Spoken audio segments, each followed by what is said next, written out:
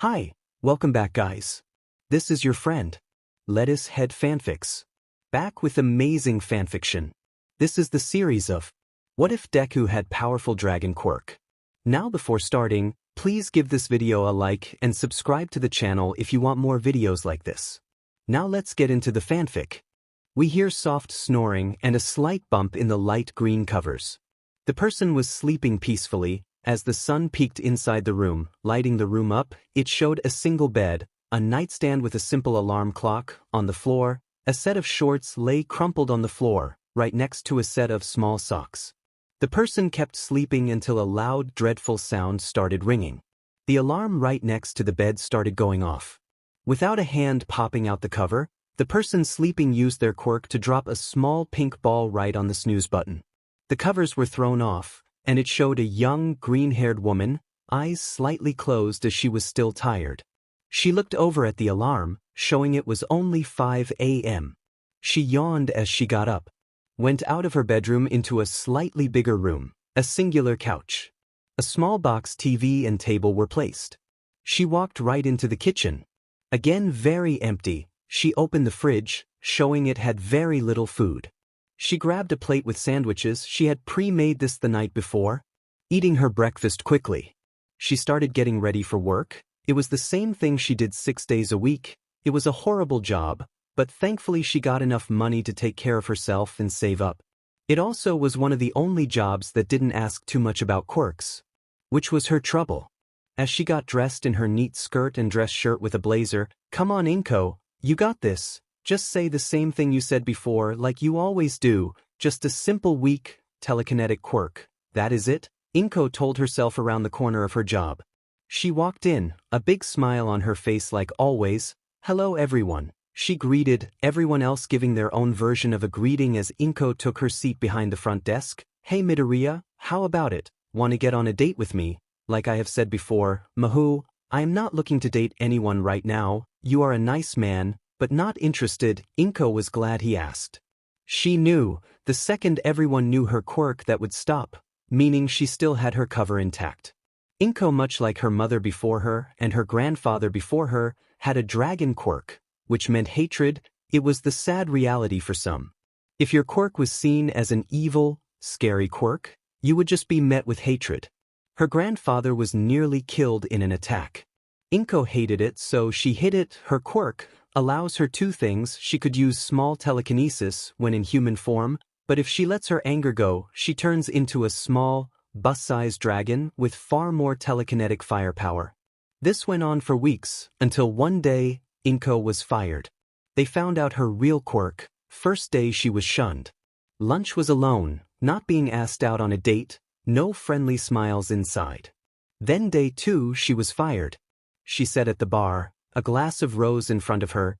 "Poor work ethic my but, just stupid idiots all of them," she grumbled as a tall, dark-haired man took the seat next to her. "Oi, barkeep, a double scotch for me, and a rose for the lady." She looked over. "Are you sure about that?" Inko sneered a little with the man giving a chuckle as the drinks were placed. "Oh now I am," he smiled. "Hisashi. And who might you be?" Inko gave a laugh as the man gave his first name, Kanna. Both started talking and drinking. The night burning short like a lit candle. At 3, the two drunk adults stumbled out toward a nearby motel room, one Hisashi bought for the night, where they had a singular night of love. One that in 9 months brought to earth a healthy, strong boy, Inko named Izuku MidoRyuu.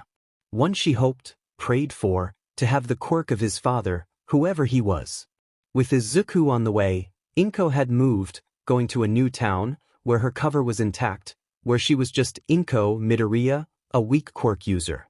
Went to work Oswell, this time using her saved money as a startup to make her own company, one that sold art, one that got her a great income, nothing that would make her rich, but she was able to live with her child. Give him all that he wanted. She walked into her living room, just having finished a new commission from a customer. She moved into the kitchen where she cleaned her hands. Izuku sat at the table, drawing happily. Just like his mother, Izuku liked drawing. Inko sat across from the 3-year-old boy. She saw that he was roughly pressing into the paper going right into the table. "Izuku, what are you doing?" she slightly yelled as he was ruining the table. Inko pulled out his stuff, his crayons, papers, and he was sent to his room for the afternoon. Inside his room, Izuku was throwing a tantrum, angry at the fact he wasn't allowed to draw more, just because of a silly table. Izuku for a little bit started storming back and forth. It was there that he started throwing his own stuff in the room. Dumb mommy not letting me draw, I just want to draw. He started yelling as he threw stuff around. Slowly a transformation started. The skin on his forearms slowly started turning rougher. Slight parting as it turned a black dark green color much like his hair. His nails grew slightly longer and with a point. His teeth turning sharper, as his eyes turned into slits. Izuku's quirk took effect, a year before it normally should have. And it allowed Izuku to completely destroy his room. It didn't take long before Inko burst inside the room, her face filled with fear and despair, as Izuku was slowly rampaging inside his room. Inko didn't care about the stuff, she could buy new stuff, but his reputation. Inko ran to the window to close the curtains, but to her shock and fear, a couple of teenagers stood there, phone out, filming Izuku's dragon transformation. Villain, they screamed as they ran away. Inko hoped, because it was a shitty phone and a kid yelling it, they could escape the wrath of society. Inko went and calmed her son.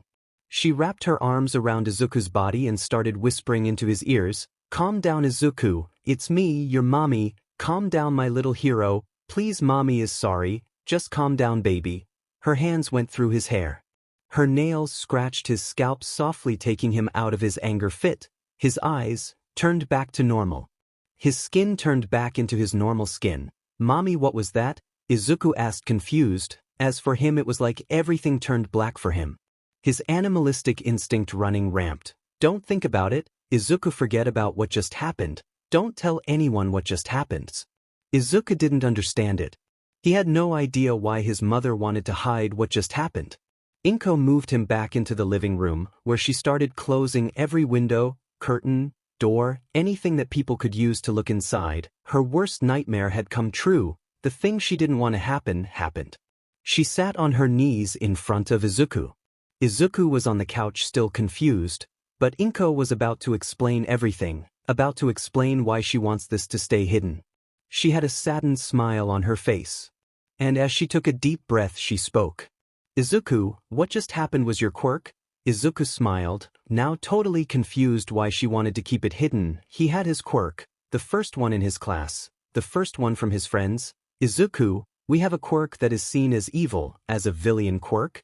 Izuku frowned, not understanding what she meant. "We have a dragon quirk, Izuku, one that people find scary, and we get judged by the looks. It's the sad reality, don't try and fight." Izuku didn't hear it. But Inko spoke with anger. While a dragon quirk was rare, it wasn't unheard of. Sadly over the years, there have been quirked villains that had a dragon transformation, one that caused everyone else to feel hatred. "So for us, Izuku, so we can stay here happy, don't tell anyone, you don't have your quirk yet?" Izuku nodded. He didn't want to, but if his mommy asked he would. "Izuku promises me, I will mommy, I don't have my quirk yet." Inko grabbed his head and gave it a massive embrace. "I love you, Izuku, and mommy is really happy and proud." Izuku smiled, sadly, unaware of the pain he was about to go through. It didn't take a week before the assault happened. It started slow. A couple of teens threw an egg against the house, and Inko's garden stomped. Some graffiti against the walls, written in bright red paint, "F off villains, die villains, eat sheet I dot." But it quickly turned into worse actions. Stones were thrown at the house, her car tires were slashed, and even death threats. That was just the house. Thankfully Inko was able to keep selling paintings, but the rest of their lives were ruined. Izuku was bullied, he was hated by everyone in his school. It started with people not talking to him. The occasional push, snarky comments, to quickly all the students even attacked Izuku from time to time, and while Izuku hoped and believed the teachers cared for him, they did the opposite. The teachers ignored him fully, they give him extra homework, punished him for small faults, they removed his breaks. This went on for one entire year. Izuku begged his mother not to move, as he didn't want to leave his friends behind. But then it happened. The one thing Inko feared. They almost were killed. It was around 10 at night. Inko was on the couch reading some of the nearby news.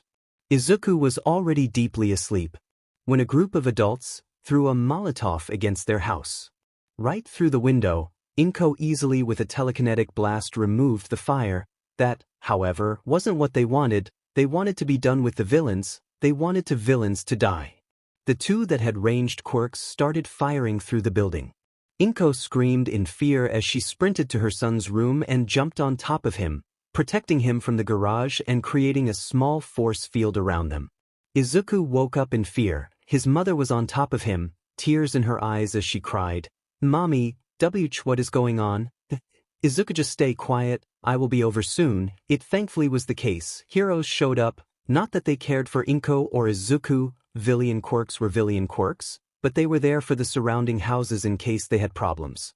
This was the last straw for Inko. She threw the heroes out of her house, telling them to get away. The leading hero of the area gave an offhand villain comment. Inko started packing right away. She filled whatever bag they had with clothing and school supplies for Izuku. In the end, they had Izuku's backpack and 2 boxes filled with clothing, nothing else. They weren't able to carry more. They went into the subway. Thankfully nobody was in it at 6 in the morning. They went to Tokyo, where Inko rented a car, where she drove into the north, a small house that was an administration of sorts. She walked into Izuku still sleeping in the car. An older woman with long hanging white rabbit ears sat at the front of the table. "Hello, how can I help you? I heard of a place. A place for those with less fortunate quirks." Inko was moved to the back of a room. The older bunny-quirked woman walked in, her face strong to read for Inko. She sat down in front of Inko. "Sorry for the wait, miss. I just had to make sure you are who you said you were and had what you said we had." Inko understood. She didn't want to bring trouble. She just wanted the same as everyone there, to be free of hatred and pain. "Now then, Miss MidoRyuu, please tell me a little about yourself." Inko nodded, taking a deep breath as she began to talk. She went over all things she could, her childhood, the hate she endured, her lying to friends about her quirk, and the most important thing, what she had been doing for a while, her life, and it then went to Izuku, the sun in her life, the joy she needed, the spark behind her eyes. How he came to be. How he got a dragon quirk, how he was attacked and hated by his friends, and how they just ran away after being nearly killed. Nearly burned and shot to death. The bunny woman was in tears at the story. She had heard a lot of stories, and after hearing so many stories she was able to hear the difference between lies and truths, and Inko was speaking the truth. It hurt what she went through with. The bunny woman sadly had gotten some hate, but compared to what Inko went through, it was nearly nothing. "Just relax, I will make some calls. My son, can he come inside?" The bunny woman nodded as Inko quickly grabbed the still sleeping Izuku. He was going through something Inko would call the dragon's rest. She had it when she turned 16, but it seems Izuku was something else. For her it was a week-long sleep that awakened her dragon instincts fully, a better sense of smell, and a need for shiny things. To get a hoard, that or Izuku was just extremely tired and sleeping, which was also possible. Being scared for your life and running away could do that. While Inko looked at her sleeping son, hoping this was able to go through, that her son was finally able to get a real, happy life, a life he deserved, one she wanted to provide for him. The bunny woman was named Beatrix Usugiyama, mother of Haru, Usugiyama, and grandmother of Rumi, Usugiyama. She at the moment was calling with the head of the town, which was her daughter's wife. "Hey Suru, I have a family that I believe should be allowed in." "Oh okay, tell me about them." "It's a young woman, between 20 and 30, named Inko MidoRyuu. She has a 5-year-old son, named Izuku MidoRyuu. Both have a dragon quirk, which got them a bunch of hatred, and only last night, they were almost murdered." "I see, have Bob take a look at them. If he accepts, they are allowed." When Beatrix came back in, she had Bob with them. Bob was a man that looked to be 500 years old. He was walking with his back bent, a wooden cane, and a long gray beard and thin yet still long mustache. "Hello there, young ones, I am Bob, head of the police department." He looked them over once, walking softly, only the sound of his wooden cane tapping the floor heard. "They look like good." "Oh no, he fell." With Inko just using her quirk to stop him from tilting over. "Ha!" The man slammed the cane down, and with a triple forward flip, he landed on the top of a single chair just leaning on one foot. Inko was confused as this old, nearly dead-looking man had just done a move that she would call impossible. I see you are confused, I am sorry about that, but I am Bob, and I am 87 years old. I am a world-renowned martial artist that moved here for my great-grandson, the man said, making Inko, who was still shocked, nod. Now follow me then, I shall bring you toward the house you will be staying at. What's? You're accepted. The man stayed quiet for the rest of the trip, not answering any questions that Inko had as they drove. The drive took a single hour, which was very uncomfortable for Inko as she had no idea what the hell was going on, but as they drove they reached it, a appealing city that looked absolutely normal. It was then that they started seeing the people. Inko gasped. Dozens of people, mostly those that looked evil, demons, massive shark men, and scissor hands. It was something else completely. Yes, kiddo, you're free here, and don't worry, we are a close but friendly community. He drove them to a small two-bedroom building. Here, you are, this will be where you will be staying, and don't look surprised when people drop by, they are a curious bunch. The man laughed, just as Inko pulled Izuku out of the car. It was then that he woke up. Huh? What's going on, mommy? Nothing, baby, we just got home, that's all. Izuku nodded as he closed his eyes again. Inko placed Izuku inside, which was when she went for the rest of the stuff, all the stuff they had left. Nothing more than a couple of boxes with clothing, drawing supplies, and toys. But as she walked out, 6 people were standing there, 2 men, holding the stuff, 2 women, holding boxes of food, and 2 kids, 1 purple-haired boy and a pink-skinned girl with yellow horns. Hey, get away, that is my stuff. Inko screamed, scared they were stealing, only for the group to laugh. Sorry, we are your neighbors. We just wanted to help. The woman near the pink-skinned girl gave her husband the box. Her husband, being a 3-meter-tall, broad, devil-like man, was able to carry it. She walked up to Inko and offered her and, sorry, I am Alicia Ishido, people call me AA, that is my husband Hendrik. Don't worry about him, he is a sweetheart, that is my little girl Mina. Those are the Aizawas, the father Shota, he is barely here thanks to his job, that is his sister, Chichi. She takes care of him most of the time. Oh hi, Inko blushed, having jumped to a conclusion. We heard of Haru that we could expect some new guest, now we know it could be a little weird coming here, so we just got you some stuff, to make you feel welcome. Aizawa walked up, to Inko he looked rather scary. If you ever need help, just ask. Chichi chopped him on the head. Don't get too close, creep, you look scary that way. We heard you also had a little son, so we brought our kids. Oh, he is sleeping at the moment. I understand, don't worry, take your time, and get used to everyone. Just remember, we are here to help. With this, Inko was left alone. Shota and Diablo did place the stuff inside and gave a goodbye to her as they went home. It was then that Inko was able to relax. They were strange. Shota Aizawa, a very tired-looking man with red pupils, black long hair, black clothing, and a white scarf around his neck.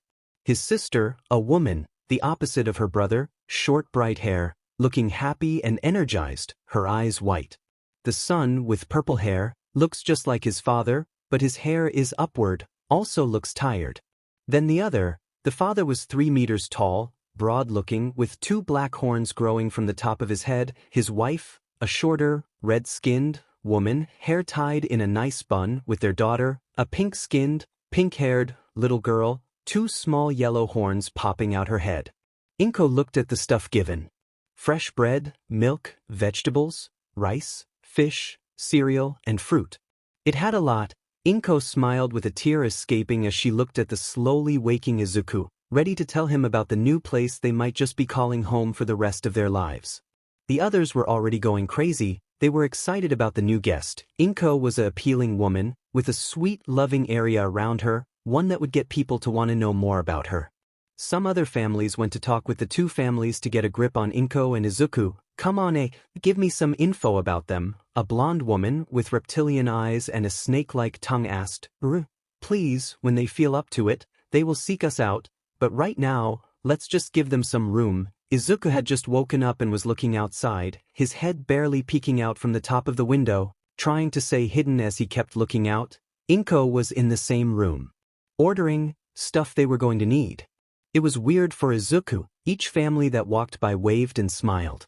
It was something Izuku barely remembered people doing that before. Mommy, why are they acting so nicely? They hate us, right? Inko didn't know how to answer that. That was exactly what she would have thought, but they looked truly friendly and helpful. I think these people are just really nice. Izuku smiled. Mommy, can I play in the yard, please? Fine, but be careful. Don't leave the garden yet. Izuku nodded happily as he grabbed his ball from the backpack and ran to the garden. He started throwing it against the wall and catching it again. The first couple of times went great, but then the ball flew out of the garden. Without thinking, Izuku went and grabbed it, only for a car to drive in his path. It could have turned out badly, if not for a white scarf to wrap around Izuku's body and him to be thrown up in the air. He yelled in shock and fear. He was caught by Aizawa, who had a soft smile on his face, only to be punched strong by Inko, whose eyes turned to slits. Don't touch my son. Aizawa got back up, scarf loose and face relaxed. He fully understood her feelings. I just saved him. I wasn't trying anything, I swear. Aizawa walked down the road after looking at both sides, where he grabbed the ball. Again walking back slowly and placing the ball in front of Izuku. Be careful, kid. Don't want to get hurt and make your mommy sad, right? Why, sir? Sorry. Izuku was scared to look Aizawa in the eyes, being taught that thanks to his teachers. Aizawa raised his hand, and Izuku flinched, expecting to be hit, only to feel a soft head pat. Just be careful next time, duh. He stood up looking at Inko with a soft smile. Sorry for the scare. He gave a small bow before walking back again. Izuku went back to playing, and Inko went to hover, not losing sight of Izuku. They stayed like that for the day, with no problems at all. The night's sleep was peaceful, nearly perfect for them. The second day, Inko allowed Izuku to play in the playground, one with other kids. All that was super friendly and willing to play with him. Allowing Izuku to use their toys, or allowing him to join in on games, all while Inko started slowly befriending the moms. Hey, you're the new girl, right? I am Mika, a woman the same age as Inko said with a cup of coffee. She offered her hand, and Inko was quickly able to see her quirk had something to do with ears, as both her earlobes were earphone jacks. Come join us. We have been talking about this cute little painting shop online. They make really cool stuff. Inko nodded, a little unsure what was going on, but she was happy to try and befriend these new people. While Inko was making conversation with the new housewives from around the neighborhood, Izuku was playing on his own. He was kicking the ball back and forth against the fence, that really being the only playmate he had for years. It was his best friend, one that never got tired of playing with him. So he kicked the ball and it went back to his feet, allowing him to kick again, but because it was a new wall when he kicked again, the ball rolled away from him, into a group of other kids. One Izuku was far too scared to ask for his ball back. He had learned from experience that if the ball was near them, it turned into their ball. Or he got his butt kicked, so he dropped his head and went to find a stick to play with instead, but then something happened he really didn't expect. Hey, here is your ball back. A pink skin girl he had yet to meet walked up to him with the ball in her hands. She had a super bright smile on her face, shocking Izuku to his core. Why are you not taking the ball yourself? She pet her head. No, why would I? It's your ball, right? She dropped the ball and offered her hand. I am Mina Ishido. Wanna play with me and my friends? Do you wanna play with us? We always wanna play with more people. You're not gonna bully me or beat me up. She shook her head. Come, it's fun. I will introduce you. She grabbed his arm and pulled him with her, giving a friendly laugh as she walked up. Guys, I got a new friend. She yelled to the others, who all turned and looked at them. Okay, these are my friends. That is Hitoshi. He is really sleepy all the time, but also fun when awake. Then that is Kyoka. She likes music. Kyoka was a girl with short dark purple hair with small earphone jacks sticking out from her hair. That is Rumi. She acts really tough but is a crybaby. Not Mina. Stop lying or I will fight you. A white-haired girl with two large bunny ears said, tears already showing up. Mina, stop bullying Rumi. She is just sensitive. The next girl said this one had short blonde hair and 3 spikes of sorts styled on the side of her head. That is Ryuko. We have more but they didn't come today, so still want to play with us? Am I allowed? Don't you hate me because of my quirk? We don't even know your quirks, and we aren't like the meanies outside. Are really? Mina nodded. My quirk melts stuff. I am just not very good with it yet, but I will be. Oh, outside. Izuku asked, not knowing what this really was, but Hito can control people when he talks to them. Last week he made Kyo do this silly dance which was really funny. Kyo herself has those cool jacks, Like she can listen to music with it, it's cool. She also stabs with it when you get super close. Rumi has a rabbit quirk like those super cute ears show. That is Ryuko. She has a dragon quirk, but she isn't evil like those silly outsiders say. She is super nice, Mina said happily as Izuku just stood there shocked about these evil quirks. One even much like himself. He gave a quick look to his mother who was looking right at him. She gave him a nod showing he could tell them to be a kid. Well, I also have a dragon quirk. I have only used it a couple of times at home though, so I don't know a lot about it yet, and my name is Izuku MidoRyuu. Mina looked at him seriously, which got Izuku very scared for a second. You're Zuko for now on? Izuku didn't know what to think. The only ones to have ever given him a nicknames were his mom and Bakugo. But Bakugo did it as an insult, while his mom of course did it out of love. Mina just shrugged as they skipped to Kyoka. Taguritz. She then started sprinting away as fast as he could with Kyoka chasing behind her. Shinso walked past Izuku. Ignore the nickname, she does it to everyone as a show of friendship. Shinso then went to lay on top of the swing set half asleep. With Izuku looking around, with Kyoka walking up to him. Tagurit, she then ran away, leaving Izuku confused as he had never played tag before. What should I do? Wait, we are playing tag? Izuku nodded. Yeah, what is that? Oh, run after us and tag someone when you're it. Oh, okay. Izuku nodded as he started running, which was when the kids noticed it. Izuku was fast. The only one slightly able to outrun Izuku was Rumi with her rabbit legs. You're like super duper fast, Mina said on the floor, breathing heavily. I'm sorry, Izuku said, thinking it was a bad thing. Don't be sad, that will be super useful when we play Ding Dong Ditch. Mina giggled, making Izuku give an unsure laugh himself.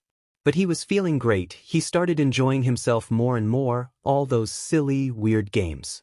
But they didn't just do stuff they wanted, they even played with the ball a little. It is exactly what Izuku found enjoyable. It was the game he played most himself. But now with other kids, he was able to play games with others. It was like a whole new game, plus everyone was super nice.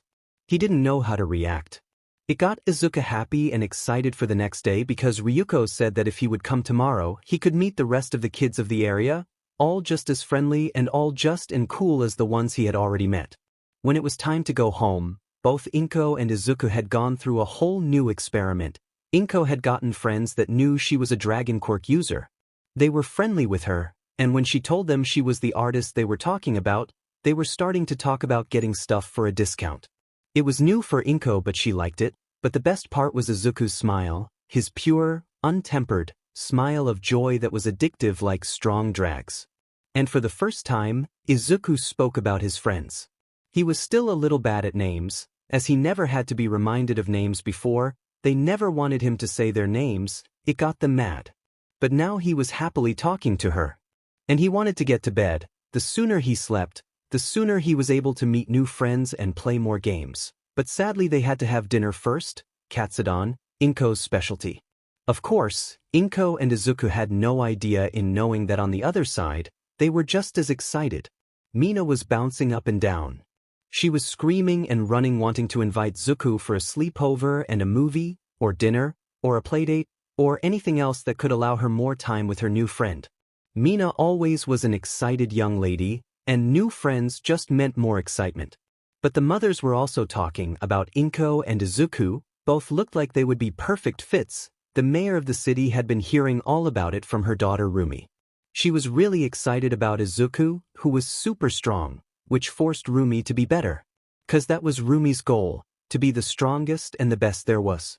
She was so during all the games. During tag she had to be the hardest to tag, and the best tagger. During hide and seek, she had to be hardest to find, so strong they almost gave up. And when she was the seeker, the game had to be short, but now with Izuku, it gave her a challenge, something to improve even harder for and with. The others also really enjoyed their new friend Izuku, but nighttime came soon enough, allowing them all to sleep and start a new day. Only for Inko to have to deal with something she had never needed to before. Izuku wanted to play outside. It was new for Inko, and she really didn't know the playtime hours, so she gave Izuku his breakfast, dressed him for the weather, and sent him out. Big smile on his face, he went to the playground that was just around the corner, but nobody was out. It was still really early for everyone. So Izuku stood outside, dropping the soccer ball and starting to kick it around alone. Thankfully, the rest of the kids didn't come out much later, leaving Izuku only around 30 minutes. "Hey Izuku, look, these are my other friends," Mina cheered as she showed up with a couple of new faces. Hi, Izuku said, unsure, but as the group stood there, Mina started talking. "So, this is Izuku and he has a dragon quirk. That is really cool." "Boo, but you haven't seen it," Mina smiled. "But you're super cool, so." This made Izuku smile as he looked down. "Now then, Mina started walking to the group and started pointing at people. "That is Himiko, she likes BLD and can turn into people with that BLD. It's really funny." She then pointed to the next one. "That is Tokoyami, although he looks like a bird, he doesn't like bird seed, hi. But he does have like a shadow friend, but when the sun is out he can't come and play." Next to him is Juroda, but everyone calls him Shurshur, he is hairy. And the last is Juzo, he is able to make everything soft. That is them all. "Now let's play," Mina screamed as she ran to Izuku, kicking the ball away. The rest started running Oswell, going to play soccer.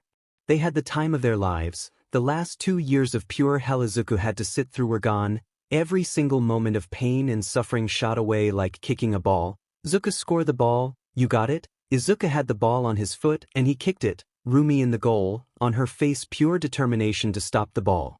Izuku kicked it. The ball shot right to the middle with a curve, causing Rumi to accidentally jump to the side, scoring the goal. And while Izuku didn't know how to react, his new friends were cheering. This went on for a while. Izuku slowly grew older, but as time passed more people joined the community, not all being seen as evil quirks, but all being new friends. "Hey Rumi, have you seen that new TV show?" Izuku said as he was kicking the ball up, repeatedly waiting for his friends to show up. "Kick it over." Izuku kicked it back, walking to the soccer goal, which started them to play, Rumi trying to score and Izuku trying to block it. "Still wanna be a hero, huh?" The 8-year-old Izuku nodded. "Yeah, I do. All the heroes I met before were bad. They didn't care about saving people." Rumi agreed. Most just didn't care about villainous quirks even. The top heroes often ignored them and talked badly about them. Even the likes of All Might had been called out for saving those without evil-looking mutations from dangerous areas, something he of course denied, but the public knew it was the case. "So I am gonna be a hero that saved everyone equally. I will use this power." Izuku turned his arm scally to block the next kick. "And I will be a hero? Yeah, the greatest hero. Only cause I haven't decided yet, cause if I turn hero, you're taking second place." As Inko sat in the house of the Aizawas drinking coffee with Chi-Chi, Mika, and one of the newest members, Lilith Kiyama, "I can't believe little Aizu has already started talking about what he will do when he is 18, he is just barely 8. Chi-Chi laughed with Inko nodding her head. "He really is determined to become a hero, but I don't know if I should let him, just with all the hate and pain we have to sit through. At least here we are sheltered from it. But out there, he will be seen as one." AA gave her friend a soft push. "Don't worry so much, Izuku will be loved. I mean, he is an absolute sweetheart.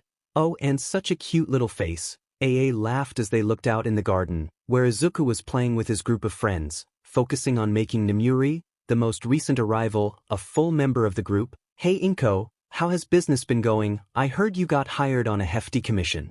Chi-Chi asked, with Inko taking a sip of her coffee and nodding. Yes, they remained anonymous, but they asked for a large painting depicting a new day over the horizon. Weird, but have been working on it. What nobody knew is that who hired her was Nizu, the principal of UA, and the boss of Shota Aizawa. Aizawa had been a hero for around 15 or so years, and a teacher at UA for 5 years. He was known by his students for being a hard-ass that cared. Aizawa was one for true equality, which was rare. Mostly everyone had their own way of reacting to villainous quirks, and while Nizu strived for an equal playing field, that for some was just not the case. But Nizu, being a highly respected hero and principal, wanted to know what the people around him did, and most importantly where they lived. He did have to pay his workers. But it was then that he stumbled across the most delectable artwork, that because whatever reason, struck a string with him. They were beyond appealing, and he was unable to understand why. Which for the principal of UA was strange, as not only was Nizu seen as one of the brightest heroes alive, he wasn't human, he was a quirked animal that, thanks to his understanding of everything, rose through the ranks and was even highly respected by the top 10 heroes. So he bought a fair share of Inko's artwork, half because of their beauty, and a half because he needed to understand how a mere white piece of canvas, with simple colors, could create such depth, create such emotion. Which caused the hero school of UA to gain quite a bit of new artwork. Oh, you paint, how wonderful, Nem herself likes to, May, she should come by, it will be great if you allow of course. Lilith nodded her head wanting to ask herself. Nemuri wasn't the most open person. Yo, Izuku wanna one-on-one? Rumi said bouncing her basketball. Izuku nodded their hands, 2 mochi strawberries on Izuku. Ryuko said placing a bet on how this match would go. I will raise that, 1 pack of Doritos and a small bottle of Sprite, on Rumi. Shino added seeing it was common for Rumi to challenge Izuku in anything, so common that the group started placing bets on them. Payment would be snacks, the winner would get their snacks back, plus a share of the loser's snack, but depending on the price you put up, meant how much you would get back in work. The work itself wasn't anything special. Just chores they had vouchers for. Some chores were easy, like doing the dishes or wiping the floor, others were much harder, like mowing the lawn and cleaning their room. This meant that Shinso, if he lost, would have to do a small task like cleaning the driveway, but Ryuko would do the bigger ones like taking out the trash for a week. These, of course, were seen as rather enjoyable, as only last week, Izuku took a bet out on himself, being able to defeat Rumi in swimming laps around the pool, fastest 10 laps. He put on 1 packet of chips. But Rumi knew she would win, so putting on a 12-pack of cola cans, a part-size pack of chips, and a pack of mini carrots. Izuku lost. Strong, Rumi had been training on her swimming skills and Izuku had not, which, seeing the difference was so big in price, meant Izuku had to take out the trash for Rumi for a week while also holding her backpack when at school. So for that week, Izuku-7 knocked on the door, walked in, and took out the trash, all while Rumi and the group watched and laughed. Oh, Shinso doesn't want the big punishment, such a pages, Mina screamed from the swings, put in 2 packs of crackers for me, and put it on the green. Izuku stood in front of Rumi waiting for her to pass the ball which would start the game. It started fast. The second the ball got in Izuku's, Rumi ran forward. Izuku expected this and started off right from the bat, bouncing the ball through his legs, catching it behind his back, and moving left past Rumi. Damn it. Rumi hoped to have stalled him right there, enough to grab the ball and run with it, but Izuku was halfway toward the basket. She knew this first point was lost, but it was the best out of 11. Point 1. Izuku called out as he jumped up high and dunked the ball strong. I know this basketball stuff is set for kids, but that is still super impressive. Shinso said his hair is tied into a top bun by Kyoka while he himself was watching the clouds to relax. Sure laughed. Izuku took Rumi's place, doing the same exact thing Rumi did. He rushed her. But unlike her, he made himself big, his arms wrapping forward, closing Rumi's movement off, blocking her from running past him and making an easy point. Izuku was on her tightly, but Rumi knew Izuku just as well as she knew herself. She started acting like she would bounce the ball up high, forcing Izuku to react to her jumping upward, jumping over him. Only to go under his arms and straight for the basket where she was also able to dunk. Bia loser. She cheered to Izuku prideful as ever. Izuku gave her the ball as it was his turn. This time Izuku wasn't planning on dunking the ball, it was doable but that would be what Rumi would expect of him. So as she passed the ball, he took a couple of steps back. Oh, gonna shoot, huh? Not on my watch. She rushed for him, jumping high and blocking that line of sight, but Izuku just took a step to the side and shot. The shot for Rumi felt slow as it swished in the basket, scoring Izuku his second point. You got lucky with that one crossed-eyed sheet, Rumi cussed as Izuku smirked at her. He passed her the ball and stepped back, blocking dunks, but not shots, and Rumi, seeing herself as a marksman on the court, laughed, doing a double pass through the legs, a step back and shot, only for it to fall short and land right in Izuku's hands, who grabbed it and started dribbling. Sheet F sheet, she screamed as she began running to Izuku, who with a small jump and a soft throw scored the third point. With his turn being next, ready to lose Duracell, Rumi wasn't happy. The chances of her losing were massive at this point. Izuku again went to step back, planning on shooting. Rumi doing his exact tactic, just with her own spin on it. Izuku shot and it seemed to miss slightly, only for Rumi to jump up high, reaching over the basket and just smacking the ball away. This is a team match that would most likely give them a perfect shot at scoring a point, but in one-on-one the ball just went to Izuku again, who this time shot perfectly. Thanks for the top-tier pass, wouldn't have scored without you. Izuku said, seeing he would now only need 2 more points to win the game. Rumi was next up again, not planning on playing even a tiny bit with Izuku.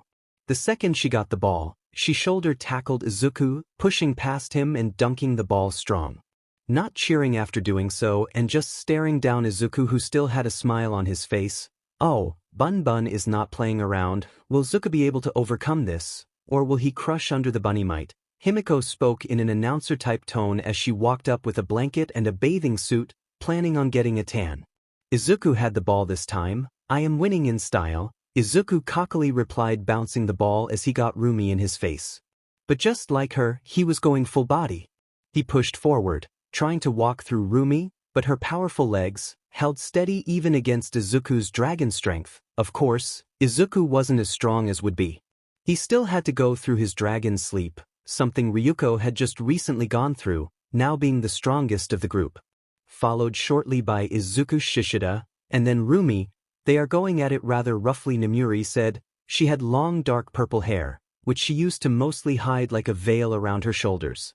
Oh, don't worry, Nemnum. Both are though enough to handle it. Mina laughed as Izuku stepped through Rumi, going over her as he jumped and dunked. Rumi fell back on her, but as Izuku powered through her, he was friendly as he offered his hand to get her back on her feet, not that she took it. I am gonna cheat on you, no, Rumi growled angrily as Izuku passed the ball. But as he stepped forward, he was able to tap the ball away. Both weren't under the control of the ball and ran after it, causing the group to laugh at the silliness of the two that just acted like pro athletes. But Rumi got under control again. Ha, try me, sheet stain. She rushed him, but Izuku stood strong and braced, bouncing her off and making her fall back, allowing Izuku to grab the ball and run for the basket, where he promised to dunk with style. He jumped and turned around, planning to hit it from the back, which worked. He only got his head banged against the rim, making him fall forward and faceplant into the ground. This got the group to first laugh, only for Izuku to sit up, BLD rushing out his nose as it was broken. This turned the group's laughter into worry. Mamea, they all screamed, unsure what else to do. Instantly all the nearby neighbors rushed out, the entire community caring for all and each of them. Warehouse, they saw Izuku on the floor with a broken and bloodied nose, and everyone ran. Aizawa, who was taking a nap, saw it from his window, and as the hero he was, grabbed a nearby first aid kit and jumped out the window. He rushed to Izuku. What happened? Kyoko, while in tears, spoke. Ichi was playing basketball, and then he hit his head and fell on the floor. She cried, giving Aizawa what caused it. Shin, get an ice pack now. Get a car ready, we need to head to a doctor for this to be set. Aizawa pulled out some tissues to clean up and stop the bleeding. Hey, be a big man for me right now, Izuku, you're gonna be a hero, right? So listen, just look a little up for me and hold this right here, everything will be alright, Aizawa explained. Inko stepped out of the car. With Izuku following, his face was bandaged up, but it was still visible. He now had 2 obvious black eyes.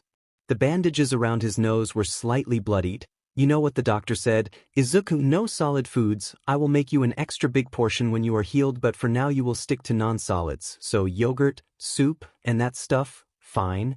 Izuku wanted to pout, but that frankly hurt too much, so he just walked to his room, not wanting to deal with stuff. He really wanted to see his friends, but at the moment that just hurt, they always made him laugh, and when he laughed his nose hurt, so he just stuck to be in his room, hopefully being able to play something on the gaming consoles. But as he was doing that, Inko was making her way to the neighbor's house. Knocking twice and waiting. It didn't take long for the door to be opened. Hey Ink, how is Izuku? He in a lot of pain? Inko shook her head at Chi-Chi's question. He acts like it, but the doctor gave him some pain medication. But, could you perhaps call your brother down? Chi-Chi smirked, noticing the small blush so, like the friend and little sister she was. SOO, your future girlfriend is here. Inko used her quirk to float a small magazine over to hit her in the head, causing her to laugh even more as she walked away. The only thing that increased her blush even more was Shota screaming back. Heho is not my future girlfriend. Now shut up and go back eating, you smelly pig. Hey Inko, sorry about that. What is it, need any help? Inko shook her head. And no. She took a deep breath. No, I would like to invite you over for dinner. A thank you with Izuku, totally not because I want to get to know you better, that wasn't it, just no thank you, Inko blurted out, both only blushing as Chi-Chi laughed loudly from the other room. Well, if you insist, I will happily take you up on that offer. Inko nodded with a smile. Is 7 okay? Shota nodded, making Inko smile and run back to her house. Ships, I still need to clean. Started cleaning her already neat and clean household, only to jump in the shower right after. Inko wasn't expecting anything. She didn't want anything to happen yet. She just didn't want to smell like sweat and cleaning supplies during dinner. That, however, didn't stop her from putting on her best and most appealing dresses. A soft lime green dress, it reached a little below her knees. She loved it, and finally she started cooking. Now asking Izuku this question would result in an instant single question. His mother's cooking was divine, nothing better on earth, but Inko wanted it to taste even better. Aizawa rang the ball at exactly 7. Inko skipped down the stairs, just having given Izuku his soup and tea, but at the perfect temperature that he could eat it yet not burn his mouth, which could hurt him. On time as always, Aizawa gave a breath as a chuckle. It's illogical to let people wait. Please come in. Dinner is just about ready. Would you like some wine? Inko said as she stood to the side. I will have what you will, Aizawa said as he hung his coat up and walked in. He himself had cleaned up Oswell, wearing clean black breeds with a tighter black shirt. His hair was washed and combed back, clean-shaven, and most importantly, he was standing straight. He walked around the house. First time being inside, this made his notice things. You like these books? He pointed at the set of fantasy books about pirates. Yes, Izuku wanted to watch the movie together, which I enjoyed, and decided to buy the books. Aizawa laughed as he walked toward the table where Inko placed his glass of wine. He sat down and just looked at Inko, who was finishing the last part of dinner. She placed both bowls down and took a seat on the other side of the table. Itadakimasu. Both took a bite. For Inko it was a normal meal. For Aizawa, it was as if the flavor god came down and just punched him in the face. Oh wow, this is absolutely delicious. Aizawa started eating more. While he always made sure there was food in the house, and Chi-Chi always cooked healthy meals for Hitoshi, Aizawa more often than not ate like trash. Best he mostly ate during work was bento from nearby shops, and at home, either microwave meals or cold leftovers. This, however, was the best food he ever had. It was almost as good as his mother's and grandmother's cooking. They ate quickly, but they didn't move. I heard from Hitoshi that Izuku aims to be a hero. Inko nodded. Yes, I don't know how I feel about it. I don't want Izuku to deal with those angry people, those that hate him for something he can't control. Aizawa nodded. Humanity just likes being divided. Look at before quirks. Everyone would argue about race and X, however not care more about if you have a quirk and if it's any good. It was the sad reality of the world and brought the mood slightly down in the room, but Inko spoke with a smile. I am just grateful we arrived here, and Izuku got a heroic role model in you. This got Aizawa to cough, not expecting that. What? Oh oops, it seems that was a secret. Inko laughed, embarrassed. Please don't tell Izuku, but you are the reason he wants to be a hero. Izuku never had heroes he could look up to. They all hated him, they all caused problems for us. Even when we were nearly killed. Aizawa knew that Chi-Chi had told him, but Inko didn't know what hero it was, so he was unable to really act on it. Let's forget all that silliness. That is gone. How about another glass of wine? Inko filled both of their glasses and even pulled out a pack of cards to keep themselves entertained a little bit. But as Inko and Aizawa were having their date together, the other kids were talking to each other. Namuri, the new kid, asking how everyone got there, and if what happened to her happened to the others Oswell. So how did you guys get here? Namuri asked, with Mina speaking up first. My dad moved here after marrying my mom. He always said it was strong to live, and after my mom found out about it, she forced him to move. Then I was born. Rumi, Kyoka, and Tokoyami nodded, it being the case for them Oswell. Well, my grandpa instead of mom, but overall the same, Rumi said as she snacked on some baby carrots. I came here only 2 weeks after my quirk. My mother found it safest to not test the cruelty of men. Shinso looked out the window as he talked. We came here after my mom left us. My dad wanted me to be safe. Though I wasn't really bullied, was more a precaution. Same for us. Shishida and Juzo said playing checkers together. Much like when Izuku broke his nose, they had been using snacks as bets. Doritos versus Cheez-Its. I did, 6 months before my mom moved us. People were really mean. Yeah, I once had red paint thrown on me, all because I like BLD, Himiko said, adding on to words of Ryuko. Wow, really paint? That is mean. Namuri was bullied, but never touched or attacked. Most of it was calling her mean words. Most were from the parents. They saw her as some slut. It was part of her quirk that didn't even work yet. When she turned into an adult woman, it started at 15, she would be able to turn people's attraction to her, to boost her quirk, changing it from dizziness into sleep. It would turn it into a knockout gas. Wow, that is crazy. You all had it horrible. Zuka had it worse. I heard my mom talk about it to my dad after being told by his mom. Mina said, with Namuri wanting to know what happened. Well, so Izuku had this friend when he was a small kid. He was a little loud and angry, but overall they were friends. But then as Izuku got his quirk, it turned bad. Namuri gasped. How bad? Mina shrugged. The first day we met him, his ball rolled to us and he just gave it up. He thought it was our ball now. He didn't even know how to play tag. Namuri gasped again, shocked at the fact. But so my mom, right? She told my dad that they were nearly killed. I heard my dad talk about that. The house was burned down after they left apparently. He also heard from some hero that they were shot at Oswell. But he is chill now. Does he get injured a lot? Mina laughed. No, he mostly is a super cool dude. He was the first one from us to dunk the ball. Oh, I see. And he was the one with a dragon quirk, right? Namuri asked to make sure she had it correct in her mind. Yeah. Now let's see if we can do something, Ryuko said, wanting to do something else than sit still. The group turned into better friends as years went past. Right now they were 12 years old, and Izuku stood outside the window of Mina, who was crying. Mina, talk to me please. And oh, you cheater, I am never gonna talk with you ever again, you stupid cheater. Mina screamed loudly back with Izuku's head dropping. I didn't cheat, I was just holding her hand, nothing else, I swear. See, you even admit it? Izuku's head dropped down. Kyoka and Rumi were sitting in the playground shaking their heads. This is what? The third time Mina has seen her boyfriend cheating. Kyoka laughed at it. Mina had dated Izuku twice now and Tokoyami once. Both cheated on her in different ways. Izuku first cheated on her by dancing with Kyoka. Then Tokoyami cheated on her by sharing his lunch with Rumi. Which happened since they knew each other.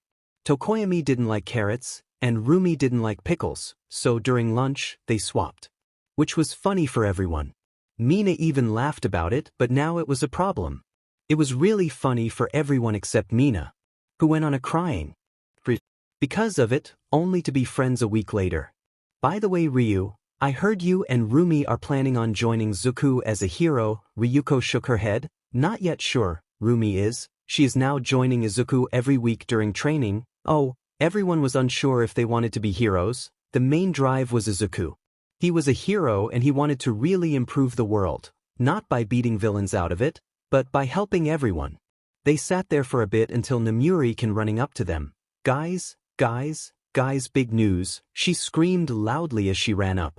What? Aino and Aizawa are dating, I saw them kissing. Ryuko started laughing loudly, holding her stomach as she was laughing. They have been, for a year now. You really didn't know that yet? WB. Namuri was shocked. Yeah, Aizawa asked her a year ago, just a week before her birthday. Namuri was so shocked that she fell to her knees. I am the last one to know. Yeah, you are in fact the last one to know. How I don't know, they haven't been keeping it a secret at all, Kyoka said with Namuri dropping her head in sadness. Izuku opened his eyes, he looked to the side to his alarm. July 15th, his birthday, he turned 15 today. And he was worried but excited. The group would be going outside the city, head to an arcade and movie. It was not something Izuku often did, and even rarer for it to be without an adult, so he sat up in his bed, standing up and dropping forward right away, starting to do push-ups. It was how he started off all his days, with a simple workout. 25 push-ups to start, which he was able to do easily, to then move into a set of 50 mountain climbers, which was harder. It then turned into a 5-minute plank. With meditation. As he walked out of his room, he slammed his hand down on the door next to him, causing Shinso to get out, eyes closed, still tired as they walked down the stairs. "Morning, Mom," both boys said as Inko waved at them, playing 2 plates of food down. Both quickly ate all food. Only for Aizawa to walk up. "Hey buddies, dear." He patted both their heads and walked into Inko, who got a embrace. It had been 4 months since they had married each other and 2.5 years since they had moved in with each other. Shinso had quickly started calling Inko Mom, same for Izuku with Aizawa, although that was at moments. Aizawa was sure that during training he was SR, but during the day or any time else, Izuku could call Aizawa Dad, Pops, anything he wanted. "You are both ready for tonight, right?" "Yes, Dad, we are." "Fine." Aizawa walked up to Shinso and grabbed him by the collar. "Give me your money." It was a test and Shinso knew he would need to react. He twisted his body sideways, weakening the wrist.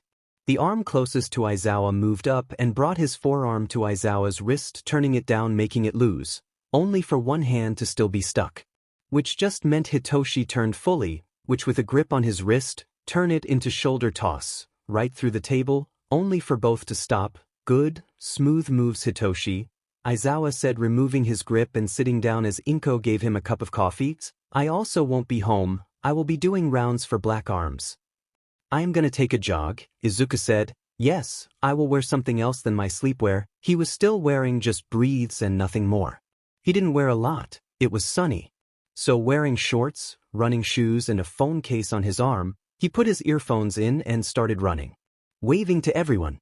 Also ignoring the cat calls Mina and Namuri always gave him in the morning. It was rather impressive how they always came up with new ones.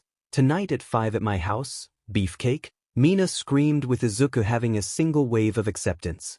It didn't take long for some of the neighbors came by and dropped off presents and congratulated Izuku on his birthday. Izuku thanked them and talked a little. Just after the afternoon, the group walked in. "Hey buddy," Mina screamed as she ran in and jumped on top of Izuku, who was able to catch her and hold her up. "You really like this, don't you, Jup?" Mina popped the pea. "I can't help it, I wanna really know the difference when you finally get your dragon rest. Ryuko already had it and now can press me. Wanna know if you can do the same with one arm when it's finally your turn. I just wanna know if you will finally outgrow me." Rumi laughed. She was smaller, though she counted her ears, making her the tallest, which was unfair in everyone's eyes, but Rumi had been training strong. She had one of the hardest kicks in the group. "Now let's have some cake, so we can hit the road." "No, can't do that, Mom is still finishing it. And before you try and sneak a peek, Himi, she will attack you with the spatula." This caused the door to stay closed. She could hit people harder than a car with that simple RBB mixer. "Fine, so what now? We can't eat, so really what can we do? You can come to the garden and show me if you're allowed to go," Aizawa said, wanting each of them to be prepared. It was the same reason he gave a monthly self-defense lesson, the most brutal and effective form of self-defense. The group loved it. It made them safer even after being hated. Each one did a similar except Mina and Rumi. Mina stepped up and kicked Aizawa in the ball. He laid on the floor and with a strained voice he spoke. "Good kick, though, more foot less shin next time." It took 4 minutes before Aizawa was able to stand up and walk. He was trained and been kicked in the ball more than he could count. Rumi was last up. She could have kicked him in the ball as well, possible break his ball, but that wasn't the case. She just kneed him in the side, then kicked him back. "Wait, Izuku hasn't done anything." Izuku laughed as Shinso called him out. "Oh yeah, so what do you got in store for me?" "I will try my best." Izuku first tried pushing him off, but Aizawa had too much grip. "Rather weak, really gonna defend yourself like that?" Izuku grabbed Aizawa, once by the collar, and once by the hip. "Let Gio." Izuku angrily threw Aizawa, making him fly through the garden and fall in the pool. "Wow, Izuku, that was something else," Shinso laughed. Only for Inko to finally walk out with the cake. "Food!" Himiko screamed happily as Inko placed the cake down and cut everyone a piece. Everyone ate. The cake was tasty. It was a French vanilla sponge cake, with jam and WHP cream. They were still talking about it, even when they were in the subway on the way to the biggest arcade in the area. "So birthday boy, what do you want to start doing?" "Let's start at the alien shooters," which was what they did. 2 simple boxes, a plastic pistol you had to point and shoot. It was great fun. But the entire day was great fun. They ran around doing everything they could find. They had tokens for days, which got them to play everything. When it was 8, they were all headed outside, having played for nearly 2 hours, but right now they had a movie to catch, one they really didn't want to miss. It was about 2 brothers fighting against the world, an outbreak of a virus turning those effective into bloodthirsty beasts, acting much like smart zombies. These 2 brothers were immune, and it was the first in a turn of a 4-part series that the group was really looking forward to. And oh boy, was the movie great. The ending was left on a massive cliffhanger. One of the brothers' girlfriends were found and joined their group, only to fall down a bridge as they ran. Let's head to the shop. Might be able to get a drink, to celebrate your old age, as they walked toward the shop, planning on hopefully getting a beer or something like that. But as they walked through a bar area, a man, already far too drunk while it was not even 10, made a comment to Hananuki, "Oh, I toothless F dash, get out of my face before I get sick." Izuku didn't like that. "Why, watch your mouth when talking to my friends." Izuku got mad, causing his eyes to turn reptilian. "Oh, what villain F dash, gonna murder me, I am a hero villain beach." He got right into Izuku's face and started poking him in the cc. "Oh, I didn't think a drunk small D beach boy could make it as a hero." This said the hero off an extreme amount. His knuckles started smoking. "Watch for tone villain boy, next time you open your effing mouth, I will break your teeth in and take you to jail." "Hey, watch it, he ain't a villain," Rumi said, growling at the villain. "Watch it, bunny." "Beach," Izuku pushed him. "Don't talk to my friends like that, once more, and I will press your face in sheet." Izuku now poked him. The hero saw this as an act of aggression from a villain and attacked back. He punched Izuku in the ribs. His fist exploded like a small charge of C4 right on Izuku's heart. The bang rang loudly through the entire area. It caused Kyoka and Rumi's ears to ring and hurt. Enough that they had to cover up. Izuku, however, flew back 24 meters down the street, his shirt burned open and his sissy bleeding and burning. The punch was strong enough to have caused Izuku's strong to stop. He died right there and then. Izuku, Himiko ran, the group followed right away, shocked. "He isn't breathing." Kyoka said not to hear any heartbeat. They were scared that their friend just died. Move, a pink-haired girl with dreadlocks ran in and started doing CPR, her hands quickly turning bloodied from Izuku's. They looked back, wanting to stop and kill the fake hero, only for him to have escaped. The pink-haired girl was able to start Izuku's heart again, but he was not awake, he was still out of it. Tokoyami had called the ambulance and police right away, along with Inko, who called Aizawa and the other parents. Most went right to the hospital, but Aizawa had a different idea. "Shinso, how did he look and what was his quirk?" Aizawa called his son to explain how he looked. He was a slightly fat, bald dude with a scruffy beard. His quirks were exploding fist or something. 5-5.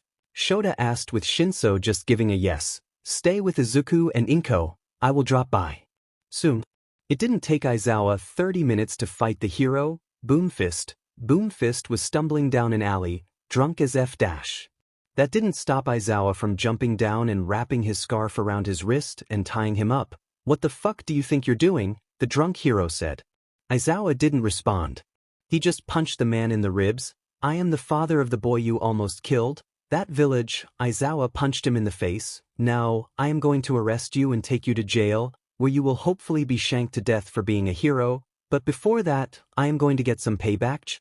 Aizawa started SWG, beating his rage on the man. Aizawa was training combos and this man as a dummy. Right hook in the ribs, straight jab to the serum, open palm strike to the gut, left hook to the kidney, high kick against the knee, elbow to the face, straight punch to the nose, and Aizawa ended it by grabbing his head and bouncing it on the wall, where he went slack. Aizawa, having removed most of his rage, let the scarf loose, sinking the man to the ground, where he pulled his phone out and called the police. Having done what he needed to do, he waited until the police showed up, using his status to make sure he went to jail. It helped that his son was attacked. Right then, Aizawa ran, going right to the hospital, where he and Inko spent their time looking after Izuku. It was painful for them to see, but the doctor, one trusted by Aizawa, notified them Izuku's quirk began evolving. Izuku went into Dragon's Rest. Inko did cry loudly after finding out Izuku would have to live with a large star-like scar on his right on his heart. So MidoRyuu, when is Izuku going to wake up? Namuri asked. The friend group had just walked up toward the hospital room Izuku was still in. We can't be sure. The doctor said the damage was rather intense. He is only breathing as of now because of that pink-haired lady that gave him CPR. We can still visit, correct? Of course, Shishida, you're always welcome to visit Izuku, you're all his friends. The group smiled as they followed Inko into the room, where they saw Izuku laying in bed. He had a nightgown of sorts, but they could still see the bandages coming from his eye. He looked a rather peaceful look as he lay down. Izuku, your friends showed up. How nice of them, right? Inko spoke softly. They saw Aizawa in a nearby chair, sleeping next to Izuku. He was in full hero gear. He had texted Nizu for a vacation, not sure how many, but seeing as Aizawa never took any vacation days, and it was a family emergency, Nizu allowed it. He was even willing to make some calls to get Recovery Girl to give him a once-over as well as some extra hero patrols. He really looks peaceful. It's almost as if he is asleep, Mina said, small tears beading in the corner of her eyes. It saddened her deeply seeing her dear friend and even ex-boyfriend hurt in a hospital bed. She hated it, how vulnerable the strongest boy she knew looked. She wasn't alone, everyone had that shared feeling. Izuku, to all of them, had a special place in their heart. He was a listener, a friend, a sparring partner, a protector. He was everything they needed, yet when they needed him they just stood there and watched. But each of them from that moment on was sure about what would happen. They were going to follow Izuku and Rumi and they would become heroes. The fact a scumbag like that would be able to call Izuku a villain and nearly murder him made them sick, just as sick they became when they stood there watching Izuku dying. It hurt them, but they would train, grow strong and really protect the world. But there was something else that happened within everyone. The girls were sure, their confused feelings, the same confused feelings Mina had already acted on before. They were now clear as glass. They were in love with Izuku. Each of them knew what they wanted a relationship with him, and they would show that to him. The group sat down in the room, just wanting to be around Izuku for a bit. I heard from your mothers that you all will also try and join UA, in a couple of years I mean, Inko asked. She had read in a study that talking to those in a coma could help with their waking up at a faster pace. And she was willing to do it all. As time went by, the friend group left when it turned dark. Aizawa woke up as Inko went home to sleep and make dinner for Shinso. It was sort of the understanding the two of them had. Aizawa would sleep during the day, and Inko would then be around, making sure he always had someone around him in case he woke up, so that he would never be alone. Back at home, Inko made sure Izuku's room was cleaned. But as each day went by, the time went slower and slower. It felt like entire months had passed. But it had only been 3 weeks, but he wasn't in a coma, he was in his dragon rest. And the group noticed. As Izuku lay still in bed, only being moved to be washed by the nurses. But his muscles became more defined. First Izuku had rather plain arms, no heavy training that turned them into much, but then slowly, they started growing. More visible than before, but it wasn't just his arms, it was his entire body. Inko noticed that the times his bandages were cleaned, Inko noticed his abs grew. He had them before, small, nearly unnoticeable, but most recently, they were there. Funnily enough, he also grew. It shocked the nurses slightly as they had to change his outfit twice, and add an extra roll of bandages as well as his isi grew. It was an absolute shock to the group. But again the dragon's rest, chance him more. Ryuko and Inko grew stronger, more control, faster, and more primal, but Izuku also grew more durable. It wasn't an absolute shock, as the doctor started having trouble getting the needle through Izuku's skin. The last noticeable change they were able to find was the feeling the animal quirked users got. Rumi, Ryuko, Tokoyami, Shishida, and Inko, all three just felt Izuku's presence. A shiver ran down their spine the first couple they saw him during his rest. It shocked them. It was as if they were in the room with a predator, a beast resting. The thought they all shared was that is Izuku would angry and what that would feel like, how he most likely would be able to defeat certain villains, with nothing but a glare, and how he perhaps would instill how will and domination over those of weaker will them himself. The questions grew with each day Izuku didn't wake up. I wonder when he will finally wake up. It's been 6 weeks, 1.5 months now, Shinso said, slightly irritated with the time it had been taking for Izuku to wake up. He hated the fact he was feeling useless. I am not sure. The doctor said he should wake up soon. Let's just hope it's soon. And as if the gods heard Inko's request, Izuku's right hand twitched. Soon his arm moved. And just like that, Inko woke Aizawa up and called for a doctor inside. Izuku had started waking up. It took 15 minutes before Izuku fully woke up. What is going on? Izuku's voice has slightly changed. It had become more rough and brutal. You were in a coma. You have been knocked out for 6 weeks now. How I can't remember what happened. It was my birthday, right? Inko took her son's hand. Yes, baby, it was your birthday. You were attacked. You died for a bit, but you are okay now. What happened to the villain that attacked me? He is gone to jail. He won't ever walk free ever again. Aizawa quickly responded, placing his hand on his son's head. We will do a quick set of tests on you, to make absolutely sure you are not in danger, but after that, you will be allowed to go home with your family. Inko happily nodded, and they were allowed to bring Izuku home. He drove in the street, and the group was already waiting for them. Zuku, you're back, wait. Himiko happily screams as she was jumping happily with Mina, hands combined as they went in circles. The second the car stopped, the group was at the door. The girls pushed each other to the side. I will help him out. No, I will do that. Excuse me, but as I have dated him, I will help him. That is exactly the reason you are not allowed to help. I will. The girls kept arguing more and more, leaving Izuku stuck behind the door. Girl, while I like the fact you all are willing to help him, he really doesn't need it. And to help him, you need to at least first open the door. The girls all blushed before jumping out the way, allowing Izuku to be seen. But in an amount of shock, they all took a step back. Izuku toured over all of them. Izuku stood at 190 and the limited clothing he wore showed that he was well trained. It wasn't like Izuku had been in a coma for 6 weeks, but more like he had been using steroids and trained for 6 full weeks. They had seen a slight groan, but now freely walking, with everything out in the open, the tight t-shirt, showing his booming his budging arms, enormous forearms, the shorts, big calves. Izuku looked like a beast. Holy hell bro, you turned massive, Juzo said with a chuckle. Yeah, not sure why. Guess I needed some rest. Does your sissy hurt?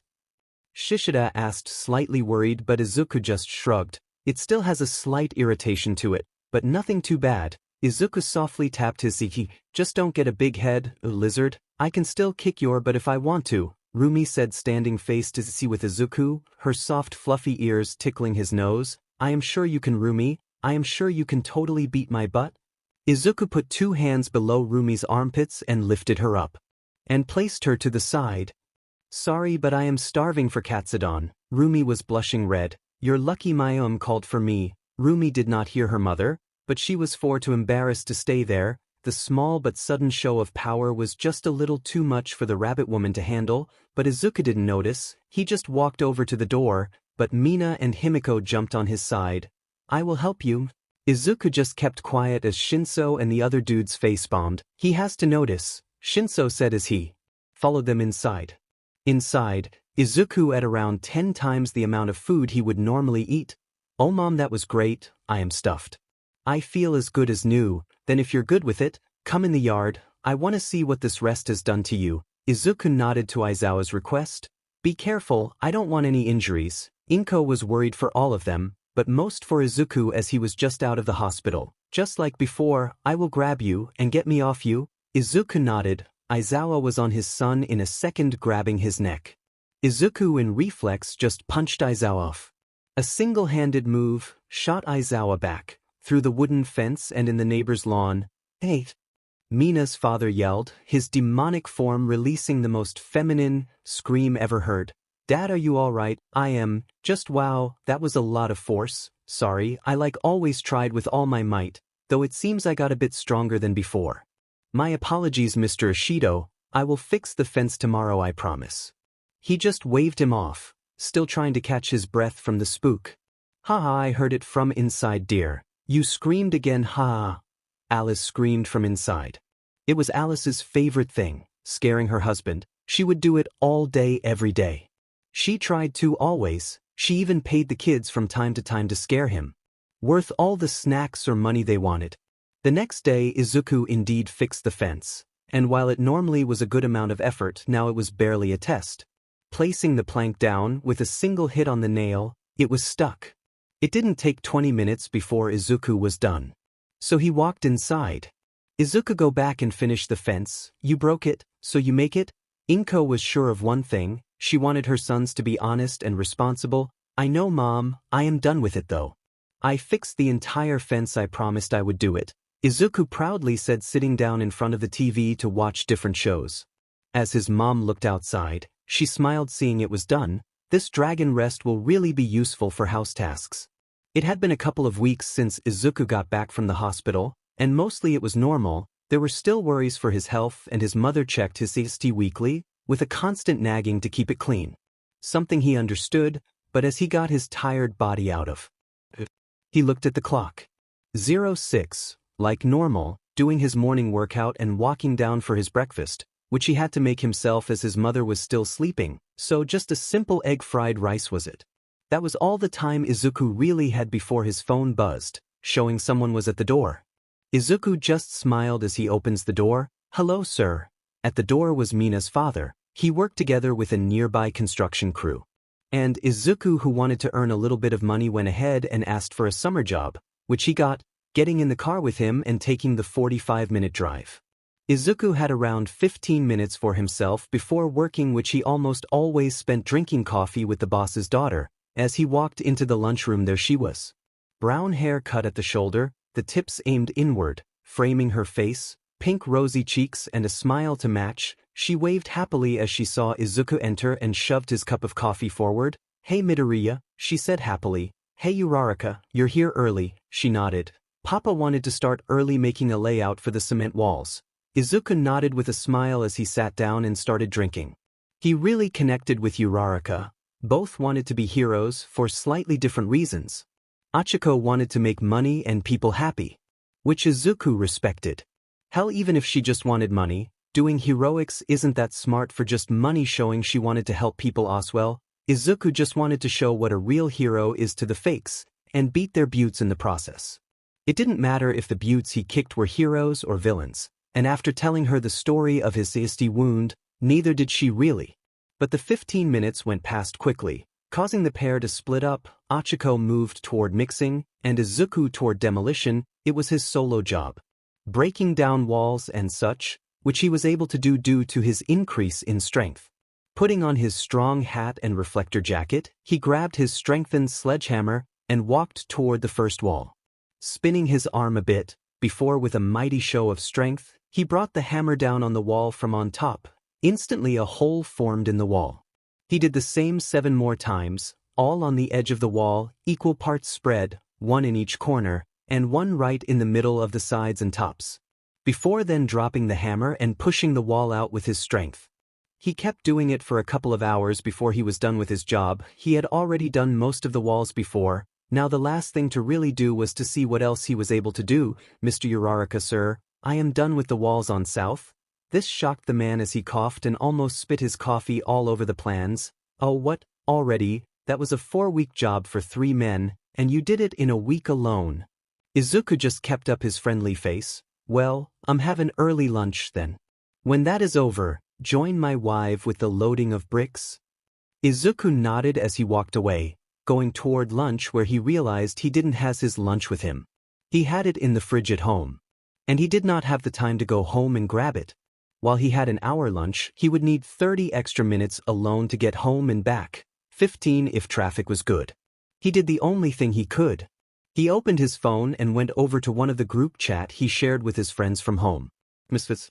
Why, friend? Hey, weird question, but I forgot my lunch. Is anyone willing to grab it and hop in the subway and bring it to me? Blood princess. I would totally, but helping my mom ATM. Zoe? Bungun. I can't in the middle of training ATM. So not home.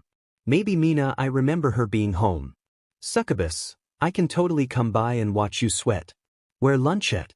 Why, friend? Thanks, Nem, it's in the fridge, a couple of containers of food. You are a lifesaver, you know that.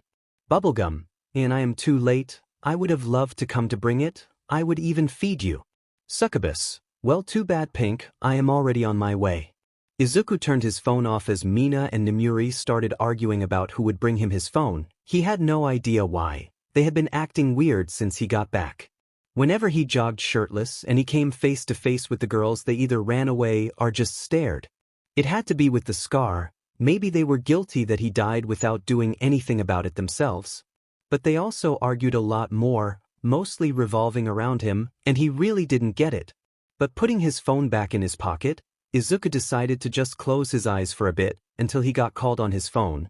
Hello, MidoRyuu speaking. Yo hunk, which subway was it? Oh hey Nem, yeah, it's subway line E and then the fourth stop. Should take around 40 minutes. I can't explain how big of a help you are. Nemuri laughed. Thank me with a back rub tonight, huh? See you in 40. She gave a smooch before hanging up, making Izuku laugh as he decided instead of sleeping he would just scroll through the web. 35 minutes later, Izuku stood up and walked toward the subway, explaining it quickly to the boss who understood. The walk was just on time as Nemuri walked out. Bag in hand. Hey Zuzu, she screamed and ran, jumping in his arms, blocking it easily as if it was nothing. Hey Nem, thanks for bringing the food, you are a lifesaver. No worries bae, what do you have friends for? She said, looking him up and down, liking her lips as she saw his arms slightly bulked up from the work. Well see, Izuku said, assuming she would go right back home, but she shook her head. We are eating lunch together. Look, she pulled out a salad. Or don't you want to with me? She pouted. Izuku just exhaled with a single chuckle. Fine, just let's hurry, still gotta warm mine up. They started walking back, Nemuri hugging Izuku's arm. Nem, why are you clinging on to me so much? He asked. Being the dense dragon he is, I don't want to get lost, that is all. Oh, okay. Walking together right into the lunchroom, where Izuku started using the microwave right away, wanting his food warm. Oh hey Midori. Who are you? Achiko said, her cheerful face kind of disappearing as she saw Nemuri sitting at the lunch table next to Izuku's stuff. Oh hey, Uraraka, that is Nemuri Kiyama. She is a friend from my street. I forgot my lunch, but she was sweet enough to bring me my lunch from home. Oh hi. Nem, this is Achiko Uraraka. She is the daughter of the boss. She is also aiming to be a hero like us. Yeah, aiming for you. She sat down, on the other side of Izuku. So Kiyama, what are you doing? I am still studying full-time, not as smart as Super Zuku. Izuku laughed. I am not that smart, Nem, and you know it. I just had a good amount of help from my dad, he said as he sat down between them. He started eating right away, shoveling big parts of food in his mouth as both Achiko and Nemuri slowly ate their food, staring at each other as both felt they wanted each other's spot. Izuku of course had no idea that both of them liked him. Izuku shoveled the food down as he had never eaten before. Slow down MidoRyuu, don't want to choke now do you? With a full mouth and stuffed cheeks Izuku nodded, slowly eating the rest. It didn't take long for others to join them in the lunchroom. So MidoRyuu, those two lovely ladies your girlfriends? Izuku turned his head slightly. I mean yeah, they are my friends and girls, so, both girls blush. I got to go, Nemuri said with a heavy blush as she quickly ran. She quickly told Izuku later, but that was it. Achiko however wasn't able to flee, so instead she blushed, brought both her hands up to her face, and accidentally float herself up to the ceiling, all while Izuku shrugged and kept eating. He didn't understand why everyone kept laughing loudly at him. He didn't understand if he said something funny or just if he missed a joke, but as he finished his food, cleaned the leftover boxes, and put them back in the bag. And then he went right back to work. Miss Uraraka, I was told to help you. Oh MidoRyuu? Yes, I will explain what we will do. You will have to fill those pallets with bricks, then I will come by with the truck and move them. Where do they need to be moved to? Don't mind that, it's not as if you can lift them. Izuku walked up, grabbed the sides of the pallets, and just stood up. It's a little heavy, but I can manage. It was around a good 50 kilos, but Izuku was able to lift that with one arm without much trouble. This however shocked the mother of Achiko as she did not expect to see that. Don't overwork yourself baby, you don't want to be hurt in the end. It's fine miss. I am aiming to be a hero, so I have to get far stronger. Seeing Izuku wasn't going to let down on this, Miss Uraraka just accepted the fact and gave up trying to convince him, but she was able to get him to be careful and stop the second something fell wrong. But as that was going, Nemuri just got out of the subway and was walking toward her house, trying to come up with a plan to make sure nobody stole Izuku away from her. or any other girls to join. She already had enough trouble standing out from within the group they had now. She really didn't need or want other girls to just sneak in and steal Izuku. Girls group. Purple Mist. Girls' big problems. Izuku might have a work wife. FTSH. What are you talking about, Nem? Purple Mist. When I dropped Izuku's food by, there was this brown-haired girl, his age, and they were super friendly, and like when an old dude made a joke about me and her being his girlfriend, he said yes. Acidic. No way, he most likely just was not thinking and thought he meant a female friend. Buff Bunny. That does totally sound like Izuku, but what about that, Nem? Makes it okay that he said the same thing about you. Vamper. Yeah, it's not like you're dating him, he is into me, not you. Wyvern.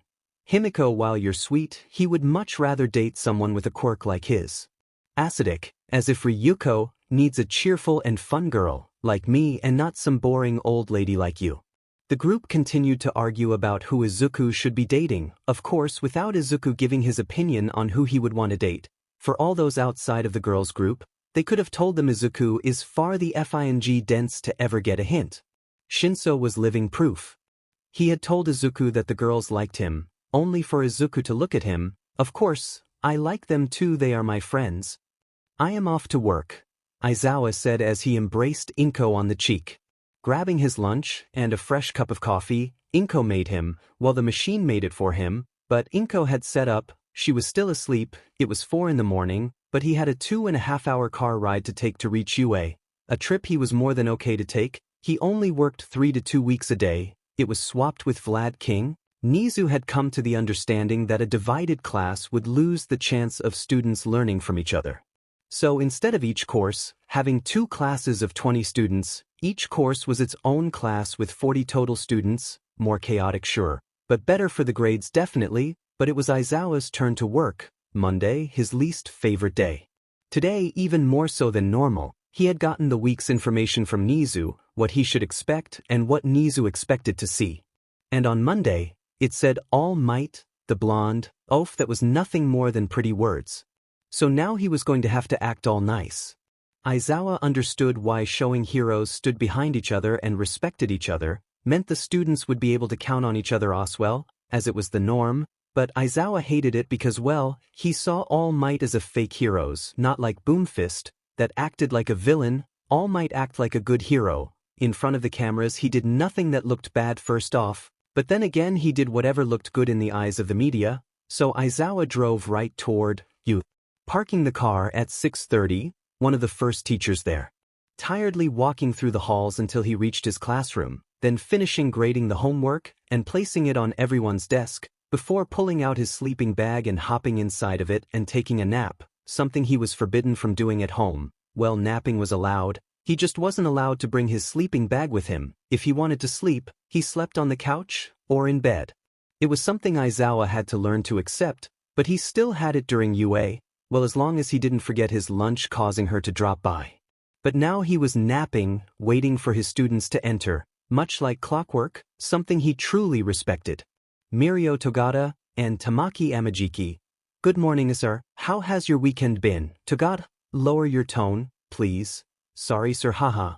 Hi, sir. Amajiki softly said. Mirio was a fit young man, with bright blonde hair and a big smile on his face. Overall he didn't look that special. His smile, however, quickly caught people's eyes.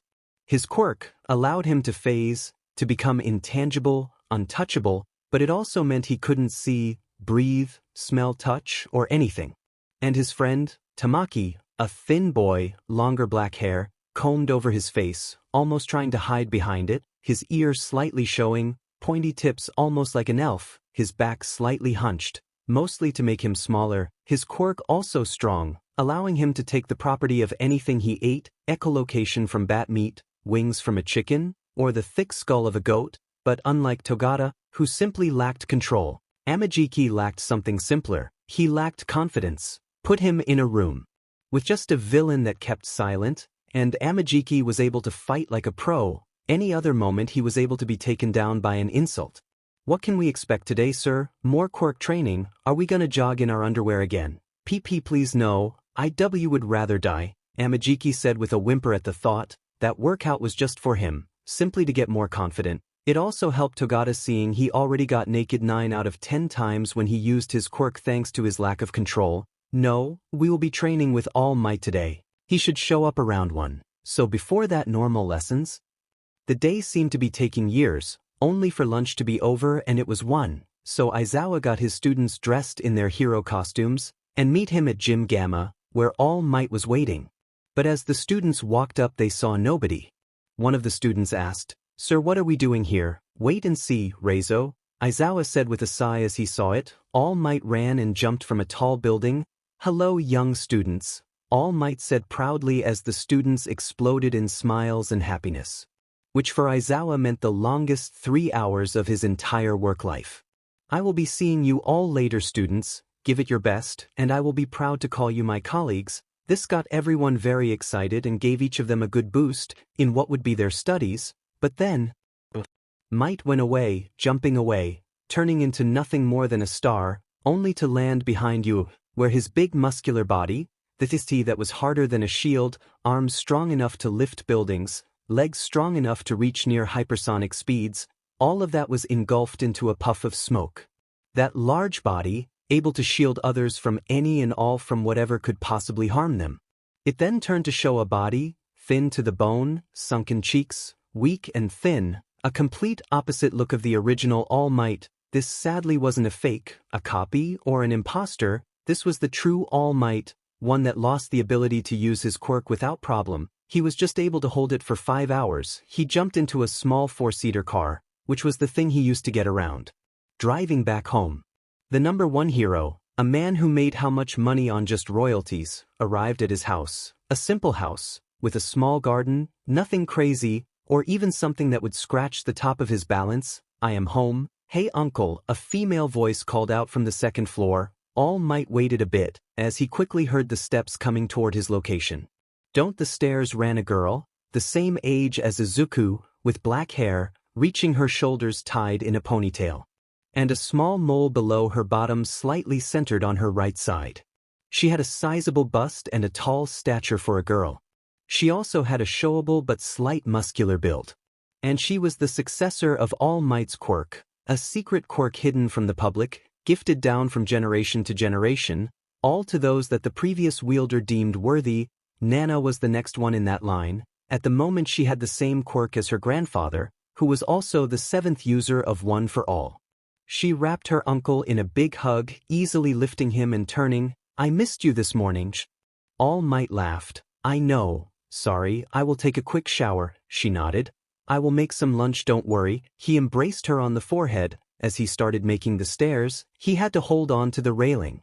He made it into the bathroom, where he removed his shirt, showing a massive scar, laps of flesh, put together, to hold his guts inside, an injury he will never forget or will grow past. An injury he received from his worst enemy. An injury that caused his time limit. 3 years ago, he entered deadly combat with this villain. The battle took 2 entire days. It left the small island where the battle took place, a desolate wasteland, an entire forest, broken and torn from the ground, used to hurt each other. All Might crush the skull of the villain, killing him, but not without his own pain. His life was cut short and he knew it, but in his final moments, no matter how many he had left, he kept fighting on. He kept fighting for a better world, a world without villains. It was the same reason he was looking over Nana at the moment.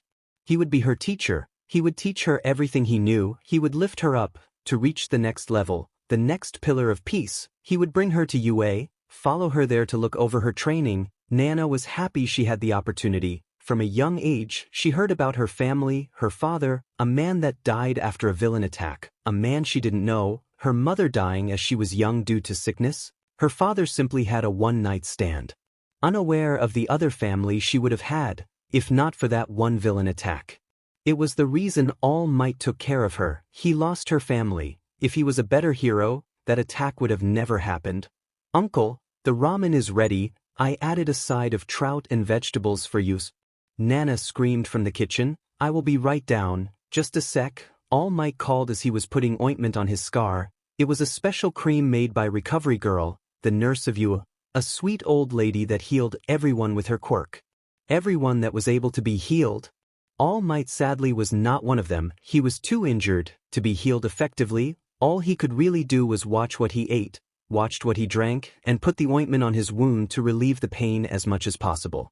But having done it for 3 years now, so he was able to do it quickly enough, wearing a smaller shirt and breathes as he walked down the stairs into the living room where Nana was already finishing up her food.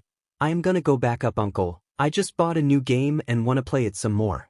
"Sure, Nana, you will however take a jog with me tonight." "Of course, why would I ever miss it?" Nana smiled, that her uncle at least took his health seriously. He cared for himself, jogging, eating better, they even worked out together weekly. "Now then, thank you for dinner, I will eat my fill, you enjoy yourself." He patted her head as she ran past going up the stairs and went into her room. In it, there it showed some of the money All Might had, a 124-inch flat screen, each and every gaming console, and enough manga and books to make anyone jealous. And a desk where she had a laptop. The laptop had a game on. A simple real-life online simulator, one she had made her recent friend with, a Japanese lobby making sure it was someone just like her. This one had made her avatar, a large curvy woman, purple hair reaching the ground like a wedding gown, nicknamed the R-rated queen. "Hey girl, I am back, had some ramen for dinner," Nana said. Her account was named Miss Might. "Oh, that isn't healthy." Hi, I know, but had veggies with them, so it was good." At the other end, Namuri laughed. She had met this girl. At first, they argued about her choice of nicknames, Namuri, and disliked All Might, mostly because of Izuku's information on the matter. And Nana defends her option Oswell as asking why such a name for herself, which gotten them to start chatting, which turned each other from enemies, into friends, into great friends, Namuri being able to talk with Miss Might about her love life, or lack of love life, and her constant battles with her friends for the crush they shared, and Nana with her worries about fulfilling the heavy task placed on her shoulders by her uncle. "Mom, can I please?" Izuku asked, on his knees, his hands intertwined in front of his head shaking in front of his face. "I don't know, Izuku, I feel it's scary, and you will just receive pain because of it." It had been like this for around 2 weeks. Izuku had saved up a good amount of money, located a place that would do it for him, and had started a campaign to get a tattoo. Izuku right now was begging his mother for a tattoo. "Izuku, I know you want it, but tattoos are things the Yakuza do." Izuku nodded. "You won't be allowed in public bathhouses, and you will get a lot of mean looks." "Mom, I don't like public bathhouses and I already get mean glares. Here it's fine. We are here, and at you, I will already fight against the looks of hate for my quirk, so fighting against having a tattoo is fine." "Shota, what do you think?" "It's illogical, but I have nothing against it. Tattoos are not that frowned upon. But the choice is yours, Inko. I don't feel like I have many choices in the matter. I am just his stepdad." Shota had been adamant about that. While he would give his opinion, he had no right to tell her how to parent and she had no right about him. Thankfully both parented the same way, and they had no arguments about it. Fine. You can get the tattoo." Izuku jumped up, wrapping both his arms around Inko and lifting her up. Thank you. Izuku started repeating as he started spinning Inko around without effort. Inko just had to laugh at her son's action, but Izuku dropped her softly on the floor. "Cool, I will be back," Izuku yelled out as he started running to the tattoo shop. The tattoo shop Izuku went to was a messed up one. But he had no choice. Not many people would do the tattoo he wanted. This was a tattoo artist, in a back alley. He was extremely skilled, he did it from mental pictures and then printed it on flesh. Most people didn't like him because it hurt a lot. It burned as the tattoo was made. But it only took a little bit of time. "Yo, you got the free time?" Izuku walked into the back alley tattoo shop. With a man who was sitting back smoking a joint to nod slowly. "Yeah bro," he spoke slowly showing he was high as hell. "Cool, I want that thing we talked about. Were you the unicorn with the swastika as eyes, with a massive PP, with the tip being a shark because as I said, I ain't doing that." "And no, that isn't me," Izuku said, quite shocked at the request. "Oh, 8, it's fine then," the dude said as he pulled out a large piece of paper and a marker. "8 what you want bro." Izuku nodded as he walked up and sat down. "So alright, I want a Chinese dragon. It starts out from my CC scar, then it will go down to my side, below my armpit, covering my back, slightly as it wraps around my arm with its mouth reaching my hand." "Wow, buddy, I can do that, but that gonna hurt like a mother effer," the dude said, taking a puff of his joint. Izuku nodded his head understanding it. I know, but I would like it if possible. Sure, buddy, I have tattooed a lot of sheet worse than this, so let's just check what type of sheet you want. The man pulled out his phone and he started Googling dragon types. This dude is right. Long snake-like, small arms and legs with no wings. Izuku nodded. Ain't doable. I once did this type of dragon on someone's leg, with the tongue being his PP. Hella weird. Izuku laughed at the absurdity. Fine, what about the scale? You want this type or more depth in them? Izuku looked. It was done with a simple marker, a single line, almost kid-like scales. While the second one was drawn in depth, there was more shadow to them, as well as a unique look to the scales. That one, it looks way better, Izuku spoke with a smile. 8. Remove the shirt, let's do this. I got a clear picture. The man put on a special helmet that showed his thought on a small display. It showed a beautifully drawn dragon, a light green shade adding some colors to its body. That is it? Izuku removed his shirt, stretching his arms wide and taking a deep breath as he closed his eyes. The man placed his hands where the tattoo would start, slowly dragging it over the skin. And Izuku felt pain. It felt like there were hooks inside of his skin. It was slowly pulled out, ripped open and salt poured into them. The dragging of his hand was painfully slow. It felt like it took hours. It however just took half an hour in total, which for the size of the tattoo was wonderful. Man, that was like, super impressive dude. In one go without breaks, hardcore bro, the man said nodding his head. As he pulled out a calculator. Izuku however had already done the amount in his head and dropped the money down. 70.000 yen, or $505. Izuku had already placed the notes down in front of the man. Cool bro, fast huh. Now just for skincare, put some cream on it, and when showing no chemicals, and for crying, softly dip, and rub or else there will be scaring and it will look sheet. I get that, I will keep it in mind. No rubbing cream, is that once a day or twice? Once, just don't do it the same time as that shower and do it for about 2 weeks. My quirk makes it so it takes less time to really heal, but still, sure thing man, thanks for it. Izuku said putting his shirt on, grateful he chose a loose shirt today. Izuku rushed home, excited to show his new addition to his friends and family. He got rather lucky as the girls were chilling outside, kicking around a soccer ball in the playground in front of them. They quickly turned to see Izuku running toward them, going at a near sprint for everyone else. But for Izuku it was a simple jog. Yo girls, follow, I got something to show you. They nodded as they started walking toward Izuku's house, Kyoka lifting the ball and placing it under her left arm. They weren't sure what to expect as they stepped into the MidoRyuu household. They would have reacted better if it was a bear, a shark, hella murder. However, it was none of those things. It was Izuku, removing his shirt, showing his toned body for them to see. It caught them off guard, and each of the girls received a blush, except Kyoka, who just fainted right off the bat, not expecting her crush shirtless. Cool right? Izuku said excitedly as he showed Spun not having noticed the blushes or the knocked-out Kyoka as of that moment. So, why is Kyoka on the floor and why are you girls red in the face? Izuku asked with an innocent tone, showing even if he had an adult muscular body, his mind was far denser than his muscles ever could be.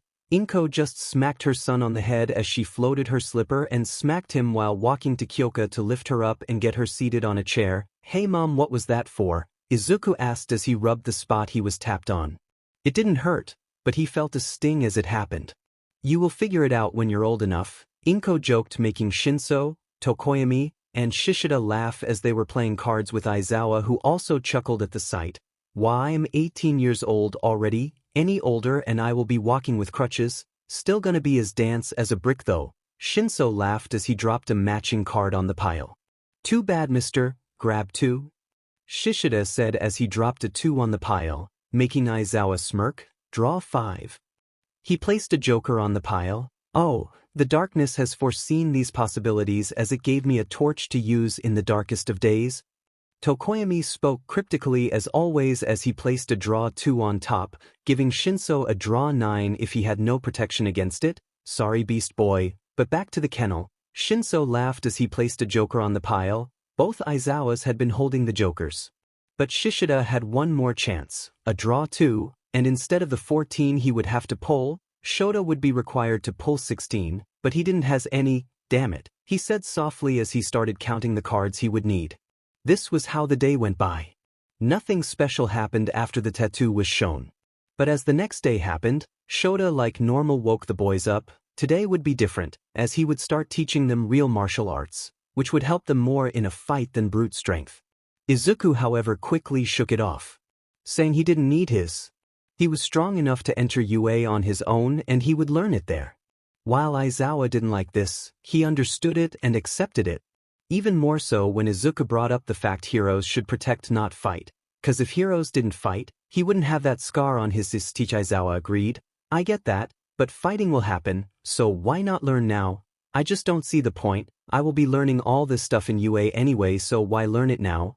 Aizawa just dropped the subject as he went to train with Shinso, one who was happy to learn it seeing he didn't have a fighting ability on his quirk, not like Izuku. Izuku, however, didn't spend the day doing anything. He chose to spend it playing different fun sports with the others of the group. Not everyone was a part of the group as Namuri had also joined Shinso. She might have been able to just like Shinso defeat most badasses like nothing against robots, which was UA's entrance exam and had been for 13 years now. Why are not joining? I thought Mr. Wannabe the best hero would train. Like I need to, I can already beat Dad, and will get stronger. At you, so why rush it? I do agree with Izuku, we both thanks to our similar quirks have an upper hand in combat. Ryuko gave a slight glare to the other ladies tonight, as Izuku nodded, still in the race of who would end up being Izuku's girlfriend. Go deep, Izuku called out to Tokoyami as he went into the form to launch an American football across the park they were chilling at for the moment. He did so just as Izuku threw it. He wouldn't have been able to catch it normally, but Dark Shadow came to the rescue. He himself is seen as a friend in the group. Dark Shadow flew out and caught the ball, giving it back to Dark Shadow. Thanks, Coco. This was the name given to Dark Shadow seeing they saw him as his own person and not just as a quick. It meant Dark Shadow and Tokoyami worked together a lot better. Hey, I have been wondering something, Izuku asked as he caught the ball back after a great throw from Tokoyami. Oh no, what? Do you think Nem has feelings for Shinso seeing they have been so close? How they are even training together? At the moment?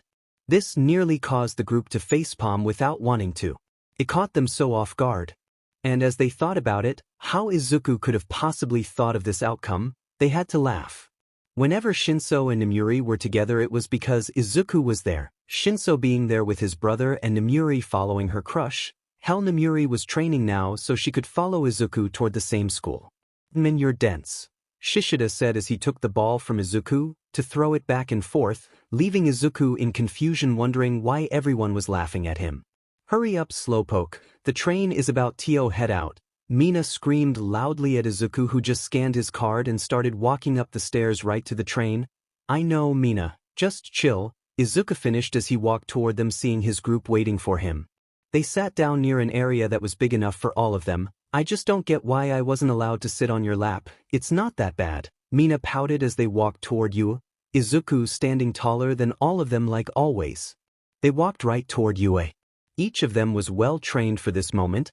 You better kick butt in the recommended exam, or else I will tie you to the goddamn tree, Izuku told Juzo, who would be the only one taking the exam thanks to an uncle of his.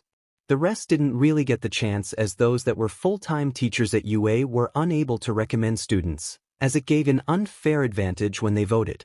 Juzo would still have that, but it was a loophole of sorts. Yeah, you just try your best and not finish last Lazyards. Izuku pushed his shoulder softly, as if, I am taking the top spot without effort. This earned Izuku a punch to the shoulder, as if, I will stomp your butt in the earth, and take that spot myself.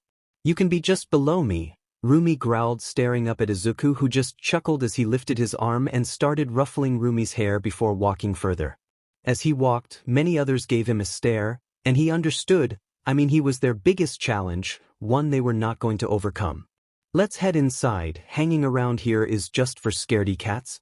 This received a lot more stares from the ones hanging outside, mostly to indeed gain the courage to head inside, but he was however stopped. MidoRyuu?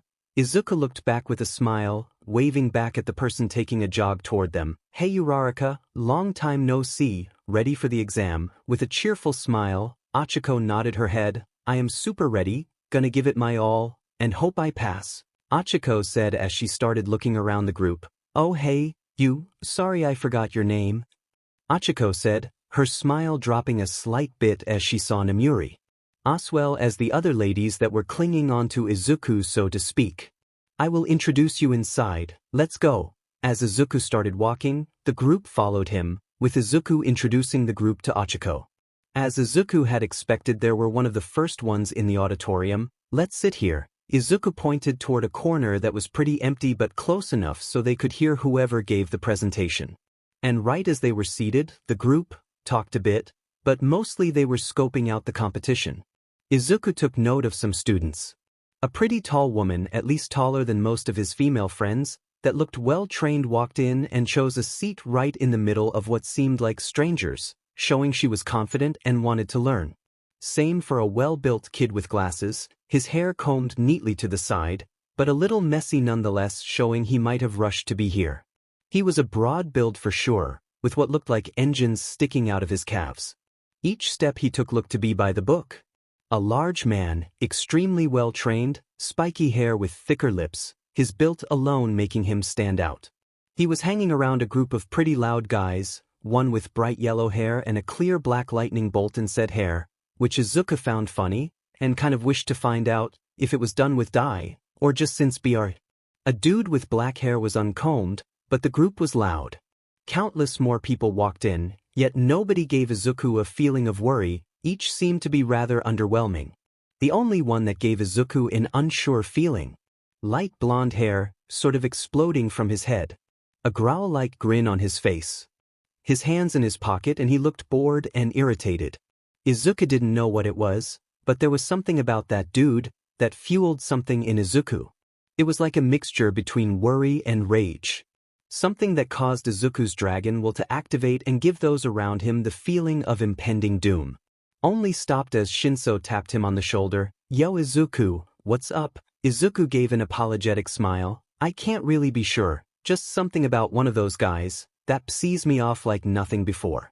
The group didn't understand it, but it wasn't like they saw what Izuku saw or like they had much chance to think about it as the presenter walked out. Wearing L-teacher breathes with a L-teacher jacket, big L-teacher boots. The collar of the jacket was aimed up, slightly hiding a metal-like speaker around his neck.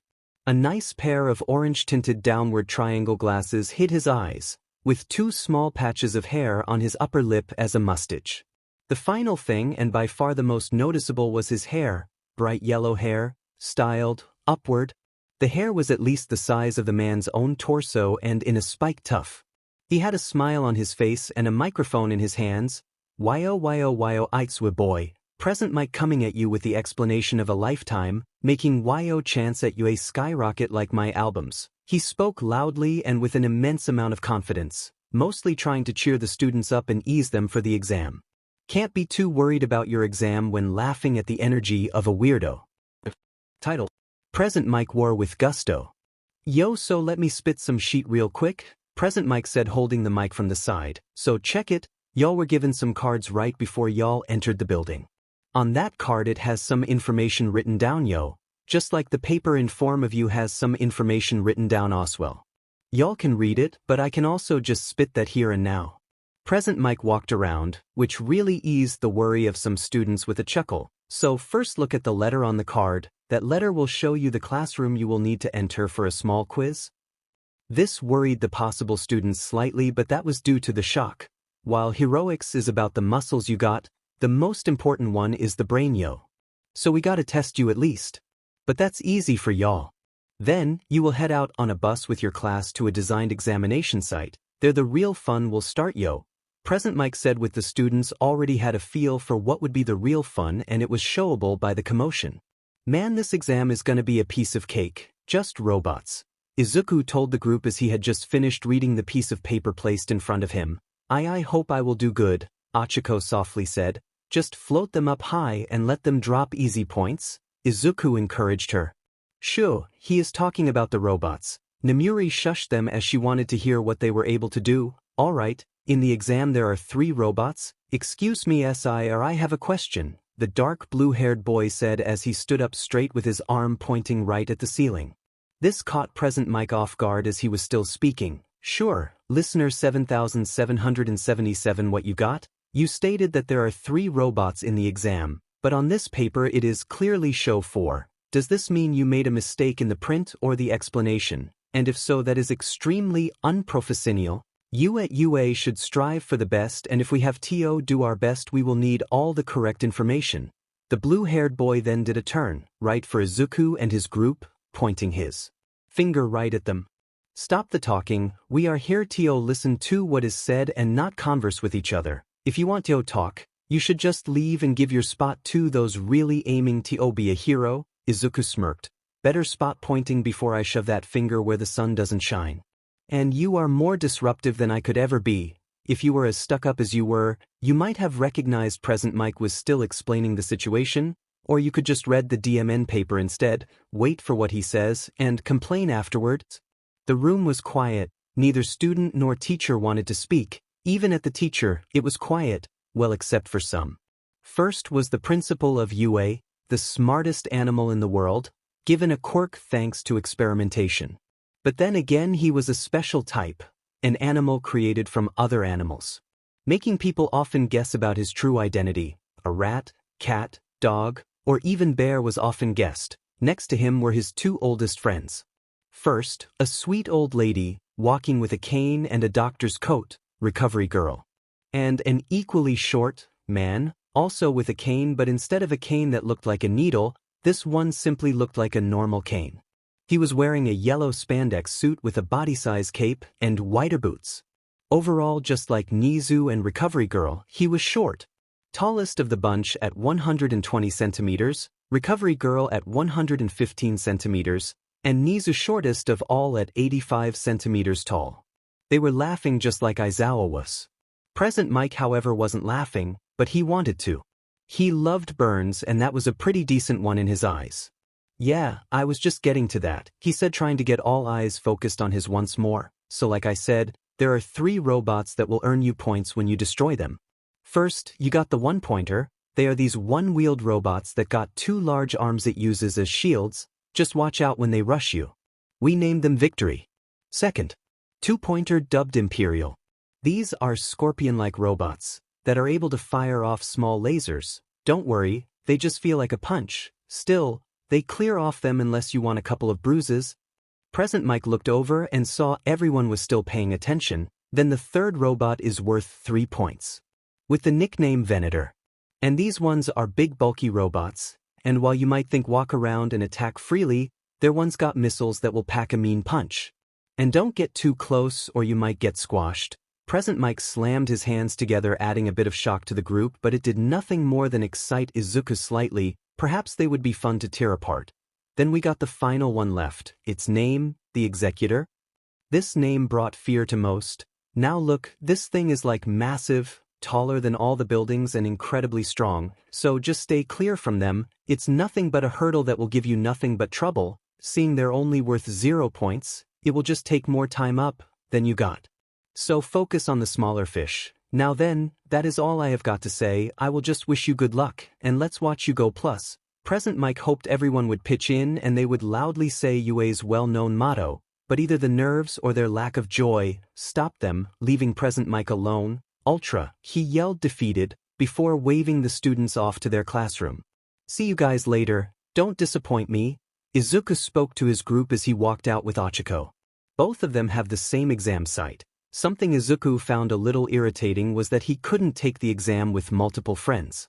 But they all walked into their own classroom. Izuku and Ochiko sitting next to each other.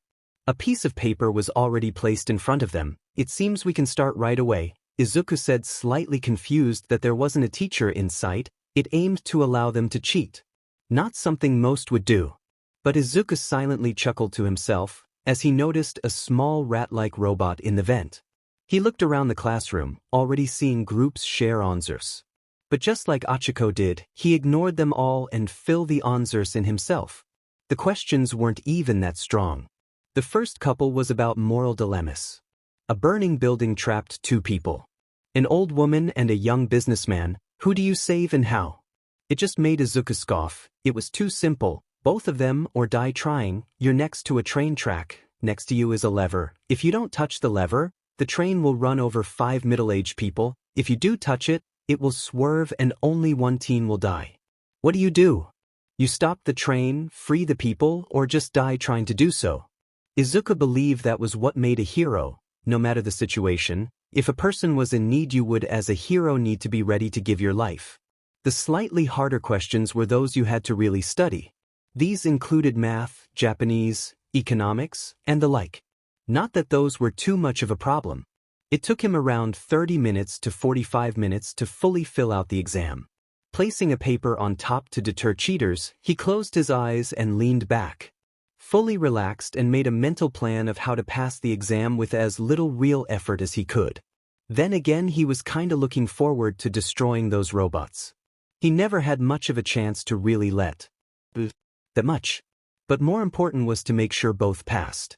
But by the sound of it, Achiko got done with the test shortly before the end. As the time was over, the speaker went on and a kind, slightly soft voice was heard. The written part of the exam has reached its end.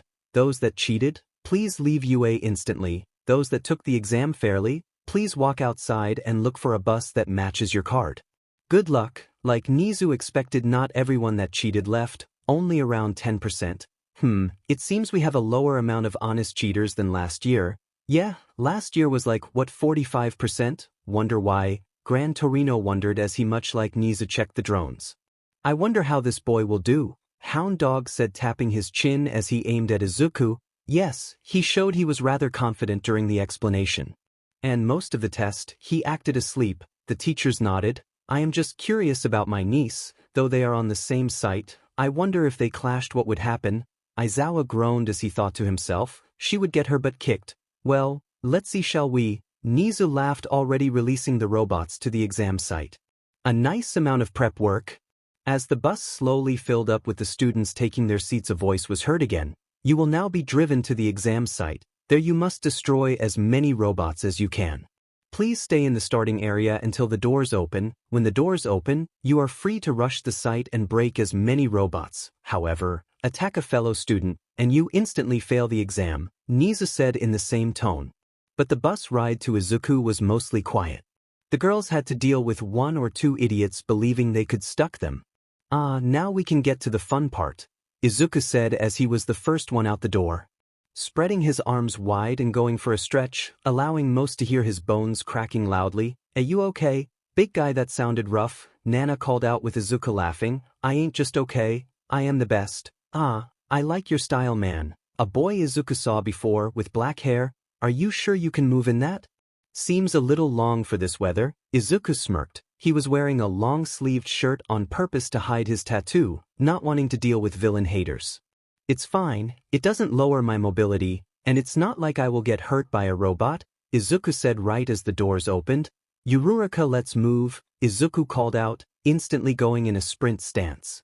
Achiko just touched her face, causing her to float and grabbing Izuku's shoulders. And off he went like a rocket, making him break the first robot as a one-pointer, jumping in front, acting like a scare tactic, but ending up getting his body shot by Izuku, easily breaking through, and going for the middle of the exam site. Wow, you're fast, Achiko said, really shocked. I know, but no standing around twiddling our thumbs, let's just do this. Achiko nodded as she raised her fist. Call me if you are in trouble. Izuku started running toward a third pointer he noticed. Big guy, come on and entertain me. Izuku started using his quirk on his hands. His fingertips turned more nail-like, with his hands turning scale-like. And as a 2-pointer aimed its tail at him, he slashed at them. His hand goes left to right, cutting the robot into chunks. Oh wow, he seems to be able to back his talk up, Present Mike told the other teachers with a smirk. But what are his limits? Nizu wondered as he allowed the third pointer to fire its rockets toward Izuku. Fun to eye. Izuku transformed his forearms Oswell, taking the multiple rockets right against his arms. And while they felt like a strong hit of a powerful punch, it was nothing Izuku couldn't handle. However, a puff of smoke engulfed Izuku. But as the rockets fired at him, Izuku jumped out and stabbed both his arms right into the 3-pointer. With a mighty roar, Izuku lifted the robot up, both his arms, grabbing onto whatever metal was strong enough and lifting it as high as he could. With a small sign of power, he threw the robot. It crushing 2 one-pointers and exploding, earning him a total of 5 points in one move, having him stand at 8 total points so far. And he wasn't letting up. He started rushing through. Much like Nana, who had only earned 2 points as of yet. "This is easy," Nana spoke herself as he allowed her quirk to activate. She zoomed through the exam. "Smash," she yelled out as she punched with her maximum might. She could have increased it more with her quirk, but that would have just broken her arm. This, however, was as strong as it could be while keeping her arms intact. The street was ripped apart, asphalt, bricks, and the such broke, but so did all the robots in the area. Skyrocketing her low 2 points to an incredible, Ochako herself was doing great as well. She had taken the advice given to heart, doing nothing more than running toward them and touching the robots once and running away. It caused them all to slowly float upward, which resulted in either other breaking them apart, giving her a share of the points, or they reached a high enough altitude and Ochako would release her quirk and the robots would fall down and break apart, giving her the points alone. It was caused while most had small steps, caused larger jumps. "Watch it, idiot," Izuku shoulder tackled a student, just giving him enough space to tank a 1-pointer tackling him and 2-pointer firing lasers at him, burying his shirt open, only till the forearms. While Izuku barely felt it, it did start to show the scales and the tattoo on his back. "Yeah, the villain," the student yelled as she started running away, making Izuku groan and crush the 1-pointer. A flare of anger caused him to crush the robot as a Coke can. "You're welcome, effer," Izuku growled, going for the 2-pointer, grabbing its tail, wanting to use the robot like a morning star. But as his hand imprinted itself into the robot's tail, he did take a laser to the face. Izuku cussed as he spun, throwing the robot against a wall as he grabbed his face.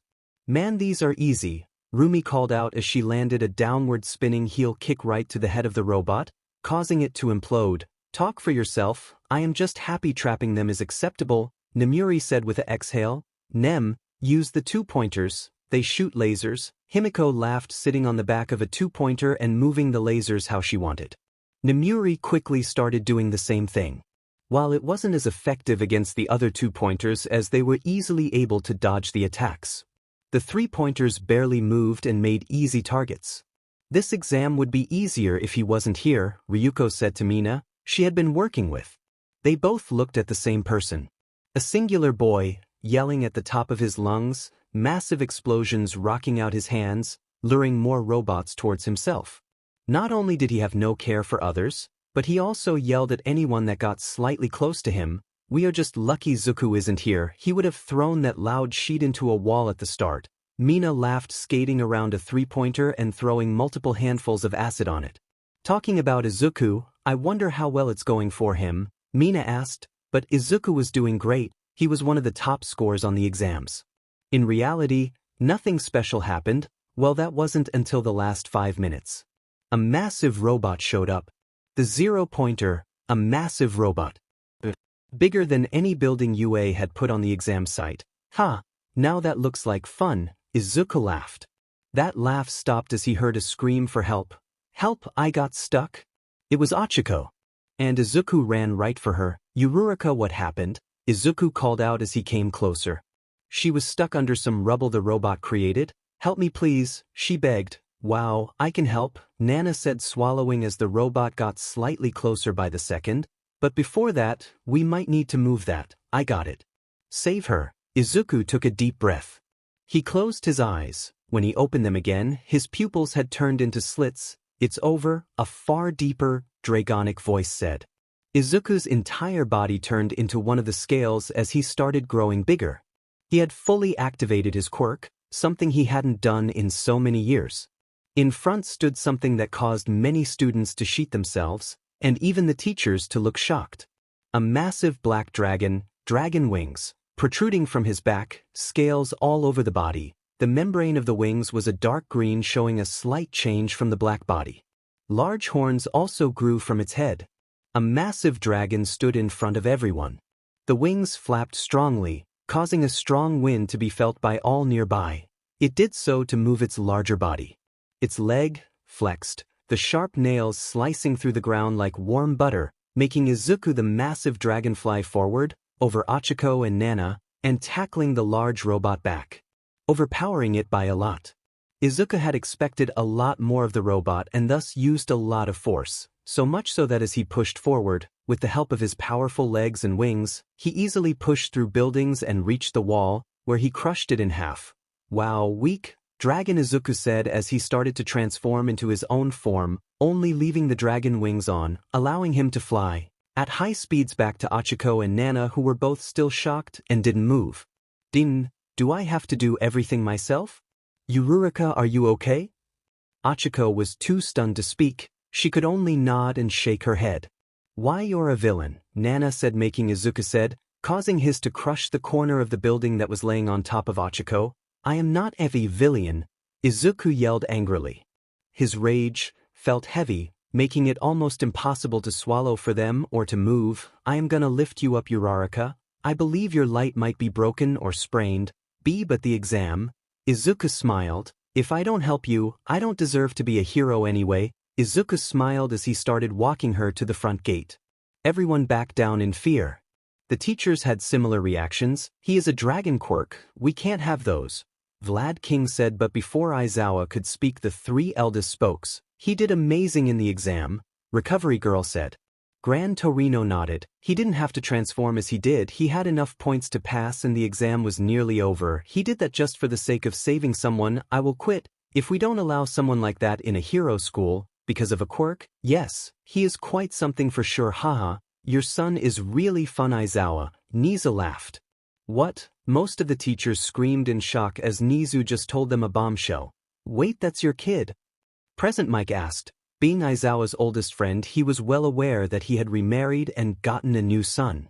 "He is." All Might, however, stood up, slamming his thin arms on the table. "It does not matter whose son he is.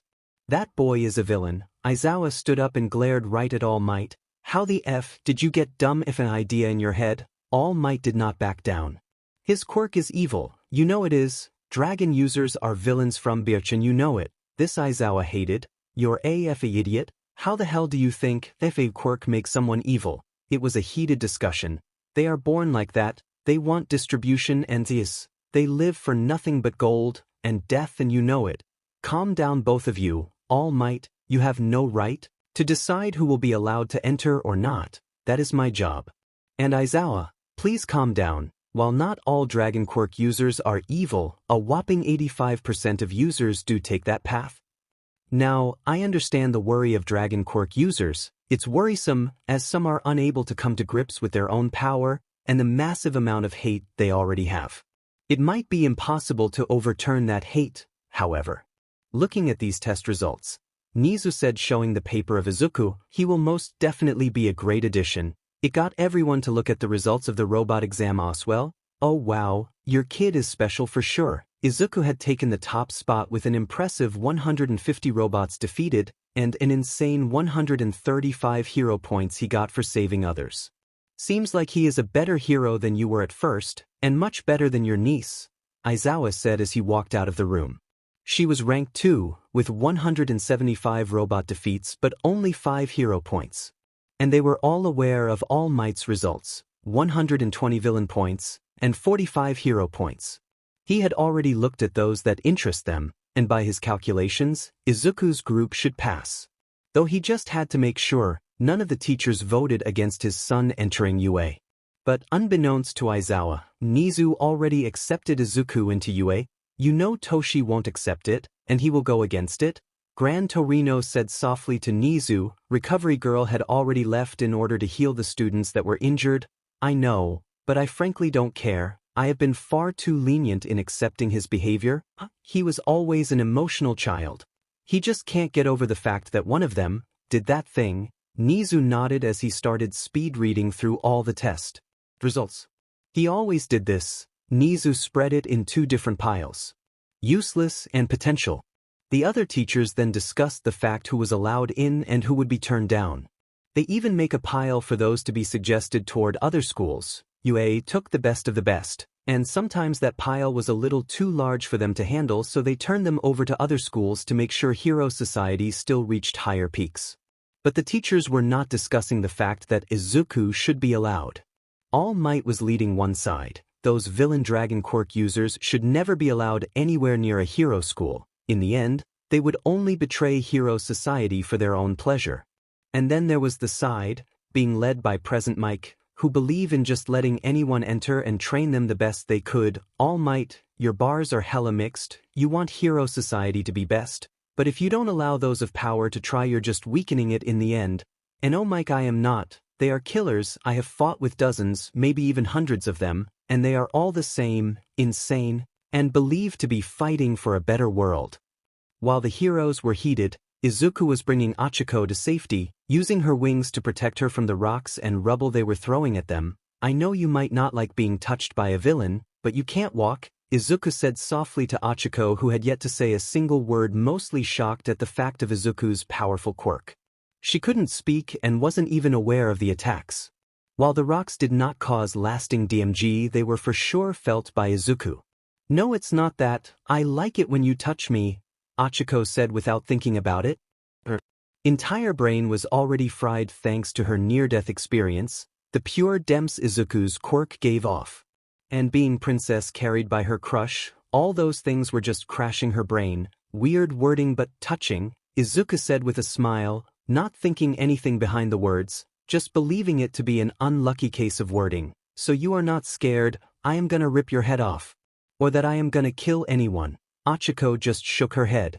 No, you're MidoRyuu, you would never do those things. Izuku smiled, that means a lot. Now I can see help walking up. Izuku smiled as Recovery Girl waved him down. Lay her down, Sonny, I can help her here. Thank you, ma'am. She has an injury to her leg. I am not sure what for, but she can't put force on her leg. Recovery Girl nodded, her lips extending much further than normally possible. It was her quirk. As she embraced Achiko on the forehead, a light green light started forming around all the place Achiko had pain. Wow, that's awesome, but I am so tired now, Achiko said, starting excited but slowly turning into a more sluggish and tired version of her normal self. That is my quirk, dearie. When I embrace someone, I boost their own healing factor toward an abnormal amount, causing rapid regeneration, but it also saps their energy out right along with it, Recovery Girl explained to them with Izuku's eyes going wide in excitement. While his love for quirks might have dimmed down slightly, he was extremely excited nonetheless. Well, thank you for the help, I would stay to help, but don't think that they will accept that. Izuku flexed his back, causing his wings to spread widely, showing each wing was around 2 meters wide. Those shook slightly before he folded them back into his skin, and Izuku started walking away, ignoring the nasty glares everyone was giving him. There were only a select, very small group of students that looked up to him as heroic, and some others that didn't really care about him or his quirk, and just respected him for his actions. But there was one person burning with hate. She punched a building, her quirk coursing through her arm, crushing the building under her hand.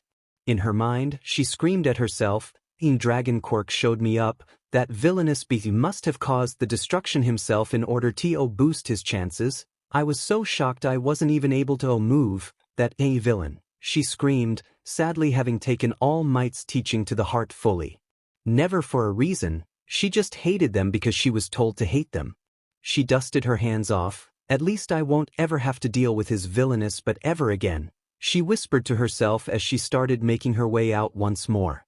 Izuku was the first one to change. Thankfully he wore an extra t-shirt. The entire exam had gone how he had planned. Well, he didn't want Achiko to get hurt, of course, but he did want to show off his own quirk fully. He knew it would bring hate, but it would also show everyone he wasn't one to mess with. And that he had the potential for heroics, that he was ready to even shower all the hatred on his own shoulders in order to save those that needed help. Get the F out of the way, extra, the spiky sandy blonde hair cursed as he walked past Izuku. Again, a very irritated and hateful feeling started coming over Izuku, and he hated him. The second he was alone again, he slapped himself in the face. You dealt with that hate for years yourself, hate without reason, you won't have put that on someone else. Now stop it, he said, slapping his own face again before getting fully dressed and walking out. Planning on either meeting up at the group in front of UA gates, or being the first one there and then waiting on the rest. He smelled his group walking before he saw them. That exam was easy, Not even the three-pointers were able to withstand even one of my combos, nothing but hunks of sheety metal, Rumi stated proudly with a wicked smile. It was annoying for me, though I did find a couple of gals to team up with, really nice. Namuri said, if it was against people, Namuri would take down nearly anyone. She was decently skilled hand-to-hand, not enough to fight someone like Shinso or Izuku, who both were skilled and could overpower her, but with her quirk added to the fact, she could take them. Hey Izuku, how did your test go? Mina happily asked as she started skipping over up to Izuku and grabbing his arm. Oh, it went great, kinda lost count when destroying robots, but went great, even got to show off my dragon form, plus I saved Uraraka. This first slipped under the radar before they heard what he said. What you showed, OFF your quirk, what are you thinking you, idiot? They all screamed at him. Izuku just laughed as he rubbed the back of his head. Relax guys. Izuku didn't even seem worried. It was my plan, I got a buttload of points beforehand, and then went for my large transformation to push that massive robot back. Perfect show of strength to get them talking about me. This just earned him a slap on the back of the head from Hitoshi. They need to be talking positive about you, idiot, not negative. Izuku just laughed. Who cares what they say, at least they are talking. Now let's head home, I am dying for some katsudon. Hold up, guys. Izuku looked back and noticed it was Achiko, running up to them. Are you sensing that, Nizu? Gran Torino spoke, watching down from an office and looking over the gate. Much like Nizu, Gran Torino had been a hero for many years, and one of the many abilities Gran Torino had picked up, just like Nizu, was to judge someone's strength. Thanks to years of fighting, they just got a sixth sense for that sort of stuff. Oh, I am, and it's just making me shiver in excitement. What has it been? 30 years since we saw anything nearing that potential, Nizu talked back with a large smile. As they were watching Izuku. Oh, it's a different beast entirely from Toshi. Toshi was a beast from the start. But he is something that not even I would want to face. Both sort of looked at Izuku as if he was a flame, and while the flame now was not even a candle compared to All Might, they were both more than aware that Izuku had the potential to become the sun. A boundless form of power. Aizawa sat in his home office. Tomorrow would be the first day of the new class, so he gave the folder of all his students a look over.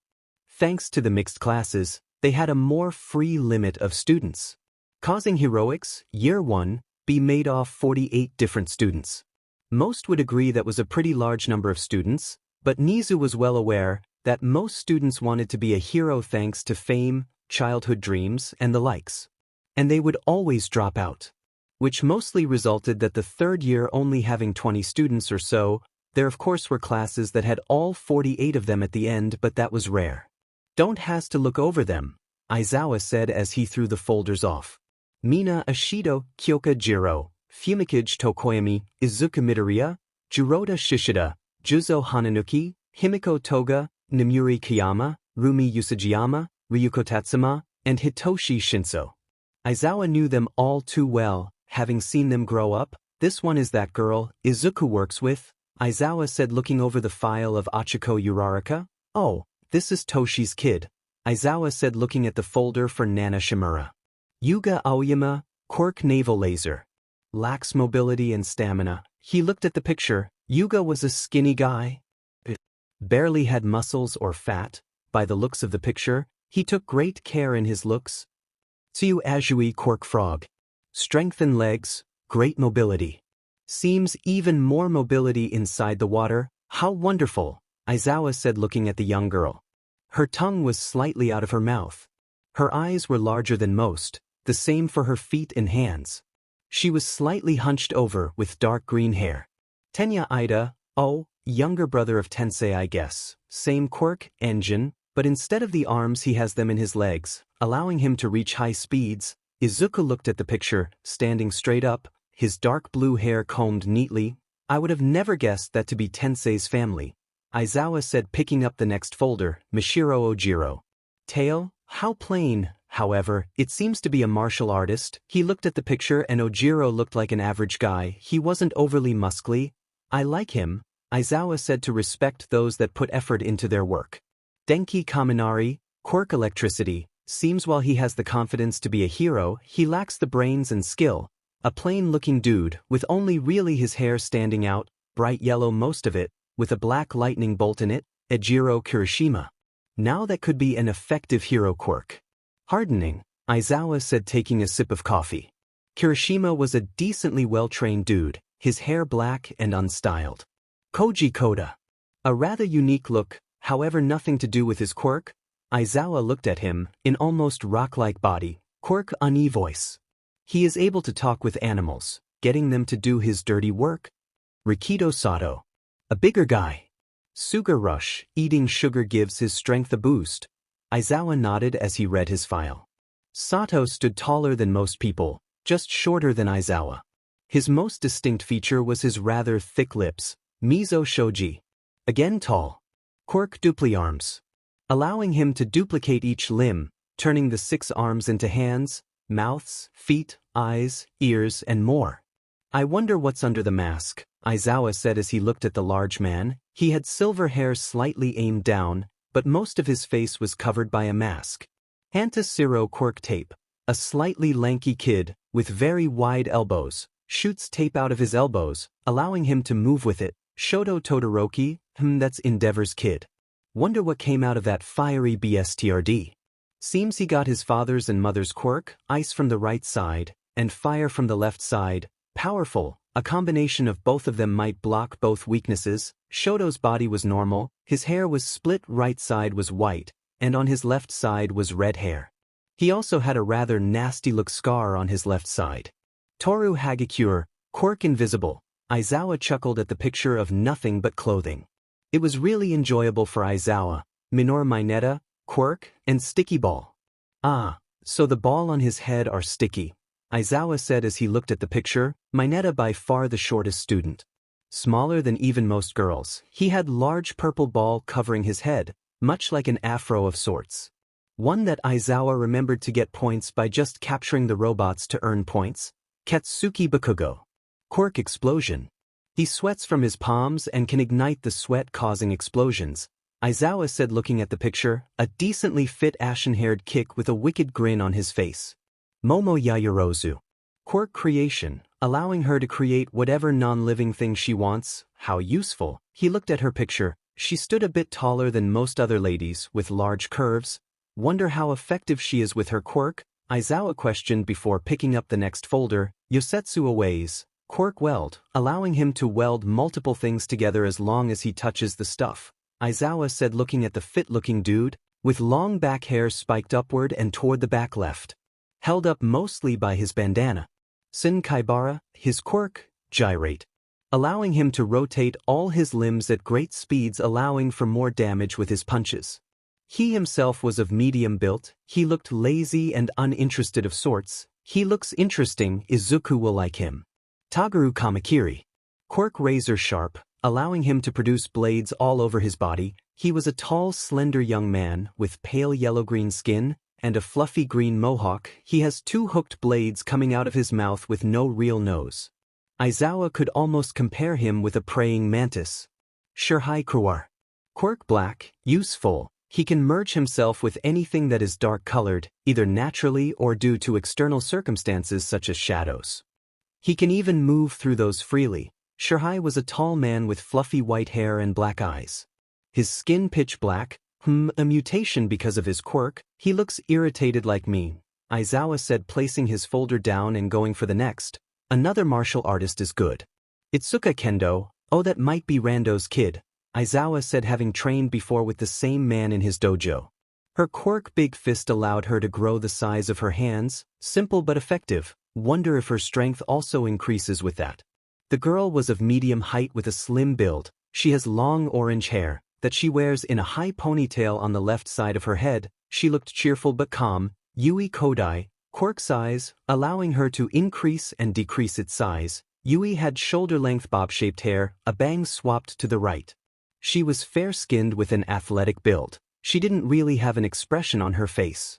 Kinoko Komori, quirk mushroom, can generate and spread fungus spores from her body.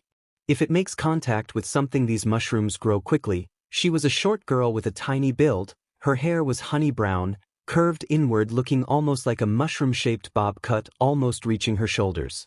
Her eyes were the most interesting. They looked like sliced shiitake mushrooms. Ibra Shiozaki, Her quirk is her hair. Vines, allowing her to control her vine-like hair. Cutting it off or even growing it back, as long as she had enough water and sunlight, she might be a better capture hero than me. Then again, I prefer to beat them up. This Christian lady does not. Nairenjiki Shoda. Quirk twin impacts. Allowing him to make anyone he hit once feel it twice, whenever he wants. He was a chubby young man of average height, with short ice blue hair and a round face. He looks sheepish. That will need to change, Izawa said as he grabbed the next folder, seeing there weren't that many left. An American, Pony Tsunatori. Quirk horn cannon. Allowing her to fire off the horns on her head like missiles. She was a short girl, with a round face and an equine muzzle. Thick blonde hair reached halfway down her back. Her calves were notably rounded, shaped much like one of a horse. She also had a short horse tail poking out the end of her tailbone, much like Rumi. Kozii Tsuburaba Quirk solid air. Allowing the user to create constructs made purely from the air, great for defense. Kozii was a young man with short brown hair, spiked toward odd angles. His entire build was normal and he stood to relax and calm. Tetsu Tetsu Tetsu Tetsu. Well, something. Also a hardening quirk, but unlike Kirishima, it's not rock-like, more steel-like. How interesting. Tetsu Tetsu had chin-length messy gray hair. He had a also very thick line of what Izawa assumed were eyelashes around his eyes. He stood ready, almost showing his sharp-pointed teeth. Setsuna. Tokage. Quirk lizard tail splitter. Allowing her to split her body much like a lizard does with his tail, this also allows her to just control each part freely, powerful when used correctly. No wonder she was a recommended student. She had large dusky green eyes. Also having sharp teeth, she showed off in a playful grin, dark mossy green hair reaching her shoulder with a clump that hang in the center of the forehead. Now that is a look, Izawa said, instantly taking note that the next person didn't have a face. It was nothing more than a comic bubble, manga fukidashi, quirk comic. Anything he says can come to life, in the words, meaning boom would cause the words to explode. And it seems the next one is also a unique look, Izawa said, not caring really about how anyone looked. Kjiro Bondo, quirk semit. It allows the user to sprat a glue-like liquid from the holes in their head. Izawa then looked at the picture. Kojiro was a tall young man who looked quite intimidating. His skin is a yellow straw-like color, and his head looks a lot like a glue dispenser with a lappet on top. Along with 7 what Izawa would call eye holes on his face that he could release his quirk from. Nito Monoma, quirk copy, simple yet effective, allows him to copy the quirk of someone for 5 minutes when he made contact with him. Nito was of average height with slick blonde hair that got shorter and thinner further down. It split slightly over his left eye, causing a small patch to cover his right eye. And he looked to be oozing confidence. Something Izawa hoped would not get in the way. Now that looks like Shiso's type, huh? Izawa joked to himself. Reiko Yanagi.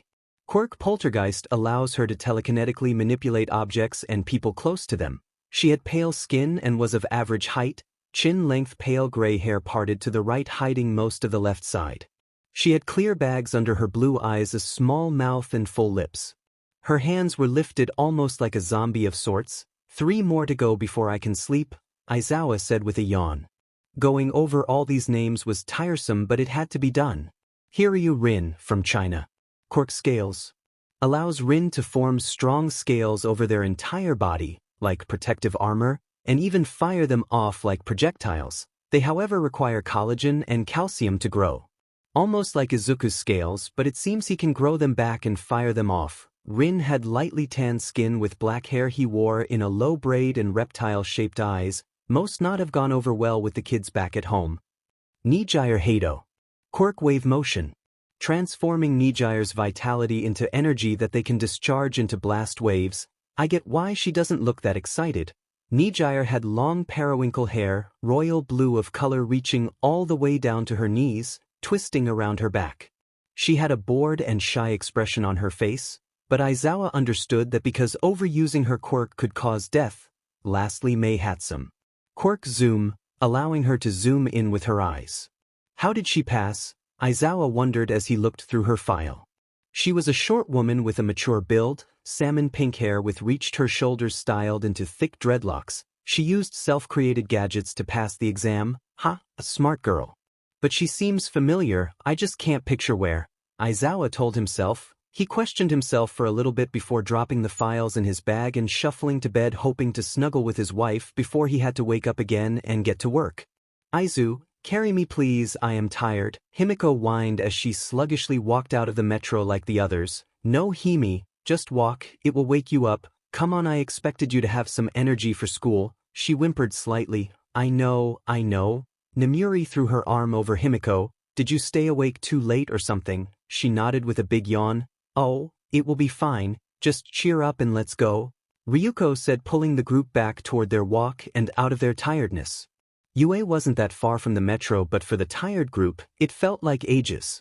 See, only 10 minutes, so stop crying, we are here, Rumi said as he kept adjusting her tie. Unlike Izuku, she still wore it normally. Izuku had left it loose, same as his shirt, having the top button open so he could have more freedom. Let's get to class. I am still irritated your dad would give us a lift. Shinso laughed as he was at the front of the group with Shishida. He would crash the car the seconds we hit the highway with all of you. The group laughed some more right till the class, where they walked in. Mostly people just looked at them with a normal faces until Izuku walked in. Nana instantly pointed at him. What are you doing here? Izuku just smirked as he tried walking past her. She just didn't let that and placed a hand on his wrist. I am talking to you, villain. Izuku just smirked as he grabbed her wrist. Don't touch me, failure. He threw her arm off and walked by. Nana wasn't done, however, and tried stepping in Izuku's way but was stopped as Kendo and Yaoyorozu stepped in the way. Wow, let's calm down here. Nana wasn't the only one being held back, as most of the girls were oswell by the guys. Let me go. I will give this dragon villain piece of shit a piece of my mind. This gotta stop in the class, and the students all looked at Izuku. Some in fear, some even in rage. What? The guy in front of Izuku said, standing up and turning around.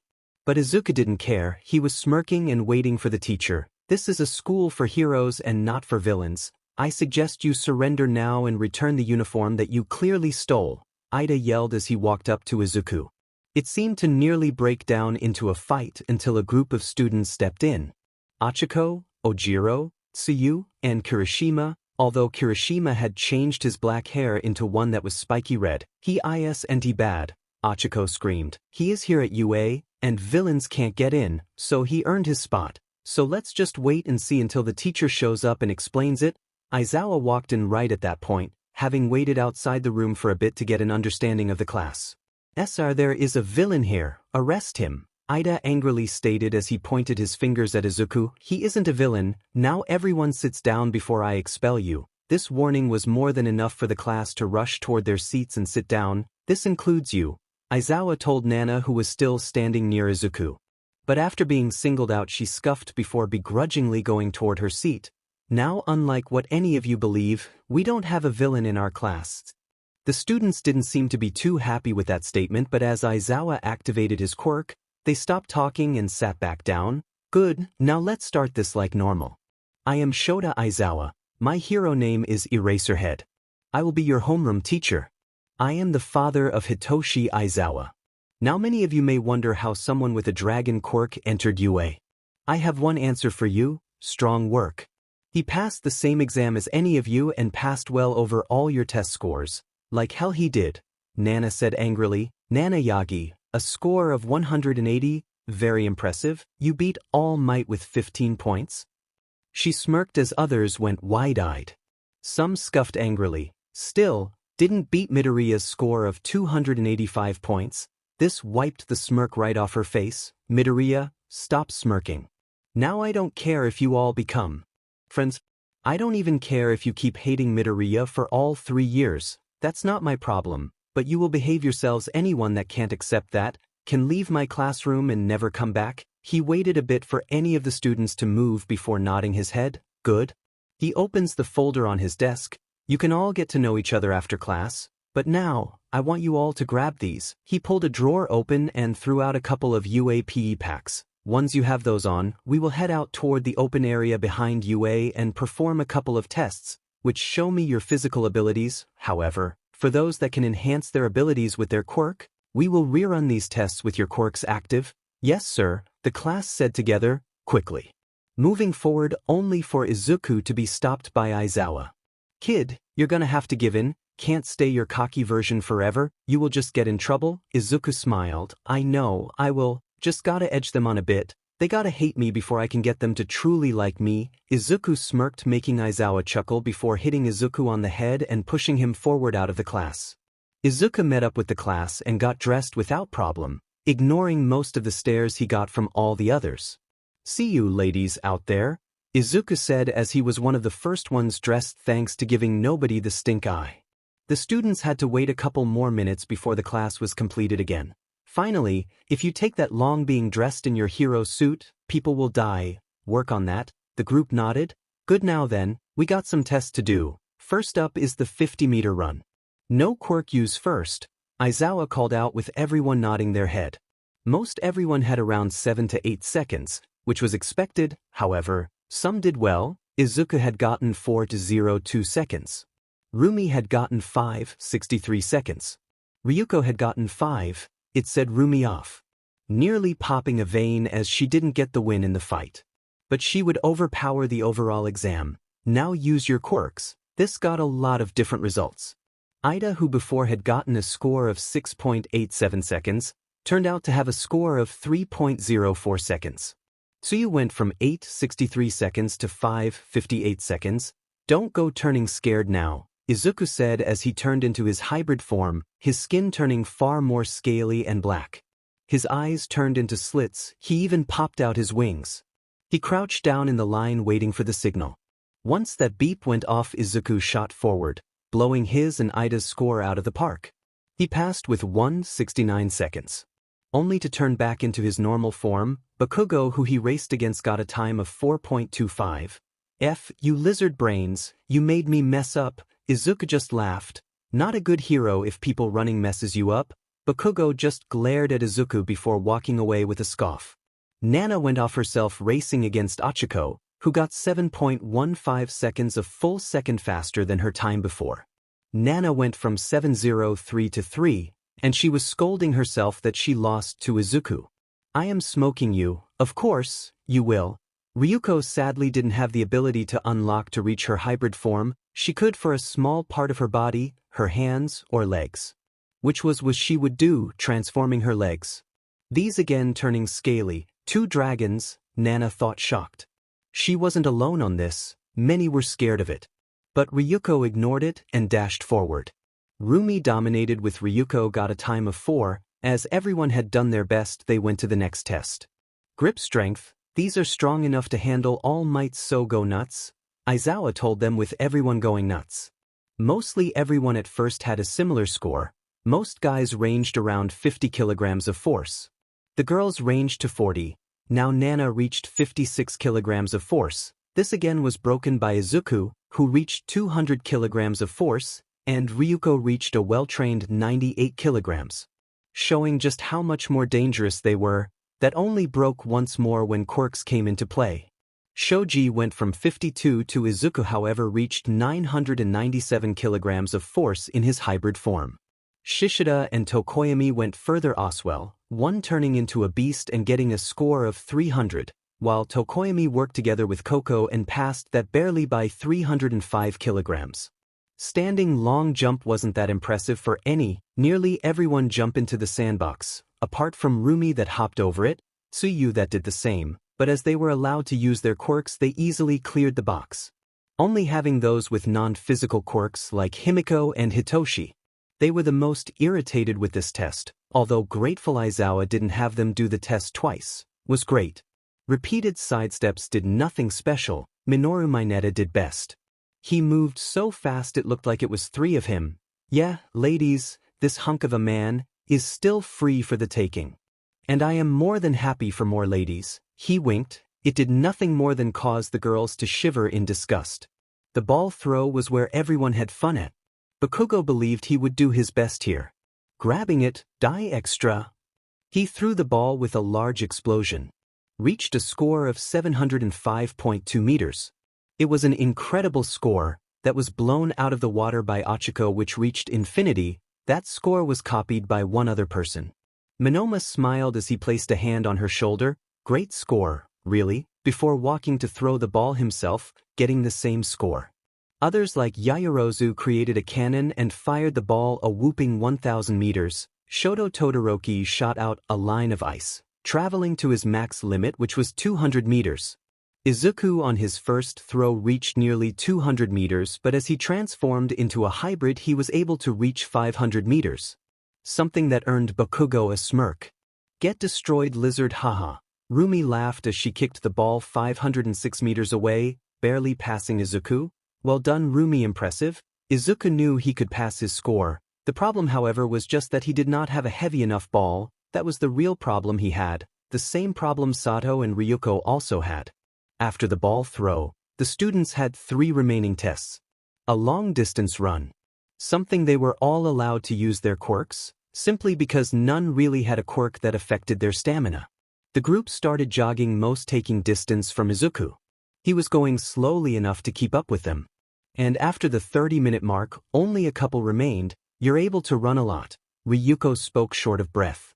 MidoRyuu just gave a scoff. Yo, let's keep going, I want at least a couple more rounds from you, Izuku called out from the front.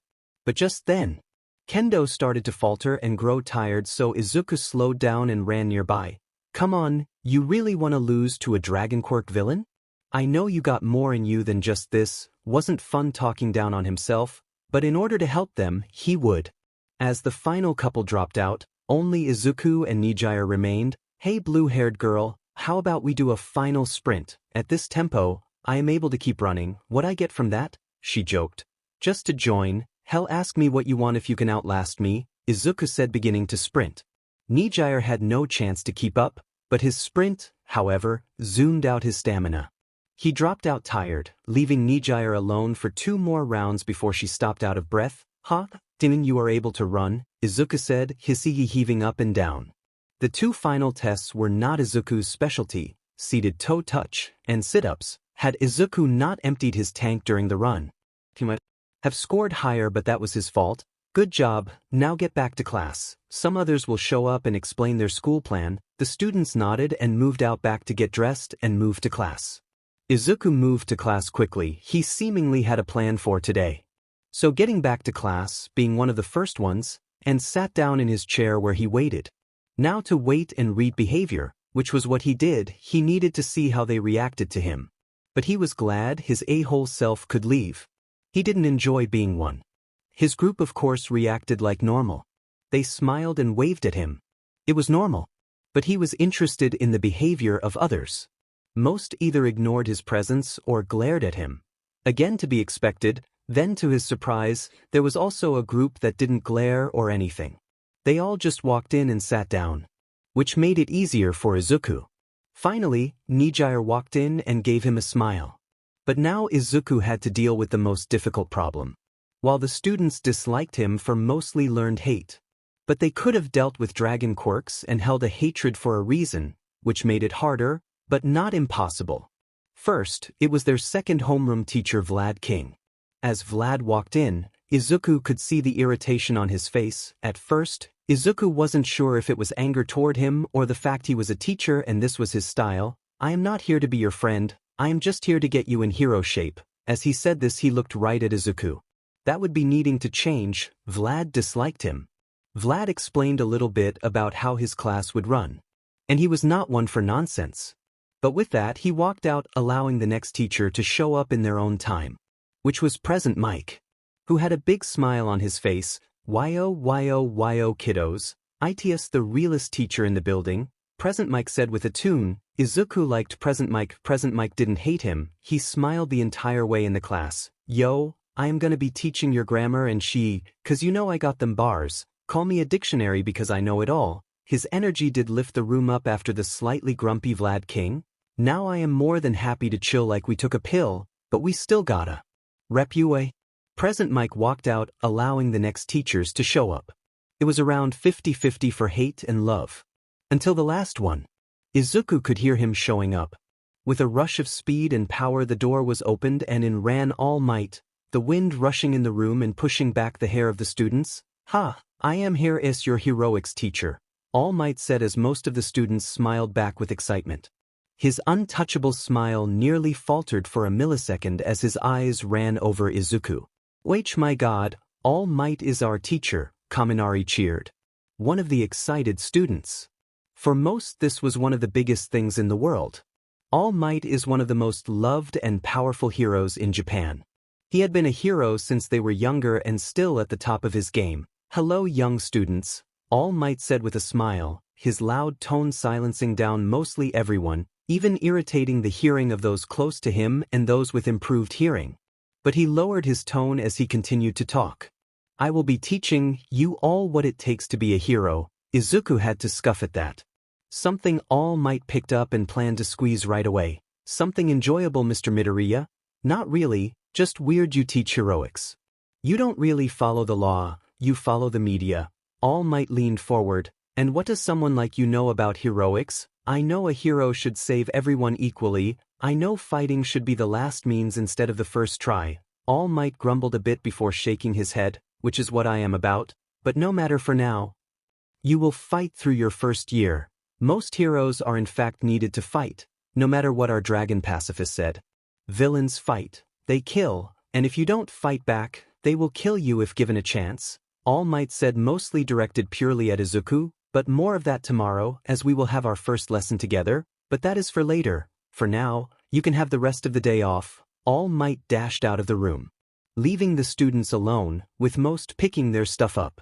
Izuku, however, was stopped by Nana glaring at him. Hello, shut it, we are gonna fight right now. All right, although let's do it out of you, that way you can't get punished for those actions, Izuku said as he kept filling his backpack. You are not allowed. Violence against other students is not permitted. On school grounds, we are students. During school, when we get off school grounds we aren't anymore. So still wanting to fight? Rumi, it's fine. I can handle it. The girls didn't want to stand on the sidelines. They loved Izuku, and when he fight they would stand beside him. Izuku walked with his hands in his pockets following Nana. You are aware I am going to crash you into the floor until you drop out from UA? Izuku hummed as he kept walking till they reached an alleyway near UA. Most of the students followed the two of them, all except Ida, Bakugo, Minoma, and Todoroki. They just went home. Ryuko, can you hold my bag and blazer? I don't want to get them dirty. Ryuko nodded her head as she happily took it. All right, bring it, Yagi, Izuku said without raising his hands. Nana instantly swung at Izuku, smacking him right on the chin. Izuku stumbled a little back, before just standing up and straight at Nana. She started punching, raining down fist on Izuku, who just took them. After a strong punch right on the 6T, Izuku made his one and only move. He stepped in and grabbed her by the throat. His body was right next to her, making it strong for Nana to fight back. We done, Izuku said. He had a bloody nose, busted lip, and a bruise showing up on his cheek. His grip was tight, not hurting Nana, but making known it was over. Jesus, you are not even worth it. She knocked off Izuku's hand, only after Izuku weakened his grip. He turned to the group, bleeding slightly. Any more takers? Izuku said toward the students, more than ready for them to just beat some rage out of him. He stared them down. But the group just split apart. Idiot, Mina screamed angrily as they were alone. The beat Izuku laughed. As he grabbed his stuff from Ryuko, Achiko grabbed his head. We need to put some ice on this, and your nose might be broken, she said worried for Izuku. Let's just walk toward the subway. As they stepped out of the alleyway, Aizawa was waiting for them. Here, he was waiting with an ice pack. What happened, Izuku? Nothing, it was just some classroom bonding, Izuku said, placing the ice pack on his left side of the face, right on the bruise. Aizawa chuckled as he patted Izuku's head. Good kid. Aizawa walked back into UA, going past All Might back into his class where Nizu, Gran Torino, and Recovery Girl were waiting. Sir? He fought, did he not? I am not sure what you mean, sir. Aizawa really had no idea. Gran Torino spoke. What happened to him, Shota? We all knew your kid was gonna get into a fight sooner or later, so who was it and how did it turn out? Aizawa sat down, a smirk on his face. He fought Nana Yagi, and calling it a fight is a bit much. He stood there getting his face beaten in. He broke his nose, busted his lip, and bruised his cheek. Oh boy, and what did he do? Nana? Nothing, he did absolutely nothing. Nana walked off with not even a mark on her body. Her clothing wasn't even dirty. So the little runt lost? Aizawa shook his head. Don't think so, he acted like the big German. Aizawa was proud of his actions.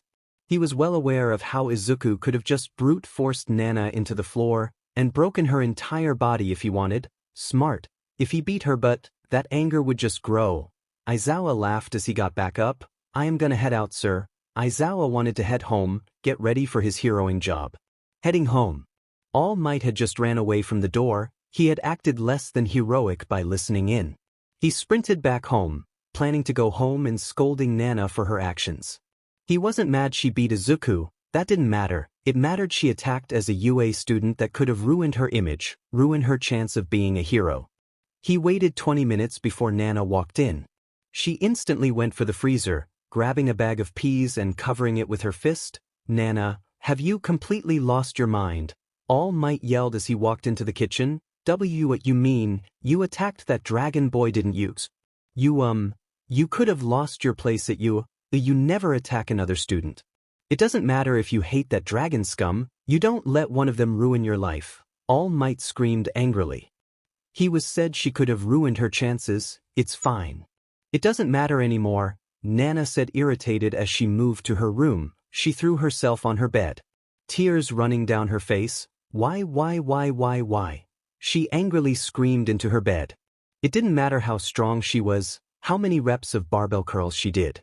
I did my best, I hit as strong as I could and he still went on. I felt it, that monster. Nana yelled with tears. She, however, wasn't the only one in tears. Inko was told what had happened to Izuku by Aizawa on the phone. She waited out with the other moms. And the second Mika heard them coming, Inko sprinted forward, grabbing Izuku into a bear hug. She crunched Izuku's back and lifted him up. I am so worried for you, I heard you got beat up by a girl nonetheless. Dragon Boy got his butt kicked by a girl. Hitoshi laughed. It's fine, Mom, I just need my head cooled, Izuku said, finally being released by Inko and going to the fridge, grabbing a sack of peas and placing the cool pack they bought in a store inside. Lucky she was, said. He assumed she had trained, but her rage just overpowered her skill. Still packed a mighty punch. Now if she punched him in the city or ribs, no problem, but he didn't really have muscles on his face, none that could be trained to take punches, that and no quirk used, or well, he would have been unmarked. But he laid back resting for tomorrow. As Izuku woke up, he groaned loudly. He turned his alarm off as he stepped out of bed. As he moved into the bathroom, he noticed his face had bruised up a lot more. But that was normal. He expected his face to bruise up, but he just jumped in the shower and cleaned himself off fully. He got his clothes on and walked down. Oh, Izuku, your face doesn't look good. I know, Mom, it just looks a lot worse than it feels. I am fine. Izuku sat down as he began eating his breakfast. Yo Izuku, let's go, we gotta head to school, Hitoshi said as Izuku got up from the couch. He threw his book bag over his shoulder and followed his stepbrother out of the house. They of course say goodbye to Inko before meeting up with the rest of the group. Izuku, your face, Himiko screamed as she saw Izuku. She and the rest of the girls rushed over to Izuku. I am fine, it's my own fault for taking so many hits to the face, you need to get checked out, I believe Recovery Girl can help, Namuri suggested with Izuku waving it off. It's my own fault, and it's not really stopping me from schoolwork. Just let's hurry, don't want to get late for UA. Izuku started moving with the group following. Each of them was irritated at Izuku's injuries, that someone could just punch Izuku because of a bullshit reason like that, plus Izuku wasn't really explaining his plan to them. The same reaction the girls had Achiko had. She rushed for Izuku and checked out his face.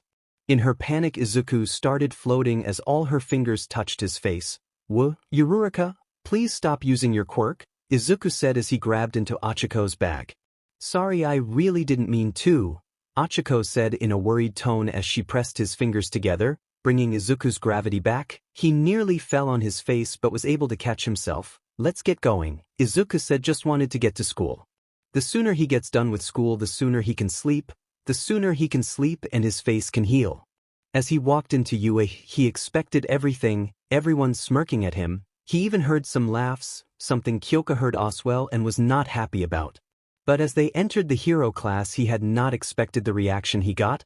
Most everyone gave him a pitiful look, that they felt sorry for him in a certain way. Others still looked at him angrily. But one that didn't show up yet was Nana. Hey, you guys, move ahead, I gotta do something. Rumi told them as she acted as she moved toward the toilet. She however just waited near an empty hallway that everyone had to pass. It took 2 minutes before Rumi noticed Nana. Rumi jumped out, grabbed Nana by the blazer, and threw her in the hallway. She slammed her against the wall. "Listen to me, you beach," Rumi growled as she held the shirt tightly. "If you so much as any glare at Izuku, I will murder you." I let Izuku do his thing, but you dare to do something like that ever again, and I will kick that head of yours clean off. Am I even understood? Rumi was extremely set off, and this was the only thing she could really do. She wasn't as gentle as MidoRyuu, or as bubbly as Mina or Achiko. She could just fight. "Fine, just let me go. I don't even want to deal with him anymore," Nana said, more so irritated about being held down than Izuku. She barely slept. The entire night Izuku was running in her mind. She gave each punch her all, and he effing took it. In the end, she could have died. Rumi let go of the blazer and walked back toward the class. Nana waited a bit, before following and fixing her blazer. Most of the class was normal. Each teacher started acting normal toward Izuku. Unbeknownst to Izuku, Nizu had seen how each of them acted toward him and had talked with them about it. Each teacher, while not friendly.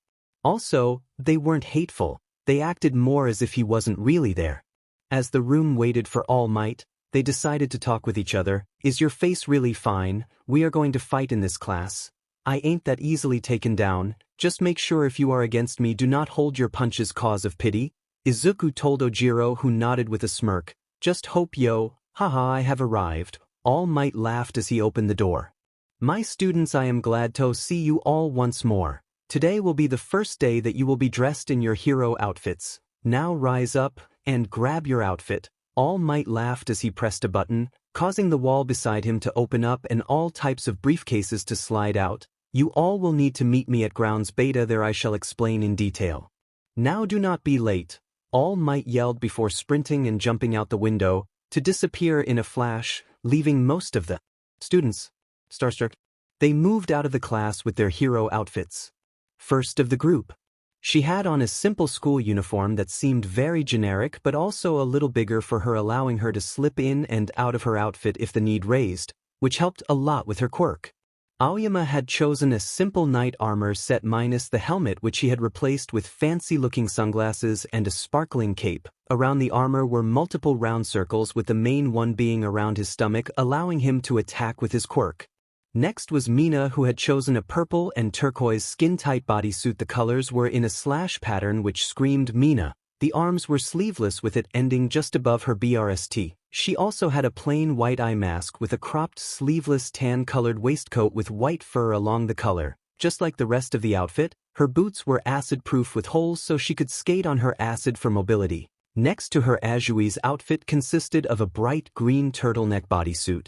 With tan gloves, the bodysuit had added black lines, and on top of her head, she had a set of goggles. Much like Aoyama, Ida had also chosen an armor-like suit. The only difference would be that he wore it with more car-like engines and exhaust around it. Achiko, like most of the girls, had a tight bodysuit, this one mostly being a dark blue near black with a light pink one, big large boots that could act like stabilizers, and large pink handguards with the same need. She also had a pink helmet with a visor. Ojiro had just chosen an outfit he was used to, a simple GI with fur coming out the shoulder, and fingerless gloves. Kaminari came out with punk vibes. He wore a LTHR jacket and briefs with a white undershirt, and over the jacket there were white lightning bolts. To finish it off, he also had simple sunglasses. Kirishima was next, having a 2 gears placed around his shoulders, leaving his arms and st free and out in the open, then black briefs with dark red boots and a red almost skirt around it. Koda stood almost behind Kirishima wearing a yellow and red bodysuit. Sato stood next to him wearing a big, light yellow bodysuit even covering his face. His hands and feet were protected by gloves with sugar packets inside the belt around his waist. Shoji had chosen much like all the clothing he wore sleeveless. His dark blue mask was now attached to his outfit with it switching to light blue around its eye, giving it faint hints of squid. Kyoka, much like Kaminari, had punk rocker vibes. She had on simple Eltsher briefs and a black Eltsher jacket, a ripped salmon-collared shirt with matching headphones added to it. In her large boots there were speakers. Under here I was also red downward triangles. Zero's outfit of course was caught off before the elbows allowing him to use his quirk. He also had shoulder guards and a helmet that looked like tape dispensers. His outfit self was just a plain-looking black and white bodysuit. Tokoyami had nearly copied Aizawa in his outfit. Except for his white scarf, Tokoyami had a black covering allowing him to have a safe spot for dark shadow nearly all the time. Todoroki had an outfit that took heavy inspiration from his father, a dark blue collar with tubes going all over his ST. He also wore arm guards that were hooked up toward a small box on his back. Next, by far the weirdest hero outfit in Yua, Hagakure wore nothing except gloves and shoes. Abusing her invisibility to the max, Bakugo had a black eye mask. His shirt was a sleeveless black shirt with a red X down the middle, a neck guard for blowback and black combat breathes, knee guards that could kill, and most noticeable 2 arm guards that looked like grenades. Mineta, while not as weird as Toru, wear a mostly purple bodysuit with a white bowl that mostly just gave diaper vibes to everyone. He also added a yellow cape to look cool. Yaoyorozu wore a red one-piece, leaving her ST open. Around her waist she wore a belt that acted like a skirt, and on its back was a book holder that held an encyclopedia. Away's hero outfit consisted of a burgundy, baggy, full-body suit, its collar passing his chin. He wears shoulder pads and a bag on his belt in which he keeps various items, including blocks of wood and metal aid his quirk. He also switches out his usual zigzagged headband for a striped one. Kaibara appears to be a dark-colored windbreaker with a drill pattern rings around the base of the neck and feet. Over it he wears a simple white trench coat. Kamakiri wore a large dark green cloak, plain black trousers, and tree-toed boots. He also had a mask covering his eyes. Kurwar had a simple black bodysuit with white shoes and white arm guards. Kendo had picked out a turquoise knee-length kapoa. She wore a black double-breasted corset over it, with black sports shorts with a brown utility belt and a satchel. Kodai had a white and red mixing outfit. She also had a cap protecting her from the sun. On her skirt, she had a side satchel for items she could use. Komori's outfit was a red dress with white polka dots over it, a mushroom-styled hat with leg warmers that matched the dress. On her waist she had 2 watering guns that could increase the speed for her quirk. Ibra had one of the simplest, a simple white robe, with black boots that reached her knees.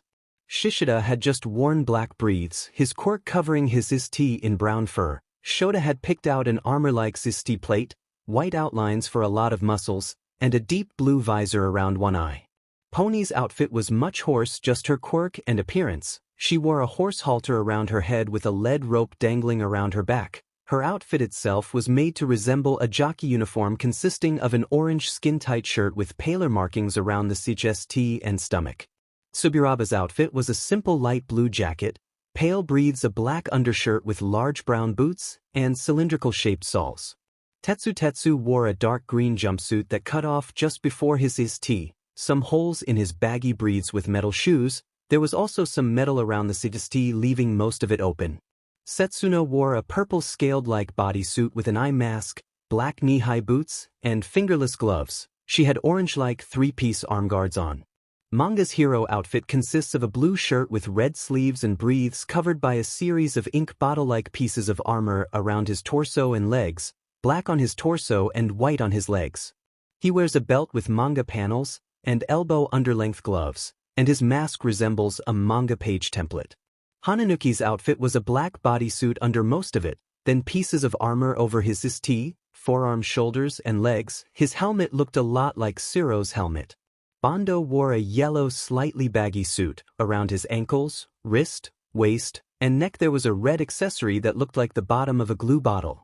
Minona's outfit was a double-breasted tuxedo with 2 long tails reaching almost down to his ankles. On his belt he had 3 different stopwatches, most likely to keep track of how long he had a quirk active. Reiko wore a pale purple, knee-length kimono with a white fur collar, 3 dark straps around her waist and a black mask covering the lower half of her face. Rin had picked out a black bodysuit with yellow clouds across the torso that got a lot baggier as it went down. Around his waist a red thin belt tied with pouches on its side, a large collar around the neck covering the bottom half of his chin, with large arm covers reaching his knuckles. Over his face a covering hiding his eyes. Niji's outfit is a royal blue skin-tight bodysuit with a high black collar, pale mint green markings covering her torso, shoulder, and legs, and on her feet a pair of knee-high boots. Around her ankles a jade-green spiral that went upward much like she had around her wrist. Mei was covered in a mech suit. It looked very steampunk with a burst of steam shooting out the back from time to time. It freed her face showing she was smiling and checking her armor out. Next to her was a slightly pouty MidoRyuu that had a skin-collared bodysuit, with a altar corset and knee-high boots, stockings that reach around half her tight, broken HNDCFFS around her wrist. Finishing it with a brown altar belt with a golden dragon wing like a symbol. Rumi wear a white sleeveless leotard with a dark purple trip around her shoulders and waist, a wide yellow crescent moon design over her CST and a single think metal plate around her midriff. Added to it she had purple thigh-high boots that worked well with her leotard, with more plating around her feet as protection and for more damage. Much like Kendo Ryuko wore a traditional qipao that reached her ankles, on the bottom it had a dragon-like slash in yellow. With two dragon-like wings around her headguard. Two long white arm guards with a single pouch tied around her upper thigh. Nana's consisted of a dark, sleeveless bodysuit with a high collar, yellow elbow-length gloves, and white knee-high boots. Around her waist was a belt with an angular golden buckle, a small cape attached around the back which hung down to her knees, and over her shoulders was a longer cape, buttoned to the shoulders of her bodysuit. Last was Izuku. He was dressed in loose black combat breathes, the ending tied into black military-style boots, a white sleeveless shirt, and a long black trench coat protecting him from the weather. Each stood looking at All Might, who smiled back. "Well, don't you all look like heroes, huh? Haha, now let's get started," All Might said as he pulled out a small book from his back pocket. "Now, you all will be split up into groups of 3 students. This will result in 16 different teams. The teams will be decided by randomness." This instantly got some reactions from the students. "Sir, is that truly the best possible strategy?" Ida interrupted All Might. Well, can anyone answer that?" Izuku raised his hand, but All Might skipped him and went over toward Yaoyorozu. "Most heroes are forced to team up with others on the spots."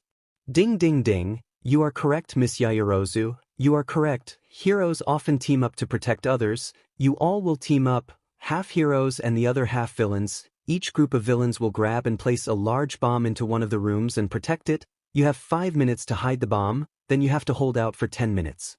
Now then, because I am prepared, I have already gone ahead and made the teams," All Might said as he pulled out 2 boxes. "Now then, I randomly threw 8 balls that hold your names."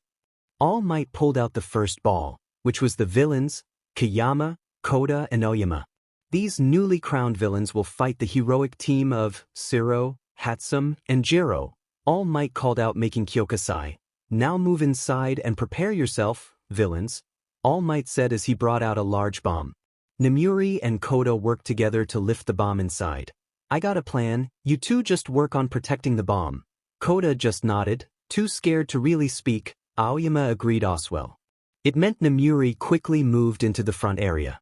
Back outside, Kyoka was trying to get the team to focus up, but that wasn't really the case. Hatsum was more focused on working on her gadgets, and Siro wasn't really interested in hanging around the villain group.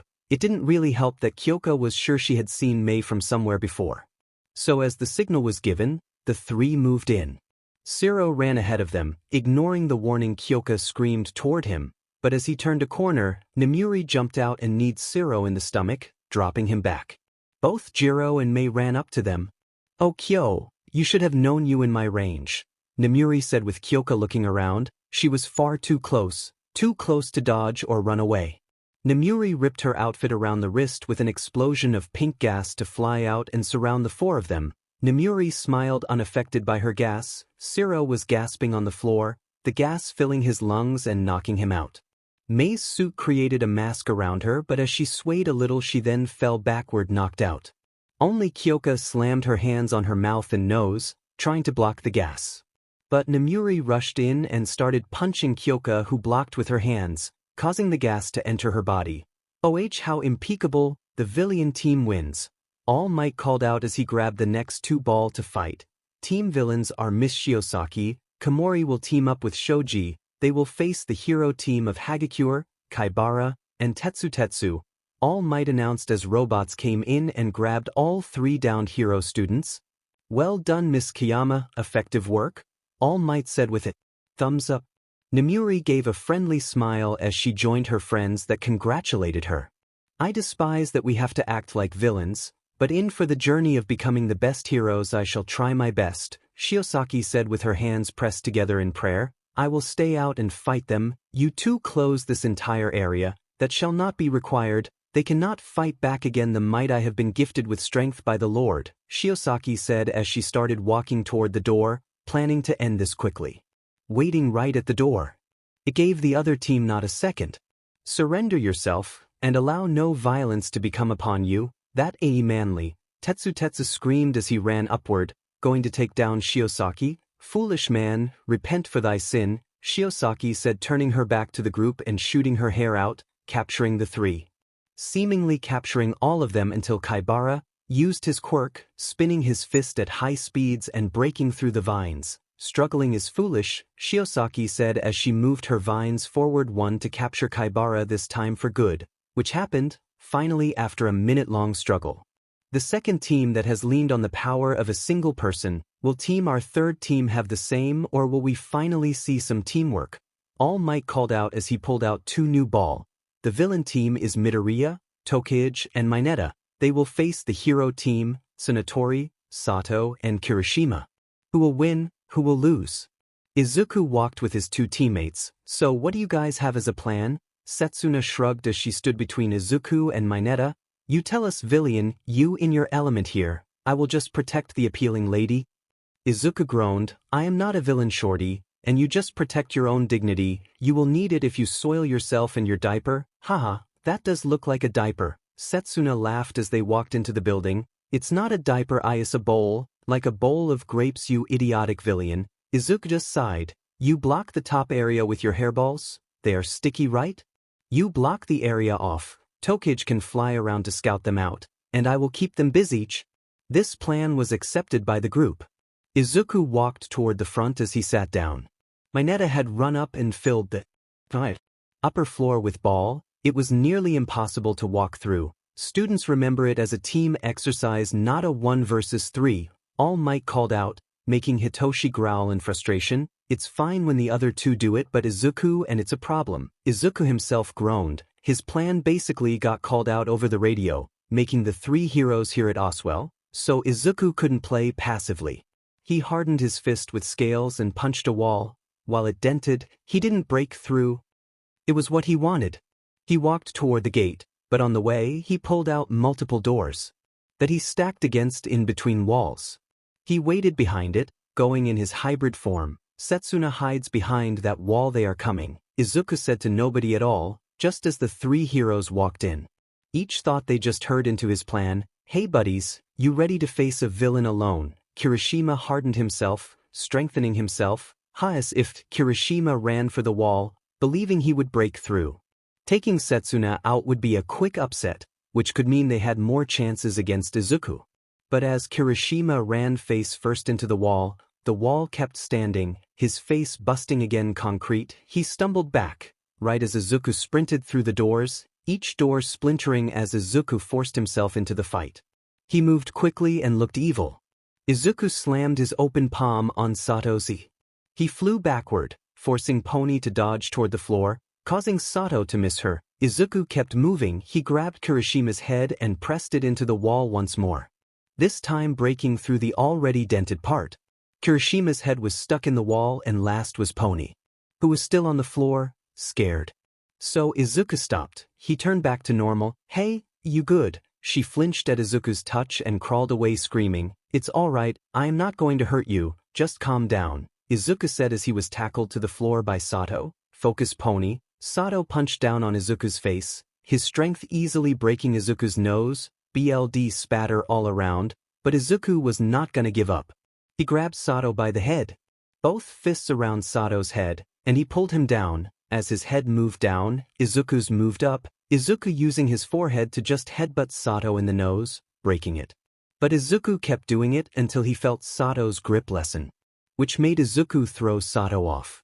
He stood up and BLD running down, but the match was over. The villains win once more. If medical help is required, move toward Recovery Girl's office, All Might said as Izuku helped remove Kirishima from the wall, and he then moved toward Recovery Girl's office. While his fight with Nana could heal on its own, the punch and headbutts made his broken nose pulse in pain.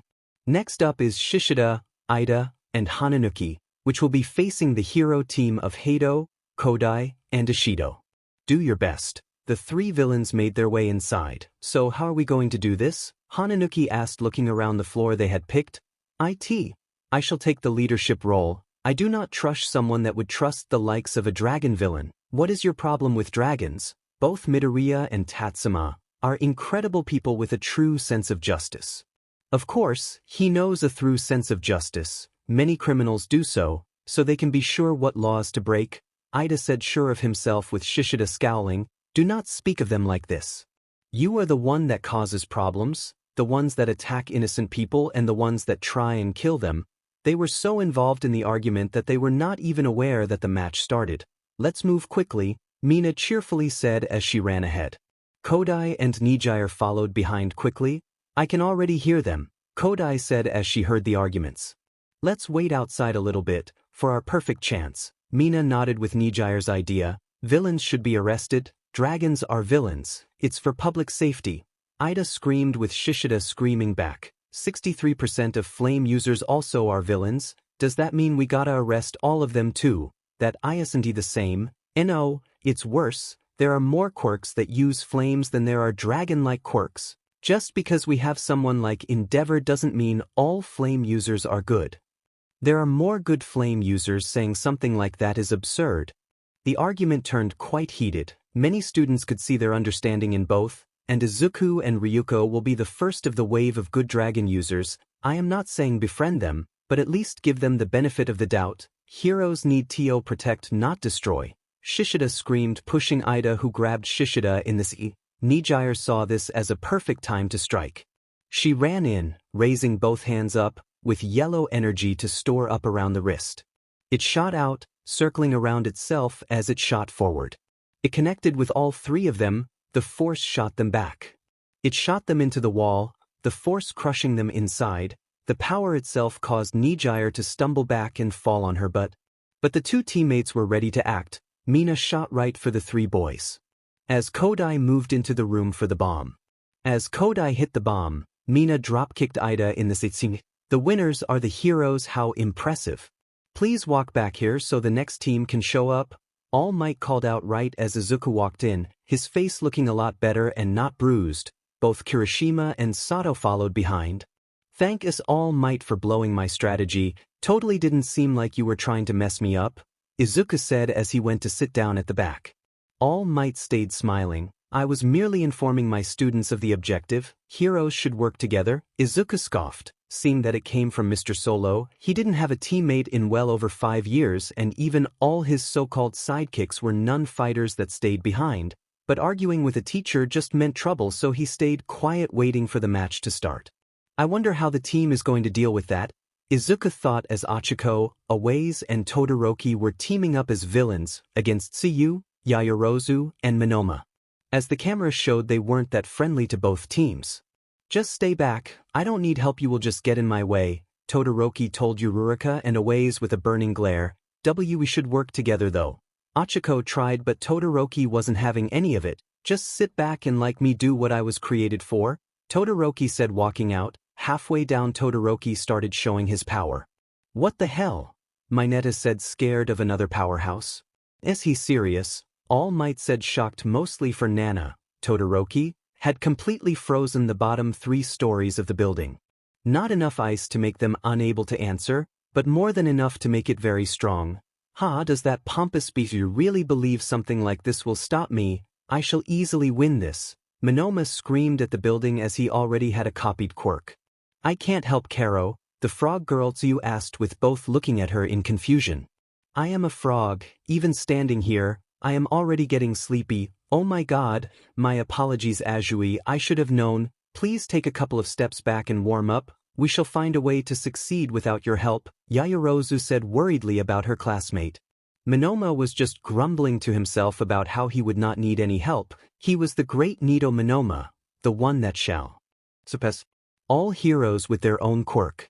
But now he had Todoroki's own quirk copied. He bumped his shoulder, copying the quirk. Sure, he only had a couple of minutes left, but he didn't need more. Start, no, here. Minoma had calculated that they froze from the 3rd floor down, thus they had to be on the 3rd floor. We will win quickly. He rose both Yaoyorozu and himself up in an ice pillar right toward the 3rd floor, where they opened the window and stepped in. Face to face with Todoroki. Idiot, you really think I didn't notice the copy of my quirk? Itches if that matters. Minoma shot out an ice layer, his rough control nearly hitting Momo and making her stumble into the wall. But it didn't matter. Time had run out. And Todoroki just attacked back with fire, sending a fireball down the hallway and burning the ice. It would have burned up both Momo and Minoma if Momo didn't jump in front with a shield. A high-temperature shield. Only for Todoroki to lead up with a covering of ice, capturing the remaining 2 heroes with ice. It's over, villains take the win once more. Seems we won, Away said, rubbing his head as they walked out. He just needed better teammates, as the strategy Achiko told him was quite good, but egos. They walked past the others. Shota teamed up with Yanagi and Nana, who had kept her face as if she wasn't even there with her hands bandaged up, and they would fight Toga, Tokoyami, and Kendo. I intend to use teamwork, Shota asked the 2 women with Yanagi nodding. Yeah, whatever, Nana said. She really didn't care who she was gonna fight. All she could think of was Izuku's hand around her throat. No pressure to force, but she knew her life was forfeited at that time. The villains spared her life. That would cost them. As the hero team was a real team. Well, I will just follow behind. I got great close combat skill. Tokoyami nodded. I am well aware, Kendo. However, I believe it's best if we take point and not try and fight. We need to split them up. Himiko just hummed sweetly, slowing her breathing and emptying her mind completely. We shall take the point, we shall take their aggression and swallow it up within our darkness, which will allow the 2 of you to focus on the bomb. Start. Hero team rushed in right away, easily clearing the first 4 floors with only the final floor left. Toga go alone toward the south side. Tokoyami called out, and just as Kendo looked to her side, Toga was gone. She just vanished. Kendo said, shocked, but Tokoyami called out, pulling her attention back. We must fight, Tokoyami said as they rushed through the hallway. Hello? Tokoyami greeted the 3 heroes as he whispered to Kendo, we must not let them know Toga is not with us. Thus they rushed to fight. Koko went right into clashing with Shota as Tokoyami went to Yanagi, leaving Kendo with Nana. And while Nana outclassed Kendo in power, this fight Kendo was cleaning up. Nana only covered up. It was shocking for all the students. She had been seen as one of the most powerful students they had, but here she was being outclassed. And as Kendo punched Nana into a wall, using a simple straight punch but growing her fist massive, caused her to slam into the wall. I am going for the bomb, Kendo screamed toward Tokoyami, who nodded as he kept fighting. We are going to win this, Kendo screamed, with it snapping Nana out of her dip for just a slight bit, causing her to run after Kendo. Both parties were even in a sprint for but a moment as Nana started using her quirk and started speeding up, and she would have caught up, if not for Toga to jump out a corner, wrapping herself around Nana like a cobra, and with a syringe she had it pressed on Nana's neck, right on the main artery. Move and die, she said in a scarily calm voice. Nana thought about it for a sec, but she wasn't fast enough, and she was stuck. Toga had her legs wrapped around her body and arms, with one arm pulling her head back and opening the neck for the other syringe. This allowed Kendo to just touch the bomb, allowing the hero team to win again. Nana scoffed angrily as Toga jumped off her, ignoring her completely. Nana's pride was being broken. Not only could she have been killed by a dragon quirk user, but now she also lost to someone who didn't even use a quirk. So she just dropped down in a corner, raising her knees to her tea and hugging them in frustration.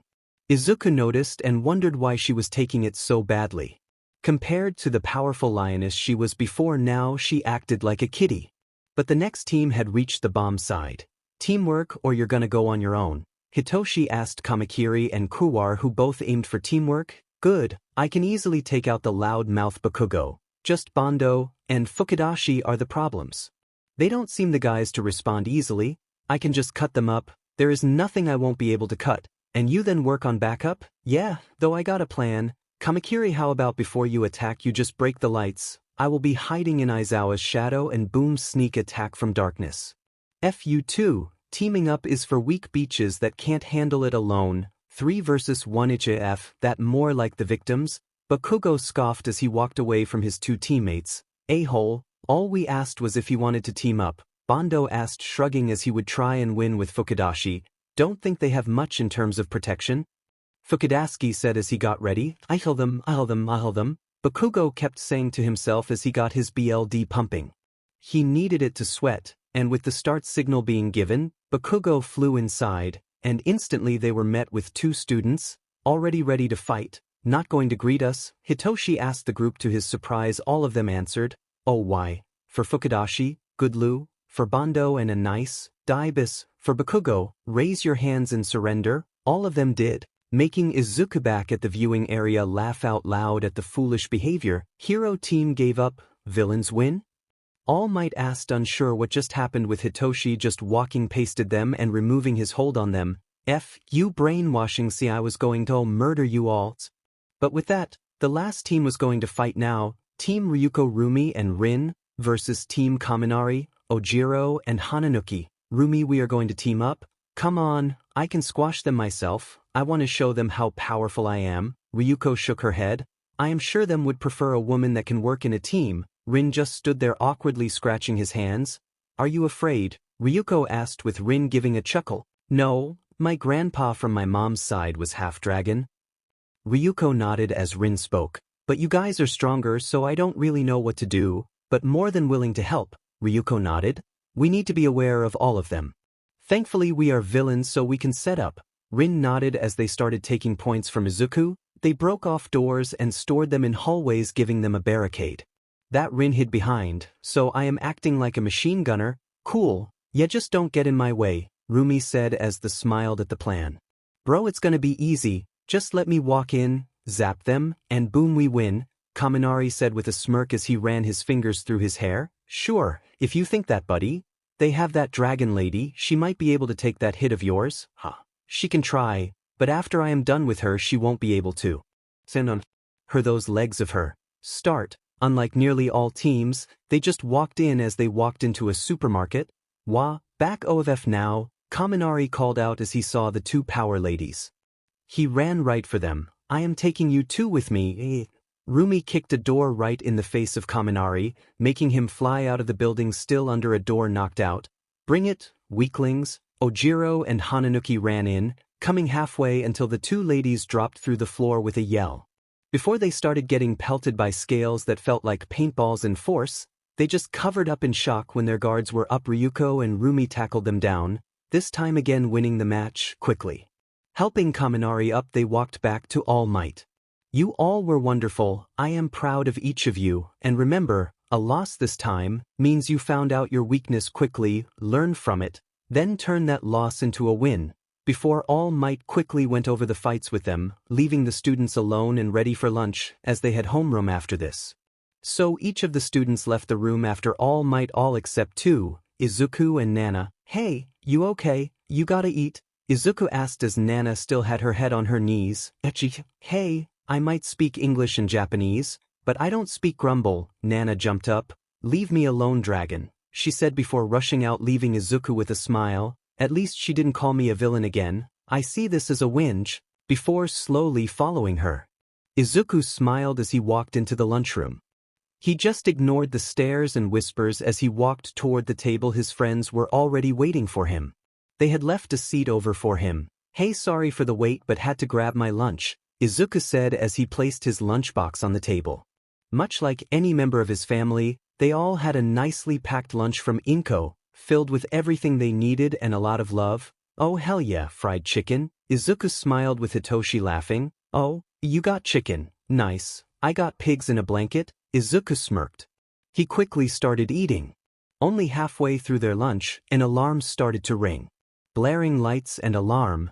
UA security system has been breached. UA security system has been breached. A robotic voice kept repeating this at a near-deafening volume. What the F dash dot? Rumi said as she stood up. Everyone else followed quickly behind. I don't know, ever since I have been in UA that has never happened, just get out quickly, one of the random third years told the group as he started making his way out. What do we gotta do? Achiko asked worriedly to Izuku, who thought about it. Let's just head to class. I am sure teachers will show up and explain. The group nodded as they just followed Izuku. They quickly figured out the main problem. The small hallway that normally students normally lined up and walk perfectly fine, but now everyone was just stuck, pushing and pulling each other as they brought to a standstill. Izuku was pushed to the side and quickly pushed through the window. "Get out of the way, villain," was what the first one said before he escaped in the sea of scared students. But as Izuku landed at the window, he could see what happened. The media had poured in and was taking pictures, but the teachers were already pushing them back. So Izuku looked back, wanting to explain, but as he looked back he just saw Himiko get pushed back as a second year tried getting past her. Which set him off. He stood tall and raised his voice, almost dragonic. "Stop pushing. Relax, it's just the media." This voice stopped everyone, stopped them in fear, and it was heard throughout the school. "Oh, tell him he just got interesting," a random voice said from the darkness before disappearing into nothingness. Unaware of this unknown figure hidden in the depths of you, the students started making their way into their class. "Next time keep your voice down, you nearly deafened me," Hitoshi groaned as he rubbed his ears with Izuku giving him a laugh. "I wonder what we will do now. It's our last class for today. I just want to go home and relax in the bath," Namuri whined as she stretched. "No idea. It's only like a 1-hour class, so doubt it's gonna be strong work," Shishida said as he leaned forward on his desk. The door shot open and closed right away once more with Aizawa walking in. "Sorry students, but as some of you already figured out, media had found a way in, but we know the fault in our system and have added new security measures. But ignore that, as you have something much more important than that. You have to pick a class representative.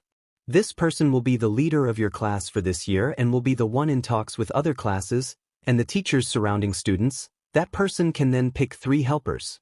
You have this hour to make that discussion. I will sleep during that time. Wake me up when you have a decision." Aizawa then crawled into his sleeping bag and went to sleep. With the group instantly starting to argue about who was supposed to take the leading role, Aizawa, of course, wasn't asleep. He was thinking. He had just left Nizu and some of the other teachers alone at the massive opening that was within the walls of UA. "I don't know what could have caused these things. The walls crumbled. I have never in my days seen anything like this." Nizu spoke with worry as he moved his fingers through the crumbled wall. "Yeah, I can't really say what happened. It's almost like the wall just decayed or something. We will just have to look in the known quirk database and hope it's known. But if the brat was cocky enough to attack UA, I doubt he was stupid enough to not alter or remove that," Gran Torino said as he leaned on his cane. "Well, not much we can do about it now. Power Loader, please make sure this wall is back up by tomorrow and request the help of All Might and Cementos if needed. You should pick me as class rep. I swear I am the best pick," Kaminari asked with a smile. "While others might be suited for the job, I believe my qualifications are the absolute best for the job. I would make sure each of us makes our journey to become a pro hero as respectable as possible," Ida said as he straightened his entire posture. The entire group was arguing about it all except the 2 brothers, as Izuku and Hitoshi were just playing cards with each other. "Why aren't you taking the leadership role?" Hitoshi asked as he dropped his card on the pile. "Like I will even get a vote. Half the class still wants to throw me in prison for just breathing, so I doubt they will get along with me. But what about you? Nobody hates you, yet," Izuku said with a chuckle as he delayed the yet. "Oh hell no, I prefer to sleep. All that extra work ain't that worth it in my eyes. Guys, just let me take control. I will make sure all the women's skirts get shortened by 5 centimeters. F5? Ciro asked Mineta, who was drooling a bit. "Yeah, slutty short skirts are hella secretary," Mineta said, drooling even more as he thought about it. "How disgraceful. If you all come to your senses and choose me to be the representative, I will make sure our class shall be the greatest heroics class in the world," Monoma loudly declared as he slammed his fist on the table, pulling attention to himself. "We as first-year students must put in the effort to become greater than our elders. Thus it shall be my job as representative and gain knowledge and teach you all. I still believe I would be the best pick. It's time a woman is in the lead, and that woman is me," Nana proudly declared as she was back to her old self. The helping hand Izuku had offered her slightly annoyed her. How could he be so nice? She was taught in school that those that do evil are mean, loud, and hateful, But here a dragon quirk user, the meanest of mean, the evilest of evil, wanted to help her get up. She pushed those thoughts out of her mind as she tried to get the job. 30 minutes had passed and nobody had decided yet, so Izawa stood up. "Shut up!" he yelled as everyone sprinted back to their seats. "I was hoping this would serve for a decent understanding of overlooking your own egos and making a decision for the best of your collective, but seeing as it never even mattered, seeing as the UA First Year's Heroics class representative has been decided already from the first day.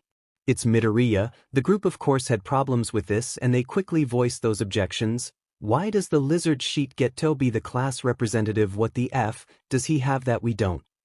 "Bakugo, sit down in silence. It's not a matter of discussion, but I will answer it. However, no outburst in my classroom. The first year's representative has always been picked based on abilities. MidoRyuu well surpassed everyone's physical scores. He also ranked in the highest scores for the written exam, which is why he earned that spot. Now then, MidoRyuu, pick 3 picks that will help you keep order." Izuku nodded as he thought about it. "I would ask Kirishima, Shimura, and Uraraka." "Fine, if all 3 are okay with that." Although unsure, both Nana and Kirishima nodded their heads, all while Achiko was happy that Izuku had chosen her. It made her smile brightly and it made her quite proud to be trusted like that. "Now then, one more thing before you can all go home early. Tomorrow, we will have a full-day training session, so be here at 9 instead of 8:30, then we will grab our hero outfits and move toward an undisclosed location. Now go," Izawa said quickly, only for Ida to raise his hand. "Essa, why our hero outfits? If we train, would our normal outfits not be adequate?" "Simple if you think about it," Izawa said, taking a sip from a cup of coffee from his thermostat. "You will all become pro-heroes in time. Your outfit will be worn daily, so you're wearing them right now, so when you go out on patrol when that time arrived, there are no mistakes that could end up killing a person." Izawa sent the students off with Ida being the last one as he gave a bow as an apology for questioning his clearly wise decision.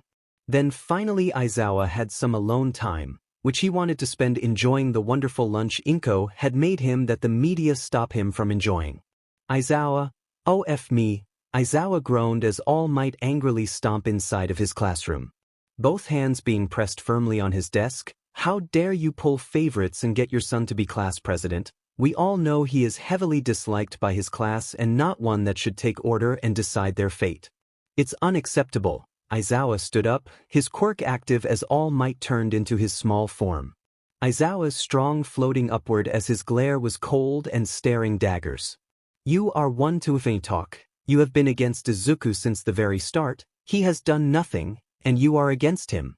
If someone is biased, it is you. Now understand Shimura's stance. She has been poisoned by that hate you and the media like to spew, but if we look at the hearts, his shines far brighter than yours. Now I will say this once. If you ever dare to go against my son again, like how you went against him during the test, I promise I will break all your bones in that frail body of yours."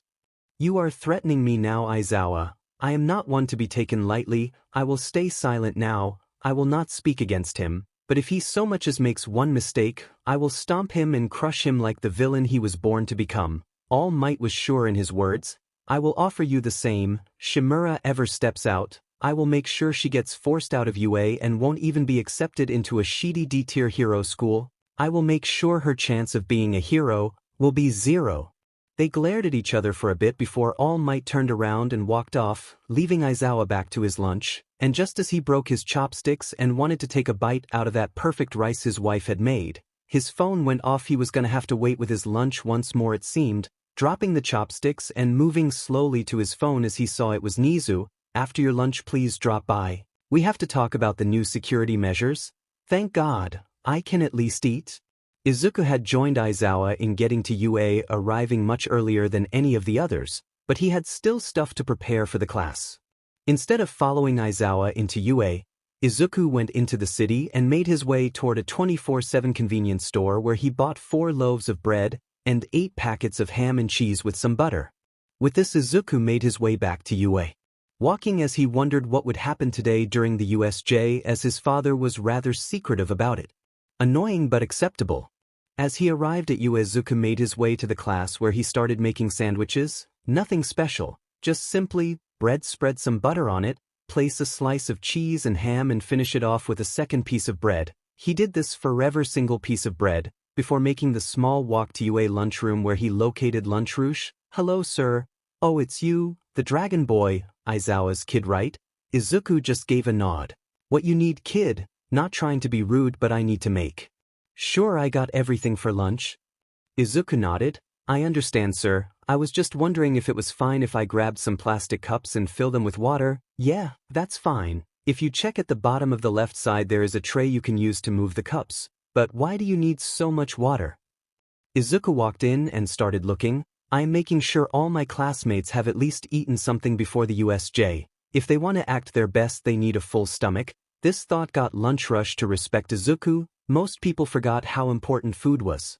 Izuku got back into the classroom where he placed the water on a couple of tables and started waiting for the students. The first group of students was Momo, Nana, Kendo, and Ibara, who arrived while talking with Ida, Ojiro, and Shota. What is this? Kendo asked looking at the food. Oh, well seeing we have the USJ today, I wanted to make sure everyone ate something. Oh wow, that is really considerate. I didn't expect that from someone like you, Momo said with Izuku keeping a smile on his face. Well take a sandwich and some water if you want. Momo did as did Kendo and Nana. More students started to show up and took food. Some of the course didn't want it. F you, I don't need a goddamn handout, I will kill everyone here on an empty stomach. Hell I kill everyone without FNG stomach. Bakugo growled out as Izuku just shrugged. Eat or don't eat Bakugo, just don't complain when you get kicked out for not giving it your all. Well, I will happily take one. I overslept so didn't have time for breakfast. Achiko said giving an embarrassed smile. I had the same problem, Yui said as she took a sandwich and a cup of water before looking Izuku straight into his eyes. Thank you for this, before she turned around and walked to her seat to eat. Once all the students had walked in, sat down, and most had eaten something, Aizawa and Vlad King walked into the class together. Oh MidoRyuu seems you have extra food. I do sir, you too want something, Izuku said offering his teachers something to eat. Both took 2 sandwiches each leaving Izuku with 6 or so sandwiches which he once more offered to anyone hungry but no responses so he ate them himself. Now then students, today you could count as your first real day as a hero. We are going toward the USJ was me, Vlad with 2 other teachers.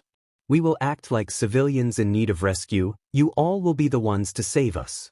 Now, you will be required to work together. Which you will do. I won't accept any students working alone when you're not capable of doing it alone, Aizawa explained before touching the button on the desk opening up the hidden locations of the hero outfits. I will see you all outside, we will have 2 buses to drive you, Vlad King told them before walking out with Aizawa. The students quickly followed with Himiko and Namuri hugging Izuku's arms. Hey Zuki, thank you so much for the food. If there is anything I can do for you just tell me, Namuri said with a wink, trying to tease Izuku who just smiled. No need, I am the class representative, it's my job. This made Namuri and Himiko sigh before just walking with the other girls all as Izuku just walked behind them. The drive to the USJ was calm and relaxed, but that calmness was erased the second the students were able to see the large location that was the USJ. Oh my god, that is massive, Setsuna said with Kaminari seeing his opportunity. That's what she said, but Setsuna was prepared, not against you at least that's what I heard. Comet we are here, Vlad calmed them before forcing them out of the bus. At the door, they already saw one of the teachers that were waiting on them, the Space Hero 13. Women only a select few knew really looked like. Aizawa had walked up to 13 to see where the other teacher was, whereas the yellow baboon he was supposed to be here. 13 giggled. He overdid himself, he was able to stop a lot of different crimes but really just overworked himself. Aizawa just groaned. How could that idiot do something like that on a day like this? This was the first of a set of very important days and he just skipped it because he couldn't trust any other heroes. Well, guess we just have to deal with it ourselves. It's not like that idiot would make too big of a difference. It's just going to be 1 extra teacher students, so let's head inside so 13 can explain our first objective, and the group headed inside. Excited about their first real heroic lesson. The teachers were more focused on how to alter the lesson plan than they were to look around and be aware, so as all the students walked in and started looking around they noticed something. Sir, it was just heroics training right, so what are those fake villains doing here? Kaibara asked as he pointed downward, showing a group of villains. There were only around 10 to 15 villains. But these villains didn't look like your average villains. No, these were full-on supervillains. With one monster between them, but one stepped forward, a man that looked about the same age as the students, with light gray hair, dirty messy clothing, and most terrifying of all, he was covered in amputated hands. Multiple hands were covering his arms, legs, and even head. Almost like his voice was whispered from behind, he spoke, "Hello students and teachers of you. Don't worry, we aren't here to kill you. Just yet at least." The man covered in hands then laughed. The students were already terrified as they tried to bundle up behind the teachers. Some students weren't hiding, such as Bakugo, Kamakiri, Kirishima, and Tetsu. Those pushed through the fear and stood near the front line, not willing to back down for one reason or another. Then you had those that put the safety of their friends before their own, like Rumi, Ryuko, or Kendo. Protecting a small part even if they were shaking in their boots from fear. But one student stood apart, stood not afraid, Izuku. For him, there was no fear. These thugs were nothing compared to the fear he had when he walked through school as a child. It was nothing compared to the night a Molotov was thrown into his house in an attempt to murder him and his mother. He stood near the teachers ready to act himself, but the man covered in hands kept walking upward, his crew following shortly behind him. "Now look, my friends and I here are more than capable of killing you all and then plastering your corpses all over the news." With each word he spoke, the already fearful students started shaking more and more. "But we don't want that. I went through all this trouble to make sure All Might was too busy to join us. So let's keep it civil, ha." His laugh chilled the students to the bones, and the teachers knew they were screwed. Aizawa and Vlad were both reading themselves to tackle this group down, forfeiting their lives most likely in order for the students to escape with 13. "Now I don't know who, but we are interested in one of you, a dragon." The stares instantly went to MidoRyuu, causing the group of villains to smirk. "Good, then we don't need to rest of you." This wasn't well received by the teachers of Izuku's friends. "No, you can't take him." Nemuri screamed angrily before the man covered in hands waved them off. "Remove them from my sight, Kurojari. Just drop them back." The man that stood on the right side of the man covered in hands moved. The purple mist that covered his body exploded in size and quickly covered all of the students and teachers, all except Izuku. For Izuku, he was now in a horrible location. He was quickly surrounded by villains as his friends disappeared. To his friends and family, they just blinked and they were hundreds of meters above UA, falling to their death. The students quickly started screaming in a panic before a few were able to calm themselves and save themselves, such as Bakugo using explosions to steady and even slow his fall. Todoroki, who with a large release of flames did the same, but the rest were saved by Mei, who with both hands, roughly slapped hers 3 times, making it explode, shoot downward and cover the entire area in a thick, white foam that blocked their fall. It resulted in what would have been death, to just simple bruises, and at most a broken bone or two. But then again, that was nothing compared to what Izuku might face. "What the F you do you want with me, hands?" "Oh, now don't be like that, buddy. You and I are the same. First off, my name is Tamura Shigaraki, but please call me Tenko. I am here to test you to see if you are worthy of joining us." Izuku growled angrily as his skin turned slight dark green with a more noticeable scaling. His hands grew bigger with his nails sharper. He turned into his hybrid form and he was ready. Nomu test him. Stage 1. The Nomu walked up to Izuku and raised its arm above its head, combining its fists together into a single object that it was most likely planning to slam down on Izuku. But Izuku wasn't going to just take it. Izuku punched the Nomu in the gut as strong as he could. The wind force was felt right away by the villains that surrounded Izuku and the Nomu, but the Nomu didn't move nor did it react. But with that, the Nomu slammed its hands down on Izuku.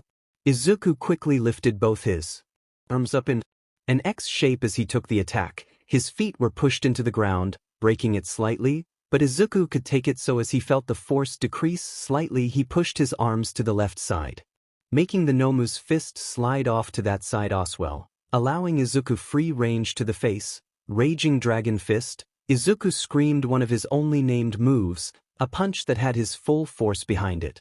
And it connected right to the face of the Nomu. The crunch was heard around the area and its head moved, although slightly it still moved. Izuku believed he won. He had yet to meet something that could take him at full force, but it stood calm with the man covered in hands, giving a disappointed look. Is that really all you got? Well, let's see how well you grow. Nomu stage 2? Where the F are we? Aizawa groaned. He tried sitting up, but thanks to how he landed, his arm was clearly broken with his forearms sticking out. Ah, sir, help my leg, Toru asked as broke her leg. Vlad King grabbed his phone. It's broken. Wait, it might still work. His screen was ruined, but it looked like it mostly still worked. He was able to call Nizu. Nizu, we have been attacked. From what I can tell, only MidoRyuu is still at the USJ. Ping our location and send medical help. Nizu had already pinged the location of Vlad II. He said attacked. I understand. Please hang in, help is on the way. Nizu sounded calm, but he was in a bit of a panic. Most of the students were relatively safe. But one was stuck in the USJ with villains. Tashinori, you are needed at the USJ. MidoRyuu is stuck there with a group of villains. What? He is teaming up with them? All Might asked with Nizu slamming his paws down. No, he is being attacked. Now you are going there and saving the day as a hero should. Backup will arrive soon. As this was happening, Shigaraki had ordered the Nomu into stage 2. It punched Izuku straight in the gut. Izuku barely saw the attack. It was a flash that he was just too slow to react to. It made Izuku fly back. It launched him deeper into the USJ. To stop himself from falling, Izuku grew his wings out and caught himself. He barely was able to breathe as the fist had broken him. And up in the sky, he was safe at least for a little bit. At least that was what he believed. The Nomu just moved, like a black blur. The Nomu was next to him. He slammed his hand down with an open palm. It shot Izuku into the middle of the USJ. He broke the water fountain, and it broke Izuku's arm. That thing isn't letting up. Izuku groaned out as the Nomu dropped down and crawled over and started stomping Izuku into the floor. Stop, Nomu, Shigaraki ordered with the Nomu stopping. It showed Izuku a mangled arm, pain all over his body and a piece of rebar sticking through his gut. He coughed up. BLD. You really have potential, but you need more time to blossom into something special, but that is later. Now we will take our leave. Fuck. No, Yarg, you're not leaving. Izuku groaned out as he stood up, the rebar still in his gut.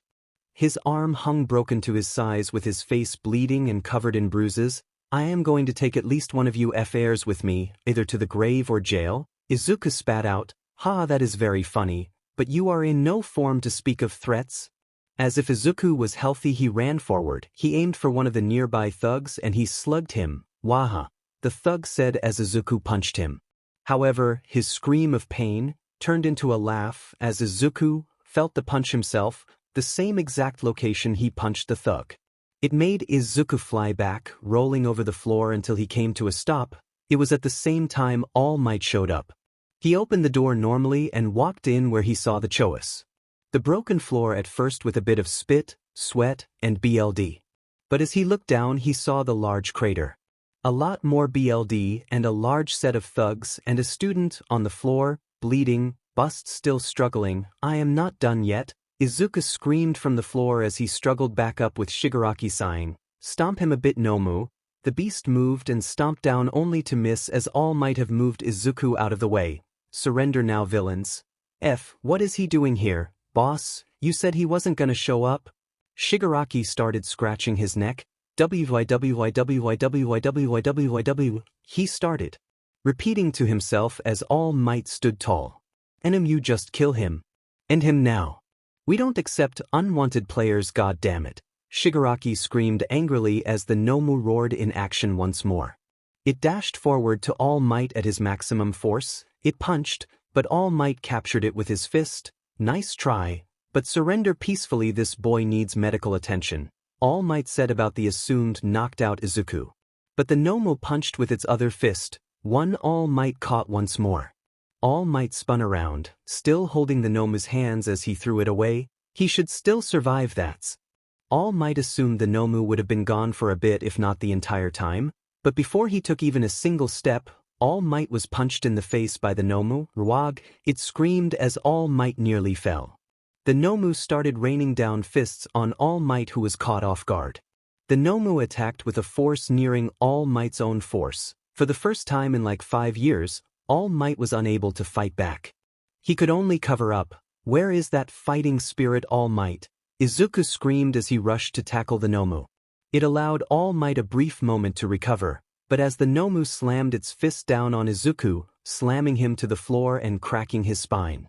But now All Might fought back. He started firing back with punches. Instead of focusing on the entire battleground, he was just looking to fight one thing right now. He didn't notice that Shigaraki had taken this point to flee. To discuss what he learned with his MR, how shameful of myself to be required to get help from a student, one with a dragon quirk nonetheless. Izuku didn't hear anything, he was knocked out and still bleeding. And All Might knew he needed to hurry, even if he hated Izuku, even if he wanted Izuku to be expelled, he wasn't going to let him die here. That was an insult to heroism and youth. To let one of the students die under his watch. So he started going beyond. He started powering up even more and slowly started to overpower the Nomu. But no matter what All Might did, the Nomu kept showing back up. A punch enough to destroy an entire block connected to the side of its head. The Nomu just didn't react. It started to make All Might wonder what this quirk was. It allowed him to be powerful enough to face All Might, but also durable enough to stop punches that would put anyone on their butt. It made very little sense. But if he couldn't overpower this beast, he would just pin him down. All Might started to focus his punches downward, on the knees and arms to slow it down. It was effective, as he dashed to the side and hugged the Nomu, pinning its arms down. This is the meaning of plus ultra. All Might loudly screamed as he leaned back, with as much force as All Might could muster right now. He German suplexed the Nomu in the floor, burying it in the floor, and it finally stopped moving. It allowed All Might to stumble over to Izuku, but as he arrived, All Might dropped to his knees, his body reverted back into its small form as he started puking up blood. He had overworked himself completely. He wasn't going to move from this spot. He still needed to save MidoRyuu. He dropped next to MidoRyuu. Thanks to the loss of blood and damage All Might sustained, he, much like Izuku, got knocked out. He wasn't sure how long he was out, but when he awoke he was being moved. He looked at who was moving him, and it was Izuku, crawling with All Might on his back. What is going on? All Might asked with Izuku just going forward. Not save. Izuku got out, struggle clear in his voice, but as they reached the stairs, backup arrived. Dozens of cops ran in the USJ with Nizu, Gran Torino, and Recovery Girl. They rushed down. They moved to Izuku first. No, the old man first. He is bleeding from his side. All Might coughed, shocked at the words of Izuku. Most would be worried for themselves, and understandably so, but Izuku cared for in his eyes someone he had never met that bled from the side. You're in more need, dearie, now stop moving. Recovery Girl started giving first aid to Izuku. His arm was broken, but that didn't matter that much in the grand scheme of things. His ribs and spine were broken as well. But those again were just not that important. The important thing was the hole in his stomach, where the piece of rebar had pierced him. She used some of the bandages she had with her. She wanted to use her quirk, but it was useless as Izuku barely had energy. She knew she had to bring her energy gummies, but she forgot to grab them in a panic as she organized for a nearby hospital she helped at to arrive where the rest of the students were to help them. Ma'am, I know I should just stay quiet, but I can't move my legs. Izuku groaned out with Recovery Girl trying to keep a good face. It's fine, dearie, I will fix you right up. In reality, she wasn't sure how strong it was gonna be, sure he was gonna be fine in the end. One of the great things about dragon quirks was the healing force they had. Any break was going to be healed. Hell, anything apart from an amputation would be okay. But Recovery Girl had no idea how long it was gonna take. With her quirk it could be a week, but it could also take 10+ years before he was going to start running again, let alone training to be a hero. The fact was, Izuku might have to be forced out of the UA hero program. All Might moved away with Nizu and Gran Torino, who started talking about what had happened. And they were confused. What did they want with Izuku? We need to improve our security measures. This is unacceptable. Nizu said angrily that a group of villains was able to walk on UA grounds twice within 1 week. This is the first sign of war on Hero Society. We will not sit idle after this. We must strike back with force, Nizu said with determination. But on the other side of the coin, Shigaraki came through a portal and walked into a bar. The purple mist man teleported behind the bar and started cleaning glasses without saying a word. Shigaraki sat down on a bar stool. They sat in silence for a little bit before a screen lit up. In a red box it read audio only. "I presume something went wrong?" a calm, deep voice asked, sort of ins. "We did as discussed. I used the Nomu to figure out the dragon. He was strong but nowhere near what he could achieve." The voice hummed once. It then spoke, and, well, the Nomu beat him up and he kept going, but then that oaf All Might showed up and ruined the test. "I had to use the Nomu so I wouldn't kill him. It's fine, it was but a mere tool to use. If it wouldn't be destroyed by the dragon's force, then we could have lost it to All Might, but now all our toys are on the board. We made our first move and now we wait to see how they will react." The voice said, sounding rather enjoying the current situation. But as the scream went off, the voice spoke to himself, "I wonder if it's him."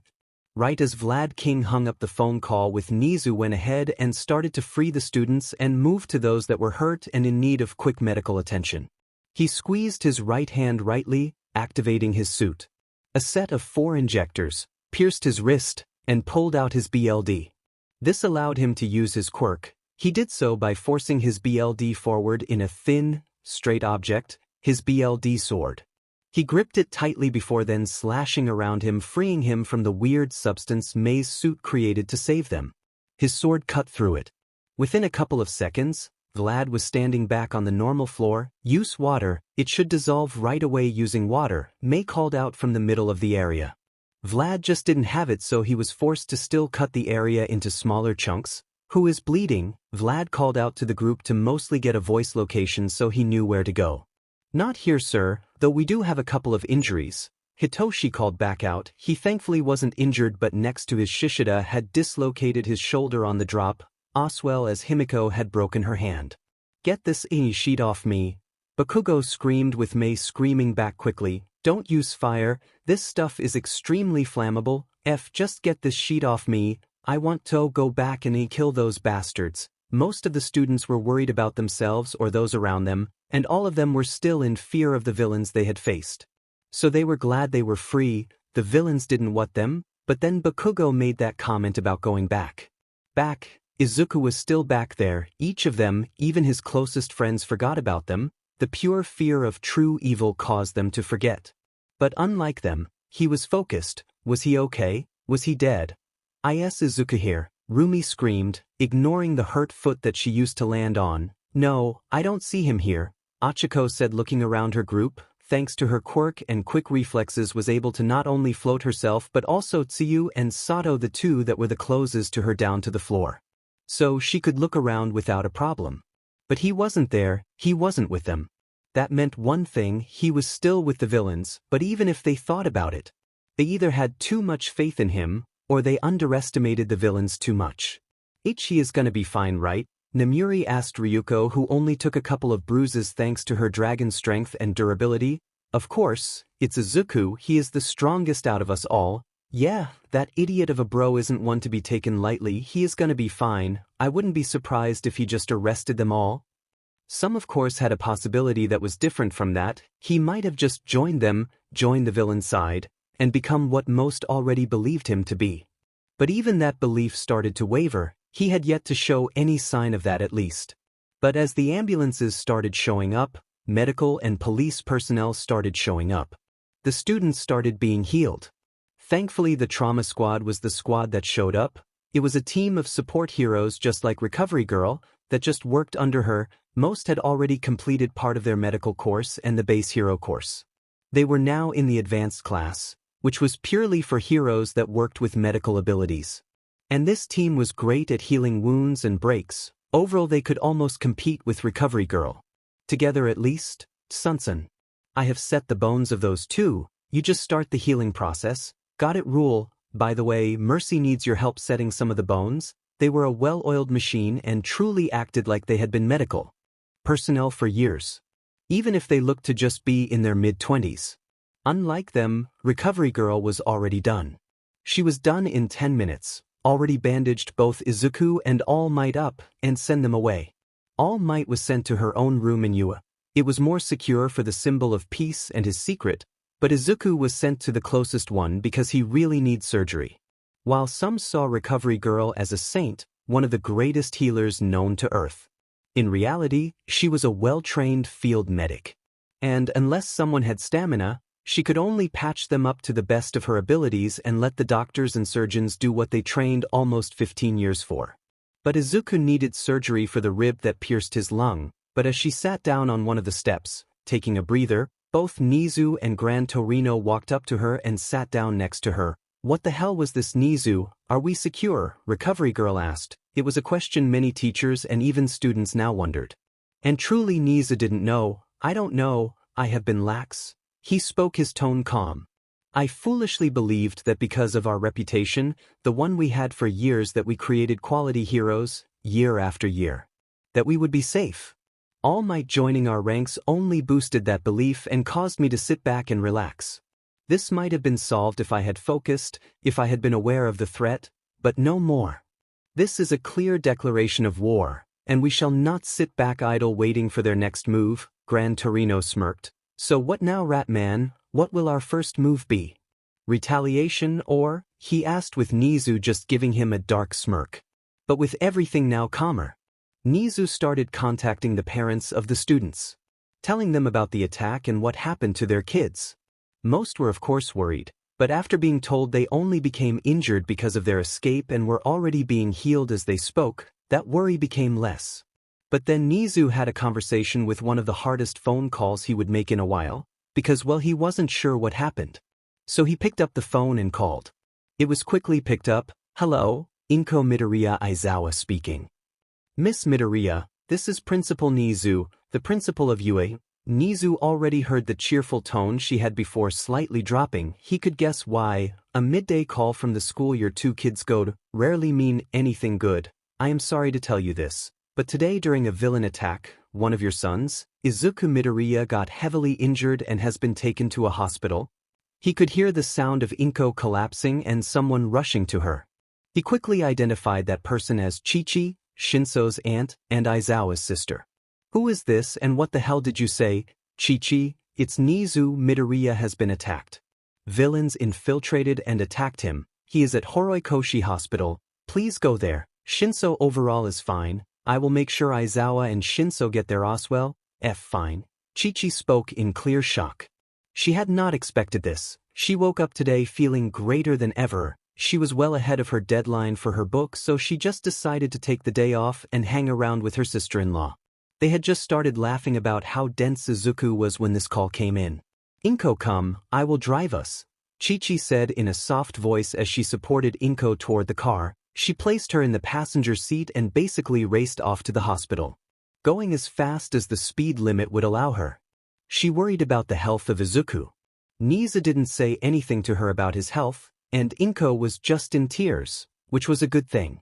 If Inko just wanted to move to Izuku, her dragon form would be far, far quicker. As they arrived, Inko had stopped crying and was now just on a path to her baby boy. Inko stopped for nothing. You could put All Might in front of her at the moment, she would just crush All Might's brains, ball, and heart with her telepathic abilities and go on to see her baby boy. "Where is he?" She almost screamed at the nurse. It startled her, but she caught herself. "Ma'am, who are you talking about?" "Izuku MidoRyuu, this is his mother, I am his aunt." The nurse nodded as she looked at the screen, searching for the name MidoRyuu. "Oh, he is still in surgery, but there is a room saved for him, with people already waiting in it. If you move to the left there, either take the elevator or stairs, it's the 4th floor, it's the first hallway to your left and the 4th door on your right," the nurse told them, with Inko hurriedly rushed off toward the room. Chichi was thankful Inko understood that rushing up to the top room wouldn't bring Izuku there any faster, so they just waited on the elevator instead of running up the stairs. As they reached the room, Aizawa and Hitoshi were already waiting for them. Inko rushed in to hug the both of them. It crushed them slightly, but they understood. Inko grabbed Hitoshi's shoulder and looked him over. "Why, you're fine, right? You're not anywhere?" "No, Mom, I am fine, just a couple of bruises." This got Inko feeling better as she then looked at her husband who had his arm in a sling. "I am also fine." It looked a lot worse than it is. "It's already healing well. Izawa said as he moved his arm slightly, showing it was in fact healing well. I should have the full range of motion back tonight. Just sit down and let's wait for Izuku. But unlike them, the other friends of Izuku, the ones he grew up with, just had to stay back, against their will. They wanted nothing more than to just be standing right next to them waiting for Izuku to show up, but not only did the hospital not allow that amount of visitors, so they were forced to just stay at their home and heal. It resulted in mostly them being around their phones asking for updates from Hitoshi, who gave the same message to all groups. He is not yet here, I will update you when I know something. Are you really okay, uncle? Nana asked. Toshi was drove them home.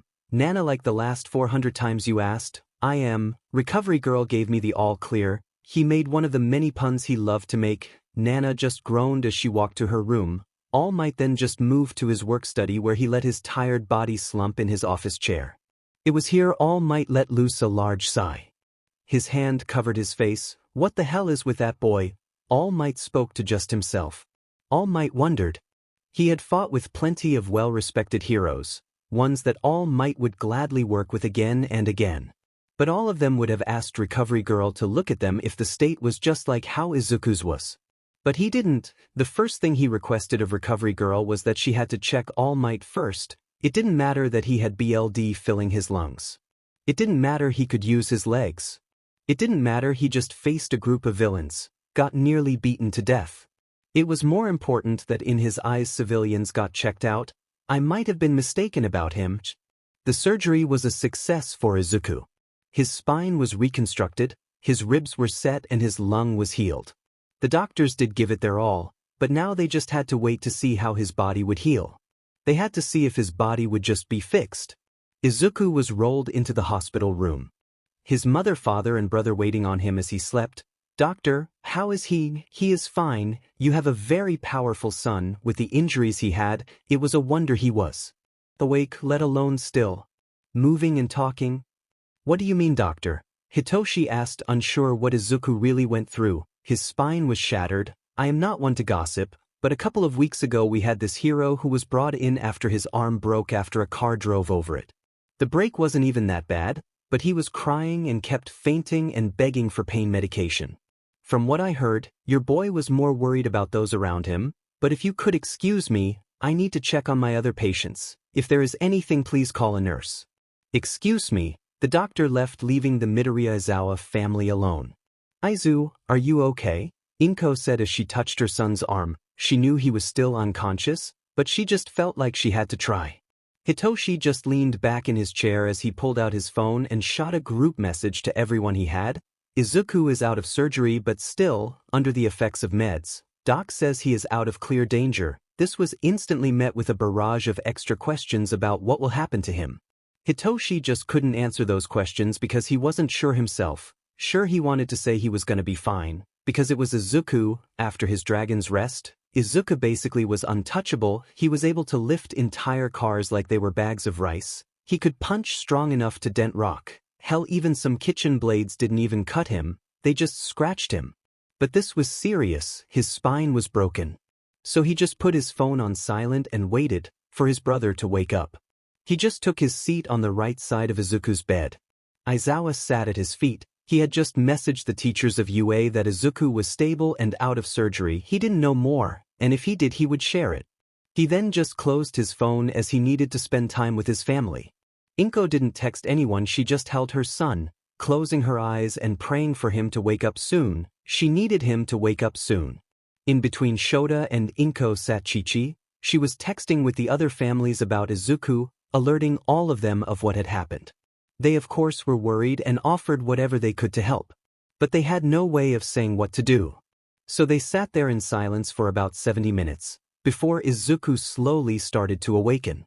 His eyes slowly opened up as he groaned, alerting his family and bringing them to the edges of his bed. Inko started with Izuku trying to make a word, but it just came out as a dry groan. I can't move, Izuku finally spoke. He was unable to really move, all he could really do at the moment was move his arms. That's because of the doctors, they fixed your spine, but for it to heal, Inko moved the blanket, showing a weird metal and plastic guard they placed on his, stopping him from moving his spine even a slight bit. I will get a nurse, Hitoshi said, basically running out of the room in case they needed to do some test. Is everyone else fine? They didn't go after the others, right? Izuku said he knew Recovery Girl showed up, but even that he wasn't sure of. Everyone is fine, even I am just doing this for show, Aizawa said, already moving his arm a slight bit. What about the old dude? What old dude? All Might showed up. I tried to help a bit, but I can't really remember what happened. But when I woke back up, there was this old dude that kinda looked like a skeleton with some BLD on his shirt. I did my best to try and drag him away, but it's all kinda fuzzy, Izuku admitted, with Aizawa giving a smile to Izuku. He is fine. You just worry about yourself. I don't want to sound grim, but I also don't want to lie to you. He stayed silent for a bit before he wanted to speak, only for Izuku to interrupt him. I might be paralyzed from the waist down. Yeah, one of the villains broke your spine. Found one, Hitoshi said as he walked in with a nurse. Hello, sir, I just need to check one thing. Please let me, the nurse asked as she walked toward his feet. She grabbed her pen and pressed it into his toes. Do you feel this? Yeah, I do. She smiled before pressing it on different locations. Good news, your nerves aren't damaged. Inko smiled happily. So he is fine, he won't be paralyzed, but even with the quirks of our staff members, he will need to take it very slowly, but the doctor will tell you more about that, the nurse explained before walking off to find the doctor. The girls were worried for you. Oh, that's nice, I should tell them I like them back. Izuku said this without much weight, but it felt like an entire record scratch just went off in the room. Excuse me? Inko asked, loudly shocked as her dense son apparently knew. You knew? Hitoshi asked with Izuku shaking his head. No, I don't know why, but I woke up and it just made sense. Hitoshi laughed loudly, seeing the enjoyment that Izuku quite literally had the denseness beaten out of him. Wait for what? I can't joke with you anymore, Chichi said. Over the years of knowing Izuku had found a love for saying slightly inappropriate jokes and having Izuku answer them just as pure as a nun would. Nope, you can't, but now that he seems to understand you, can always tease him, Aizawa added with a chuckle. Izuku just laid his head back down with a sigh. I need to get stronger. Why is that talk happening now? You need to just focus on recovery. Inko instantly responded to Izuku's statement. No, they are coming back. They basically said as much to me. Yeah, about that, did they say why they wanted you? Hitoshi asked, but Izuku stayed quiet for a bit. They wanted me to join them. That's insane. Why the F would they ask that of a hero student? Izuku's family was together in this, so why would they want him? It started making a bit of sense to Aizawa. They must have been the ones to break in. Izuku yelled in a voice only a dragon user could during the break-in. They must have heard it then and wanted to recruit him. He would talk with Nizu about this, possibly coming up with more protective measures to make sure that if there even would be a next time they would have been prepared. Well, at least your lazy attitude is gone. And don't worry, Izuku, the second recovery girl gives you the go-ahead, I will work you to the bone, and I will make you stronger than anyone else, Aizawa told his stepson with a smile. Izuku was forced to stay at the hospital for 2 whole days, but during those 2 days, recovery girl showed up daily and gave him a heal. Sadly, because of the area, Izuku was forced to stay in for a speedy recovery meant that no people were able to visit him, which meant no mom, no dad, and no girls he wanted to confess to. But during that time, Izuku meditated a lot. It was the only real thing he was allowed to do. So with his leg crossed, his hands on his knees, he sat in silence. It was there that he was able to come to a couple of understandings. First was that he couldn't just confess to the girls, he liked multiple of them, and it was pretty clear that multiple of them also liked him, and of course, he had been dense for years, so dense fact he kinda wanted to hit himself. Hell, when he showed his tattoo off when he got it, the girls FING fainted. So, he made a plan, work my butt off during the sports festival, make it to the #1 spot, and afterward confess his feelings to all of them and hope for the best. Second thing was that he felt the energy within himself. It wasn't his first goal mediating, but he was glad he found it. This energy felt weird.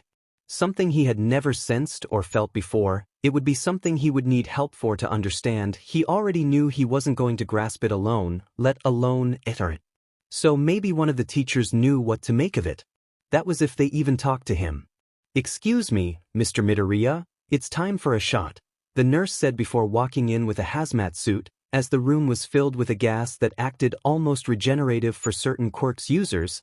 but it acted like a narcotic for others. Okay girls, we need to come to an understanding. We all like Izuku and he is just too dense to get it, so we need to figure it out. Do we dump our feelings on him or what? Nemuri said as she was on a video call with the girls that had feelings for Izuku. I mean, it's not like we can all date him, Ryuko said, not ashamed to admit as much. Yeah, and we should at least give Izuku the chance to pick who he likes the most out of all of us. Himiko asked, with Mina adding a question. What if he doesn't like any of us? What if he is gay? Or what if he likes one of the others from school? Like who? That beach that fought him on the first day? Or the other sheets that keep insulting him with every chance they got? Nemuri snapped back, clearly said at those girls. The girls kept talking about it, and the more they spoke the more they just ended up postponing asking him. They thankfully had the week off. Nizu had called it personal time to deal with the aftereffects of such a traumatic event. And it was, but it also gave the teachers and Nizu a 7-day window of upgrading the entire UA system. They were in the first full systems upgrade when Nizu was called by Aizawa, who was in a voice chat with Izuku. Hello sir, I have a request I must make of both you and UA. Izuku sounded serious, something Nizu had not fully been expecting. Of course, please go ahead. Nope, we are still waiting on Vlad, Aizawa said, but right as he said this, the BLD Quirk user joined the call. What is it? I am busy helping Cementos move stuff. Sorry sir, but I would like to request a leave of absence from UA until the sports festival. Why is that the case, MidoRyuu? Has the villain attack done something to you? Sort of sir, it's just that I need to do something, and Aizawa has found where I can do this. I just need some time off in order to do it. It was quiet for a bit before Vlad spoke. I don't mind, not like one less kid will keep me away. Fine, I will allow it, under some conditions, Nizu said with a sinister smile. The class sat waiting for Aizawa to show up, looking around as some of the spaces that were normally filled were now empty, but perhaps they were late, or maybe they were in talks with Aizawa. But as the door opened and Aizawa walked in, only Aizawa got confused. Sit down, I got stuff to talk about, Aizawa said, placing a paper down in front of him. As you can see, some of the students are gone, because while they weren't cut out for being a hero, Shota, Koda, and Shoji left you, being in the same class as a dragon user and the attack being the reason they left. Aizawa didn't hide the fact they left. But sir, what about MidoRyuu? Nijire asked, seeing that his seat was also empty. MidoRyuu didn't leave. He, however, took some time off. From my understanding, he will be back by the time the sports festival will happen. But enough of that. I understand that the USJ was scary, but unlike those that quiet, I hope you all use that fear and strengthen your will with it. Don't let that fear control your actions and use it as fuel. School started like normal, but for the students, it felt weird. The teachers all acted a little different, perhaps because they felt like they had failed, perhaps it was because they were still worried for all the students, but it felt off. Something else that just felt odd was the fact that all the students felt the hole created by those that left and Izuku. For some, it was as easy as not having to lean to the side to look at the teacher, but for others, it was bigger than not having that one person to ask for help next to them. But then it was lunch. The group found their table, but now more people had joined their table. Hey Hatsum, I have to ask cause it's been bothering me since we started here at you. Do I know you from somewhere? Mei just looked up from her notebook, the one she was scrabbling crazy ideas in. Oh yeah, I gave MidoRyuu a seat, she offhandedly said before shoveling a big bite of rice into her mouth. This stopped the group, however, from eating. Wait, that was you? Nemuri screamed, remembering the incident. Silence, Rumi whispered and yelled at Nemuri as she threw her hand on the woman's lips. Yeah, why? I am lost, Yui asked, with Mei explaining it as if was just basic math homework. A bit ago, I was walking about and heard a boom go off, and so I look and see this dude on the floor with them all looking shocked, so I just did some CPR, and yeah, you didn't just did some CPR, you saved his life. How can I ever thank you? Hitoshi asked, with Mei just shrugging. Can you get your dad to sign off on some lab time? Mei was a simple woman. She wanted only a few things. She wanted to create her gadgets, or as she liked to call them, her babies. She also wanted to be the first hero that used her own gadgets in battle. But so far she had very limited luck with creating new babies at UA because the lab was restricted for those in the support course. She tried going around this by requesting to be in both the hero course and the support course, but that was not something they were okay with doing for some reason. Sure, I will see what I can do, Hitoshi said. He had some chips to play on his father, And I mean as a sign of appreciation to the woman that saved his son's life. It was not that big of a request. Weird that you know CPR, didn't expect that from you. Mei laughed at Setsuna's words. When I was 9 I tried making a life-saving robot, like one that could do it all, but it didn't work. But to make it I had to learn CPR and stuff. Why didn't it work? Ryuko asked. Oh, it crushed the dummy I was using before it exploded. Lunch was a little awkward after that, but the friend group grew. After the classes, they had a free PRD which the group chose to use to train. Right now they had divided themselves to accomplish their own goals. Shinso was together with Namuri, Setsuna, Tokoemi, Nijire, Himiko, Kyoka, and Jozu. They were on the mats, perfecting their fighting skills as they would need them in the final rounds of the sports festival. But on the other side, Achiko, Rumi, Ryuko, Mei, Shishida, Mina, and Yui were at the weights. At the moment, Achiko was doing squads with by far the most weights on the bar, but then again she was also training her quirk so nothing had any real weights. Ryuko, however, did have the most weight, easily having the weight of a fridge on the bar as she was doing 4 sets of 8 reps with an overhead press. Rumi was down on the leg press, pressing the weight of a small car away. Shishida was just doing simple barbell curls with 15 kilograms on each barbell. But then you had Mei who was lifting nothing. She was just taking notes. One of the things she had figured out was that her suit really didn't do a lot for her at the moment, it just looked cool, so she wanted to add some cool stuff. Sure, she had the foam, but now she was looking at Ryuko and Rumi to see how they were able to lift that amount of weight. She was looking at what locations she would need to add strength to. Mei had figured out the joints such as the elbow, knees, and shoulders, but from what she saw on Rumi and Ryuko, she would also focus on the spine. On the opposite side of the gym, Himiko was just helping Setsuna and Namuri with a simple, yet effective stranglehold that they could use on a lot of people. No Nem, slip your leg a little low there, it's harder to struggle against it.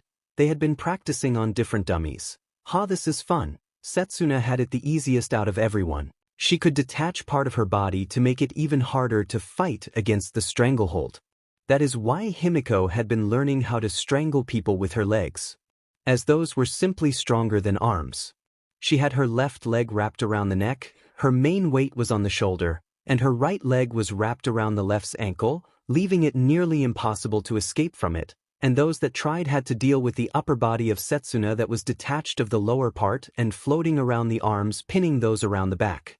It made Setsuna happy that her quirk was nearly perfect for strangling people. Fumi, don't just rely on Koko, you must fight yourself Oswell, Hitoshi Simple said as they began their spar. He had ordered Koko back in Fumikage so they could work on his hand-to-hand.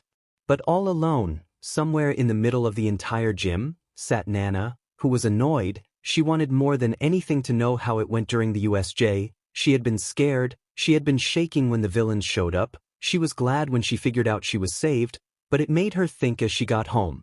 Toshinori didn't say anything about Izuku, not how injured he was, not how well he did or how useless he was. He just kept quiet on the whole thing.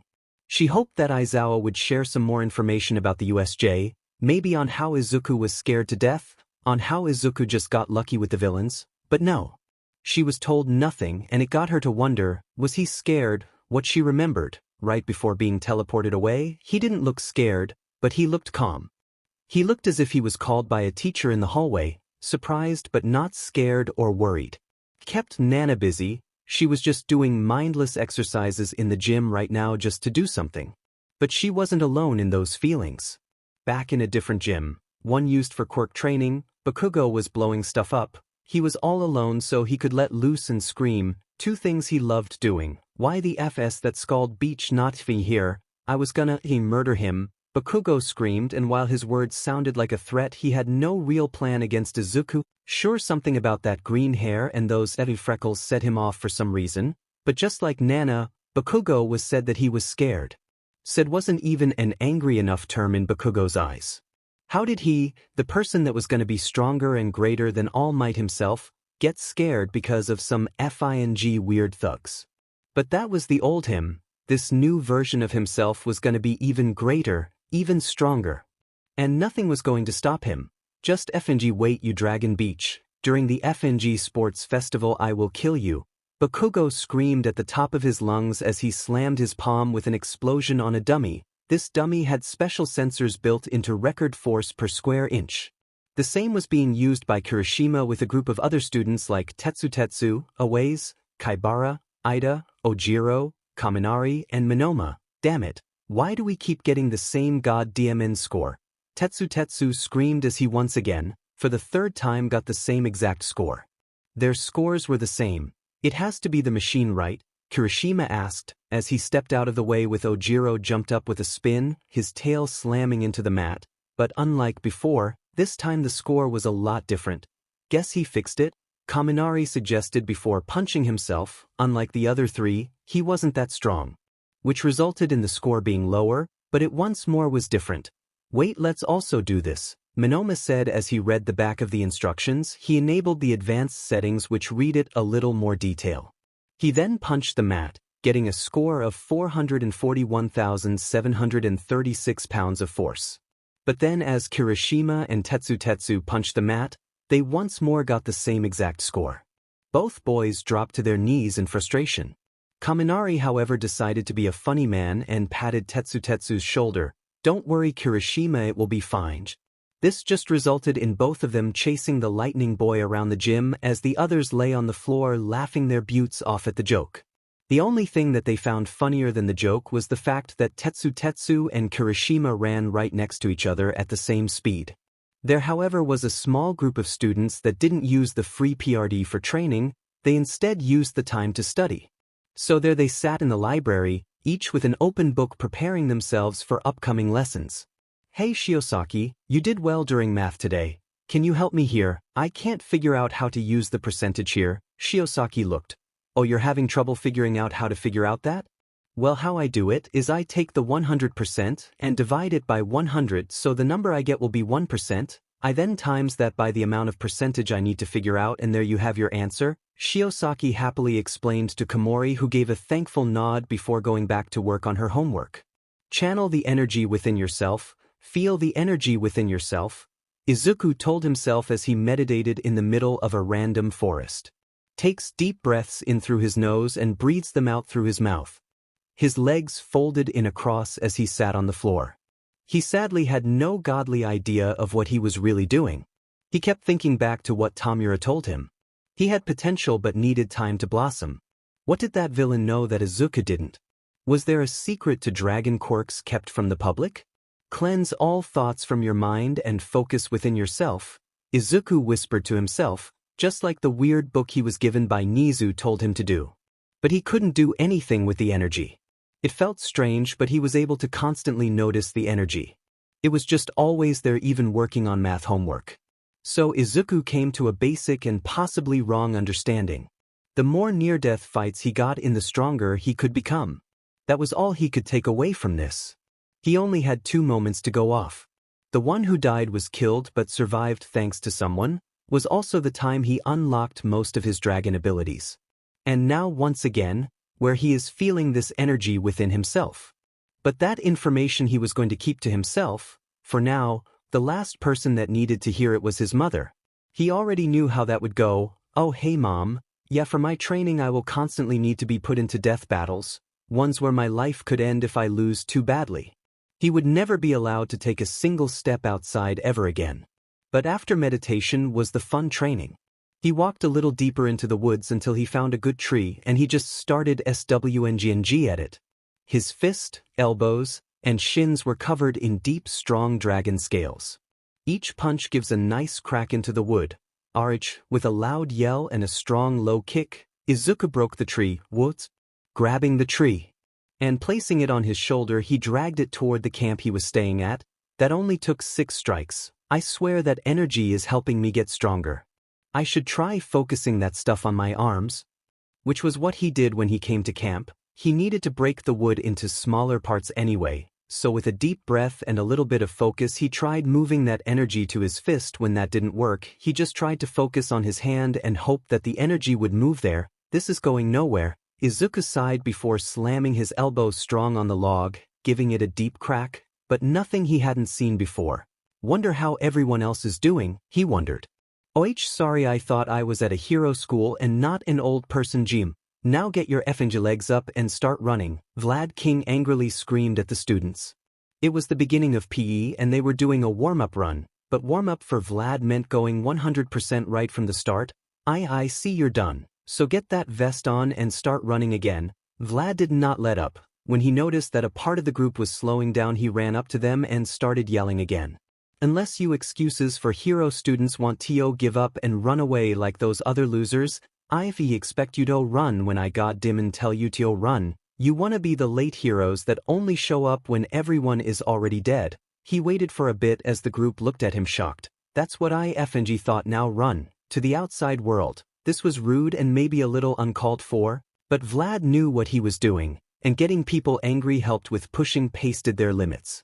Sir, should I run Oswell? Ryuko had finished Oswell. Rumi shortly thereafter. Yes, get a vest and give me 2 extra rounds. Dean, this is fun, Rumi said as she put on a weighted vest. Get out the effing way. Bakugo growled as he grabbed 2 vests and put both of them on. That's what I like. Good job, Bakugo. Now don't start crying halfway through. The running was to train endurance. One of the most important abilities of heroes. You can't really start feeling winded and giving up the second a villain starts to run from you. But Vlad noticed something that annoyed him. Why are you holding back? You're giving up? You gonna quit already? He screamed at Nana, who stayed quiet. She was just feeling a little tired and was in the middle of the class. But that was something Vlad didn't care about in his class. You gave it 100%, you could just F off, and he was gonna press all your buttons to get 100% out of you? What is wrong? Don't have to show off in front of the dragons so you don't care anymore? Guess seeing he destroyed your score, it's understandable. Nana charged up her quirk and started running harder than before. She quickly made it to the finish line and put in 4 different vests, putting an extra 100 kilograms of weight on her shoulders, and she started sprinting once more. That's more like it. Vlad smirked seeing all his students were sprinting. Tokij, I said run not float, so get those legs moving. Ah, come on, she whined before going back to running. She tried floating with her quirks but seems that it wasn't training. When you're done running, drink and this IT down here. Vlad pointed at an open spot nearby. He would just give them a small breather before going forward with the next stage. Oh, this brings me back. I remember putting Vlad through the ringer. Gran Torino laughed from Nizu's office. Yes, I do. Oswell, seeing you did it yesterday, Nizu said with a chuckle as he joined his friend. Do you think they will do well during the festival? Oh, they will do great. It will be great fun seeing it. I am just wondering how everyone will react to the news UA has 2 dragons. Oh, they will cry in outrage, then they will demand expulsion. But just like before, I will ignore them. Nizu had one golden rule about his school. Only those around his school had a say. Any outraged hero or commissioner could in all fairness go F themselves. It was the main reason UA brought the best heroes, how they consistently brought out heroes that made it to the top 10. Still I wonder how he will do. It was the main wonder for most teachers at UA. Most students buckled under all the cheering they received. But Izuku was going to have to deal with anger and hate. And this was going to be a new amount of hate. Inko, sweetheart, I understand your worries, but it's fine. Nobody knows where he is staying. We dropped him off ourselves. He could have picked 3 locations only Nizu and he knew about. And each of the locations was equally as far from the drop-off point, so there isn't a possible way for him to be followed. Aizawa had the same call with Inko he had every afternoon. Aizawa at the moment was relaxing at a coffee shop during his patrols. You told me, but what if? Inko never stopped worrying. It was part of the reason Aizawa was in love with Inko. Inko, don't worry, it's only 1 more week and he will be home. You said you were fine with his idea. I know, Shota, I know, but it's so strong not knowing where he is. I just worry. Just relax, in 2 hours Hitoshi gets home, and so do the others and you can worry about them, but I gotta go, break is over so have bad guys to stop. Love you. Love you too, and be safe please. Aizawa hung up with a smile on his face as he took the final sip of his coffee, paid the bill, and walked out. The patrol had been pretty easy. All he had seen and stopped today was a single fight, but that was between 2 friends. One had apparently F'd the other girlfriends, but after Shota showed up, that stopped right away. I told you to give me the F&G money. Aizawa looked in the store as he saw a man holding a small pocket knife while pointing it at the cashier who looked absolutely terrified. Shota entered in stealth before appearing behind the man and throwing him down with speed, making the knife leave his hand. "You all right, sir?" He asked the cashier, who nodded before shaking his head and rubbing his eyes, seeming to try and shake something out. "What happened to his large knife?" The cashier asked as he looked around the floor for the knife that seemed the size of a foot. Aizawa just placed a little pressure on the shoulder and asked the question, "Where is that knife?" There isn't one. That just my quirk." It was only as the police arrived that Aizawa learned the man's quirk. He was able to change the look of anything in his hands with something of the same sort while making eye contact. So if he looked at you while holding, let's say, a water pistol, he could make it seem like it was a real gun. Or how he did it now, turning a small, not even sharp pocket knife into a razor-sharp, large combat knife. It was a pretty interesting quirk one-on-one, but in a group, it was mostly useless.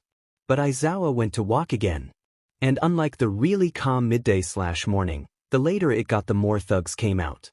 "Come on, buddy, my shift is about to end, and I really don't feel like adding overtime because of you," Aizawa told a villain that just showed up to fight him. "I am going to kill you for what you did to my brother." The man ran to Aizawa, his fist strong like a metal, only for Aizawa to activate his own quirk, stopping the guy's quirk and giving him a high kick to the jaw, and flipping him on the floor. "Why you won't stop the Hatton brothers that easily?" He began to struggle, but Aizawa had him easily under control. But then, again, he had no idea who he was talking about.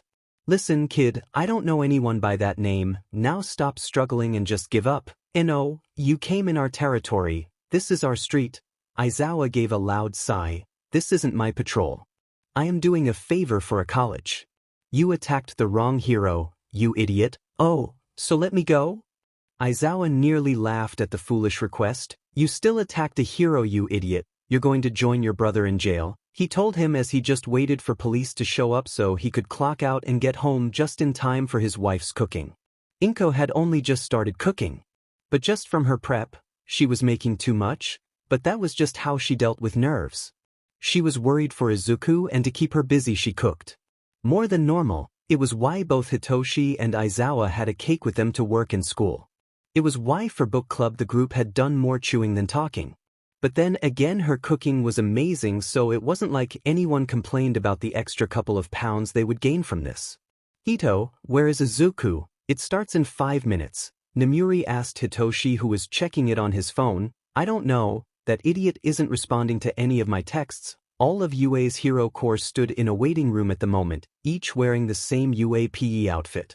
It was the day of the sports festival, a day everyone had been training for, and the day they would see Izuku again after being removed from him during the USJ. "Maybe he has come to his senses and will stay away from the hero course," Ida said without any thought. "Ida, at least he stood and fought while we were happy to get out of there," Nana said to him, a little annoyed. She knew Izuku didn't quit that easily. He was strong, both in will and body. She still believed she hated him, but even if she did, she knew he was going to show up. "I hope he does. I will beat his butt into last place and show why I am the greatest," Bakugo loudly screamed, all while the group still waited on Izuku, who was sitting in the back of the bus, his leg bouncing impatiently and annoyed. He was so late. It annoyed him to no end. How could he have been such a effing idiot? The bus was going to UA, but the main problem was that he was already 10 minutes late. 10 minutes ago he should have been at UA. But last night, he simply forgot to plug in his phone and it died, so his alarm didn't go off, and he overslept, so he had to hop a multitude of trains to hopefully still show up on time, he hoped. It wasn't like he could go faster. He wasn't controlling the bus. He couldn't even send them a message that he would be there. He just had to wait and hope. Thankfully he was close. He was gonna get out of the next stop and just pull a sprint to UA. But there he heard it, right in front of him. "Mommy, I can't wait to see the sports festival." A little child was excited. It made him smile, and gave him just more reason to show up and show off his skill. And just like this kid and his mother, many others would join in and watch. "Kai, come on, I know you want snacks, but it's almost starting," an unknown man with long hair tied in a ponytail said. He was pretty slim, but still well-trained. By the strange outfit he wore, it was pretty clear that he was a pro hero. And he was ranked number 5 on the last pro hero ranking, right behind Ed Shot. Mostly seen as a strange man, but one that used his quirk to efficiently capture and defeat villains. The door was kicked open. Out walked a woman. She had an entire basket filled with different types of food and drinks. "Oh, shut it, Raven. We still have like 10 minutes before they get introduced. And I needed my cheese melted on my nachos," Raven's wife Kai called back before joining him on the couch with the basket placed below her. "Now let's see if these kids will have some spunk." Kai laughed as she stole the remote from Raven and turned the volume way up, even ignoring Raven's request to tone it down a bit. With a bit of waiting, Present Mike was finally heard giving the announcement that the UA Sports Festival was finally starting. "Ladies and gentlemen, boys and girls, after a long and painful wait, your hopes and dreams will come through, as the UA Sports Festival for the first year is about to go down. And you better call the fire department because it's about to be lit," Present Mike screamed through the microphone, making the newer generation cringe a little, but they powered through it. "Now, like New Year's, this will be a banger, but before we can let it loose and go crazy like a goose, we gotta introduce the competitors. So here they come." We started off with those that learned to manage everything. From shoe stores to hero agencies, we have the first year's Department of Management. UA had done something for Izuku. Instead of having the UA hero department first, they went backward. This class wasn't really much to look at. A total of 60 students didn't really look that well trained or willing to play alone, but they still walked on the field, hoping to be walking back as soon as possible. Now next up are the gadget makers, those that work on the stuff heroes use to work. We have the UA Department of Support. Out came a bunch of people that just didn't want to be there. Many outside of perhaps the next two groups didn't even want to be there, as it always felt like they were just there to make the hero students look good. But they still stepped outside. They, however, had briefcases and backpacks with them, filled with items they created themselves. Next up are the general education students. Much like the other classes, if they do well here, they might make it into the hero course. Unlike the other two groups, these students wanted to be here. This was their chance. If they showed what they were made of, they could enter UA's hero course, a course they failed to get into before. They were not prepared for the exam, but now they were. Can they rise to the occasion, or will they sink and fall? Part of that is up to them, and part is up to the next group, the Department of Heroes. Unlike the groups before, this resulted in an explosion of cheers. Louder than before, more than before, all because of the fact these students were the next generation of heroes. The ones with the flashiest of quirks, the strongest of strong, the next generation. The ones that will keep it all safe and sound. "Let's make some noise for the UA Department of Heroes," Present Mike screamed, and out with the rest of the class, well, at the same time, but in a different area. Covered in sweat and breathing heavily. Wearing his pea breathes and a black shirt, his jacket still in hand. He jogged up the group. Part of them smiling as they saw their friend again, and part frowning that he was still in UA. "You cut it a little close, don't you think?" Hitoshi asked as Izuku breathed heavily with his palms on his knees. Isn't there like a fashionably late excuse?" Izuku just got some laughs. "Hope you got stronger, MidoRyuu," Nana said with Izuku just smirking as he stood up straight. "Oh, way stronger, just wait and see," Izuku said as he found his wind again. Just in time as Present Mike got finished with his over-the-top introduction, now a word from the first year with a score that set a new all-time record. "Welcome Izuku, MidoRyuu," he announced as Izuku with a sigh walked up the steps right to the mic. It was a request by Nizu himself. Normally it was a question if they wanted to do it, but Nizu told him if he wanted to get the time off he had to. And he had to be honest about some stuff. "Hi, I am Izuku MidoRyuu. I took the highest score away from All Might. I blew it away. I did this with a dragon quirk." Izuku popped out his draconic wings. It was the reason he didn't wear his PE jacket. He could see and hear the shock. Nobody cheered. They were scared. "I'm going to become the first ever pro hero with a dragon quirk. I'm going to show you all that it's not a quirk that makes the person, but it's a person that makes the quirk." Izuku chose to spread his wings, much to the clear shock and fear of the spectators. The heroes in the stands quickly started yelling for Izuku to be arrested, for All Might to show up and deal with this. But All Might was already there. He sat in his deflated form in the teacher's area, looking at what was going on and wondering what Nizu had in mind. Nizu however put his second action into play as he noticed some pros starting to ready themselves to fight Izuku. Any action taken against MidoRyuu or any of the students here today will be seen as an act of aggression to hero society and will be met with the max possible punishment. This rang through the speakers, Nizu's tone serious but friendly, which made it sound oh so scary. The fact he sounded friendly as he delivered a threat that would ruin their lives completely. But after that Izuku spoke again. Just as serious and just friendly as Nizu sounded. Even if everyone hates me, even if you all want to kill me, I will still aim to be the best hero I can possibly be. I will do everything in my might to save everyone. I will become an example of what society's worst can do.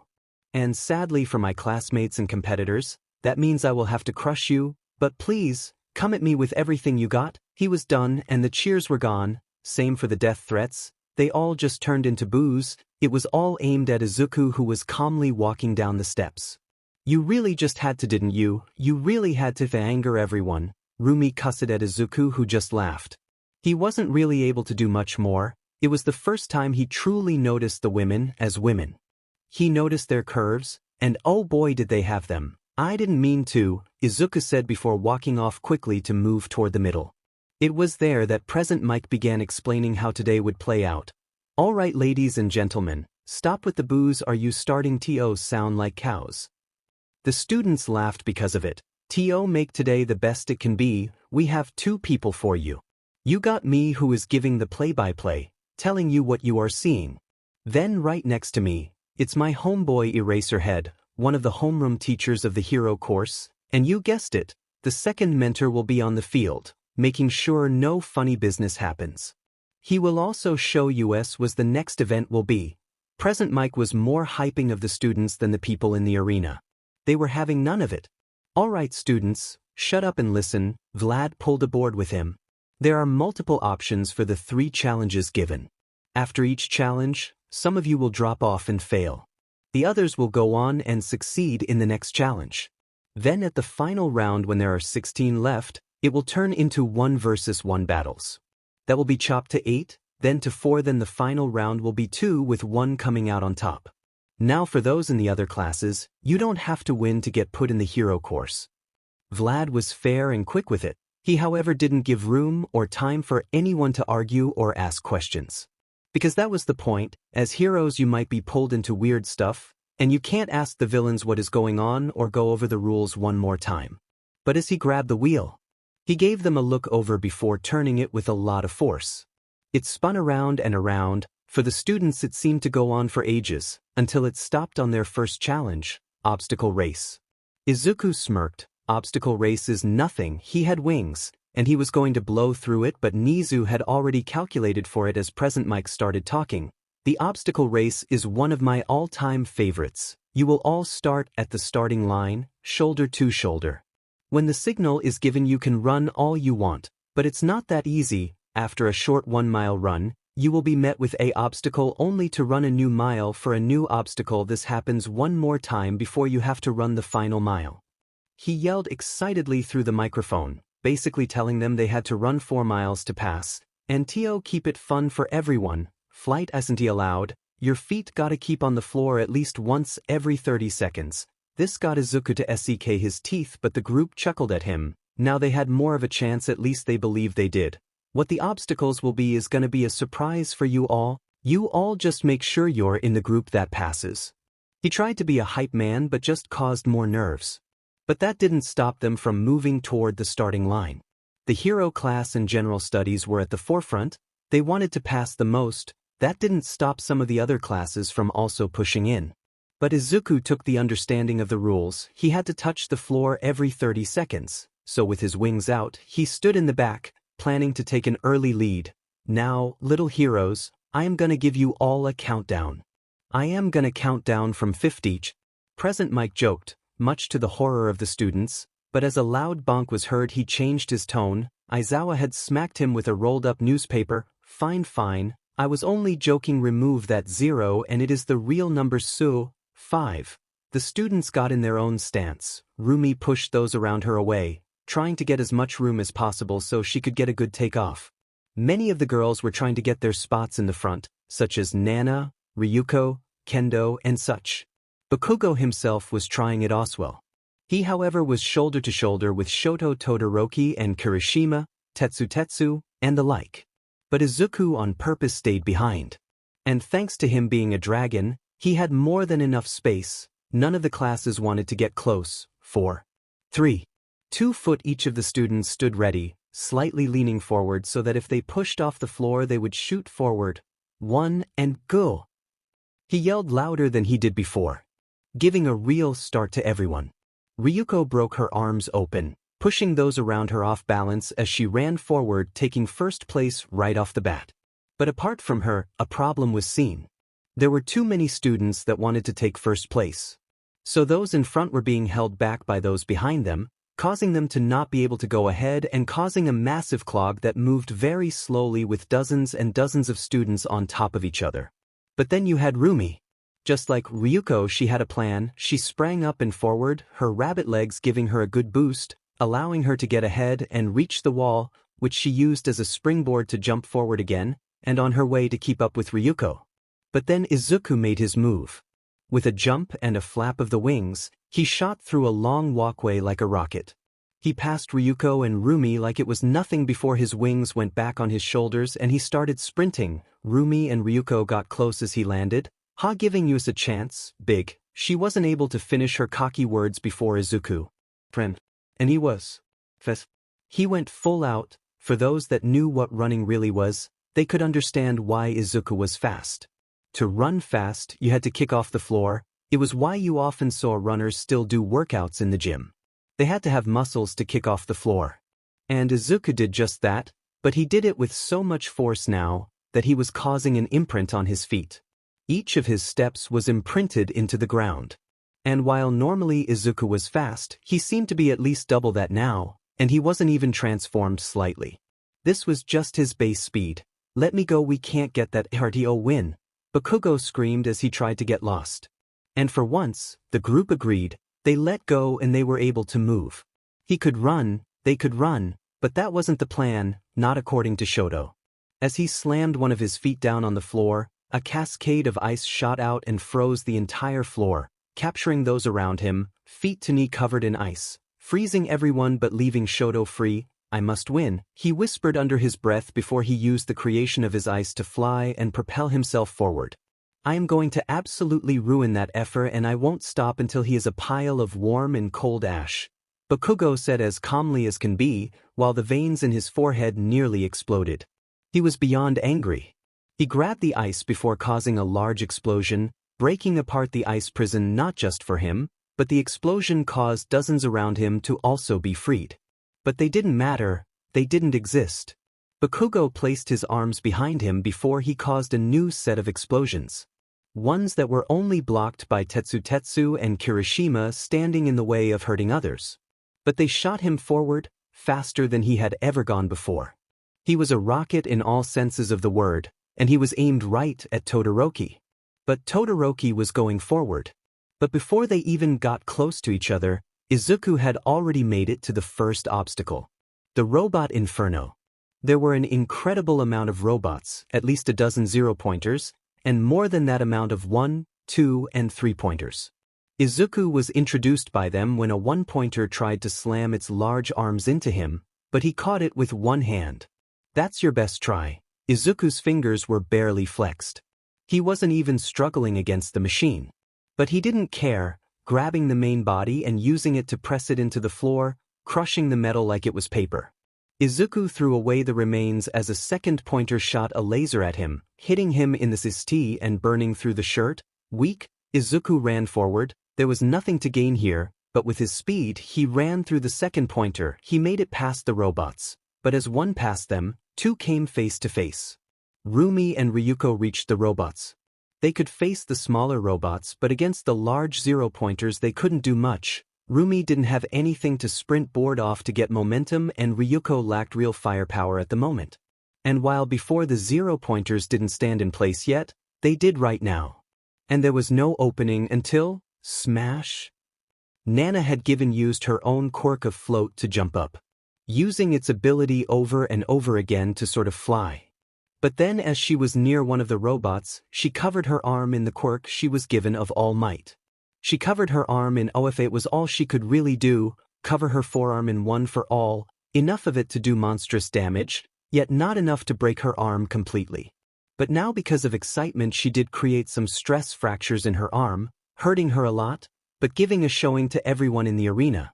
As she fell down, due to the pain she could catch herself, and thus she was caught by Ryuko.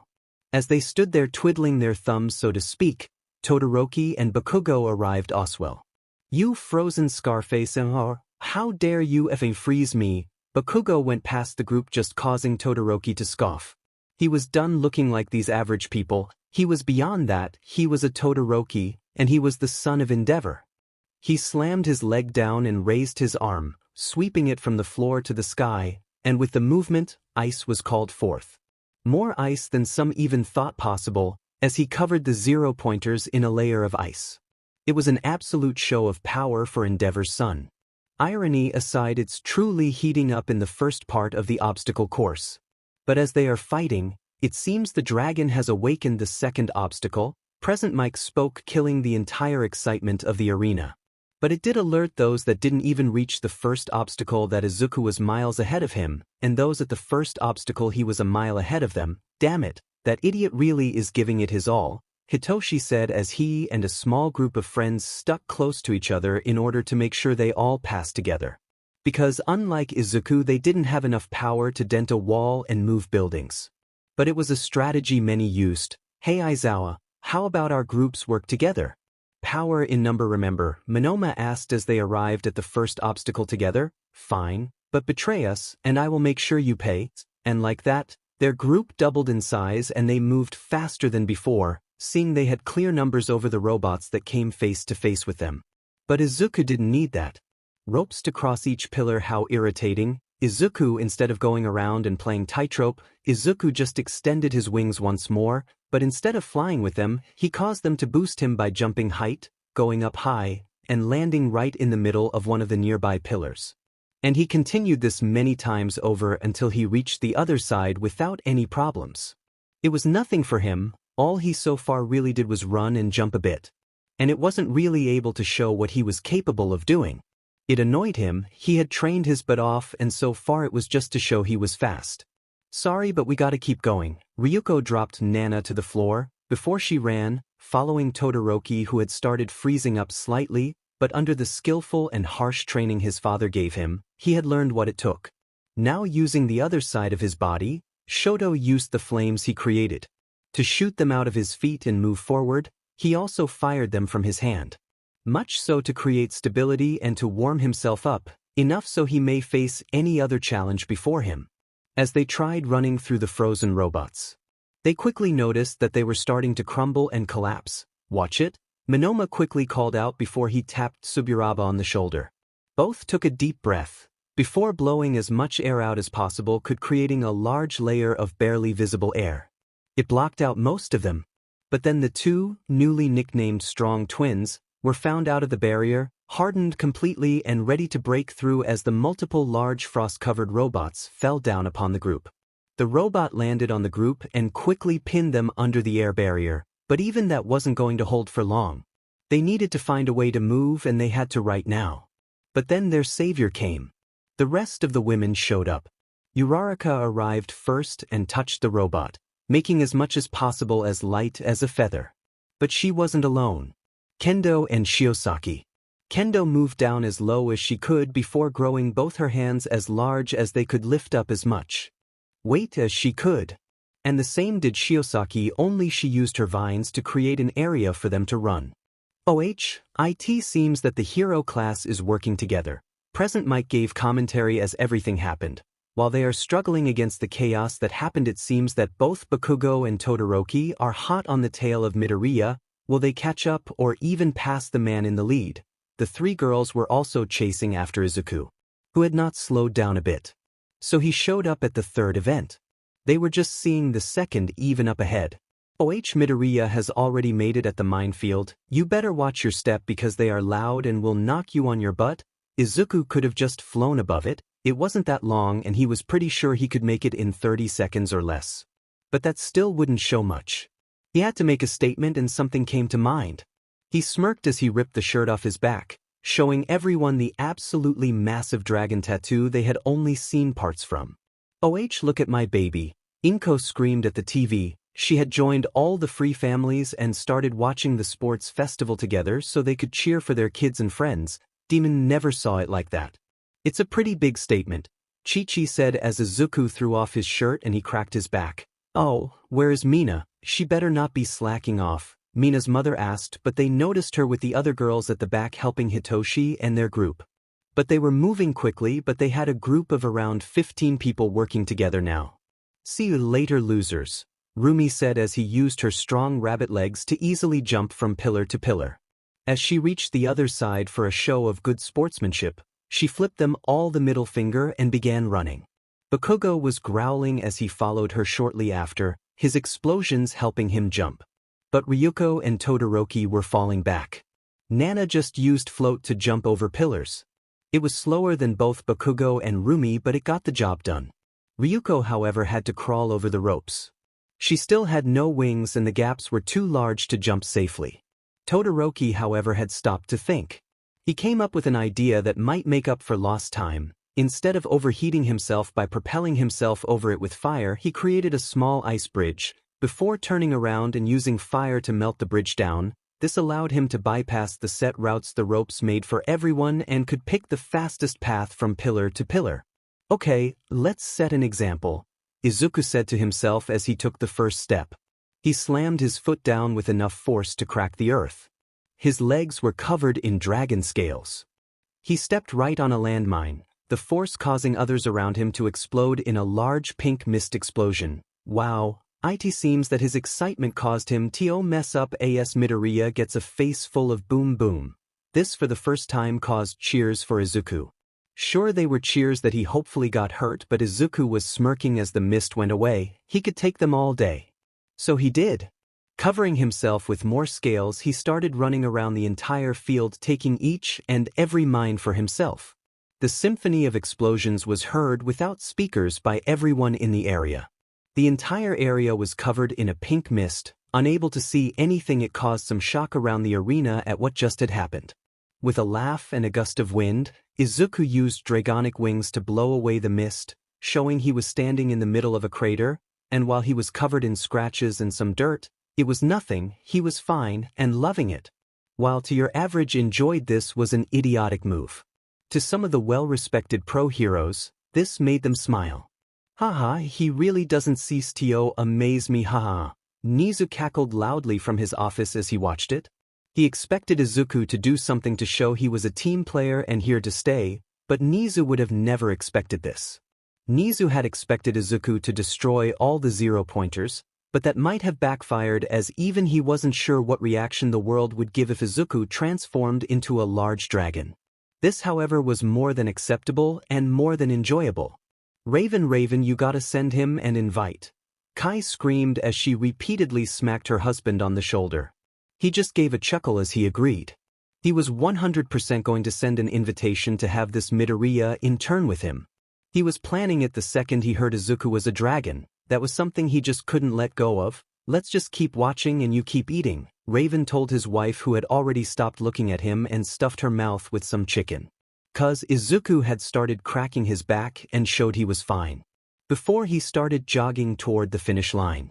"Here, let's do this," Monoma said as they came to the second part. "We need to get our class over as fast as possible." He wanted to say more, but Mei started laughing.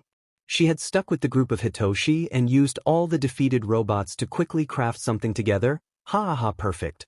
Mei lifted what seemed like shoulder cannon up. She aimed it right at the first pillar that they wanted to use and fired the cannon. It shot over and penetrated the other wall.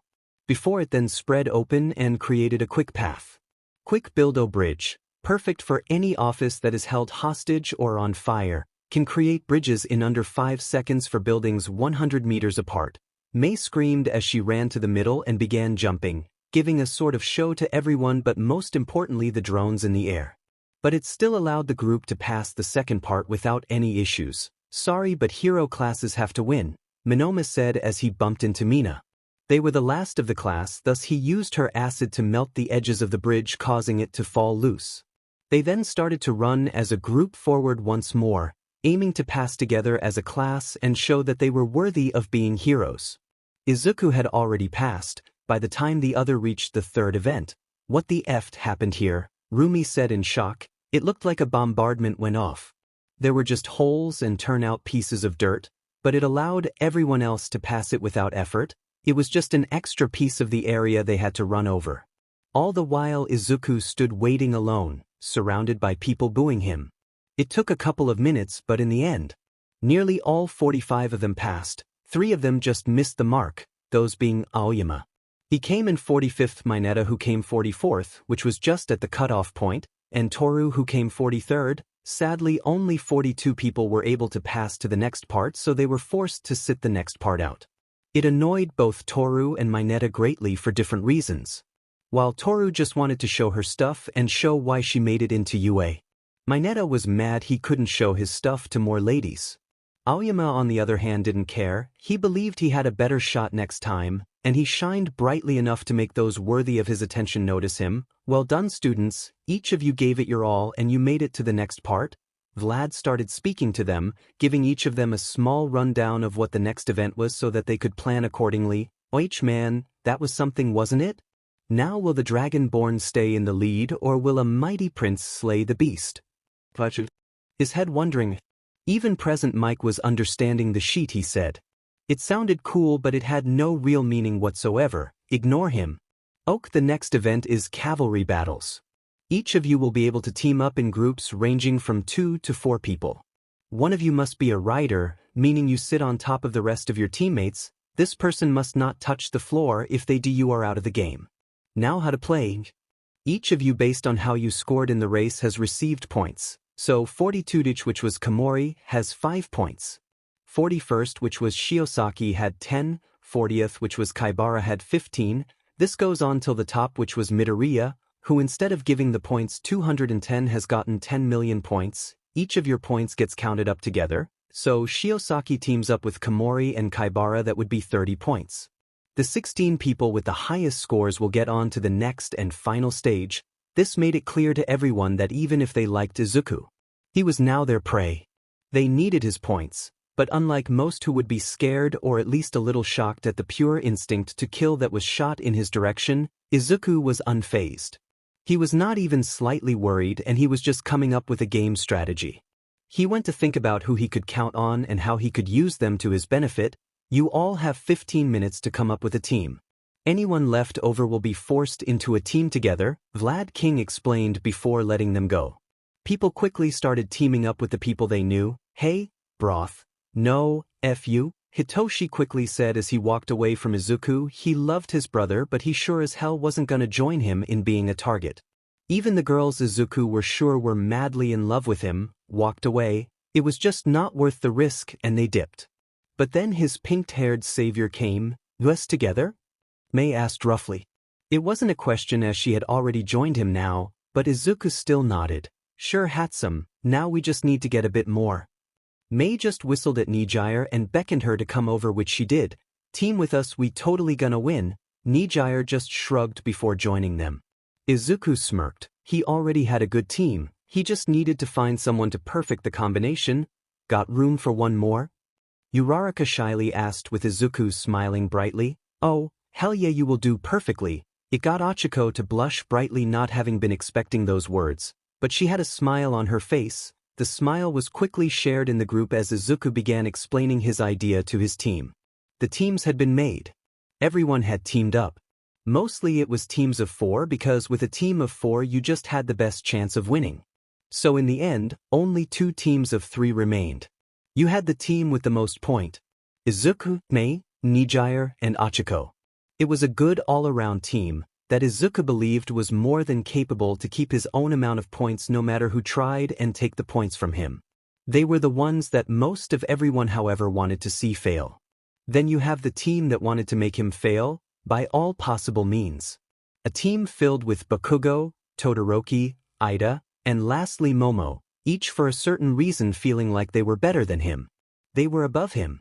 For most, it was an idea that was burned in their brains from the time they could talk. So Izuku couldn't fully blame them, and he didn't. Then you had a team that wanted Izuku's points, but just to show that Izuku wasn't above them, just to show Izuku they were on his level. Team Kyoka, Rumi, Ryuko, and Hitoshi. A team very close to Izuku, and because of that fact, they felt they could easily take his points, if that would be what they decide to do. But Shinso told Rumi it wasn't a smart idea, but the Battle Bunny wasn't willing to listen. But then you had the next team Mina who teamed up with Himiko, Kirishima, and Tetsutetsu. They felt strong, but then again weren't sure that they could fight against a dragon. But then they didn't have to, a lot of other people had points to pass and that was all that was really needed. Next up Team Kaibara, Aways, Tsuburaba, and Fukudashi. A team of boy buddies that formed quickly in their time at UA. Not at the top of their class, but also not at the bottom. So they felt confident to hold their own. Same for the team with Hananuki, Bando, Rin, and Yanagi. They felt with Yanagi they had more of an edge than they would with someone else. Nana herself had teamed up with Minoma, Setsuna, and Kamakiri. Each of them was very capable and Nana had the best chance to take Izuku's points. Because he was her biggest threat. She could fight anyone anytime and place, but the last time she tried to beat Izuku, he took it, he kept standing and he grabbed her. He could have turned his hand into a claw and ripped her throat out. Bye-bye Nana, but he didn't hurt her. And she didn't want to figure out what else he could do to her, at least not if she didn't have to. The next team was Azui, Tokoyami, Ojiro, and Shishida. After that Kaminari, Sato, Siro, and Kurwar teamed up, which left the final two teams that were made of 3 people each. Team Itsuka, Komori, and Kodai. And the last team Shiosaki, Pony, and Nimuri. They were waiting now for Present Mike to finish his Give It Your All speech that he had been giving for 5 minutes, but to everyone listening it really just sounded like a 5-hour-long speech. Ladies and gentlemen, it's the time for the second event. Now get on your horses, and get ready to kick butt. A couple of students had to chuckle at Present Mike's joke about horses. Many rode on the back of students like they were horses. Present Mike began counting down. He went from 5 down. With each number, time felt slower and slower, and each of the students mentally prepared themselves for a fight. Flexing their muscles, activating their quirks, each believed that while they had 15 minutes for the entire thing, it would be 10 times easier to just get the points early and wait everyone out by running away. And that was the exact plan of Team MidoRyuu Oswell. So right as Mike screamed go, the action started. Izuku, who was right up front, spread out his wings. Each team already rushed right for him, so this was the smartest move. His wings flapped powerfully, pushing anything away from him, and forcing himself upward. As if they were lightweight because they were. Achiko, who was the rider, had made everyone weightless, all except her. Thanks to her home training, allowed to hold around 1,000 kilograms for around 30 minutes. Not nearly enough to be the hero she wants to be, but a good start. Enough to carry 3 people though. They were kept in the sky because of Mei and Hatsum.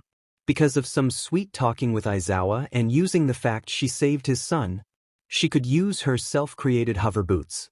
That along with the Nijire's wave motion, they were able to stay above. This time, they forgot to give the rule to touch the floor. So they were gonna just keep afloat. Get down here you EDP, get down here so I can push my fist down your throat and explode you like a balloon. Bakugo screamed as loud as he possibly could up toward the sky. He was sitting on top. And he was about ready to kill. Bakugo, we can deal with him later, let's just get some more points. While they had enough for number 2, they still wanted more to be sure. What a beach, flying away. I am close to jumping up there to crack his egg and scramble the yolk, Rumi growled, but she was the front horse, not really able to hop off. Leave him, let's just get these points. A frenzy happened. A student against students, all while Izuku stood afloat. This is so boring, Nijire whined. Maybe, but look at everyone looking. I am totally getting all these people interested in my babies. Mei laughed, leaving the group a bit weirded out by her term for the items she crafted. Ride me in the middle of them, Kaminari ordered the guys below him. He had a plan to get 3 groups points worth. And they do. Ich, indiscriminate shock, Kaminari, without real thought, just released too much electricity into everyone's body. His 3 teammates and the 11 people around him. long enough for Hitoshi's team to run through and steal the points of Kendo, Kaibara, and Rin, leaving them all with 0 points and rocketing them right up to the number 2 spot, with the other teams only having a normal amount. Nana's team had decided to keep going for Izuku because unlike other teams they had range. Uraraka dodged now, Izuku called out as he saw the 2 female arms and the 1 male going right for her head, where the numbers were seated. Gonna try harder than that dragon boy. Setsuna laughed, sitting on top of the shoulders of Minoma and Kamakiri with Nana as the front horse. Minoma had copied Setsuna's quirk. And they were going right for his headband. It won't be that easy. Izuku flexed his wings weirdly. It hurt his back, but it gave Ochako full cover. He move, we need to get those FE points. Bakugo screamed before getting a stung up his back. I would refrain from such foul words. Behave and stuff like that doesn't have to happen. Momo had caused a pin-up on his back that fell as quickly as she made it, but we must move, Shoto agreed. Slamming his foot down, causing a wave of office to cover the floor. Stopping the movement for most groups as they were captured in that ice, damn it. Nemuri screamed as her legs were covered. Same for Pony. Use your horns quickly, use them, Nemuri ordered. It was quick and might not work, but it was better than her gas or Shiosaki's hair. But it was too late. Todoroki's skill on the ice, Tamaki's blades and movement, with Momo's creation, got them to move on ice in some sort of way, allowing Bakugo to take each of their points, skyrocketing them just to 2nd place, by only a few. And by the sound of the crowd, they were loving it. Get these pests away. Izuku growled as the hands were trying to wish his wings apart. Spread them, I am gonna blast them. Izuku swung them close in front of him, only catching Minoma, but this allowed him with a single hand to grab Minoma's floating arm and keep at least 33% of the problem away. Setsuna, however, was still a big problem, because she wasn't giving up. In her eyes, why settle for chump change when you could get the big boy bucks? It didn't matter if it took the entire 15 minutes. But as her hands regrouped in the sky, in her eyes the best location because of the sun, it caused her to lose in this case. Nijire raised her arm, the one arm she had free. She raised it up high, aimed right at the 2 arms in the sky. 25% energy surge. Nijire called out her arm, a yellow energy shot fired out. It clashed with Setsuna's arms. It was too much for both to deal with. They weren't that strong or that durable. So both were flung well into the sky as Setsuna yelled out in pain, "Come on ladies, only 8 more minutes, we are halfway done." Izuku assured them it might be a clusterf dash, but they were able to deal with it so far. But the fewer teams that had numbers, the more arguing that happened between the groups themselves, and the fewer problems Izuku would have to deal with. Call them back, let's just pass. Nana screamed as she used OFA to punch into the ground. It was a low amount of power, just enough to cough up some dust, which got them a veil to hide under as they attacked. Only Minoma was still at 50%, seeing he was lost his hand. And that was still in possession of Izuku, which sadly meant Minoma couldn't use a different quirk right now. And he had no other hand to really use right about now. So he was sadly dead weight. Sorry about this guys, don't worry. It was him that caused us problems. Minoma gave a sigh. Shimura, not to be rude, but your hate boner for MidoRyuu doesn't make sense. He is a great guy, and the fact he is a dragon doesn't really matter. I had a neighbor who nearly died in a bar fight but was saved by a dragon quirk user. It's idiotic to keep hold of those beliefs, especially in this day and age, Minoma told her as they started jogging toward their next target. For a dragon user, he is very impressive, a ninja-looking pro-hero said from his very traditional Japanese-style house. He was kneeling on a small mat as he watched TV. He had a collection of special, handcrafted katana behind him. He was the 4th-ranked Japanese hero edge shot. Man, for such an evil quirk, that's quite a CC man. Lady, the current hottest hero, was a mainstream hero, following trends and doing what was popular just so she could earn big and live sweetly. You are far too shallow. He might be a dragon quirk user, but each group has its outliers. It seems he is really extremely fun, just expected a lot more bite for someone of his caliber, but then again the fight hasn't really started, so let's keep watching so we know my investment hasn't been for naught, an unknown voice said in a dark room. Nothing about him could be seen. The screen only lit a slight bit of the desk, which showed a glass of red wine. And a piece of paper that had a single word written on it in handwriting, Kanna. Izuku stayed up in the sky. He and his group were just calmly waiting out time. It confused Achiko a lot. She heard about Izuku's idea from the girls before. He wanted to make an impact, he wanted to show that he had everything a hero needed, and then some. Hey Izuku, is this really the best way to make an impact? She tried her best to maintain her balance in the sky. Izuku gave a chuckle as he nodded. I am more than sure, it's all a part of my plan. MidoRyuu budged in the conversation. What is your plan, MidoRyuu? You ran like really fast, which showed that you can get to problems quickly, but what about this, or the explosions, and what about the next part? Are you like going to beat everyone's but badly, or what? Izuku smirked. He found his plan was smart, he knew he was going to be hated by everyone. That was a simple fact. You see, the race, I showed that I can get everywhere faster than everyone else. The explosions were to show that I can and will take all sorts of pain to help my fellow heroes. And here, I am showing I can be tactical and don't just rely on brute force to fix my problems. MidoRyuu giggled happily. MidoRyuu found Izuku interesting as heck, from all the people she met in her life.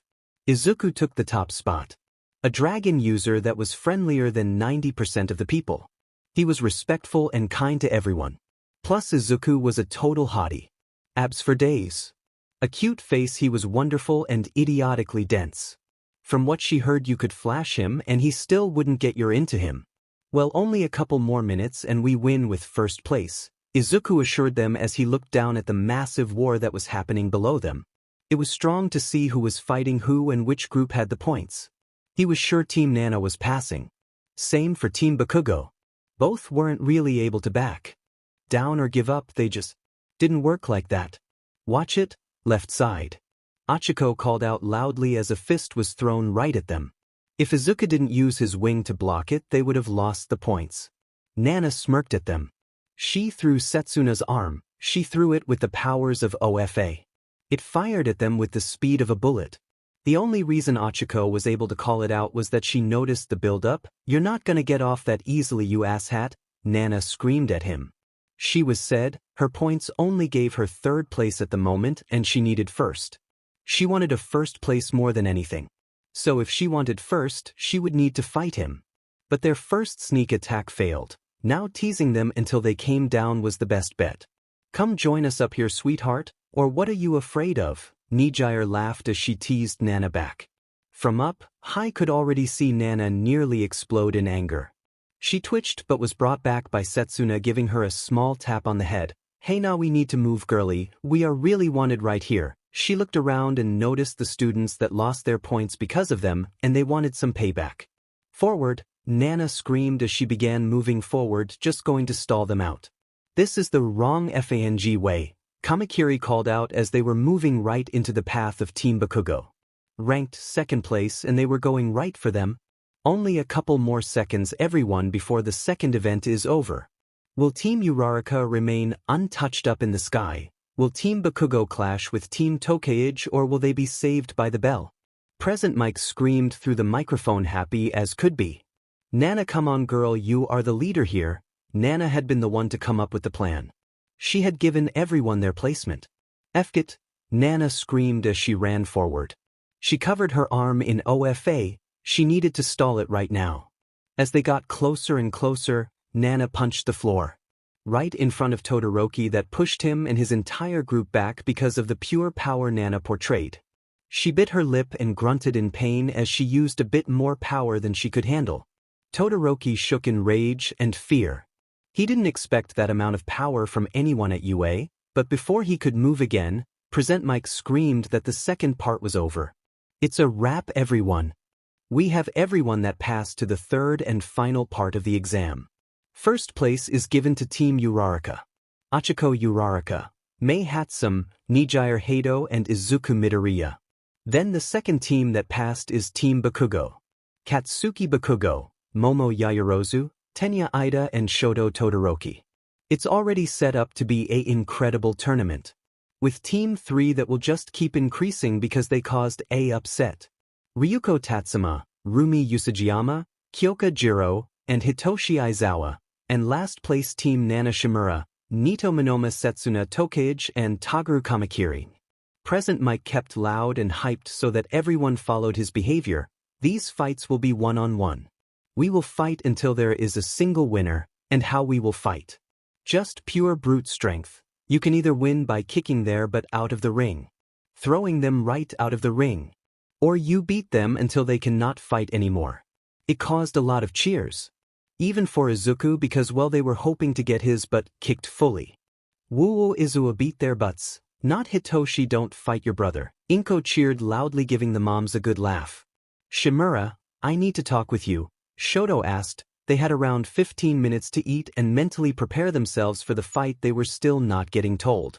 It would be a surprise for everyone, allowing the heroes and teachers to see how well they come up with the fast and solid plan. No thanks, I need to think, Nana said offhandedly before walking past him, ignoring him completely. She had Minoma's words to think about. Was her thinking really outdated? She did have to agree that he wasn't like the stories most told about dragons. You better hope you're not fighting me, you scaly F-. Rumi growled as she grabbed Izuku's shoulders. She had a bit of carrot still in her mouth. Izuku just laughed. He cracked his neck. I am really not gonna back down. I won't hold back. I don't care if it's you, Raraka or Ryuko.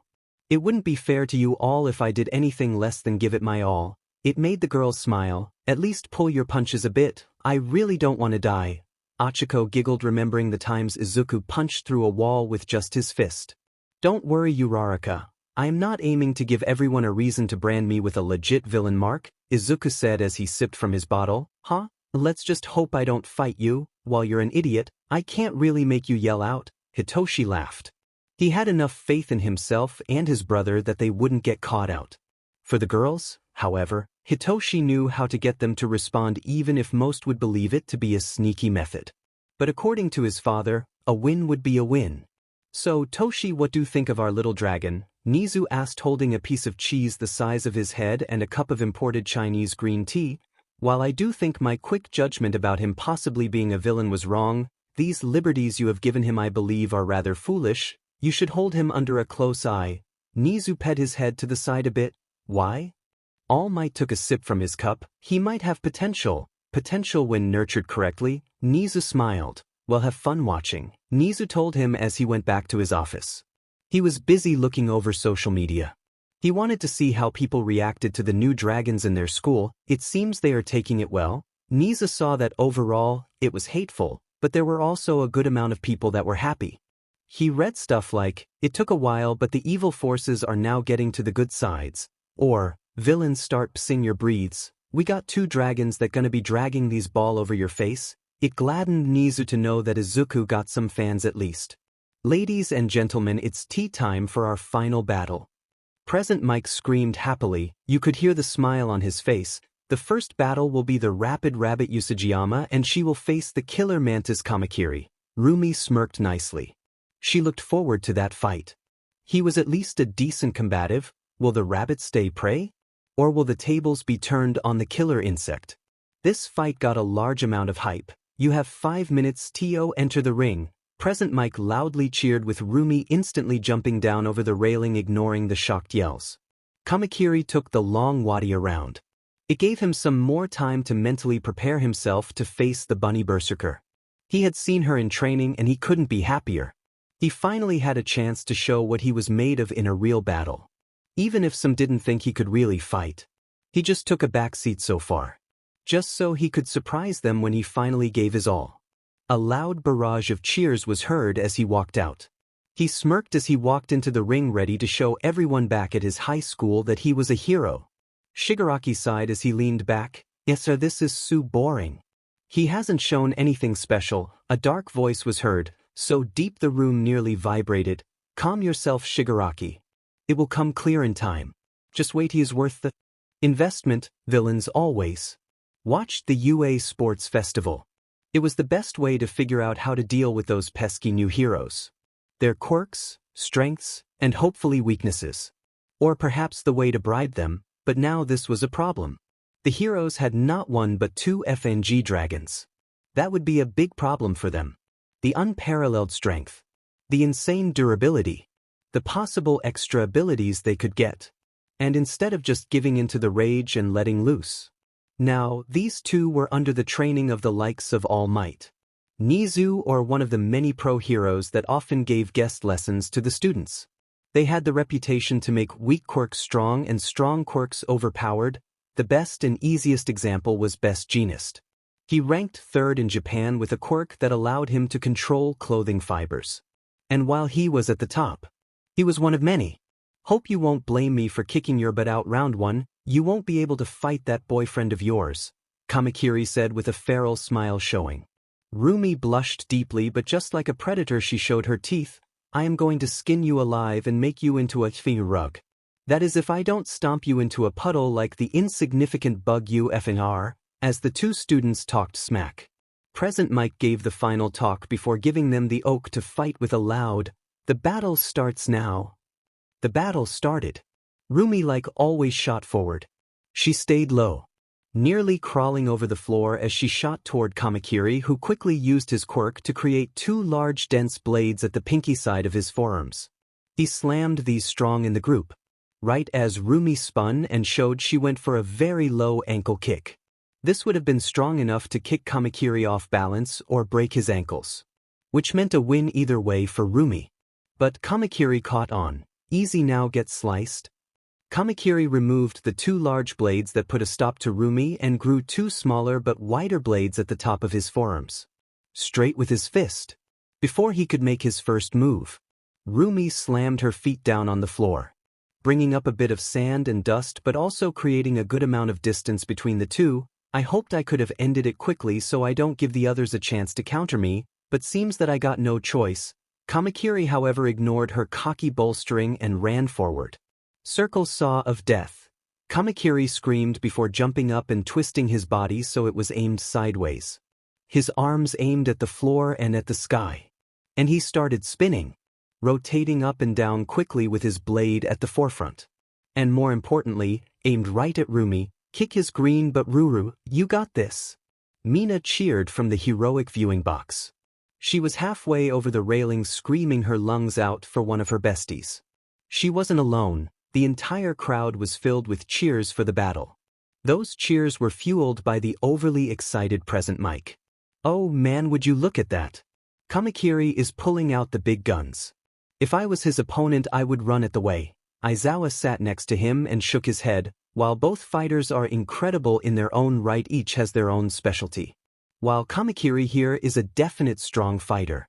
He often rushes in head first. Usajiyama, however, has been around more controlled fighters and thus learned a couple of tricks that might work out well in her favor. Aizawa of course knew that this fight would be great for both as a learning experience. Both often acted a little too rashly. Big mistake, Mantis boy, Rumi screamed as she jumped over him. Right as he got close enough to hit, Rumi went over him by a hair. Just enough to miss but not waste a single second. She turned around, already extending her leg.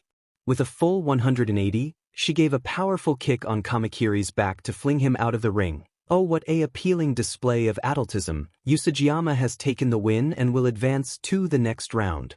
Rumi raised her arms in victory, basking in the cheers and admiration. Now the next two fighters will have their chance to shine. Their chance to break a bone or go home. Ryuko Tatsuma will go blow for blow with her opponent. Mei Hatsum is a woman willing to create her own gadgets. Will her smarts get her the win? Or will she lose again? The might that is Tatsuma. Present Mike loudly called out as Ryuko and Mei walked out of the heroic watching area, planning to have a fair and honest fight. Both already felt like they knew how this match would go. But neither wanted to embarrass the other. As they stepped into the ring, both gave a quick nod and bowed to each other as Present Mike screamed his final words before giving them the okay to start fighting. Mei only had the stuff that was in her pockets. It was all she was really allowed to bring. While saving Izuku gave her brownie points to Aizawa. It did not really help with Nizu, who was still the boss. But he did allow her a semblance of fairness.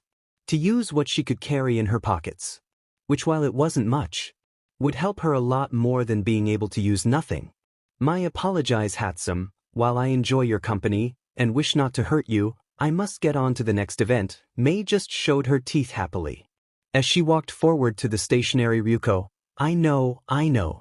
I don't have much of a chance going further, just want to get everyone's eyes off my babies. Mei raised her arms out of her pockets and it showed a glove of sorts. The most important part was the circular hole in the middle. Take a peek at my surge glove. Ryuko turned her legs into her dragon hybrid form. Her feet dug into the ground as a blue surge of energy fired out. That's my quirk, what? Nijire screamed as the energy spiraled just like her own quirk did. Ryuko took the brunt of the attack and it kicked her back a lot. If she had not turned her legs draconic. The same legs that dug into the floor and stopped her movement. Is that Heido's quirk? Ryuko asked, shocked. Her arms stung a lot thanks to the pure power that was outputted.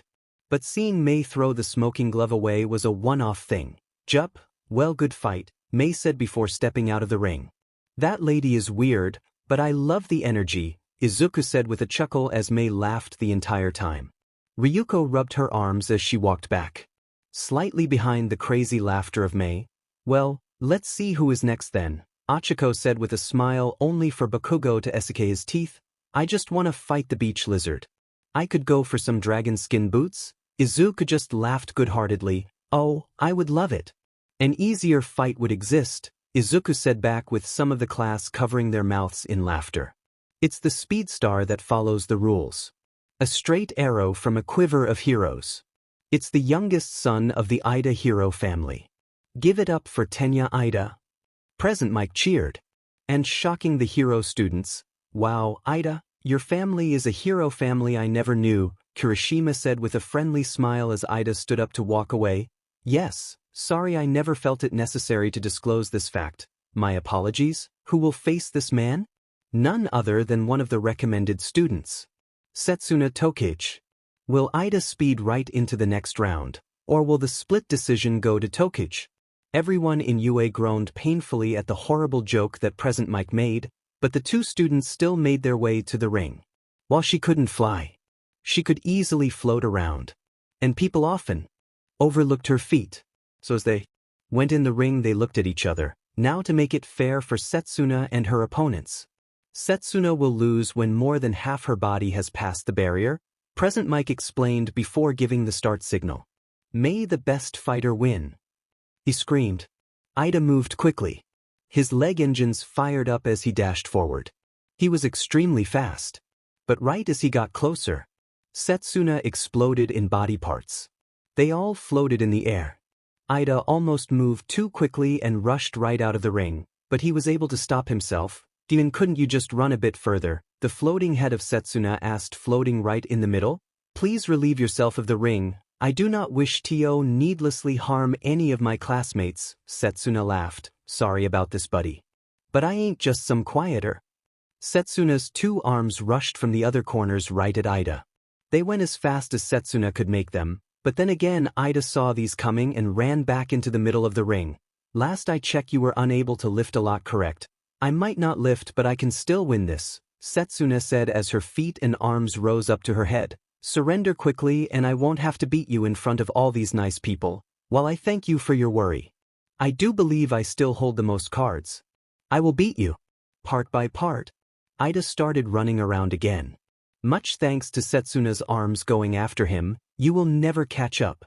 And I won't go near the edge, Ida told her, but she laughed. Watch the arms get bitten by the legs. She had her legs laid in front of him, which caused him to trip, rolling strong over the floor. Not that Setsuna stopped her arms. She grabbed his shirt and dragged him right out of the ring. Oh, what a win. It seems that Tokichi has gotten the win with an old-school prank. Will a new upset happen next match? The next match. A man that can copy the quirk of those he touches. Only he knows what quirks he has. Will that help him again, the quirk of Achiko Uraraka? Get close enough and she will remove your gravity. This match could be determined by who lays the first hand. 1 to give and 1 to take, both walked down, but Monoma of course gave everyone he walked by a tap on the shoulder. Mostly so that Achiko never knew what quirk he would use. And that surprise would give him the edge and hopefully the win. No heart feeling, right, Uraraka? We both made it to the third event and that is an incredible honor, Monoma said with a proud smile. He of course wanted to go further and further right to win the final. But if he lost here, that would be fine. He already showed his stuff and made it clear to everyone he was in the top 16 of best UA students right now. No more of those bullies talking shit to him about being a weak side character. They never made it this far, hell they even never made it to UA. Achiko nodded. She was nervous. She never really liked to fight. It went against her nature. She wanted to help. That was why she wanted to be a hero. She wanted to help the community and her family. But she needed to make an impact here. Make people believe she was a good enough investment to put the time in and give her a great hero career. So all she really had to do in her eyes was not lose poorly. So as President Mike gave the start signal, both were allowed to start fighting. And both ran for each other. Achiko had her arms stretched. That was really all she needed to do for a clean victory. Get a hold of him with all 5 fingers and throw his butt out of the ring. But Monoma had an army of quirks he could use. Did he have Todorokis and would he just freeze her? Nijires to blast her out. Yayaroses to create something to give him the edge. He had the edge, but when he raised his hands up Oswell, Achiko's mind began to race. He was getting really close. Did he have her own quirk? Was he gonna make her float? Would she lose to her own quirk? All these thoughts clouded her mind and slowed her down. Right for Monoma to duck under her. And let out an explosion, showing he had copied Bakugo's quirk. This at the range they were blasted Achiko in the gut. It stopped her momentum right for Monoma to grab her arm. Swapping quirks and floating Uraraka right out the ring with a push, what a quick match. Monoma has earned the victory and will go through to the next round. Achiko felt bumped out as she sat down outside. When she felt an arm softly tap her on the side, she looked to see Monoma. Hey, good match. Sorry for how quickly it finished. Achiko nodded sadly before putting a fake smile on. She was heartbroken at the fact she lost. But she just put on a brave face as they walked back to the sitting area as the next match was announced. Will the next fight be as quick or will it last the ages? Our first fighter, Izuku MidoRyuu, the Dragon of Yu. A fighter like no other. But will his opponent Nana Shimura be the warrior to slay the beast or will she fall victim like a princess? The cheers as Nana walked into the ring were almost deafening. Of course not as deafening as the silence was when Izuku showed up. He however was very sure of his victory here, all while Nana put in a brave face. Don't start hating me too much when I win, Izuku said with a smirk causing Nana's serious face to turn into one of determination and anger. When? More like when I kick your butt so strong, you will get kicked out of UA? She channeled OFA over both her arms at 5%. Izuku however did nothing. While he knew Nana was strong, he himself got a lot stronger Oswell. So as the countdown was given, Izuku just cracked his neck and stretched his arms. All of this together really did a number on Nana and she was getting angrier by the second. And as President Mike loudly gave them the starting signal, Nana went into action. She ran fast, jumping once with her own quirk causing her to float, and a second time without giving her height as she punched downward at Izuku, who took a step inward, right for Nana's fist. It stopped Nana's full extension and lowered the power by quite a bit. Right into Izuku's F-. Nana got out as Izuku grabbed her by the shoulders and using pure brute strength he just threw her back. If not for her quirk that allowed her to stop her momentum, she would have been thrown out. I won't be done in that easily. Carolina smash, she screamed, crossing her arms and using a move from her adoptive father. She rushed Izuku and tried to slam her hands into him with an X shape. But Izuku already knew the move. With one arm, he grabbed the middle of both her arms. With his other arm, he grabbed the bottom of her shirt and the top of her breaths. See, he spun around, planning to throw her away like a spear. But Nana wasn't about to give up that easily. She freed her arms and grabbed his head, using OFA to push her toward him and him toward her as she landed a knee to the face, stopping the throw and freeing herself. If you aren't gonna start why even try? So that's what you want, a rematch from day one? Fine. Izuku stood straight up, showing his bloody nose. But I am not holding back anymore then. Izuku rushed for her. The first time he really moved his feet this entire match. He was quicker than Nana remembered. He was quicker than anyone remembered. With a twist of the hip and the fist, Izuku punched straight over right for Nana, who used her OFM-powered arms and covered up.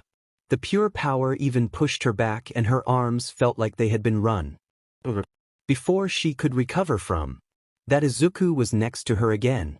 Right next to her. He hit her with a kick. Right in the stomach. It launched Nana up a bit. Right into Izuku. After the kick used his left hand to slam Nana on the back, spiking her on the floor.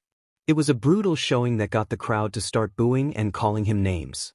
From simple villain, all to quirkest insults like scalebacks, fork tongues, and man-eaters. But the fight wasn't over. Nana was still trying to get up. "I really don't want to hurt you anymore," Izuku said softly before grabbing her leg and softly throwing her out. He stood in the ring alone. Right as Present Mike was about to congratulate him for a job well done. It started. From the side. From the locations people were watching. They started throwing stuff. Popcorn, drinks, empty containers. All were thrown at Izuku, who just stood there looking into the sky. Only brought out as he felt a strong object hit him straight in the face. Someone had activated their quirk on a bunch of wet rags and caused them to freeze together in an almost frozen boulder, only to launch it right at Izuku, hitting him right on the head. The strong object caused a cut to be made right above his right eye. As quickly as that thing was thrown, however, All Might was on top of the throwers. A group of 3 heroes. They were new on the scene, mostly because they were almost dressed like All Might. Sure, not the same colors or the exact same outfits, but it was clear who they were trying to be. Even their names, Might, Fight, and Sight. Each for their quirks. Might, be able to freeze anything he touches. Fight, able to strengthen himself every time he embraces someone for a total of 5 minutes. And Sight, who was able to touch something and make it always finds its target. "Your actions disgust me." He grabbed each of them and pulled them forcefully out of the arena. Just like Niza said, making sure they were treated like the people that attacked heroes. Wow, what a couple of well, it seems even that can't topple the power of MidoRyuu as he is right back on his feet. "Oh, idiots, stop throwing food." Present Mike warned them again as they kept throwing food at Izuku, so much he had multiple food stains on his shirt, and he entire was covered in soda. But Izuku just ignored that all as he walked back away from them all, only getting covered in a bit more as he got closer to the edge. However, as he walked in, he saw a note from Nizu that gave him directions to Recovery Girl for the cut as well as the dressing room for a new outfit. He didn't plan to go to Recovery Girl. The cut wasn't really that deep and stopped bleeding already. So he just moved to the dressing room, but on his way, he met Endeavor, the number 2 hero. While normally Izuku just walked past them, hoping they would keep their hatred inside, Endeavor stopped Izuku. "Are you alright, boy? You should get that cut checked out. With the soda inside of it, it could become infected." Izuku looked surprised. Endeavor acted kind. Was this some sort of trick? "It's fine. All right, I won't press any further. I however did want to congratulate you. Shimura is a very capable fighter. Your winning against her was impressive, as well as wish you luck. You will need it to become a hero with your quirk." Endeavor walked away, and just as Izuku entered the dressing room, he noticed the next fight started. It was Bakugo against Hitoshi. "Good luck, bro," Izuku said as he moved to the shower. While most villains would be easy work for Hitoshi, seeing people love to talk about their plans and getting them pissy enough to yell back was easy. Fighting against a classmate that had already fallen for your trap once, while wanting to win, would be a ton harder. "Guess you're not gonna wish me good luck at?" Hitoshi tried with Bakugo just giving him the middle finger. He was staying quiet. "Oh well, what can I expect from a beach that's too scared to face a dragon? If I was you, I would just give up, that way you don't have to fight him next round." All Bakugo did was keep walking forward. No response whatsoever. And as he got closer, Hitoshi tried to move. But Bakugo moved first. The second Hitoshi moved, Bakugo caused an explosion behind him which propelled him forward like a missile and tackled Hitoshi strong to the floor. With a roll, now Bakugo was securely on Hitoshi's back. One arm was pinned to the floor while his head was being held down. The winner is Bakugo, and oh boy did he move fast. As quickly as the eye could see the match was over. What a bummer. Here I thought it would last all summer. Present Mike rhymed a bit before looking at the next match. It seems the girls are out to play with this one. Yes, it is MidoRyuu Hado. The elf of heroics has to face the girl that can make it all. The brains that make the bronze. It is MidoRyuu. Both ladies gave each other a nod as a sign of good faith as they made their way down. Both had a feeling about how this could go, and they knew the winner just like before was going to be decided quickly. Either MidoRyuu got to attack first with a surge of energy, or Momo was able to create something faster that would give her the edge. I would say ITS beauty against the beast, but both these ladies are 10 out of 10. I would say ITS brains versus bronze, but these ladies got it all. So let's stop the wondering and start the fight. The match started and both moved. Momo a second sooner. Out of her arms popped a dozen high-powered flashbangs. Just as MidoRyuu built up a surge. As they went off, everyone was blinded. The entire arena was able to see nothing except a bright white flash and a high-tone ring. What is going on? What happened? Present Mike screamed lower than he needed to as he was trying to regain his vision and hearing. Slowly as he saw more. It was clear what had happened and who had won. Hado won the match. Let's see the camera replay, which showed it all. Right as the flashbang hit, Momo tried running to the side, but seeing she was also blinded. That and the energy surge MidoRyuu fired off. It just knocked her out of the ring. But it was well tried. Boy, that was bright. But if you all have done the math, you know who is next. It's the son of the number 2 hero, Shoto Todoroki. Against the musical genius of Kyoka Jiro.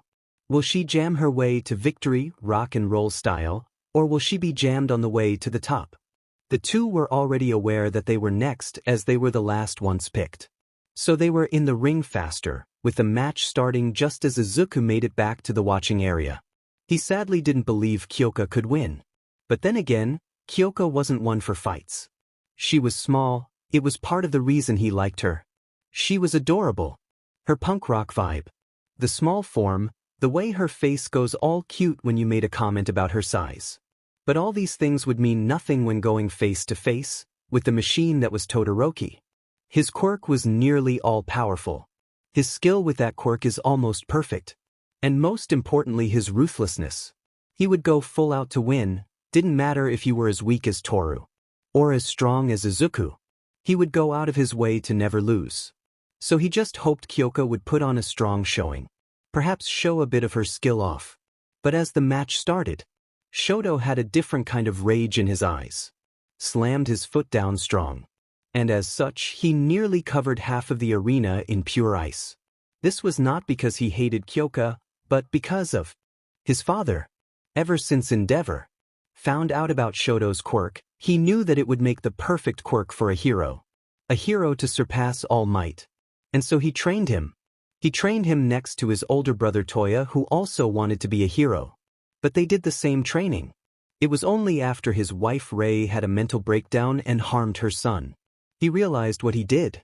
And since that day he tried to make amends for his sins. His wife had forgiven him. She was home and they were fine. His 3 other kids also forgave him. Some still were a little on the mend with him as his middle son Natsuo, but Shoto never forgave him. He trained more and more. Not to be a hero to save anyone anymore. But a hero to outdo his father. To make everyone forget about Endeavor. Like he was nothing but a single line in history as the father of Shoto. Oh, ladies and gentlemen. It's time for the second round of 1 versus 1 fights. And just like you all have been waiting for. The Battle Bunny. The Rapid Rabbit. Will she hop over to the next round? Or will it just be a hop on the plate for Tatsuma? Who will win this battle? We will find out right now as both are making their way to the ring. It took a bit of cleaning up on the part of the heroes with the ice that was covering a lot of the arena. But that was gone and the match would start. The 2 friends met each other in the ring and they smiled. They had been sparring partners for years. And both loved the fact that the other was so powerful. Rumi loved the fact Ryuko was a dragon. It was a worthy opponent for her to fight against. While Ryuko loved the fact she could really train. She wouldn't have to hold back in worry of hurting her sparring partner. Fair fight, Rumi just nodded. She was standing in a sort of runner position and Ryuko even before the fight transformed her arms and legs into their scaled form. Because this fight would be fast and powerful. Fight, Present Mike screamed. Rumi flexed her legs. Her toes imprinted themselves on the floor as she rocketed forward. The nearby flame pillars always whooshing out by the pure wind pressure, she screamed. And she was on Ryuko, leaning forward into a cartwheel, aiming a downward kick at her. She hoped Ryuko would step back. It was the smartest thing to do. Make the kick miss. But it would give Rumi the location she wanted. Right in front, where she would hit Ryuko with a powerful frontward kick, pushing her out of the ring. But Ryuko crossed her arms above her head. She braced for impact. And the kick landed. Powerful enough for Ryuko's feet to be embedded into the ground. The ground cracked as if it was thin ice. Bad move, bunny. Ryuko twisted her wrist and grabbed the leg of Rumi, who was at her mercy. But because of her legs are stuck, Ryuko could throw her out behind her. So twisting Rumi above her shortly, she threw the rabbit woman back. Nearly out of the ring if Rumi had not been able to stop herself. Get free, I ain't getting the win like this, Rumi screamed. Ryuko pulled her legs out of the ground. It took a bit of time, but she was now freed. Now, let's start again. But this time Ryuko started moving. She sprinted right for Rumi. Not as fast but quick enough. However, Ryuko had her own idea. She slammed her legs down just in front of Rumi. She jumped up a bit, but also aiming an upward kick. Ryuko went for a straight punch. And both connected.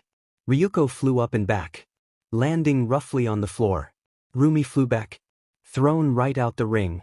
Oich it seems Ayasatai. A kick to the chin knocked out Tatsuma while Usajiyama got knocked out of the ring. But why?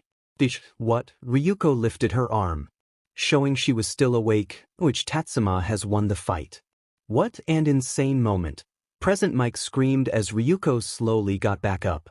But her head was scrambled. She was waving from side to side. Really dizzy, and she almost tripped, but she was caught by Rumi. You lucky beach, she said with a smile as she offered her shoulder. That hurt Rumi, Ryuko said as they walked out. Will the next fighters make their way to the ring? Teammates in the second round. Enemies in the third. Will Monoma use her quirk to win? Or can Tokage win the battle? Or will it be a split decision? Present Mike said as the two made it back in the ring. Setsuna was really scared. While Monoma wasn't a bad guy. He had so many possible quirks he could use. Hell, even if you remove the class, he could bump into a hero like Endeavor. It was a worry for Setsuna. But just like her, Monoma was worried himself. Setsuna was able to split her body into 50 parts. That just meant hitting her was gonna be extremely strong. He just needed to close her in some way. Make her stop moving and get her out. Just like before, half of a body out of the ring does mean eyes the win for the other. So pay attention and start the fight. Setsuna knew her option was to win quickly. Move fast and kick him out. Hell, she might as well just drag him out. But as she fired off her arms, her eyes went wide. There were 10 different Monomas. Each of them looks exactly like the other, ectoplasm. Setsuna said, knowing the math teacher's quirk well. But she knew. The real Monoma had to be kicked out. F.I.T. Setsuna fired her fist at someone random. She just needed to get lucky. But Monoma dodged. They started to crisscross against each other. It was completely random now. And he was getting closer. Setsuna sighed as she went for a last resort. She exploded her arms into 50 different pieces and she fired each of them off right for Monoma. For each of them, it was like a shotgun of body parts, and this worked. Almost, at least. As Setsuna had no arms anymore. It did stop 9 of the Monomas, each of them turning back into weird blue-whitish ectoplasm. But the real one pushed through. He slammed his hand on her stomach and copied her quirk, pushing her out of the ring. In both an example of skill and luck, Uhu Monoma had taken the win and used her quirk to do it. What a showing! But it's only halfway done. The man many of you hate. The man many of you fear. Izuku MidoRyuu, the Dragon of UA, is up next, and he will fight Katsuki Bakugo in the third fights. Bakugo had seemingly rushed down. This fight he had been wanting. He would beat this dragon out of UA and be seen as an equal to All Might. Just in his first year. Because All Might was what many called a dragon slayer. A person that was so strong not even dragons would be able to defeat him. Of course, he didn't share this name alone. Endeavor was nicknamed One Oswell. And now Bakugo would belong with the likes of them. Or so he thought. But Izuku moved to the ring calmly. He knew how Bakugo fought. He didn't need to know him that long to be aware of an idiot hothead that dives headfirst into trouble. He would rush him. So that was all he needed. With the booing, Izuku had started to drown out. He stepped into the ring. No words were shared. But right as the start signal was given, a massive explosion took place. Bakugo fired forward. Izuku just puffed up his tea and prepared himself for Bakugo. As Bakugo reached Izuku, he raised both his arms and nearly placed them on Izuku's tea. Die dragon scum, he screamed as the crowd cheered loudly. Only for Bakugo to hear a chuckle as the aftermath of the explosion covered everything in front of him. Faster than he could react, he was kicked backward. He felt his ribs crack under the weight. His lungs forced out the air.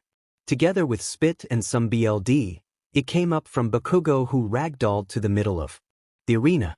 Izuku had taken the attack head-on.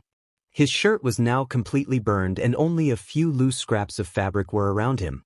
Everyone could see the tattoo that Izuku wore proudly on his eye, but they were still kind of unsure as to what happened. But they had present mic for that. Oich my god. Faster than the eye could see, Bakugo was on MidoRyuu and hit in square in the city with a double-arm explosion. But it didn't even kick him back. Instead, MidoRyuu just kicked back instead. A powerful front kick right in the city. I am not sure about you, but I heard something crack, he said, explaining the fight and trying to convey the power of that kick. Come on, Bakugo. Where is that fire? Izuku said as she slowly made his way to Bakugo. But Bakugo couldn't move. The kick had really done some damage. Breathing was strong. He was barely awake. He wanted to cuss him out. Get back on his feet and start to fight again. But the lack of air made it so strong. And as Izuku crouched next to him, he gave him a look of pity. It's over, Izuku screamed as he chopped Bakugo in the neck.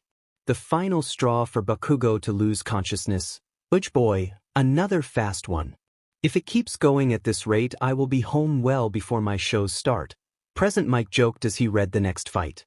The Fairy of Heroes against the son of the powerhouse Shoto Todoroki. This small comment again fueled the flames of hatred for Endeavor for Shoto.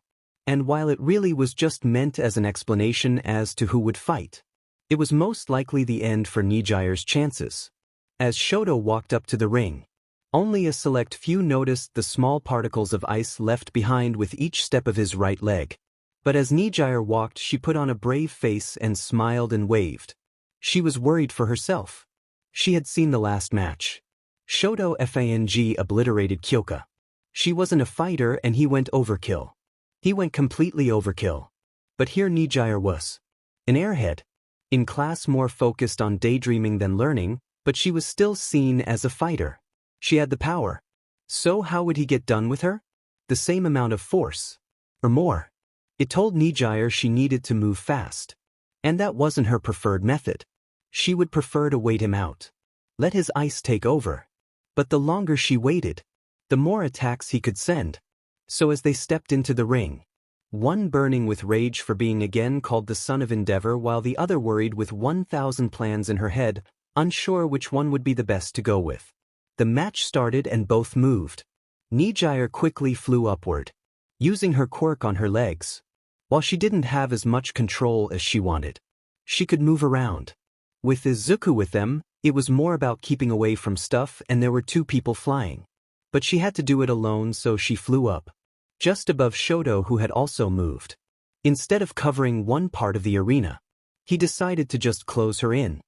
He slammed his arm down and created a pillar of ice. Overtaking Nijire in height, ice cage, spears of ice shot out from the pillar all the way around Nijire. Just like bars on a prison cell or a bird cage. Nijire was now trapped. Echum, she hummed as she raised her arms, firing her energy beam out her arms and breaking the cage open. But Shoto was not done. This was not his full power and he was going to show them everything. The bars grew thicker and thicker, until basically half the ring was covered in ice and Nijire was nowhere to be seen or heard. What happened? Present Mike asked confused. He manly asked the man next to him, "It's over. That ice now is too thick for her to break out of. Call the match." He knew the power of both students. And while MidoRyuu would be a contender for the top 10 heroes later on, right now her power was to spread out. Well, guess Miss Hado has been captured, thus Todoroki takes the win. Hey guys, I am now going to do some streaming once again.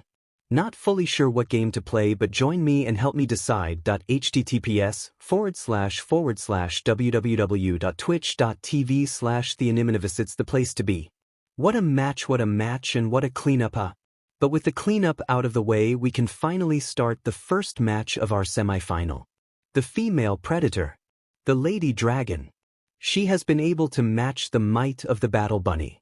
Durable enough to win against the crazed creator. And now we will see how she matches up against the man of a million quirks. Does he have yours? Who knows? He outplayed Uraraka with her own quirk. Against Tokage he used a teacher's quirk and her own. Present Mike gave a rundown as they made it down to the arena. Now, will the dragon win? Or shall the diverse quirk user win? They both made it to the ring. Both were happy they made it this far, and both were excited to see how far they could get. Hope you brought out a bunch of quirks, Ryuko said with a smile as Monoma laughed. I hope so too. I respect you too much to ask for pulled punches, but don't hurt the moneymaker too bad, Monoma joked as Ryuko joked. Only to sprint at each other as the signal was given. Ryuko brought her arms low. Her nails were sharpened and ready to move. Monoma stretched his arms out and started using Achiko's quirk. A perfect counter to Ryuko's strength. But Ryuko noticed the beans on his fingers. She attacked his wrist first, grabbing his forearm as soon as she was close enough. But just like her, Monoma had some good hand-to-hand training. He pulled his other hand back, stepping his right foot forward, and he then pulled his hip. He tried to throw her out, but Ryuko pulled back. It's not that easy. Ryuko tried to stump his leg. This could break it but would stop his movement for a good while. But as she raised her leg, Monoma moved again. This time with the lack of balance. She was thrown to the side, but she kept her grip on his arm. It's not that easy, she said again, as she threw Monoma to herself as well. Her might allowed her to do so easily. Thanks, better aim here, Monoma said, swiping his hand at her. In the rush of battle, Ryuko forgot to look at his arm or even think of the time. But Monoma had already lost Achiko's quirk. He had lost it after he tried throwing Ryuko for the first time. He now just went for Ryuko's quirk. She pushed him away and created some distance. Now it's a little more fair, right? He said as he transformed his arms into those of a dragon. They rushed for each other again. Now their fingers intertwined as they clashed. They were equal. You're really powerful, Monoma said as he struggled against Ryuko. She strained herself. It's been a while since I had to put this amount of power into a fight. But Ryuko was more used to it, so she kicked. Her feet found a place in his stomach. The force kicking him up a bit. Right for Ryuko to twist her hips and slam his body into the floor. She landed on top of him as well. And while Monoma thought this would hurt a lot, thanks to dragon durability, it was just painful. But he could keep going. That was if he didn't fight Ryuko. She quickly took his back. One arm pressed his face in the dirt while she used the other to bend his arm behind his back. Uhushi. They grappled strongly, and it seemed that the real deal still beats the copy. But now a match many have been wanting to see. One of the strongest students I have had the pleasure of seeing here at U. He broke records and faced off against the strongest students and came out victorious. But now he will have to face a new dominating force.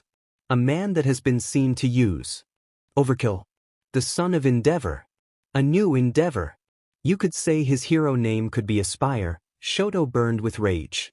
Each word Present Mike said was more fuel to the flames of Shoto's hatred. He wanted nothing more than be known as his own man. Make that man hide in the shadows for once. I will show them power, Shoto said angrily as his sleeve started burning a slight bit. All while Izuku walked happily. He had been having a good amount of fun. And the best part, in the next fight he was really going to be allowed to fight with all his might. Sure, Todoroki is strong. He would require a good amount of force to win. But again, it would be nothing insane. The real fight would be Ryuko. She was a powerful dragon in her own right. And that force would be his biggest challenge. Both contestants made it into the ring. Will be short and sweet. Will it take a second or will it take hours and hours? Let's see it now, he said as the match started. But both didn't move. Well, let's get this done. Izuku took a step before Shoto screamed. He slammed his leg down, freezing the entire bottom side of the whole arena. Izuku was stuck till his knees. Oh, what now? Now you burn, Todoroki screamed angrily as he raised his arm and fired out a large fire blast. Now that is more like it. Izuku was forced to transform into his dragon hybrid, now becoming larger than before and breaking through the ice that held him. In his form, not even those flames did anything. Ha! That's all, come on. Izuku clutched both his fists high above his head before he then slammed both down on the ground. The earth shook as the ice cracked. A foot thick and it all just broke. Todoroki shook as Izuku stood back up. Now with two wings at his back, Izuku dashed forward. As he reached in front of Shoto, he aimed a strong and powerful punch. It would be more than enough to knock Todoroki out of the ring. But before the punch connected, Todoroki was able to connect his hand with Izuku's ST. Flash freeze. It was the fastest attack Shoto could do. Only reserved for the toughest of foes, but Izuku would be an adequate showing. What better than to show himself as the one capable of stopping dragons? A thick layer of ice covered Izuku. Every inch of Izuku. His wings. The only free was his fist and his face. It's over, Shoto said as his arms started shaking. The bottom side of his hand was completely effed, ice covered its skin. It, however, wasn't just his hand. It was his entire hand. It was at the moment an attack he could use once and would need medical help shortly after. Or he would have horrible after effects. Oh! The dragon has been caught. The dragon has been stopped. I think it over, Izuku just smirked. Don't think so. I ain't done until I am dead. You think a little layer of ice will stop me from being the winner? Izuku flexed his arm. Crack, holy F dash, present Mike screamed. Whoa, are you seeing this, Raven? Kai asked back at their home, eyes wide at what was happening. Raven himself was wide-eyed. He is impressive, All Might said, blinking to make sure what was just happening. Perhaps sending him an invitation would be beneficial. The third-ranked hero in Japan, Best Jeanist, said to his secretary, who nodded as she noted it down in her notepad. See Shigaraki. He did have certain tricks up his sleeves. And who knows? Perhaps he has even more to show us soon.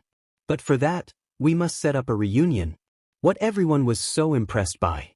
That the single flex of Izuku's arm cracked nearly half of the entire ice. Shoto was shocked. He fell on his back, his hand shaking like mad. And no, not possible, he said, stuttering in a mix of fear and cold.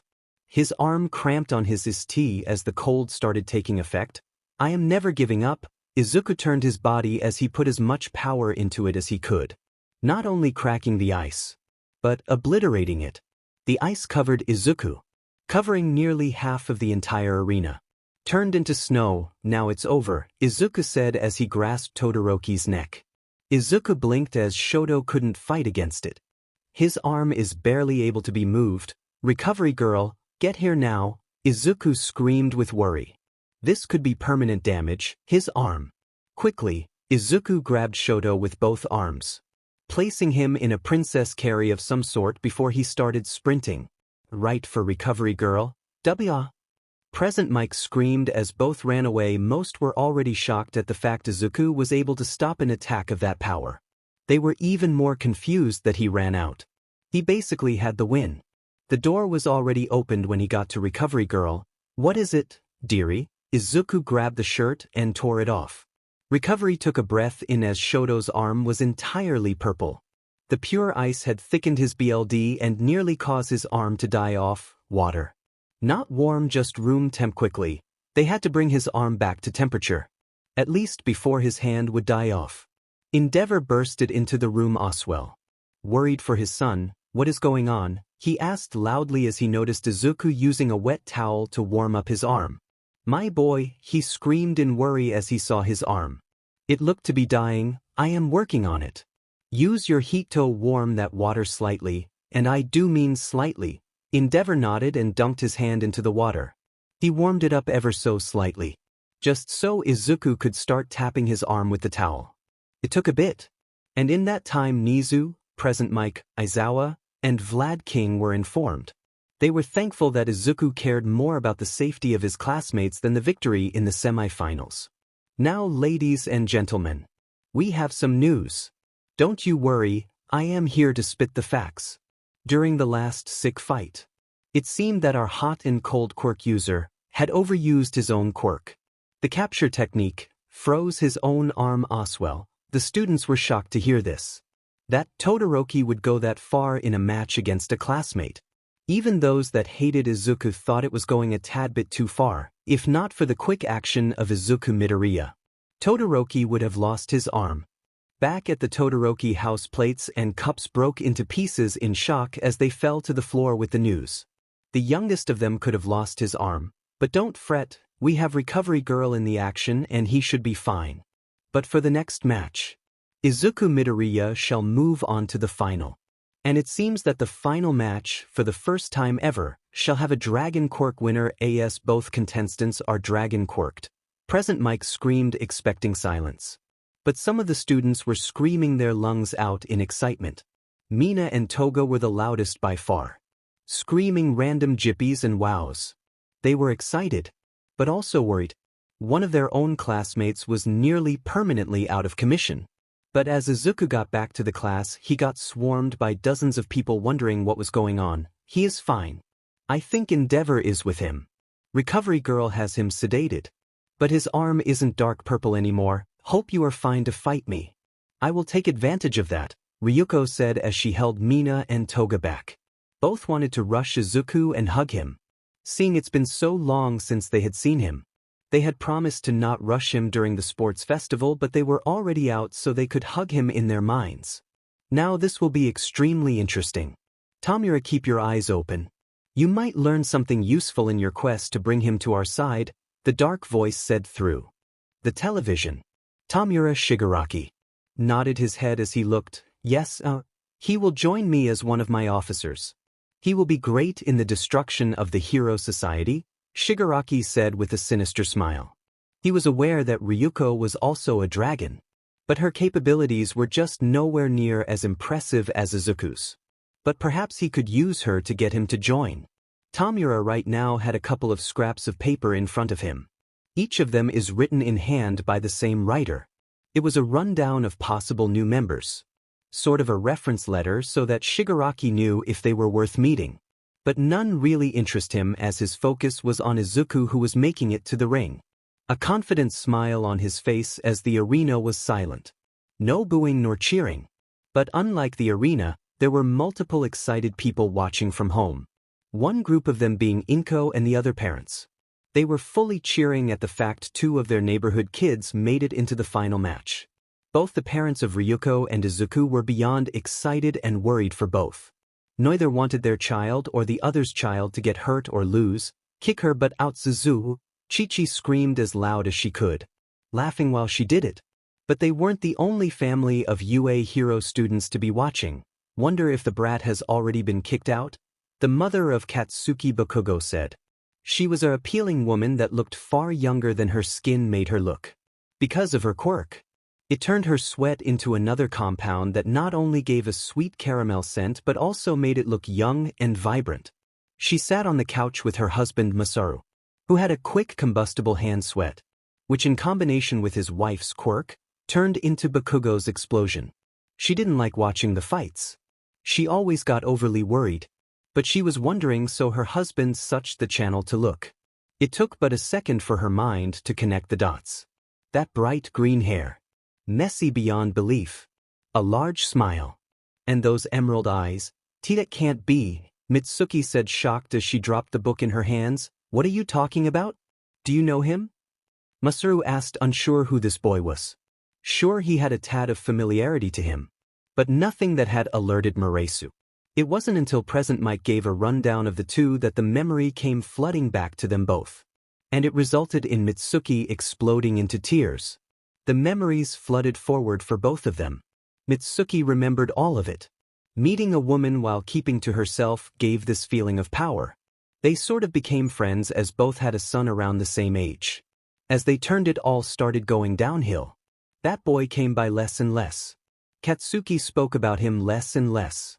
And overall, one day, they were gone. Their house turned ablaze all while Mitsuki was left in the dark as to why. She couldn't really go around the neighborhood asking why, as Mitsuki just had arguments with all of them. So for some reason Mitsuki never understood. Inko left her. Her only friend left her. But now it all made sense. Inko gave BRH to a Dragon Quirk user. That's why they left as they were attacked. But why tell her nothing? She never gave a F about that sort of sheet. That's Katsuki's classmate. Doesn't that brat think knowing his childhood friend is in his class is important? Mitsuki screamed, jumping up from the couch and storming out of the room upstairs. Darling, what are you doing? Getting my coat? I am going to UFA and getting effing explanation. It was silent for a bit before a new scream was sent downward. And you're driving? I won't hold back, Ryuko. I hope you will give it your all. Ryuko just rolled up her sleeves and showed that her arms were fully dragonized. Just like Izuku before. Her voice sounded deeper than normal, showing she was unlocking more and more of her dragon abilities. I will win this, Izuku. Izuku just smiled as he cracked his back. He transformed his arms Oswell. It was completely silent for a moment before Present Mike gave the starting signal. Both rushed forward with the same idea. Each of them with for a straight right jab. Their fist collided with each other. They used so much force together that a small flare of wind was kicked up. But it was already visible that Izuku was stronger. Ryuko's arm buckled a slight bit. But Ryuko had accounted for that when she threw her fist. At the same time, she threw her punch. She also threw a kick. Seeing Izuku punch himself, the kick was missed by him. Her shin connected perfectly with his ribcage and Izuku was thrown to the side. Din, that hurt, Ryuko, Izuku said with a smile. This had been one of the first real spares he had done in ages. Now then, let's see if you can take it as well as give it, Izuku said as he started to show why he was on a different level. He dashed forward. His fist was low, almost digging up the ground as he aimed for a powerful uppercut. Ryuko raised her guard. She protected her chin as she believed he would aim for that. But instead, the fist lodged itself deep in her stomach. The force pressed in her stomach shot out pieces of spit and air, while her body rocketed up a full 6 feet before she fell back to the ground. She landed roughly on the floor and started coughing as she did it. Izuku, instead of finishing the fight, stayed his distance. I am really sorry for this, Ryuko. But it can't end this quickly. Ryuko's coughing just turned into a chuckle. Just wait, Ryuko said as she looked up at Izuku. Her eyes turned into slits as she reached the next stage of her dragonic abilities. Her teeth sharpened as did her nails and she stood up. Her body was almost calm, but aggressive. Ryuko dashed forward herself. Unlike Izuku's low punch, Ryuko went above her head, but Izuku caught her fist. The punch was aimed right at his face. And by the force, Izuku stopped. It could have broken his nose. He twisted her arm, bending her arm backward, giving Izuku a new opening as he swung his other arm around. While before Ryuko would have been slammed into the ground. This time Ryuko braced for it and stopped his arm. His arm was rather close to her face. As of now, Ryuko bit down strongly on his arm. Her teeth pierced his skin and a small trail of BLD ran down her arm. It forced Izuku to let her fist go and then forced it right at Izuku's face. The bottom side of her fist connected strongly with his face, right on his head. Izuku stumbled back before a multitude of strong punches just connected with his face. He stumbled back a couple of feet as fist after fist connected with his face. Each punch was harder than the last one. When Ryuko aimed for a straight punch to his nose, Izuku just headbutted it.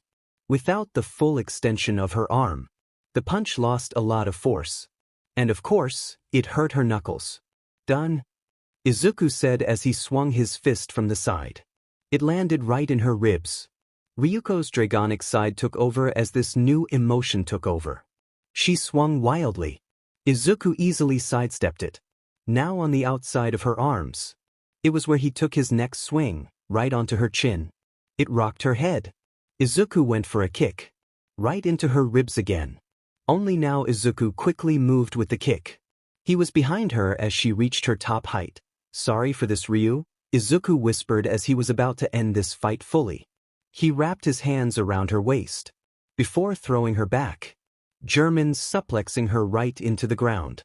The top of her body buried deeply as it caved into the Ryuko herself was folded in on herself, her legs folded above her leg as she was fully knocked out.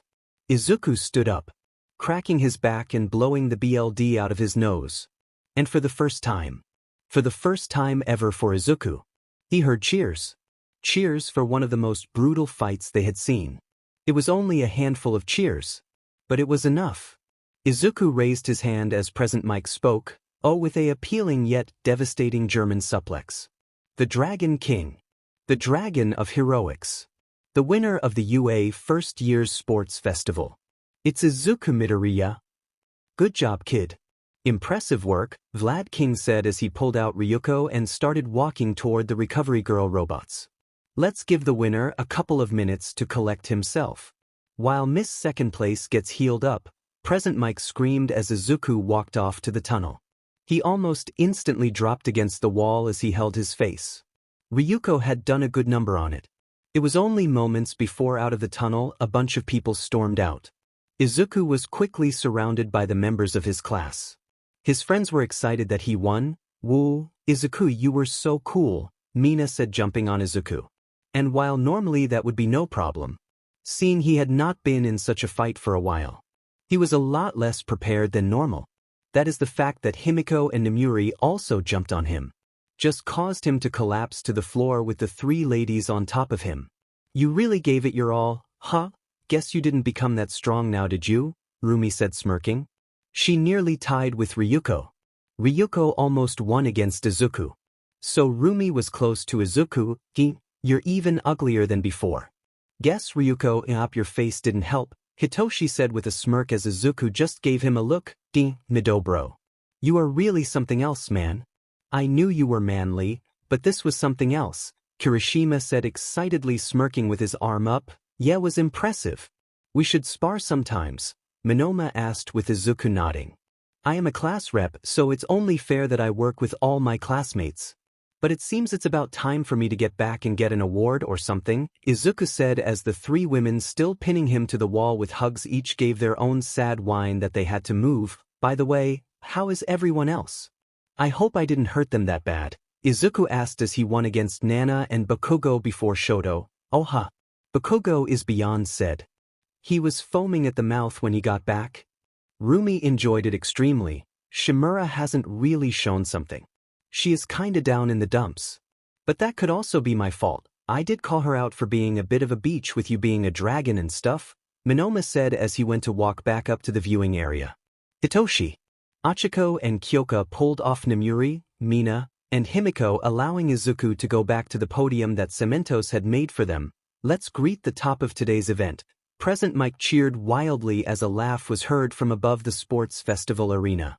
"Your mom is one scary woman, bro," Kirishima said as Izuku explained how his mother bear hugged him and basically broke all his bones in one go when she saw him again for the first time. The fact he also had a second backpack filled with food, which was the same for both Hitoshi and Shota, made her all the scarier. She is an angel. One with a death grip, but yeah, she was just worried. I did kind of not see her for 2 weeks after I nearly died. Izuku laughed, causing the others to stop laughing as it brought up some bad memories. But their thoughts were stopped as the bell rang and Aizawa walked into a class right on time. "Good morning, students. Let's start right away. The teachers and I have gone over all your results from the sports festival. So when I call your name, please walk forward to grab your paper. Each of you has more than enough room to improve. This includes everyone, even the top 3. Aizawa said, his face not changing one bit as he explained. Sadly, there was more information on those that made it to the 3rd round. "Usajiyama, if I ever catch you waiting for your opponent to be freed, I will give you 6 months of detention, or I will just kick you out of UA off the bat. It's bad sportsmanship and could cost you your life. As it cost you your win." Rumi just walked forward a little embarrassed as her ears hung low. She had gotten too obsessed with the battle and forgot that she had to kind of win. "Kamakiri, you tried your best, but don't put all your money on one attack. Unless you want to die. Your actions might have looked scary, but more than 90% of your body was free to be attacked. It was slow and left many openings. Improve on that, Aizawa explained with Kamakiri nodding as he grabbed his paper. Bakugo, overconfidence kicked your butt harder than MidoRyuu. Get your rage under control before someone kicks you through your chi or chops your head off. I don't care what anyone says to you. Acting on rage will end up with you dead, Aizawa explained as Bakugo just walked with a scowl. More annoyed that he lost. Hitoshi. I thought you would have more plans than just that. Your quirk doesn't give you powers, so use your goddamn brains. Attack anyone in any way you see fit. You need to win no matter what. And it seems that barely any of you understand that. Yaoyorozu. With your quirk, the sky is the limit. You can craft anything you know, yet you stick to stupid items like flashbangs and sticks. Worst of all, you caused yourself to lose by blinding yourself. What were you think? Wait, let me guess. You weren't thinking, Aizawa cussed her out. But it was only because she hurt herself in her move. In a real-life villain attack, she could have been killed with how reckless she had been. Hato, overall you did well. However, your control over your quirk is extremely lacking. That will be forced to change. You won't be able to be a successful hero if you're an amateur. If you can't improve, adopt a different fighting style. Minona, well done picking out random quirks. It gave you the edge many were not able to deal with. Keep improving your combative abilities and push forward. You will make a fine hero someday if you are able to improve your fighting style, as you and Uraraka still have one major flaw. Uraraka, your quirk forces you to make contact. Learn how to do that correctly and quickly. Whenever you fight, it looks like you're playing an idiotic game of tag. That is unacceptable. Also, get out of your own head. It was clear you were more focused on your head than on your fighting with Minoma. Achiko sheepishly nodded as she grabbed her paper. MidoRyuu. You did well winning. I also must congratulate you on ignoring the fight in order to make sure your classmate is in good health. However, don't become overconfident because of what your quirk can do. You have already met those that are stronger, Aizawa explained to Izuku as he talked about those at the USJ. Shimura, I really want you to stop being such a crybaby each time you get your butt handed to you. Each hero gets beaten a billion times before they become who they become. It's a sign of getting better. Also, being a copy of All Might is not smart. He is too well known. So everyone knows his moves. The only reason he can still do them is because he is just that fast and strong, however, are not. Hatsum. You're a hero student. I don't ever want to see you give up because your toys stopped. I don't care who you're fighting, I don't care what happens. Give up once more and I will expel you from UA. We are not here for fun, Aizawa said with clear anger. He hated it when students gave up. It showed they were most likely not that serious about UA. Mei just nodded. She had already gotten that speech from her own parents. She had been so obsessed with how her gadget had worked out that she forgot all about the fight. Tatsuma. Overall well done. Nothing that stood out as extremely impressive, but nothing was bad. Just keep improving. However, you might need to find a way to not get overstated if you want to make it to the top, because even there, you were mostly overlooked even with your dragon quirk, Aizawa said with Ryuko giving a soft smile as she grabbed her paper. Jiro. I can't really say much about you as you were unable to show anything. Find a way to put out some powers without a support item. I would really not see you die on a mission because your support item breaks, Aizawa explains with Kyoka nodding. It was her own biggest fear. Todoroki. While it's a real fight, remember overkill is a thing. And you have to win and kill yourself. If not for MidoRyuu's action, your arm would have been gone. Instead of in a sling. I don't care how much you hate whoever you hate. Using an imperfect move to win isn't advice I would ever give. Shoto just walked up silently. His arm was covered in bandages and wrapped tightly in a sling. He had to stop by once a day for a whole week so Recovery Girl could make sure his arm was fine. Ida. You lost to a childish trick. I am aware of what happened to Tensei. So I will leave it at that. But unless you want to follow in your brother's footsteps, watch what's in front and behind you, Aizawa said as yesterday Ida's older brother had been attacked. He had been on patrol with some of his sidekicks and an unknown villain showed up. Tensei Ida, the hero of Ingenium, had multiple stab wounds and was now in a coma. while 2 of his sidekicks had lost a limb. Thankfully none were dead, but seeing Tensei's condition that could still change. Tokage, I understand what you tried, but the rules allowed you to float 55% of your body too far for anyone to touch, and you still lost. Improve on that, Aizawa explained as he went over to the rest of the students. More so saying that those that lost in the first event should work on speed as heroes had to arrive quickly and not stumble into problems. After that was over, Aizawa went on for his second part of the lesson. Does anyone remember why the sports festival is a thing? If you answer to look cool, you will be forced to run 10 laps around UA. Quickly a couple of hands went down to their sides again, Hado, so that other pro heroes can see how good we are. Almost. It's for internships. Heroes will be able to look at the students based on how they do during the events. They can see if they want to send you an internship request. Sort of investing for the future. But to do that, we must get some things in order. He clicked on his desk as the whiteboard turned on and it showed the names of some of the students with a number next to their names. Those numbers represent how many internships you have been sent. Normally most invitations are sent to the winner, Aizawa said as he showed that Izuku was given a total of 3 internship requests. Oh hell yeah, Izuku said excitedly. He had expected not even 1, but this blew his mind. Aizawa coughed to silence the room once more. You will be given a list. Pick 3 names of the internships you wish to do. You will be sent in pairs. So if both, let's say Uraraka and Ida, chose the same hero, they will be sent there together. This does not mean you automatically get the internship, nor does it mean you will have a partner. Aizawa pressed the button again. This time all the names went away. Do be smart in your choices as picking the wrong hero here might cost you in the long run. Make sure the hero you pick works for what you are trying to do. So Jiro doesn't go for a powerhouse like Death Arms or All Might as they won't help you. The same for Bakugo, don't go with a hero like 13 as they are mainly focused on saving people. Aizawa typed something on his tablet before he started walking toward the door. Now for the second part of the lesson, you will all be forced to pick a hero name. This name won't be permanent, but there is a high chance this will be a name that sticks with you for life. So be smart and don't pick something like Chill Man Vibe King. That will just end in pain. Aizawa had not picked a name out of his butt. That was the name Present Mike wanted to use at first. Then again, that was not that different from Aizawa's first hero name, Hero. He didn't really care about his name or how fame.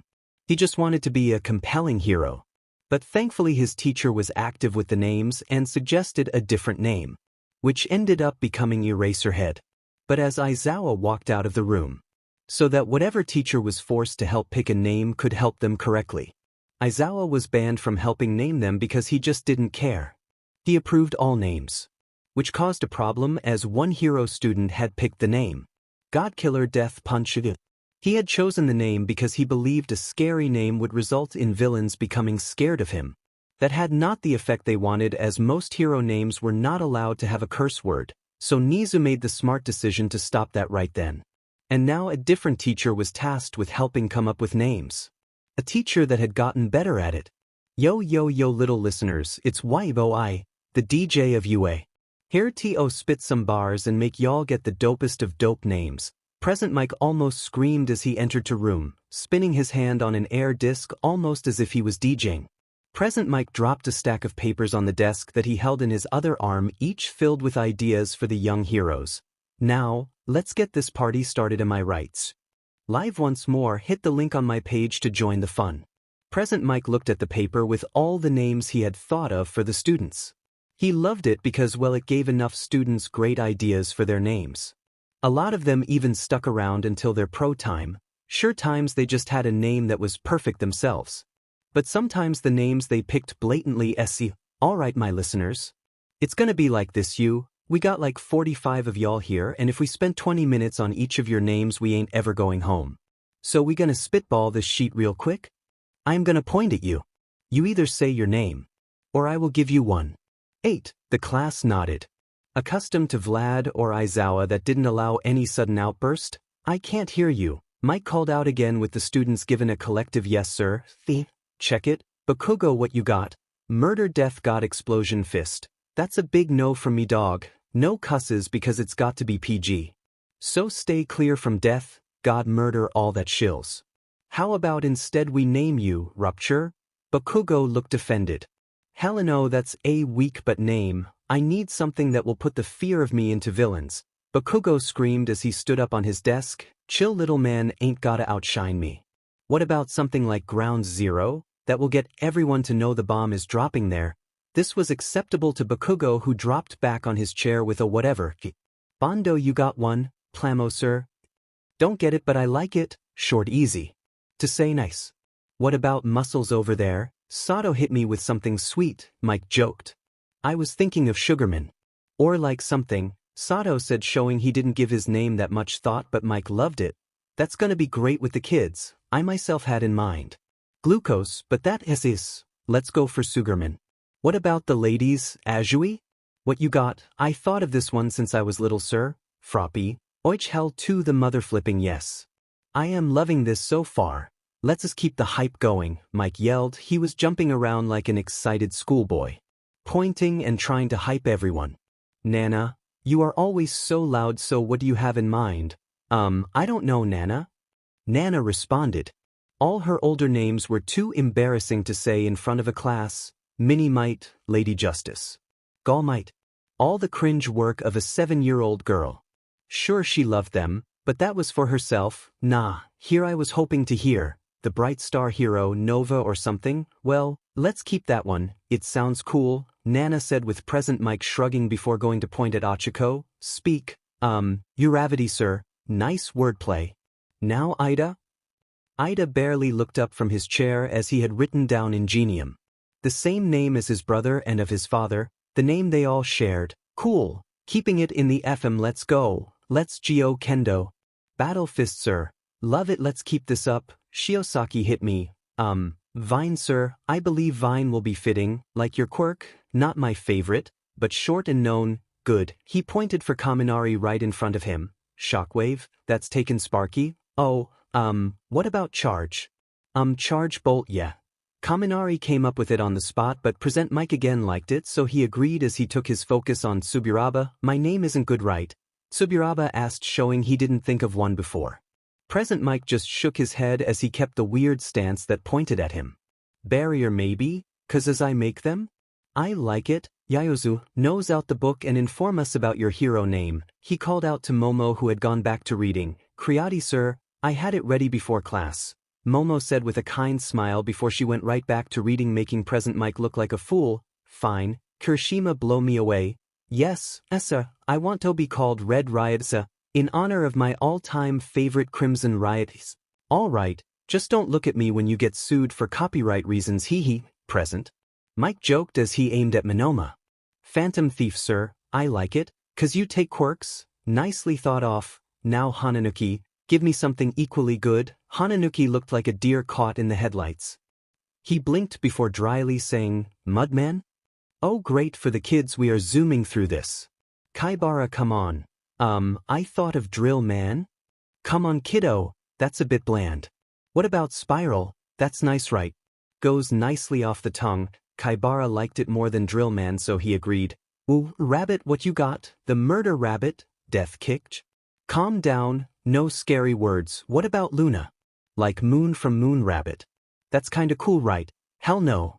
What about Mirko? She was a dope fighter. I mean, I guess, sounds nice, so why not? Mike said before aiming at Hitoshi. What you got, Troy? He answered back almost instantly, having that name for as long as he remembered.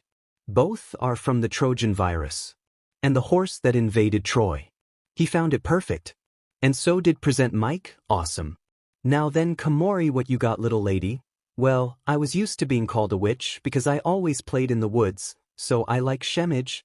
Present Mike agreed instantly. He was 80% sure she would have picked a mushroom pun, and they didn't have that much room to talk about it. Hagakure, I haven't forgotten about you, and no, invisible girl or lady is off the table. Oh, well, I guess Prism. It was the best thing she could come up with, and Present Mike was happy because that was exactly the name he had picked out for her. We are almost halfway done, so let's keep rocking it, baby. Shishida, what you got, Beast Boy? I would prefer something with more class. I would like the name Gavondan. A possible myth, but I like the idea of it. Let's go. Tetsu match my energy. Tetsu jumped up, just as excited as Present Mike. Yes, real steel at the ready. He gave a salute. Well, I expected steel riot, so let's take that. Pleasant surprise, my man. Himiko, what you got? Jane Doe. Oh, like the unknown dead bodies. I dig that, sticking with the unknown vibe of being able to hide. Love it, Kamikarai. Jack the Ripper is off the table, so Jack Mantis. Oich, nice. Taking the look and owning it. Love it. Awesome job. What about you, Setsuna? Lizard Lady. Oh, while I love the double L, I feel Lizardy has a better ring to it. Coolio, Setsuna said as she floated her thumbs up. She just wanted lizard in her name somewhere, so win for her. Mineta, what do you have in store? Theo, nope. Saw where that was going when you opened your mouth. What about grape juice? That's fitting with the whole bowl outfit. Mineta just nodded as his idea for Lady Lover Grape was shot down. Todoroki, what do you have in store? Flash freeze, icy hot. What? Triumph, Shoto said with a cold stare. It was a clear reference to his father's hero name. I like that, so let's run with it. Let's see what Aoyama has in mind. I cannot stop twinkling, I get the flair, but too long, don't want people to drop dead before they finish saying your name. What about shine, or sparkle? Magnifique, I shall take the name, shine. Ryuko, something dragon-related perhaps? Yes sir, Ryukyu, oh nice. Just like Uraraka, I will accept this. And speaking about dragons. MidoRyuu. Well, I had in mind Midori. Nice, I like that. We will see where that brings you. Rin, you're up next. Long waysy sir, had it since I lived in China sir. Well, why get rid of it now? Could I spit your name? Rule, I like it. Nice and short, Let's finish up the guys first. Fukudashi, you're up. Comic Sans? Like the fond, no, but let's stay close, Comic Man. Present Mike suggested with being close to his original idea, so he nodded. Woo, now then a ways, sticking with the theme? Welder, simple, great. Tokoyami, you have one in mind. Present Mike screamed. He had been screaming non-stop and his throat started to hurt, but the end of class was coming up, so he wanted to finish strong. Yes sir, going over the depths of my dark soul, we believe that our call sign or name should be Tsukuyami, Guardian of the Night. Fine by me. Core, what you want is your name, Vanta Black sir. It's the darkest form of black. That is fine. Fitting with your quirk, so let's keep it. Two more guys before we get to the rest of the ladies. Ciro. Ciro nodded. I was thinking like cellophane. I can dig that. Might give you a killer sponsorship later when you make it big, haha. Present Mike said, making himself laugh. Ciro himself also laughed a bit before Present Mike snapped to Ojiro. What you got for Ojiro slightly jumped at the sudden call out. Tail man, nice and simple, great. Now then the ladies, have something spectacular, saved the best for last, right? Present Mike said with a big smirk. There were 7 girls remaining and each of them already had a name in mind.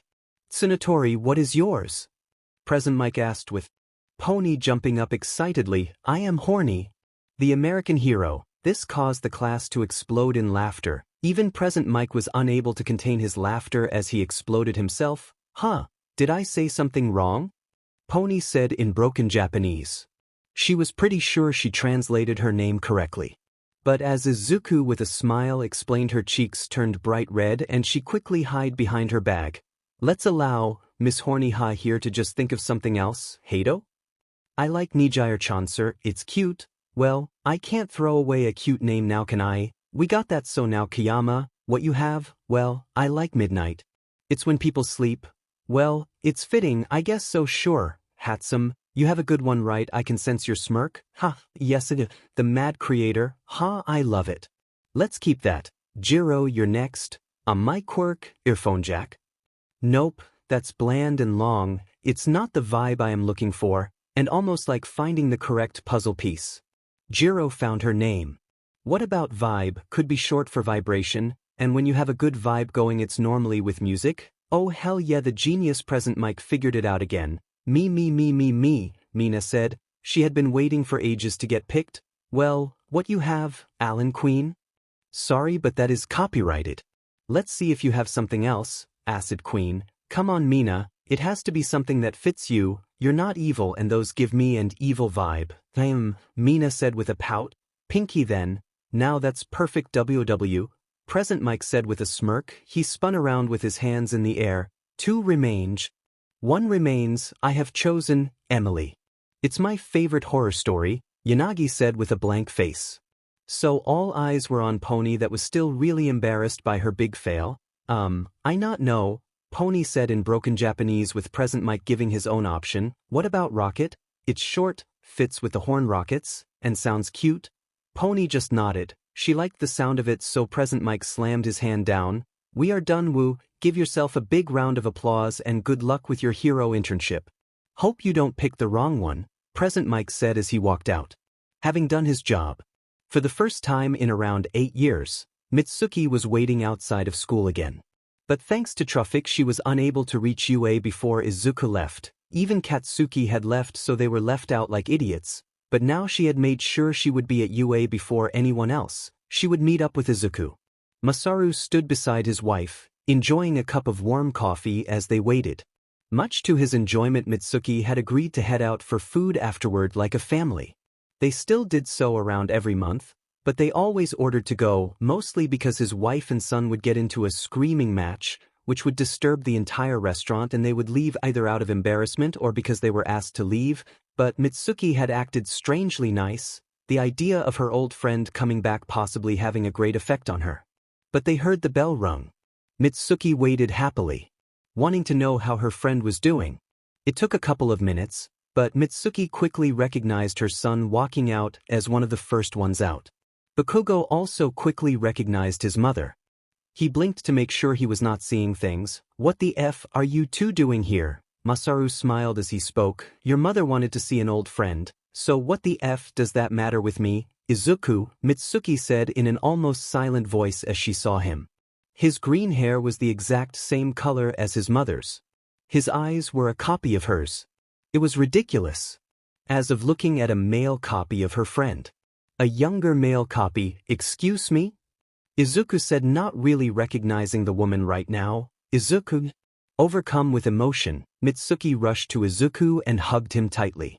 Izuku just raised his arms as everyone was confused. Bakugo, Hitoshi, Izuku himself, everyone was confused as to why this woman was hugging him. Excuse me, ma'am, but do I know who you are? Mitsuki raised her head, her face covered in tears. It's me, Mitsuki. I knew your mother. I knew you. When you were 5, Izuku blinked. Unsure for a second before everything made sense and it all rushed back to him. Masaru pulled Mitsuki back a little bit. Sorry, I understand it might be a bit much for you, Oswell. We lived in the same street as your mother. We were good friends with her, but one day she left. What the F are you two talking about? I can't remember this extra. Katsuki, watch your tone. Please. If it wouldn't be too much for you, could you please tell your mother? We would love it if the both of you would join us for dinner. I mean, I wouldn't mind asking, but my mother did marry. This is my brother. Izuku pointed at Hitoshi, who looked a little awkward at this encounter. Doesn't matter, you are all more than welcomed. Just please ask if it's all right for this weekend. I feel there are plenty of things to discuss between ourselves. Izuku just nodded. Masaru walks away, holding on to both Mitsuki and Katsuki to stop them from going back out, breaking out in curse words. On the train ride home, Izuku was trying to really think about who the Bakugos were. Did the annoying feeling he had with Bakugos stem from something in the past? Was there stuff Izuku repressed and tried forgetting? He wasn't sure, but he wanted to be sure. Nana, cheer up, you did well and fought with honor. Staying sad about it forever has no use. You lost, it's not the end of the world, Toshi said to Nana, while he had expected her to be annoyed by her loss. But she was still down in the dumps the day after. Is it that he is a dragon quirk? I understand that there is a sting to losing to someone like that, but we must both remember he is not like the stereotype we have of them. I know it's not that. I don't really know, Nana yelled in frustration as she pressed her face into the pillow. She hated that she lost. She hated how she acted when she lost. She just wanted to forget it all and move on. Forget Izuku and move on. But no matter how much she tried, she couldn't get Izuku's face out of her head. And she kept having this weird tingle in her stomach. An almost fluttering feeling in her stomach. She had no idea what it was, and she felt so conflicted by it, even by the words of Minoma. Was she really that much of a beach to Izuku? And even if she was being a beach, why care? It was only a dragon user. But every time she thought about it again, her stomach turned as if she was doing something horrible. It annoyed her, And this entirely confused All Might. He was not a real dad, and he had no idea what a dad was supposed to do in this type of situation. He wasn't even sure what this was. He doubted there was a website to help adoptive fathers deal with the daughters of their dead MSTR when they are having problems after losing to a good Dragon Quirk user. Momo sighed as she got home. The butler she had known for as long as she was born greeted her as he took her coat and shoes. Taking her bag to her room, she dropped on her chair annoyed. With one thought in her mind, MidoRyuu, she grumbled as she pulled out her books and placed them neatly on the desk. She started working on the list of heroes that wanted her to intern with her. But that quickly changed into wondering who everyone else was gonna intern with, which then turned into who would MidoRyuu intern with, which turned into MidoRyuu. When she started to daydream, Momo sat at her desk, writing away as she worked, only for a husky voice to call out to her, her attention drawn toward the window. Izuku stood there. Without a shirt, his abs and he were covered in sweat, his powerful arms leaning against the window sill. Momo turned around on her chair. She quickly shook her head, Izuku disappearing back into the mist as she pulled herself out of fantasy. I must be tired. A shower will do me well, Momo said as she with red cheeks ran to the shower, turning the temperature high as she stepped under the water. The mist built up as she washed her body. But once again the heat got her to think about the heat Izuku tanked, which stayed on Izuku. Oh, is my girl dirty? Momo turned again in the shower, her naked form dripping wet, but there was Izuku, as naked as the day he was born, only his junk covered by a deep mist. MidoRyuu, she stuttered out as she leaned against the wall behind her. Izuku moved closer as he placed his arm next to her head and his hand on her face. Momo leaned in as Izuku leaned in, only to hear a loud knock on the door which broke her fantasy once more. Momo dear, are you all right? You have been in the shower for a while now? Momo's mother asked as Momo shook her head embarrassed by this whole ordeal. I am fine mother, I am just enjoying the shower as I wash away the sweat. Alrighty, dear, just don't stay in there for too long, you might shrivel up and never find a suitable husband. Who husband? Momo said shocked before she fell on her but, the heat rising to her head. Yui hummed. She had already accepted her feelings. In her hands she held a picture of Izuku. One without a shirt and one she was looking at without shame. Izuku was extremely nice to her, which was a plus. Often people got annoyed by her lack of emotions, but she wasn't your average romance manga girl that falls in love with anyone that is just nice to her. But Izuku was also interesting, a Dragon Quirk user that basically fought the nature he was known for. He was kind, making sure everyone was fine, had enough sleep, and worked together during tests. She had just hopelessly fallen in love with him, but she wasn't alone with that. Setsuno was in the same exact position. Her loud and brash personality normally was strong to deal with. Her flirting caused problems a lot of the time, but here he kept being friendly, strong, and hot as F-. And while Setsuno wanted more than just a smoking hot body, she did find a condition in a man for her. Because she was a babe, she deserved a babe herself. Mom, what is love? Like, does it feel like anything, or like is it in actions? Nijire asked her mother as she came home from school. Her mother coughed shocked and not having expected this from her daughter. The last thing she had ever expected from her daughter was a question about love. Nijire was a lovely girl, she was appealing and funny, but she knew her daughter was more interested in asking questions about quirks than anything about love. Normally when she got home, Nijire asked a weird question about a quirk she noticed when outside. Her mother was one of the only ones she could really be herself with. It's a feeling, you feel these flutters in your stomach, almost like butterflies, you keep thinking about that one special person. Everything they do seems to be interesting and fun. Her mother smiled as she thought about her husband.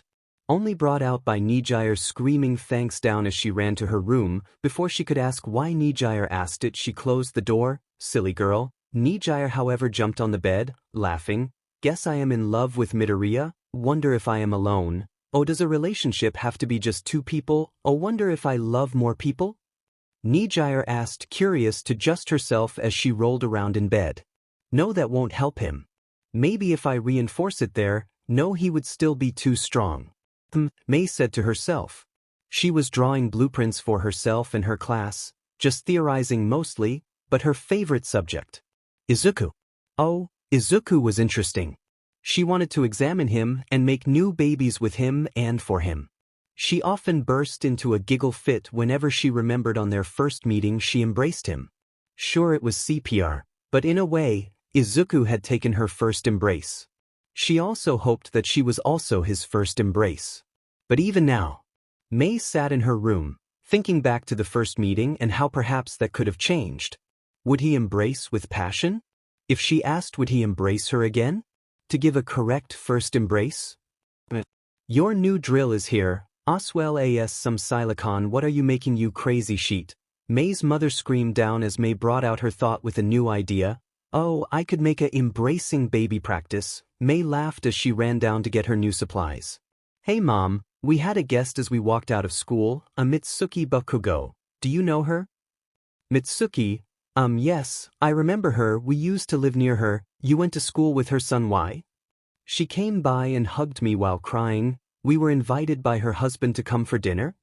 Inko just hummed back, her thoughts taking over instead of responding. What did Mitsuki want? She remembered she was friends with her, but that was before she was outed as a dragon and her son was bullied away, maybe? Live right now, join the stream, link on my page. Show, you cannot show up like a hobo, now fix your tie and put your socks in your breathe leg. Same for you Hitoshi, I told you to wear a tie, not wear an open neck. Izuku, no sandals, I said shoes, now don't make me get why slippers. Each of them fixed themselves fully, the thread of Inko and her slippers. There were few things that could put the fear of God into these three men. Aizawa is a hardened hero, with years of training and deadly fighting. Only really scared of an empty cup of coffee. Hitoshi. Son of a hero in training himself. Having dealt with all sorts of pain, sharing the same fear of his father, an empty coffee pot.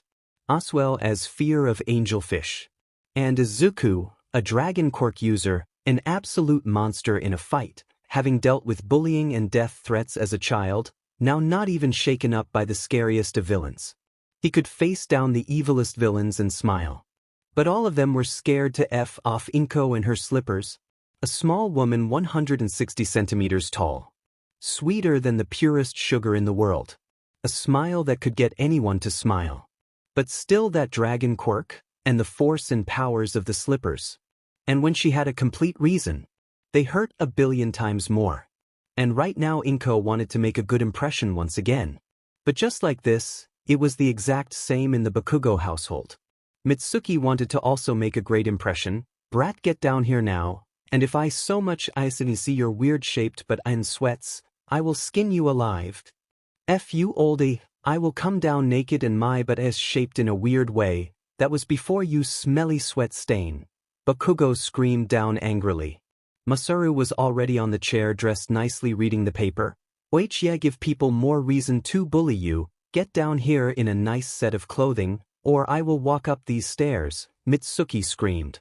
Katsuki had already gotten dressed, but he wasn't gonna back down from anybody, but he just didn't get it. They already knew each other and it was gonna be a friendly dinner. Nothing fancy. Or chic, but here they were dressed as if they were going to church. The Aizawa Midoriyus had used the bullet train and were now making the somewhat awkward walk. But Inko wanted to walk through the old neighborhood. Inko grabbed Aizawa's hand as they stood in front of their old house. Now a new family had moved in. But where Inko just felt sadness, Izuku had a feeling of rage. He as beyond said as slowly but surely these memories came back. The horrible bullying he lived through. But Izuku held it in. Right as they walked toward the Bakugo house. And just like Inko remembered, there was the brown bricked fence, the 6 equally spaced out bush taken care of, and the nice 2-story house. Just like what she used to have. Let's go, Inko said as she took the first step in. Mitsuki saw them standing outside and was smiling. They're here. Katsuki, get down now. Masaru put the paper away. She screamed as her excitement raised with each second. Sure, it was dark so it was strong to see Inko fully, but the second that knock hit she rushed to the door, only tapping Bakugo on the butt once so he sat back up straight. Hello, Mitsuki said with a smile. Her face was just as she remembered it. Inko almost didn't age a day, still as appealing as she remembered. Hello Bakugos, we brought wine. Oh please come in. I can hang your coats, Mitsuki said, trying her best to not rush Inko and hug her. They walked in. Masaru offered a hand, Katsuki offered an awkward greeting to them, and a proper handshake to Inko. It was still pretty weird having your teacher and classmates, so, I heard from Katsuki, you cook a lot? She might have asked Katsuki a lot of questions. One got the answer that they basically came to school with backpacks of food. Yes, I had a lot of time spare and took up some cooking lessons, still not as tasty as this eggplant casserole, Inko said, giving a compliment to Mitsuki, who just blushed. That is my recipe. Oh, it seems she still hasn't learned to cook properly. Oh, you don't know, the old hag, you kicked it. Mom almost killed us making onigiri, Katsuki said, grinding his teeth as Mitsuki kicked him strong in the shin twice. He leaned over and whispered, "This is child abuse." Mitsuki with a smile whispered back, "You're not a child anymore, or human, you are the spawn of the devil," she said back before they went back into the conversation. Over the glasses of wine, the conversation got a lot easier as time went on. The only ones that stayed sober were Aizawa and Mizu. Both did not enjoy the taste of alcohol. Izuku, Hitoshi, and Katsuki did take a glass of wine, just because they really wanted to get rid of at least some of the absolute awkwardness. It was just too worst. So much small talk, talking about their kids' accomplishments, only then into each other's jobs, but now as both enjoyed their third glass of wine. The conversation was just the two of them, sitting on the couch sharing memories and gossiping. Masaru and Aizawa had moved to the garden to sit in silence, while the three boys had stayed at the kitchen table just sitting there as awkward as can be. "So, who offered you an internship?" Hitoshi asked, hands on the table just tapping away.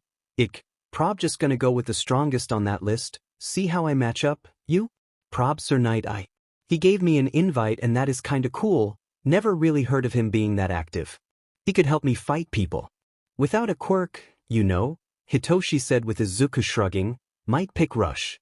He is ranked pretty high and I feel my quirk has more sheet behind the curtain, Bakugo scuffed. What annoyed I am getting stronger while you're sticking in the mud, Bakugo grinned. F you fish eyes, I will destroy you. The sports festival was a FING fluke. Next time we fight, I will skin you and make you into a effing dragon skin boots. Hitoshi laughed, I would make him a coat. Feels cooler, Izuku laughed. But he was stopped by Inko and Mitsuki standing up and hugging. Honey, it's about time we should get going, it's getting late, and Mitsuki we should stay in touch. The next time, you should get to our house, I can make a very good curry, I know how you enjoy your spice. Both gave a nod before hugging each other once again as Aizawa and Masaru shook hands. The train trip home was fun, and Inko was happy. The next day at school it was also quite weird. But they quickly all took note that one student wasn't with them. Okay, so you all have taken quick note of Ida. I am sad to say there have been some complications in Ida's brother's surgery. He might not be able to walk ever again. It's grim, so he has taken some time off school. It's quite a shock to all of us. Tensei is a good friend and colleague at us here at UA, Vlad King explained. Ibra grabbed the cross around her neck and sent a prayer for a speedy recovery. Setsuna raised her hand. Just like always, this meant her arm, floating up to the ceiling. What, Setsuna? And watch out for the fire alarm. Sir, should we send a card? I kinda feel it's silly to not do anything. You could, something to show your thoughts are with the Idas, but it's not necessary. Setsuna nodded with whispering to the group of students around her. Wanna grab it during break? I heard math with ectoplasm falls out. We should pitch in as a class, get him a big card, Achiko offered back. And with that, the idea was set. A group of the hero class would go down to the shop and get a large card. Can we use the training facilities during our free PRD? I would like to train a bit, Izuku asked with Vlad nodding. Very little point in verbally agreeing. Vlad just went back to his desk, noting down some stuff as the class went crazy. They were just always able to do it.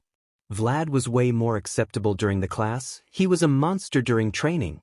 Now Aizawa was strict, but he accepted some laziness during exercises. Vlad was not like that. If Vlad saw your arms not fully extended during a jumping jack burpee, he would make you do 2 extra and these better be perfect. Vlad had to see perfection in the field, but they were basically kids so they could go a little crazy. At least if they kept it to their space it was fine. The class stayed like that for 30 minutes. Izuku went right to the gym. He wanted to see how far he could push himself. So the first test was the high-powered bench press. It allowed seeing his maximum pushing power.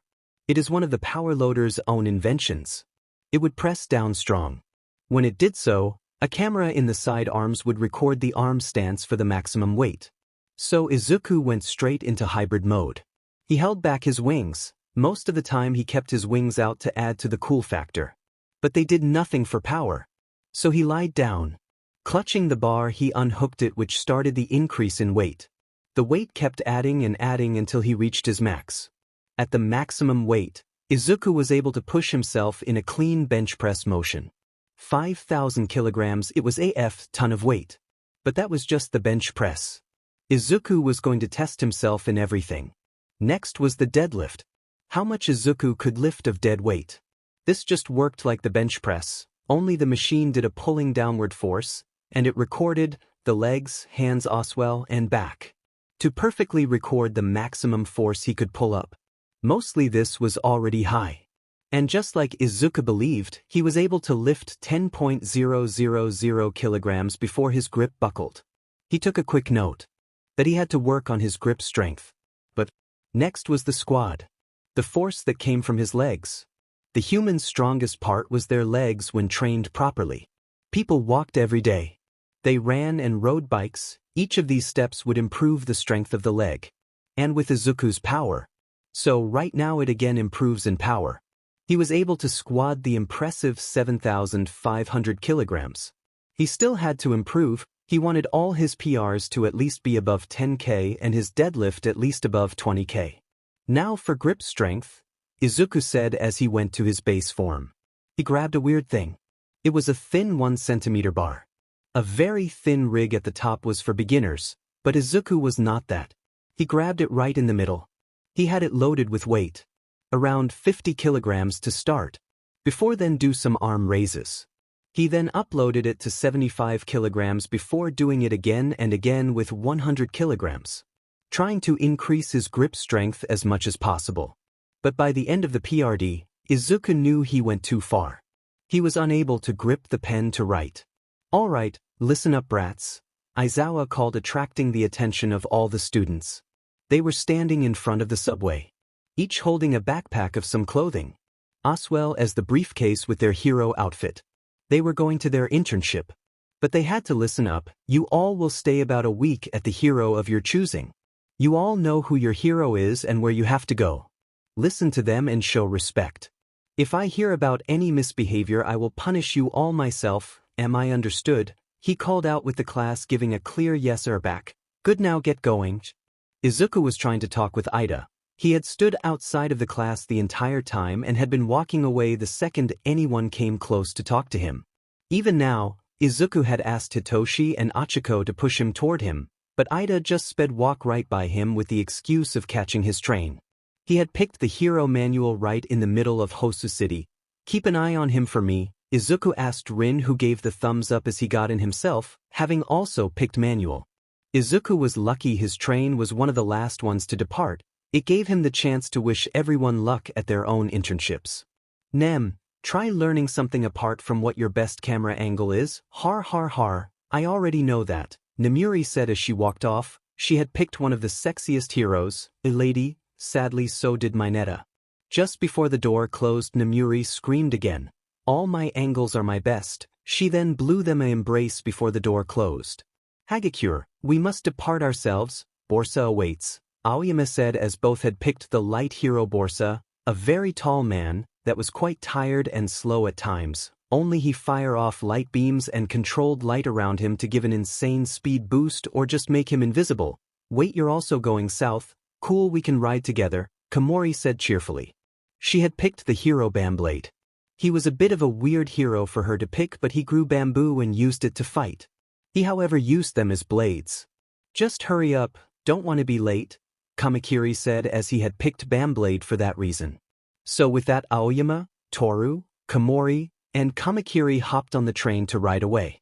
Kaminari had also already left. He kind of went with a cheat pick, but he had picked his aunt. A hero that went by the name Static, he loved chilling with her as she was just like him, even in looks. Thankfully the tide would not be boring as he was together with Zero and Bondo playing cards. Both of them chose the same hero. The appealing black cage. Well, I will get walking, Tremor is in this city so yeah. Only a 10-minute walk, so catch you later, Kyoka said as she plugged in her earphone jacks in her phone to listen to music as she walked. Yo, why is such a big group coming with me? Mina asked as Ojiro, Pony, Yanagi, Tsuburaba, Shishida, Hananuki, and Setsuna all hopped onto her train. What? Let me see, Aizawa asked as he pulled out the sheet that had the hero each student went with. He could only sigh as it seemed each of the pussycats chose 2 students, which meant that the 4 personal teams had a total of 8 students going with them.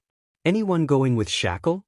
Itsuka asked as she noticed the train about to leave. Jup, thanks for letting me know, big sis, Away said as he ran past Kendo, who tried smacking him on the head. I ain't your sister.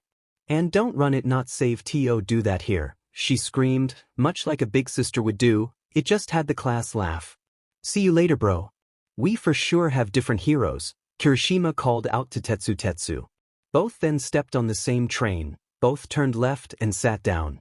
Both were not the wiser that they had joined the same train, and none the wiser that both had chosen fourth kind.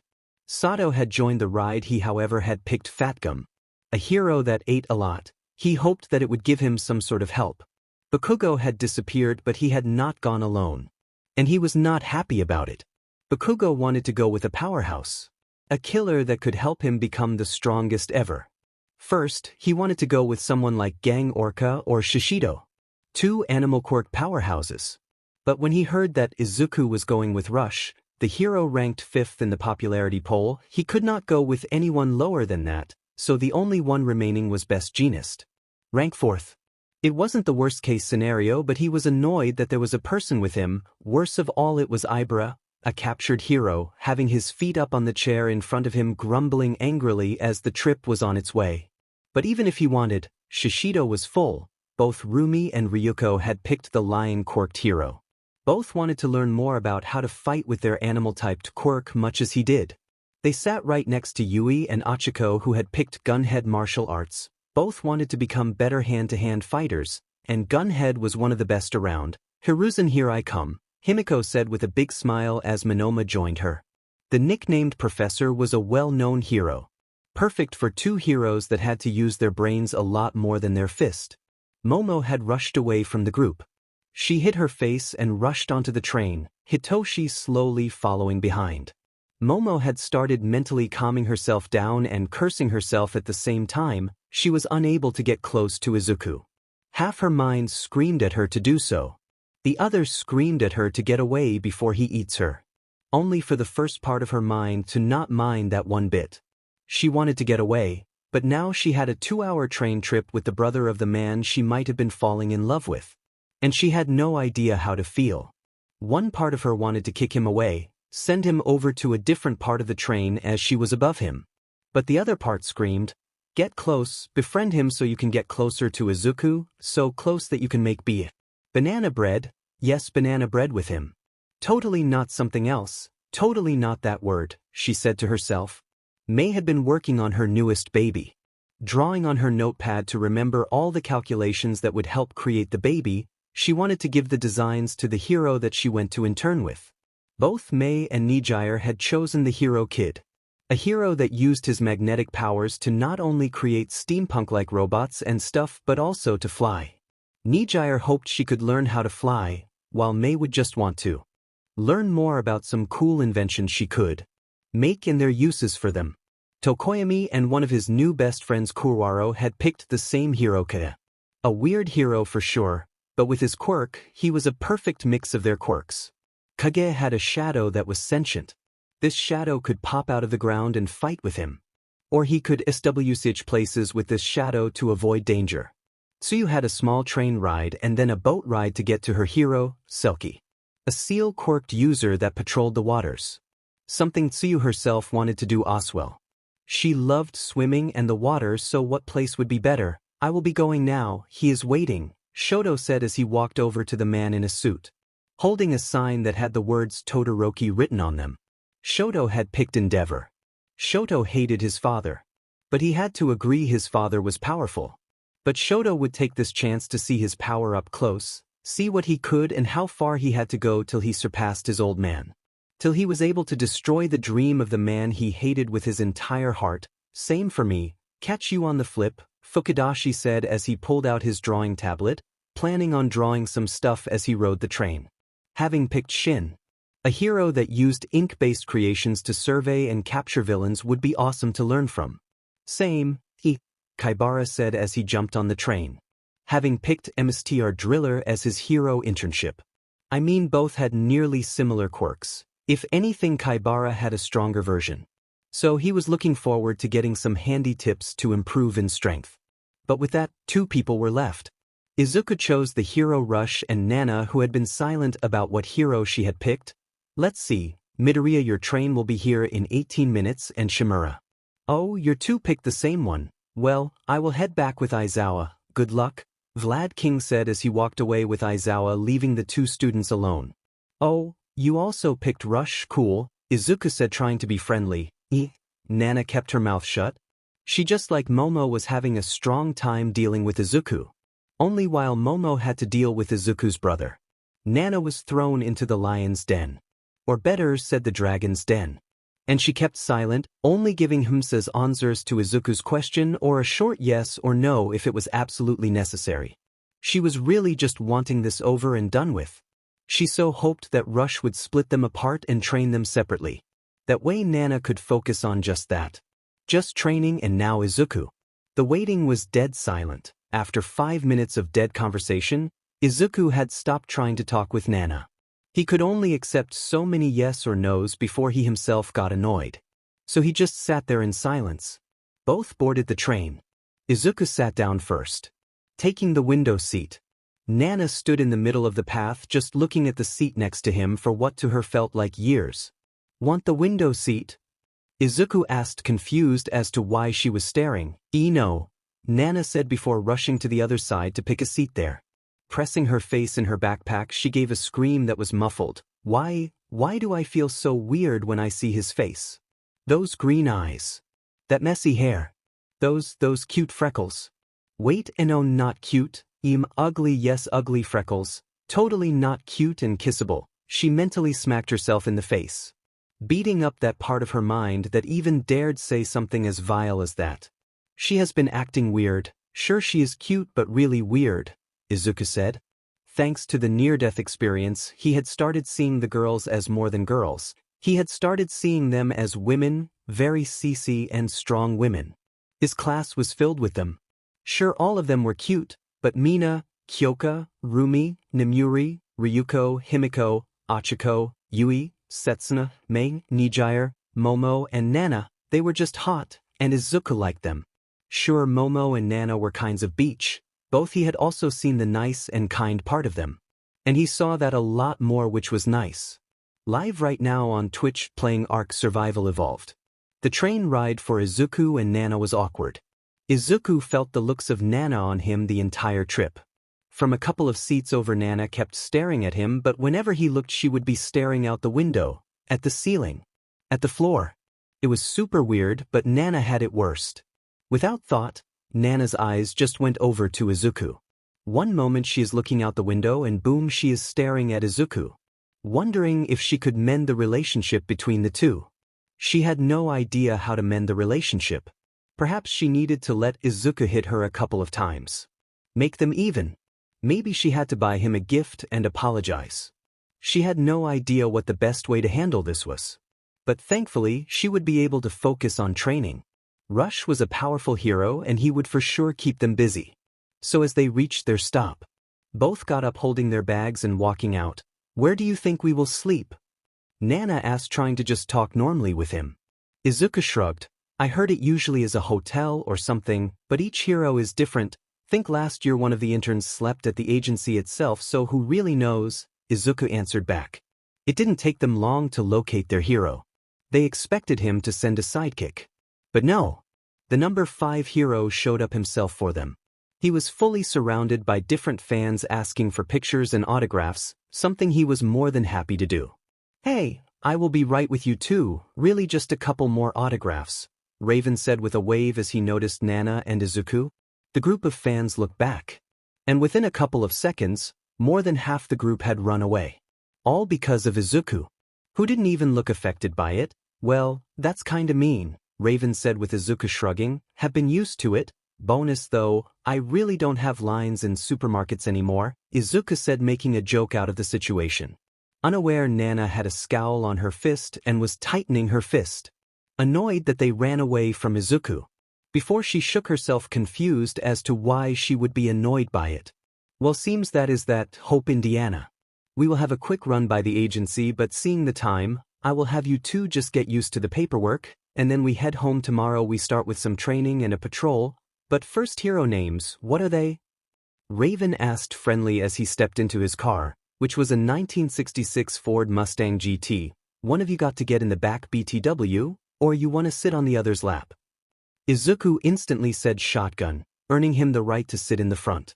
So they leaned the seat back and Nana got in before Izuku sat down. I am the hero Nova. Cool, and you Dragon Boy? The hero name MidoRyuu, huh? Good play on words. Well, as you both know, I am Rush. My real name is Raven. I am of course ranked 5th in the latest poll. Sir, where will we sleep? The hotel or? No, you guys will stay at my place. My wife Kai has already readied 2 guest bedrooms so you can have some privacy. Or you wanna bunk up? Private is fine, thank you, Izuku answered as Nana was unable to. A large blush covered her face as she thought about sleeping next to Izuku. It took around 10 minutes, but they arrived at Rushed Agency. He parked his car in the designed parking spot before getting out. Follow me and tell me if I am rushing it, huh? He joked before stepping in. Good afternoon, sir, the secretary greeted him. Before greeting the 2 students, this is the front desk. This lovely lady is Megan. If you ever forget something, she will be able to help. Now then, on the left, there is the waiting room for everyone else, Raven told them. The area was mainly for those outside of heroing to wait in case they wanted to see someone or if they had a request or a job, which happened often with the more well-known heroes. Now here is the main work area. These 2 desks are yours. Johnny here will explain how all the programs work after we get done. Right there is the break room. You can go when you are hungry. We have a coffee machine as well as a snack bar. Plenty of fruit, so take some if you want. Then right here is my office. It's where I do my work. They kept walking to the elevator. Now on the floor down, he said as they stepped in, this is the fighting gym. Here we can spar and use our quirks. No big attacks though. It's a little risky, he told them as they looked. If you want to train with weights, we have a deal with the gym across the street. Show them your ID and you're let in, Raven explained before getting back in the elevator. Johnny, take over. I will see you 2 in about an hour or so when we head home. Okay newbies, here is the deal. Johnny started to explain what programs did and what they would need. The forms they needed to fill in after a patrol.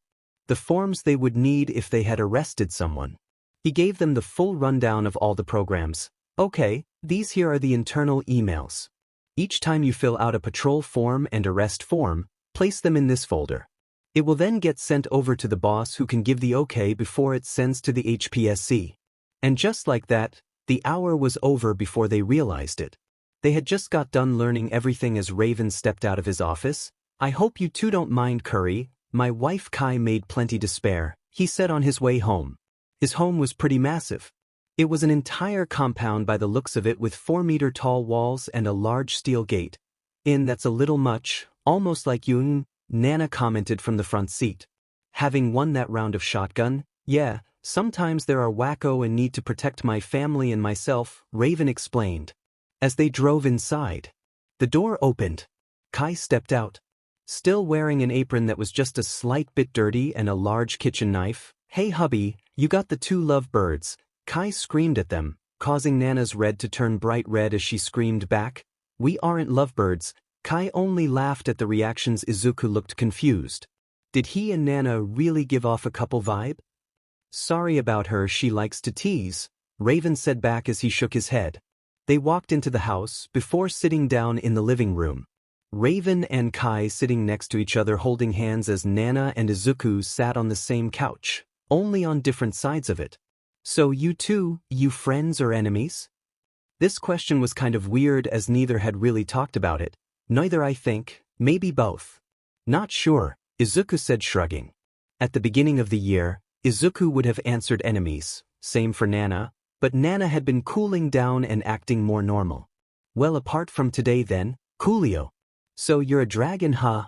Any cool abilities other than those transformations we saw? Kai asked with interest. Not that I know, I think I do have an ability I think. Not really sure.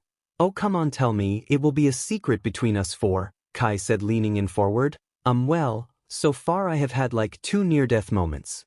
Once when I was younger, I was punched by a hero and he kinda stopped my heart. When I came by, I grew this big and got a lot stronger, Dragon's Rest, okay, and then during the USJ.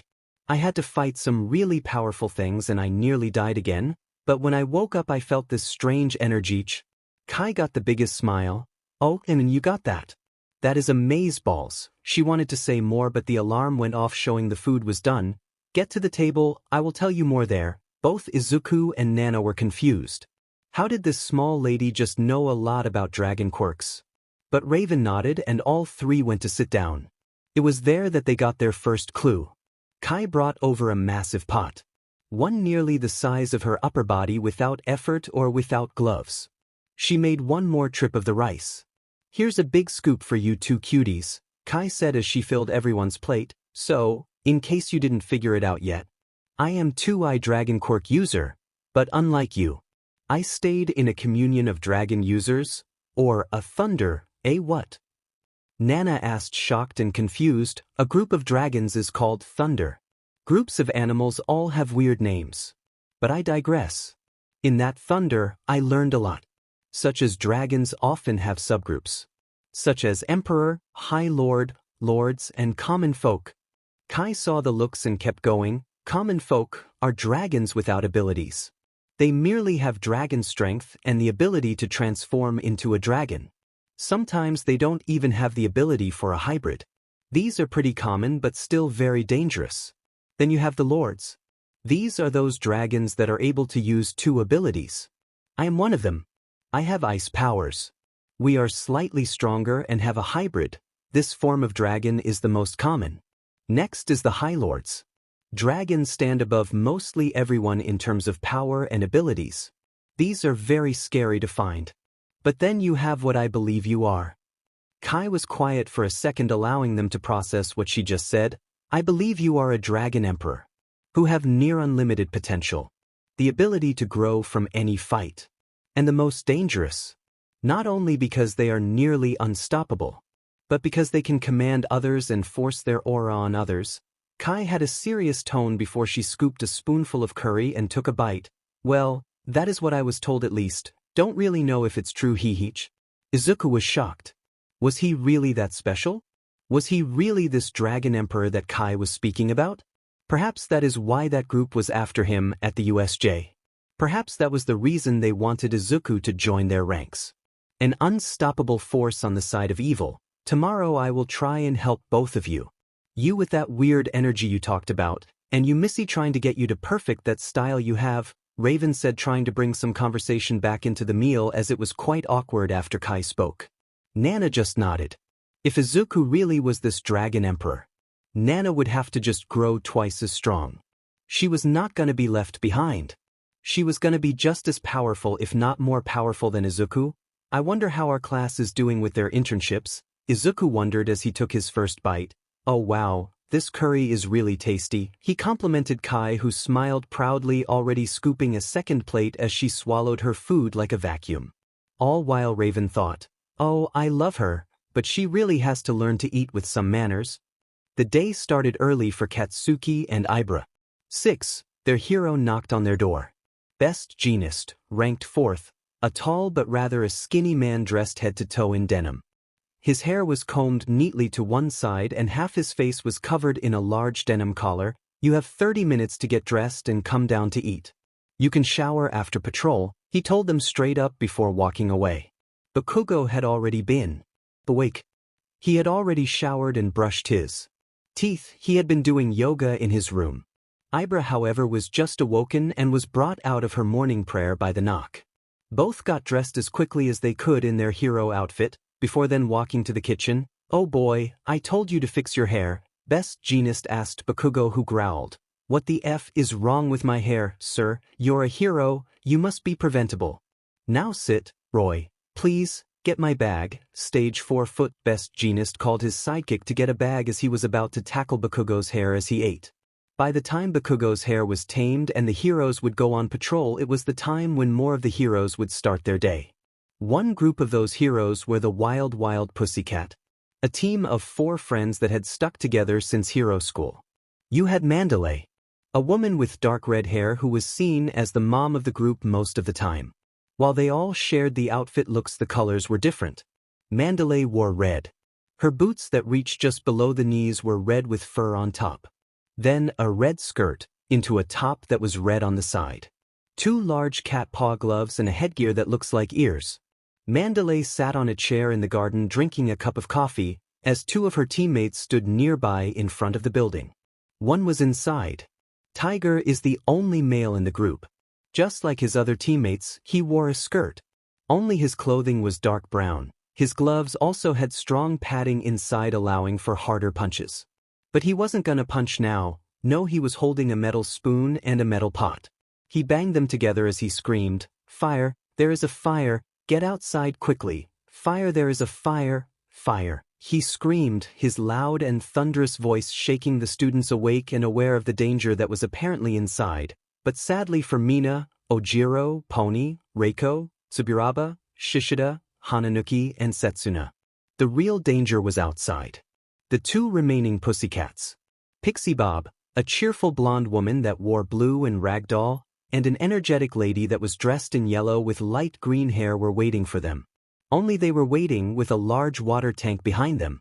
The second they all stepped out, Pixie Bob and Ragdoll opened the gate and pointed the hose toward them, covering them in a strong spray of water. "Wakey wakey eggs and bakey," Pixie Bob screamed cheerfully as she sprayed down the 8 interns. It took about a minute before they stopped, the 2 laughing at the 8 students shocked and soaking wet on the dirty floor. "What the hell was that?"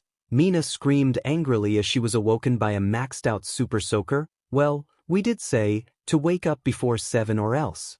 And by my clock, it's now." She showed her phone that read 7. Both Kirishima and Tetsu had chosen the same hero. 4th kind. Overall, 4th was a nice man. His hero outfit was a suit. However, he did have 4 arms, so the suit was a custom-tailored one.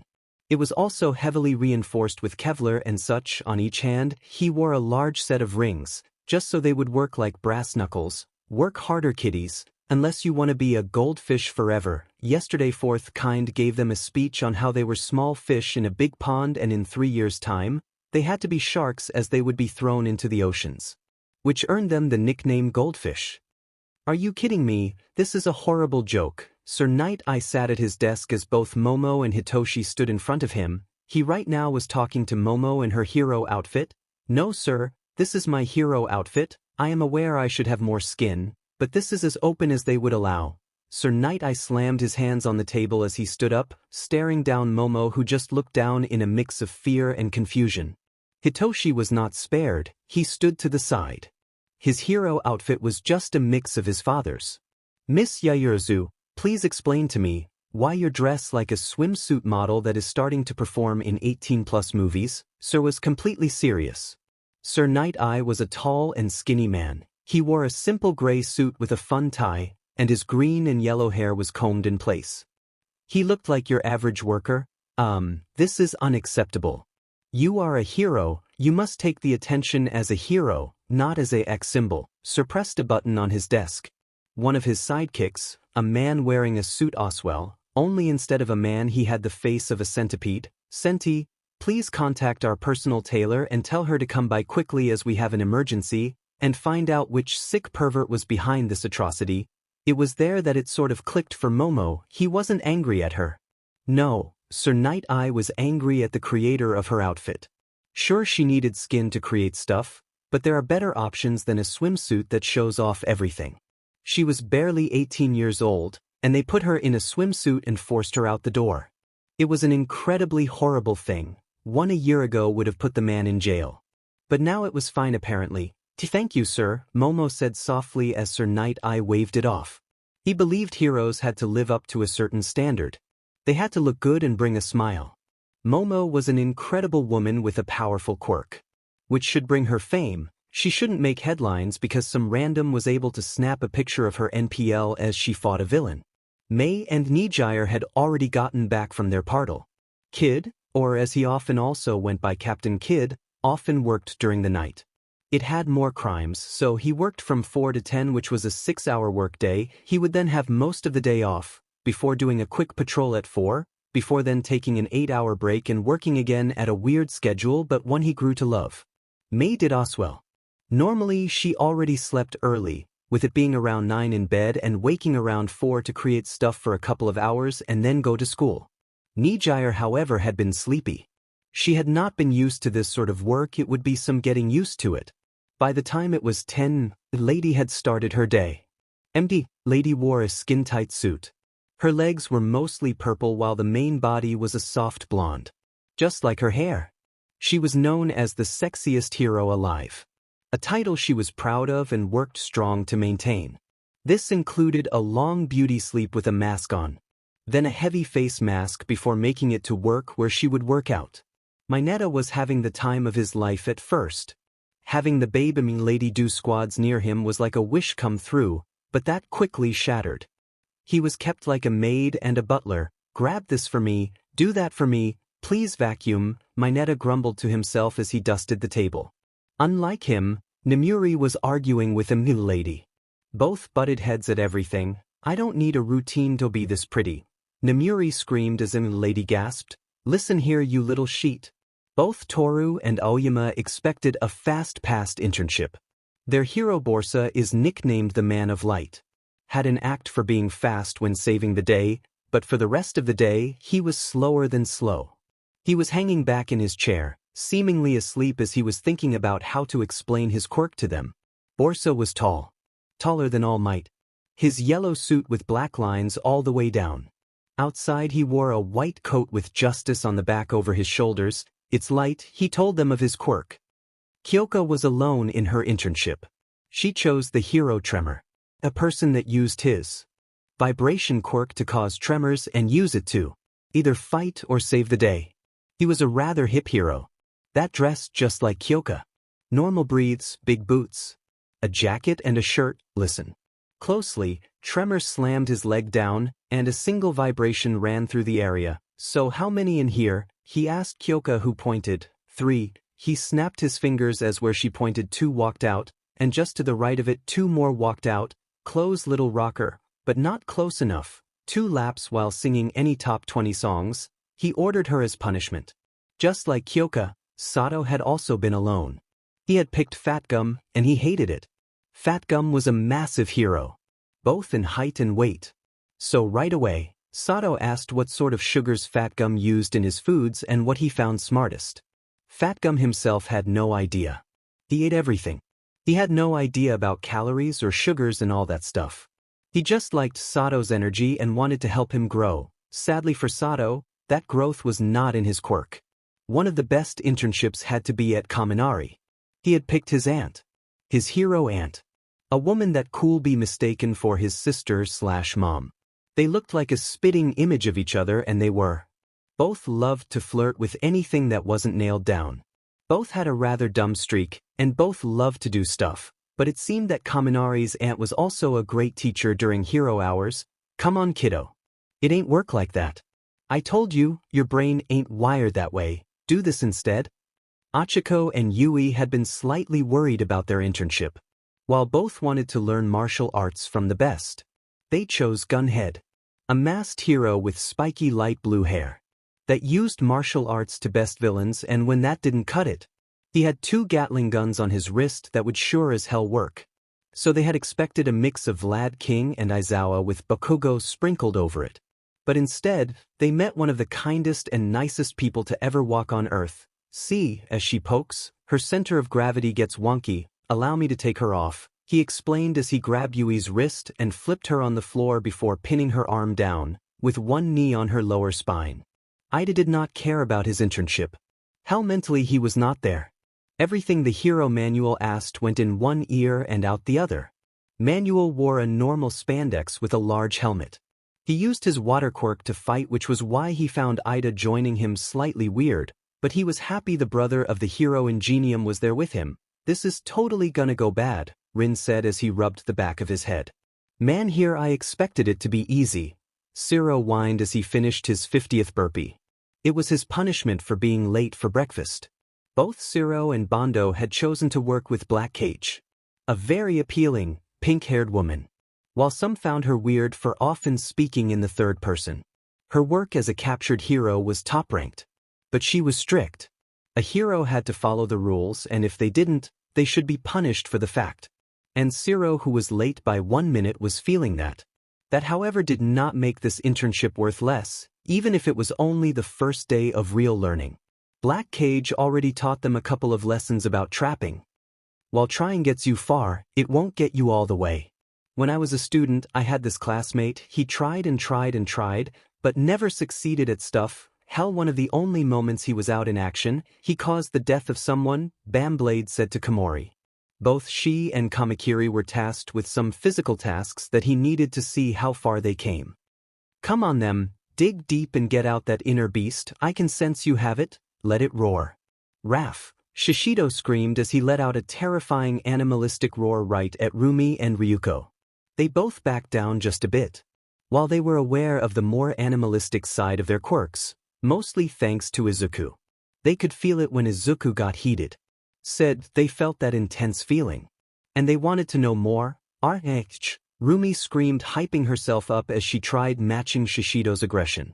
Ryuko, however, not screaming, was trying her absolute best to match that energy. Sensing it deep within and trying to let it loose, trying to truly free the beast, no matter how futile. I need to see more aggression. You're not some farm animal, are you, Mirko? He screamed at Rumi. Feeling threatened by his animal side, Rumi's instinct was to back down. But she wasn't gonna have any of it. I ain't getting farm animal. I will stomp anyone who says that in the dirt. This Shishido wanted. Good, now fight. He launched himself at her, claws extended much as a cat would. I must insist, your actions are impressive, but I would not say they are to their max potential yet. I will be right back. I must check something in my office. Hiruzen said before his sidekick grabbed him by the back of the shirt, slid his own leg behind the legs of Hiruzen and violently threw him out toward the open. As Hiruzen landed, he ragged and dolled a bit before he turned into grayish sludge, and Himiko was there instead. But that was perfect, wasn't it? Both the real Hiruzen and Monoma stepped out. No, and why wasn't it Monoma? Because she acted too friendly. No, close, but no, while her behavior was off. The main difference was, Hiruzen pointed to his sidekick, his stride. The professor nearly always walked with his head up high and his arms behind his back. You walked with your arms right to your side. Someone the professor only does when carrying something. But please, my phone. Sorry, Miss Toga, but rules are rules. During work hours, the only way to earn your phone is to become me and take it. Other ways, you may only get it during breaks and when off duty. Kishishishi, it's not your dog, behave it with respect, Kage said as he laughed. While Dark Shadow and Tokoyami had an incredible relationship, it wasn't like speaking to its own individual. Nearly 99% of the time Tokoyami was in control of where or what they would do. You are partners. Listening goes both ways. Isn't that right? Kage said behind him. His shadow nodded on the ground. It's strange, but you will never again be alone. You must understand that you and Coco are not one, you are two that share one space. They have ideas that you must listen to just like you have ideas they must listen to, Kage explained. Now for you, he said looking at Kurwaro, let's teach you the shadow dance, he said as the shadow came out of the ground. Well done, Froppy. Here, have a drink, the head sidekick told Tsuyu as she offered her a soda. Both took a seat on the steps as a break. Tsuyu had just finished cleaning the upper deck with a mop, making it nice and clean. But for the size of the ship they were on, it was harder work than she expected. While I appreciate the drink, I was looking forward to doing some hero-related stuff, Sirius laughed. I know, sweetheart, but in all honesty, this is marina heroics. A lot of the time, we just have to make sure the boat is in top shape. And sorry, but the newbie always has scrubbing duty. As serious spoke, the hero in charge showed up. Jumping over both the ladies, it's a hero's duty to be at the ready. To take on every challenge, he turned his head to the side. Something that a small child does would be considered cute, which it still was. For Tsuyu, now get ready to set sail. We have been tasked to help locate a possible drag smuggling operation, ESIR. Come on, kiddo, I know it's boring, but this is how you take the step into quirk goodness, Shin said as he offered Manga a donut and a cup of coffee. From the hero Shin's perspective, Manga had to know what a word meant, so he could say it and use its effect. So he went and gave Manga a dictionary and a notepad. When he wrote down 50 words, their meaning, and their use in battle, he was allowed to take on the next stage of the internship. Manga, however, understood it wrong. He believed it was just 50 words once, but no. It was 50 words each day. And after that, he would be allowed onto the next stage, which would be using the words in training simulations against Shin and his ink creations. Yeah, I know. It's just what kind of use could a word like condensation really do in terms of heroics? Well, when you are fighting a villain with gas-like abilities, this could perhaps turn them into liquid, nullifying their abilities. Shin tapped on the desk, might even work against that purple-haired chick in your class. Both Aways and Kendo were on the floor, their arms and legs bound to each other as what seemed like stone hands held them in place. See, what I did? Their hero Shackle asked as he got done with their spar. Beat our butt without trying? Aways asked, annoyed. He did not stand a chance against Shackle. He could weld stuff together if he could touch it. Here Shackle could use his quirk and rock hands to fire off rock gloves that hold into anything as if they were in iron cuffs. No, young man. I used your own movements against you. I anticipated where you would be, and I then acted on it, causing your downfall. Your plan was to rush me and try and weld me into place before you would lose. That plan is a failure from the start and quite suicidal. Now, Miss Kendo, how did I beat you? He asked, offering to hear her ideas on her loss. Confidence, I didn't think you could win and acted recklessly, she said, with Shackle agreeing before both shackles broke. Now once more, he said, starting the spar again. Rotation is the key, young one. The entire world spins. It's our duty as a hero to make sure it keeps doing that. That is why I fight using rotations. Yeah, that is what I want to learn. Like, my teachers think I should be way stronger than I am in a fight, but it's just not working. Why? Kaibar asked. It wasn't the first teachers that told him that. Way before you, teachers all around told him he would be horrible to fight hand to hand. Well, young one. Many boxers often rotate their first for a punch. They of course rotate their hips and shoulders to punch. It generates force. You could cause a lot of damage once you MSTR the rotation. Now then, let's start that, shall we? Spinner said as he spun around. Todoroki. Welcome, you will patrol with me today, the lead sidekick of Endeavor spoke. Burnin was a really curvy woman with flaming hair and a fiery personality. It seems that BSU doesn't even have to gall to teach his own son. How like him, Shoto said with venom in his voice. Burnin knew about the rocky relationship between Endeavor and his family. She, however, still respected the man and his job as a hero. No, that isn't the case. Endeavor will join us on our second patrol and the late-night patrol. He is just picking up some mission briefs for tonight.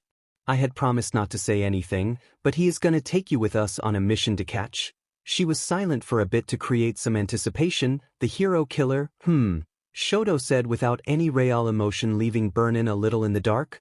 Well, let's start patrolling? She said, unsure if he was annoyed or glad. Izuku fell to the floor, clutching his arm. Nana was shortly behind as she was thrown across the training hall. In front of them, Rush was chuckling as he tried to explain how he defeated them.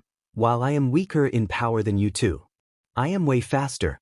Even if I can hurt your scaly outside, I can do enough damage to your inside, which is what I just did. With a small burst of power, I attacked with my fingers and knuckles into your joints. Right now, your arm is dislocated and Nova can't move because of the pressure points I tapped. Rush said as he stood in black shorts. His arms were visible in his t-shirt. It showed he was muscular while not having building muscles, his long dark hair tied back in a slick ponytail. His face clean-shaven and relaxed as he had not just been fighting two powerful hero students. Rush was calm about the whole thing. Izuku struggled to get up, his arm hanging limp to his side. All right then, Jup lifts up and to the side, Rush explained with Izuku popping his arm back into its socket. With a pop, it got back in and Izuku could move his arm again. Round 2, Izuku said, jumping forward. While incredibly fast, not faster than Raven. He just ducked under his fist and stepped to the side of his body, where he made a fist with only the middle knuckle of his middle finger sticking out. He slammed that quickly into Izuku's neck, just like Nana pressing in a nerve, which caused Izuku's body to go slack. And just like Nana, Izuku fell to the floor like a sack of potatoes.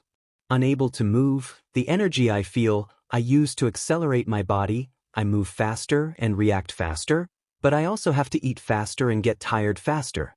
That energy I use and can send to people reacts differently to where I sent it. Right now, I shot energy into your nerves, freezing you up. Did you feel it? Yeah, I did. Izuku was unable to really speak as his face was pressed into the floor and he couldn't move his lips. Good, now Nana, did you? Rush said as he walked toward Nana to teach her the lesson of personal energy. Rush was smart and quick to pick up stuff about quirks. He noticed that both Izuku and Nana were able to use energy to some degree. Nana was obvious. Her body stayed the same, but her abilities skyrocketed. Only real explanation was energy. Izuku, well, Raven learned that from Kai. He hoped that at the end of this week, both Nana and Izuku would be able to use that energy a little better.